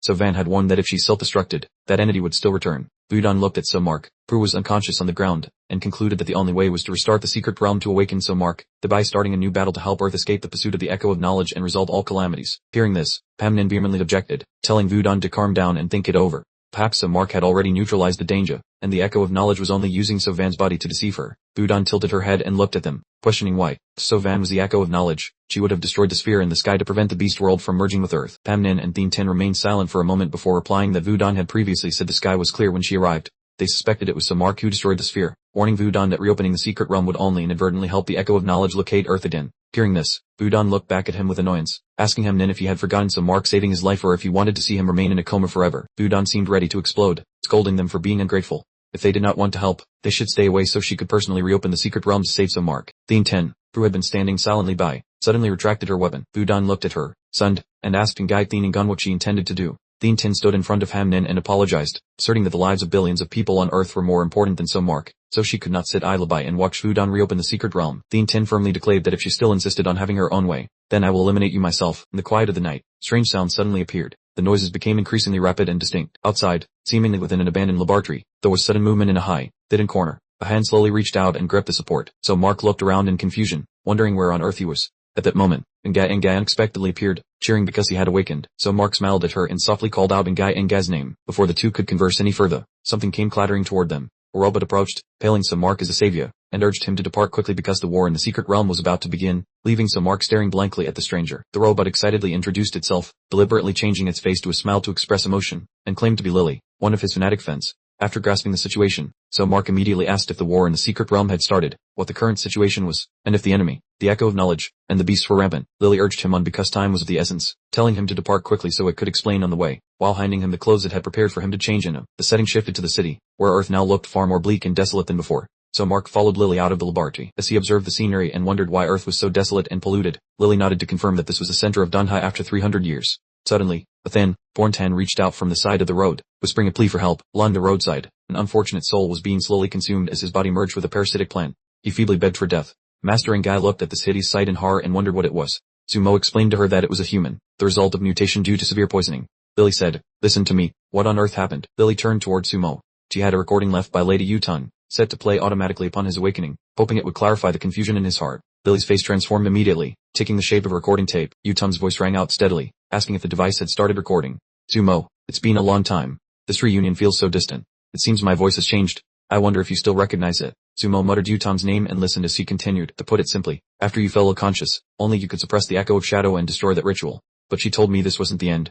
That enemy will eventually find their way to Earth. To settle everything, the secret realm must be restarted. Many opposed this, thinking Earth was safe and believing I was seduced by the echo of Shadow's schemes, becoming a tyrant just like you were in the past. She hesitated for a moment and then sighed. It was so difficult. My mobilization of massive resources to repay the secret realm caused many to suffer. At times I even doubted myself, fearing that before the echo of Shadow arrived, I would have already destroyed the Earth. While listening to Yutan's confidences, Sumo's group entered the city center, but the city remained as silent as a grave, with not a soul in sight. Yutan continued, for many long nights, I wondered if what I was doing had any meaning, whether it was to save the world or just because I hoped to see you again. But now, the repairs to the secret realm are nearly complete. While my body has reached its limit, the more he listened, the more contemplative Sumo's expression became as he continued to hear this voice that was both strange and familiar. Enough said.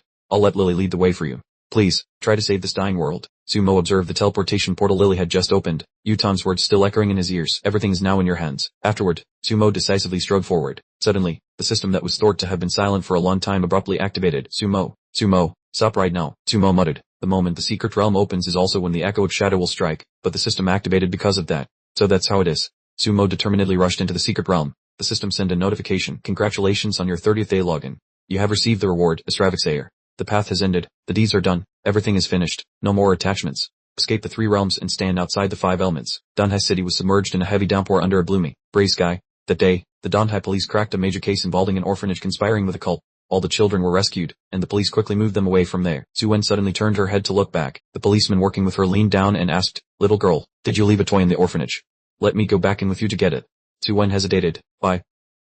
I think I forgot something very important, but I can't remember what it is now. Suddenly, the dark shadow darted quickly through the curtain of rain. Suwen hurriedly called out after it. Wait. Don't go. The policeman asked in confusion. What's wrong? Did you see the director running away? Suwen went quiet for a moment, then shook her head. No, it's nothing. I must have misseen. The scene shifted to a deep, dark cave. Tanming sat in his favorite chair, proudly muttering. Excellent.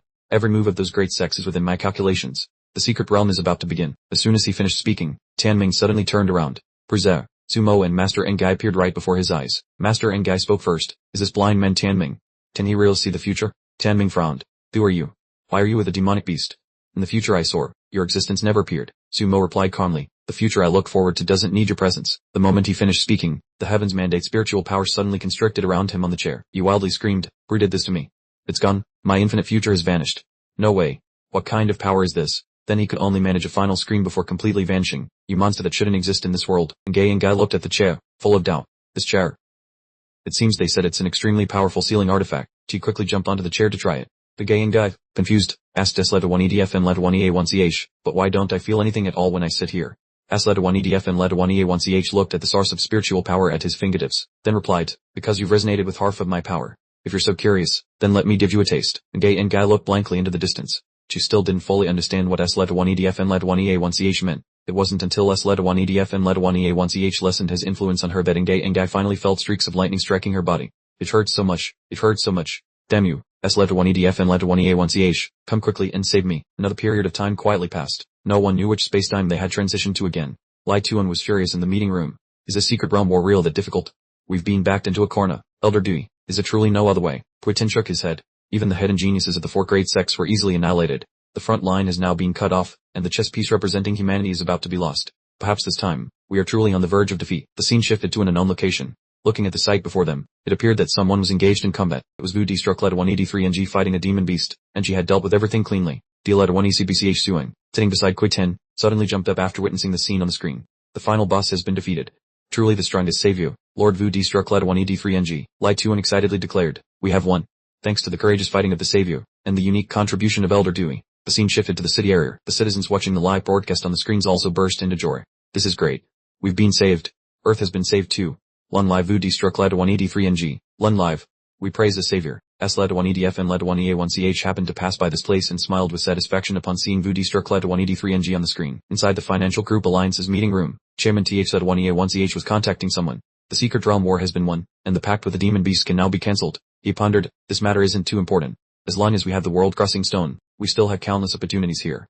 Suddenly, the person on the other end said something, and Chairman TH Leta 1 EA1 CH's pupils constricted. What? He turned pale with horror. You mean the world-crossing stone was mixed with something else? Father, investigate this for me immediately. Who exactly did this? At the headquarters of the East Cloud Conglomerate, the world-crossing stone lay securely inside a protective cage. At this moment, C Leta 1 EA5 PGI Leta 1 EDBI was reporting. Chairman Lo Tial Leta 1 EA1 CH, last night someone brought this stone to our headquarters without anyone knowing, and it came with a message. I believe I need to report this to you. Lo Tial Leta 1 EA1 CH took it to examine. Is this the world-crossing stone? This dangerous subject must be sealed immediately. Besides me, does anyone else know information related to the stone? Seal 1EA5PG I led 1EDB I shook his head. As soon as I discovered it, I immediately came to find you. No one else knows about it. Loti all led 1EA1CH frowned in warning. The world-crossing stone must be preserved very carefully. As for the information related to it, only the two of us, along with the future chairman of the East Cloud Conglomerate, are allowed to know. Seal 1EA5PG I led 1EDB I obediently nodded. Understood. Once the world-crossing stone is misused, it could even cause a world-ending catastrophe. I will protect it with my life. The scene shifted to inside the Demon Beast world, at the Demon King's palace. Suddenly, while everything was still peaceful, the Demon King's palace unexpectedly exploded. The Divine Lord inside looked at the person opposite him in disbelief. How could this be? S led 1EDF and led 1EA1CH silently stared at him. The God Lord may be annoyed at being attacked by others, but NGH led 1ECB thinks completely differently. NGH led 1ECB is still standing tall right in front of him. The God Lord mutters in extreme confusion. This has truly crossed the line. NGH led 1ECB laughs arrogantly and raises her fist to deliver the final blow, asking if these are his last words, telling him to vanish along with his rod in order of might makes right. The Earth Beast King causes another violent shockwave, the aftershocks of which sweep across a 100-mile radius, and Karch excitedly hugs a pillar and cheers. Long live Lord NGH led 1ECB. The rabbits in Sabiter village also cheer incessantly. Long live Lord NGH led 1ECB. Long live Lord NGH led 1ECB. S led 1EDF and led 1EA1CH puts a rabbit-shaped hat on NGH led 1ECB and hands her a scepter, telling her that from now on, she is the new God Lord. NGH led 1ECB is speechless at her current appearance, thinking this style is terrible. How can a God Lord ceremonial attire be so ugly? S led to 1EDF and led to 1EA1CH laughs loudly, saying that now that the stubborn rebel has been eliminated and the small races finally have equal status, his dream has come true, so he can leave with peace of mind. NGH led 1ECB suddenly falls silent, her heart sinking. She asks him how he has arranged everything for his comrades, but what about himself? She looks up at S led 1EDF and led 1EA1CH and says he intends to erase himself from the timeline, forcing the Echo Shadow to disappear. But what about Earth, the Beast World, the past, and the future? Apart from her, no one will remember or know of his existence, which is too unfair. S led 1EDF and led 1EA1CH looks down at his hands and replies that he is about to reach the Thu and B led 1EA1CH territory, and after destroying the Echo Shadow, everything will return to its proper course. He asks her to break the contract between them immediately, as he wants to bear the coming battle alone and not involve her. NGH led 1ECB shouts in astonishment. I do not agree. She asserts that if he wants to destroy the Echo Shadow, she must go with him. She has followed him this far, and no matter what, she will continue to accompany him. S led 1EDF and led 1EA1CH understands her heartfelt sincerity and stops arguing, nodding in agreement. Alright then, let's go together. The timeline flows toward the events of the future. Many years later, at the headquarters of the Dunvan Corporation, the transdimensional stone is still being charged with energy. Technical specialists continuously report that progress has reached 80 then 90%. The spacetime coefficient has broken theoretical limits, and the coordinates are in the NGC 6282 galaxy, over 2 billion light-years away from Earth. An excited female researcher announces that they have discovered a planet with signs of life. However, as soon as the signal connects, the terrifying roar of a strange creature suddenly echoes. The people in the laboratory hurriedly cover their ears because the sound is overwhelmingly unpleasant. The transdimensional stone inside the glass case suddenly goes silent, and all energy readings stop completely. The female specialist struggles to get up and asks everyone if they also saw something accompanied by the hallucinatory roaring sound. A man replies that a pair of giant white and red dragons is covering that entire planet. Another person holds their aching ears and continues, saying the size is not the main issue, but that those two dragons have discovered them and are blocking all exploration. Just then, a newcomer enters the laboratory and applauds loudly. He is a man who works in smiling and says, a new planet full of life and supernatural power. You have all worked hard. The specialists immediately bow and greet him. Chairman, welcome, Lord Chairman. The chairman places his hand on the glass case and says the predecessors were foolish to hide this treasure, wondering if they knew how much immense value it would bring to the Dunvan Corporation, adding that it is wonderful and they will begin conquering the new world. The female specialist tentatively replies, Chairman, that planet is too far away. Direct space-time travel consumes immense energy, and according to the old plan, it is completely unfeasible. Chairman 2 glanced at her and questioned if there wasn't still the option of the consciousness projection method. The female researcher stammered that this method was too risky and required 5 to 10 years of testing before clinical trials could begin. Chairman 2 frowned and repeated the 5 to 10 year time frame. His gaze darkened as he asked if she was joking, adding that if the testing period were extended deadline, how much profit would the Dunvan group lose? Chairman 2 ordered them to skip the intermediate testing phases and proceed directly to human trials. The female researcher shouted that they treated human lives like blades of grass, that this was murder, and that she would quit her job immediately. Chairman 2 looked at her and replied nonchalantly that if she wouldn't do it, someone else would take her place. Watching the researcher storm off, Chairman 2 ordered Namfon to monitor her closely, silence her, and find leverage to force her back to work if necessary. Namfon bowed to accept the order and reported that he had found a person in Dunhai City named Lem and who matched the required frequency compatibility with the Transcendent Stone. Chairman 2 nodded in satisfaction, then suddenly paused to ask if the consciousness projection experiment required the subject to be conscious. Researcher hurriedly replied that as long as the brain remained intact, that would suffice. Mr. Chairman. Chairman 2 adjusted his glasses and ordered them to stage an accident for Lem, and before bringing him here, he stood admiring the Transcendent Stone, excited by the prospect of wealth from this grand experiment, feeling no guilt at all, as it was all for the sake of letting our voices resonate throughout the vast universe.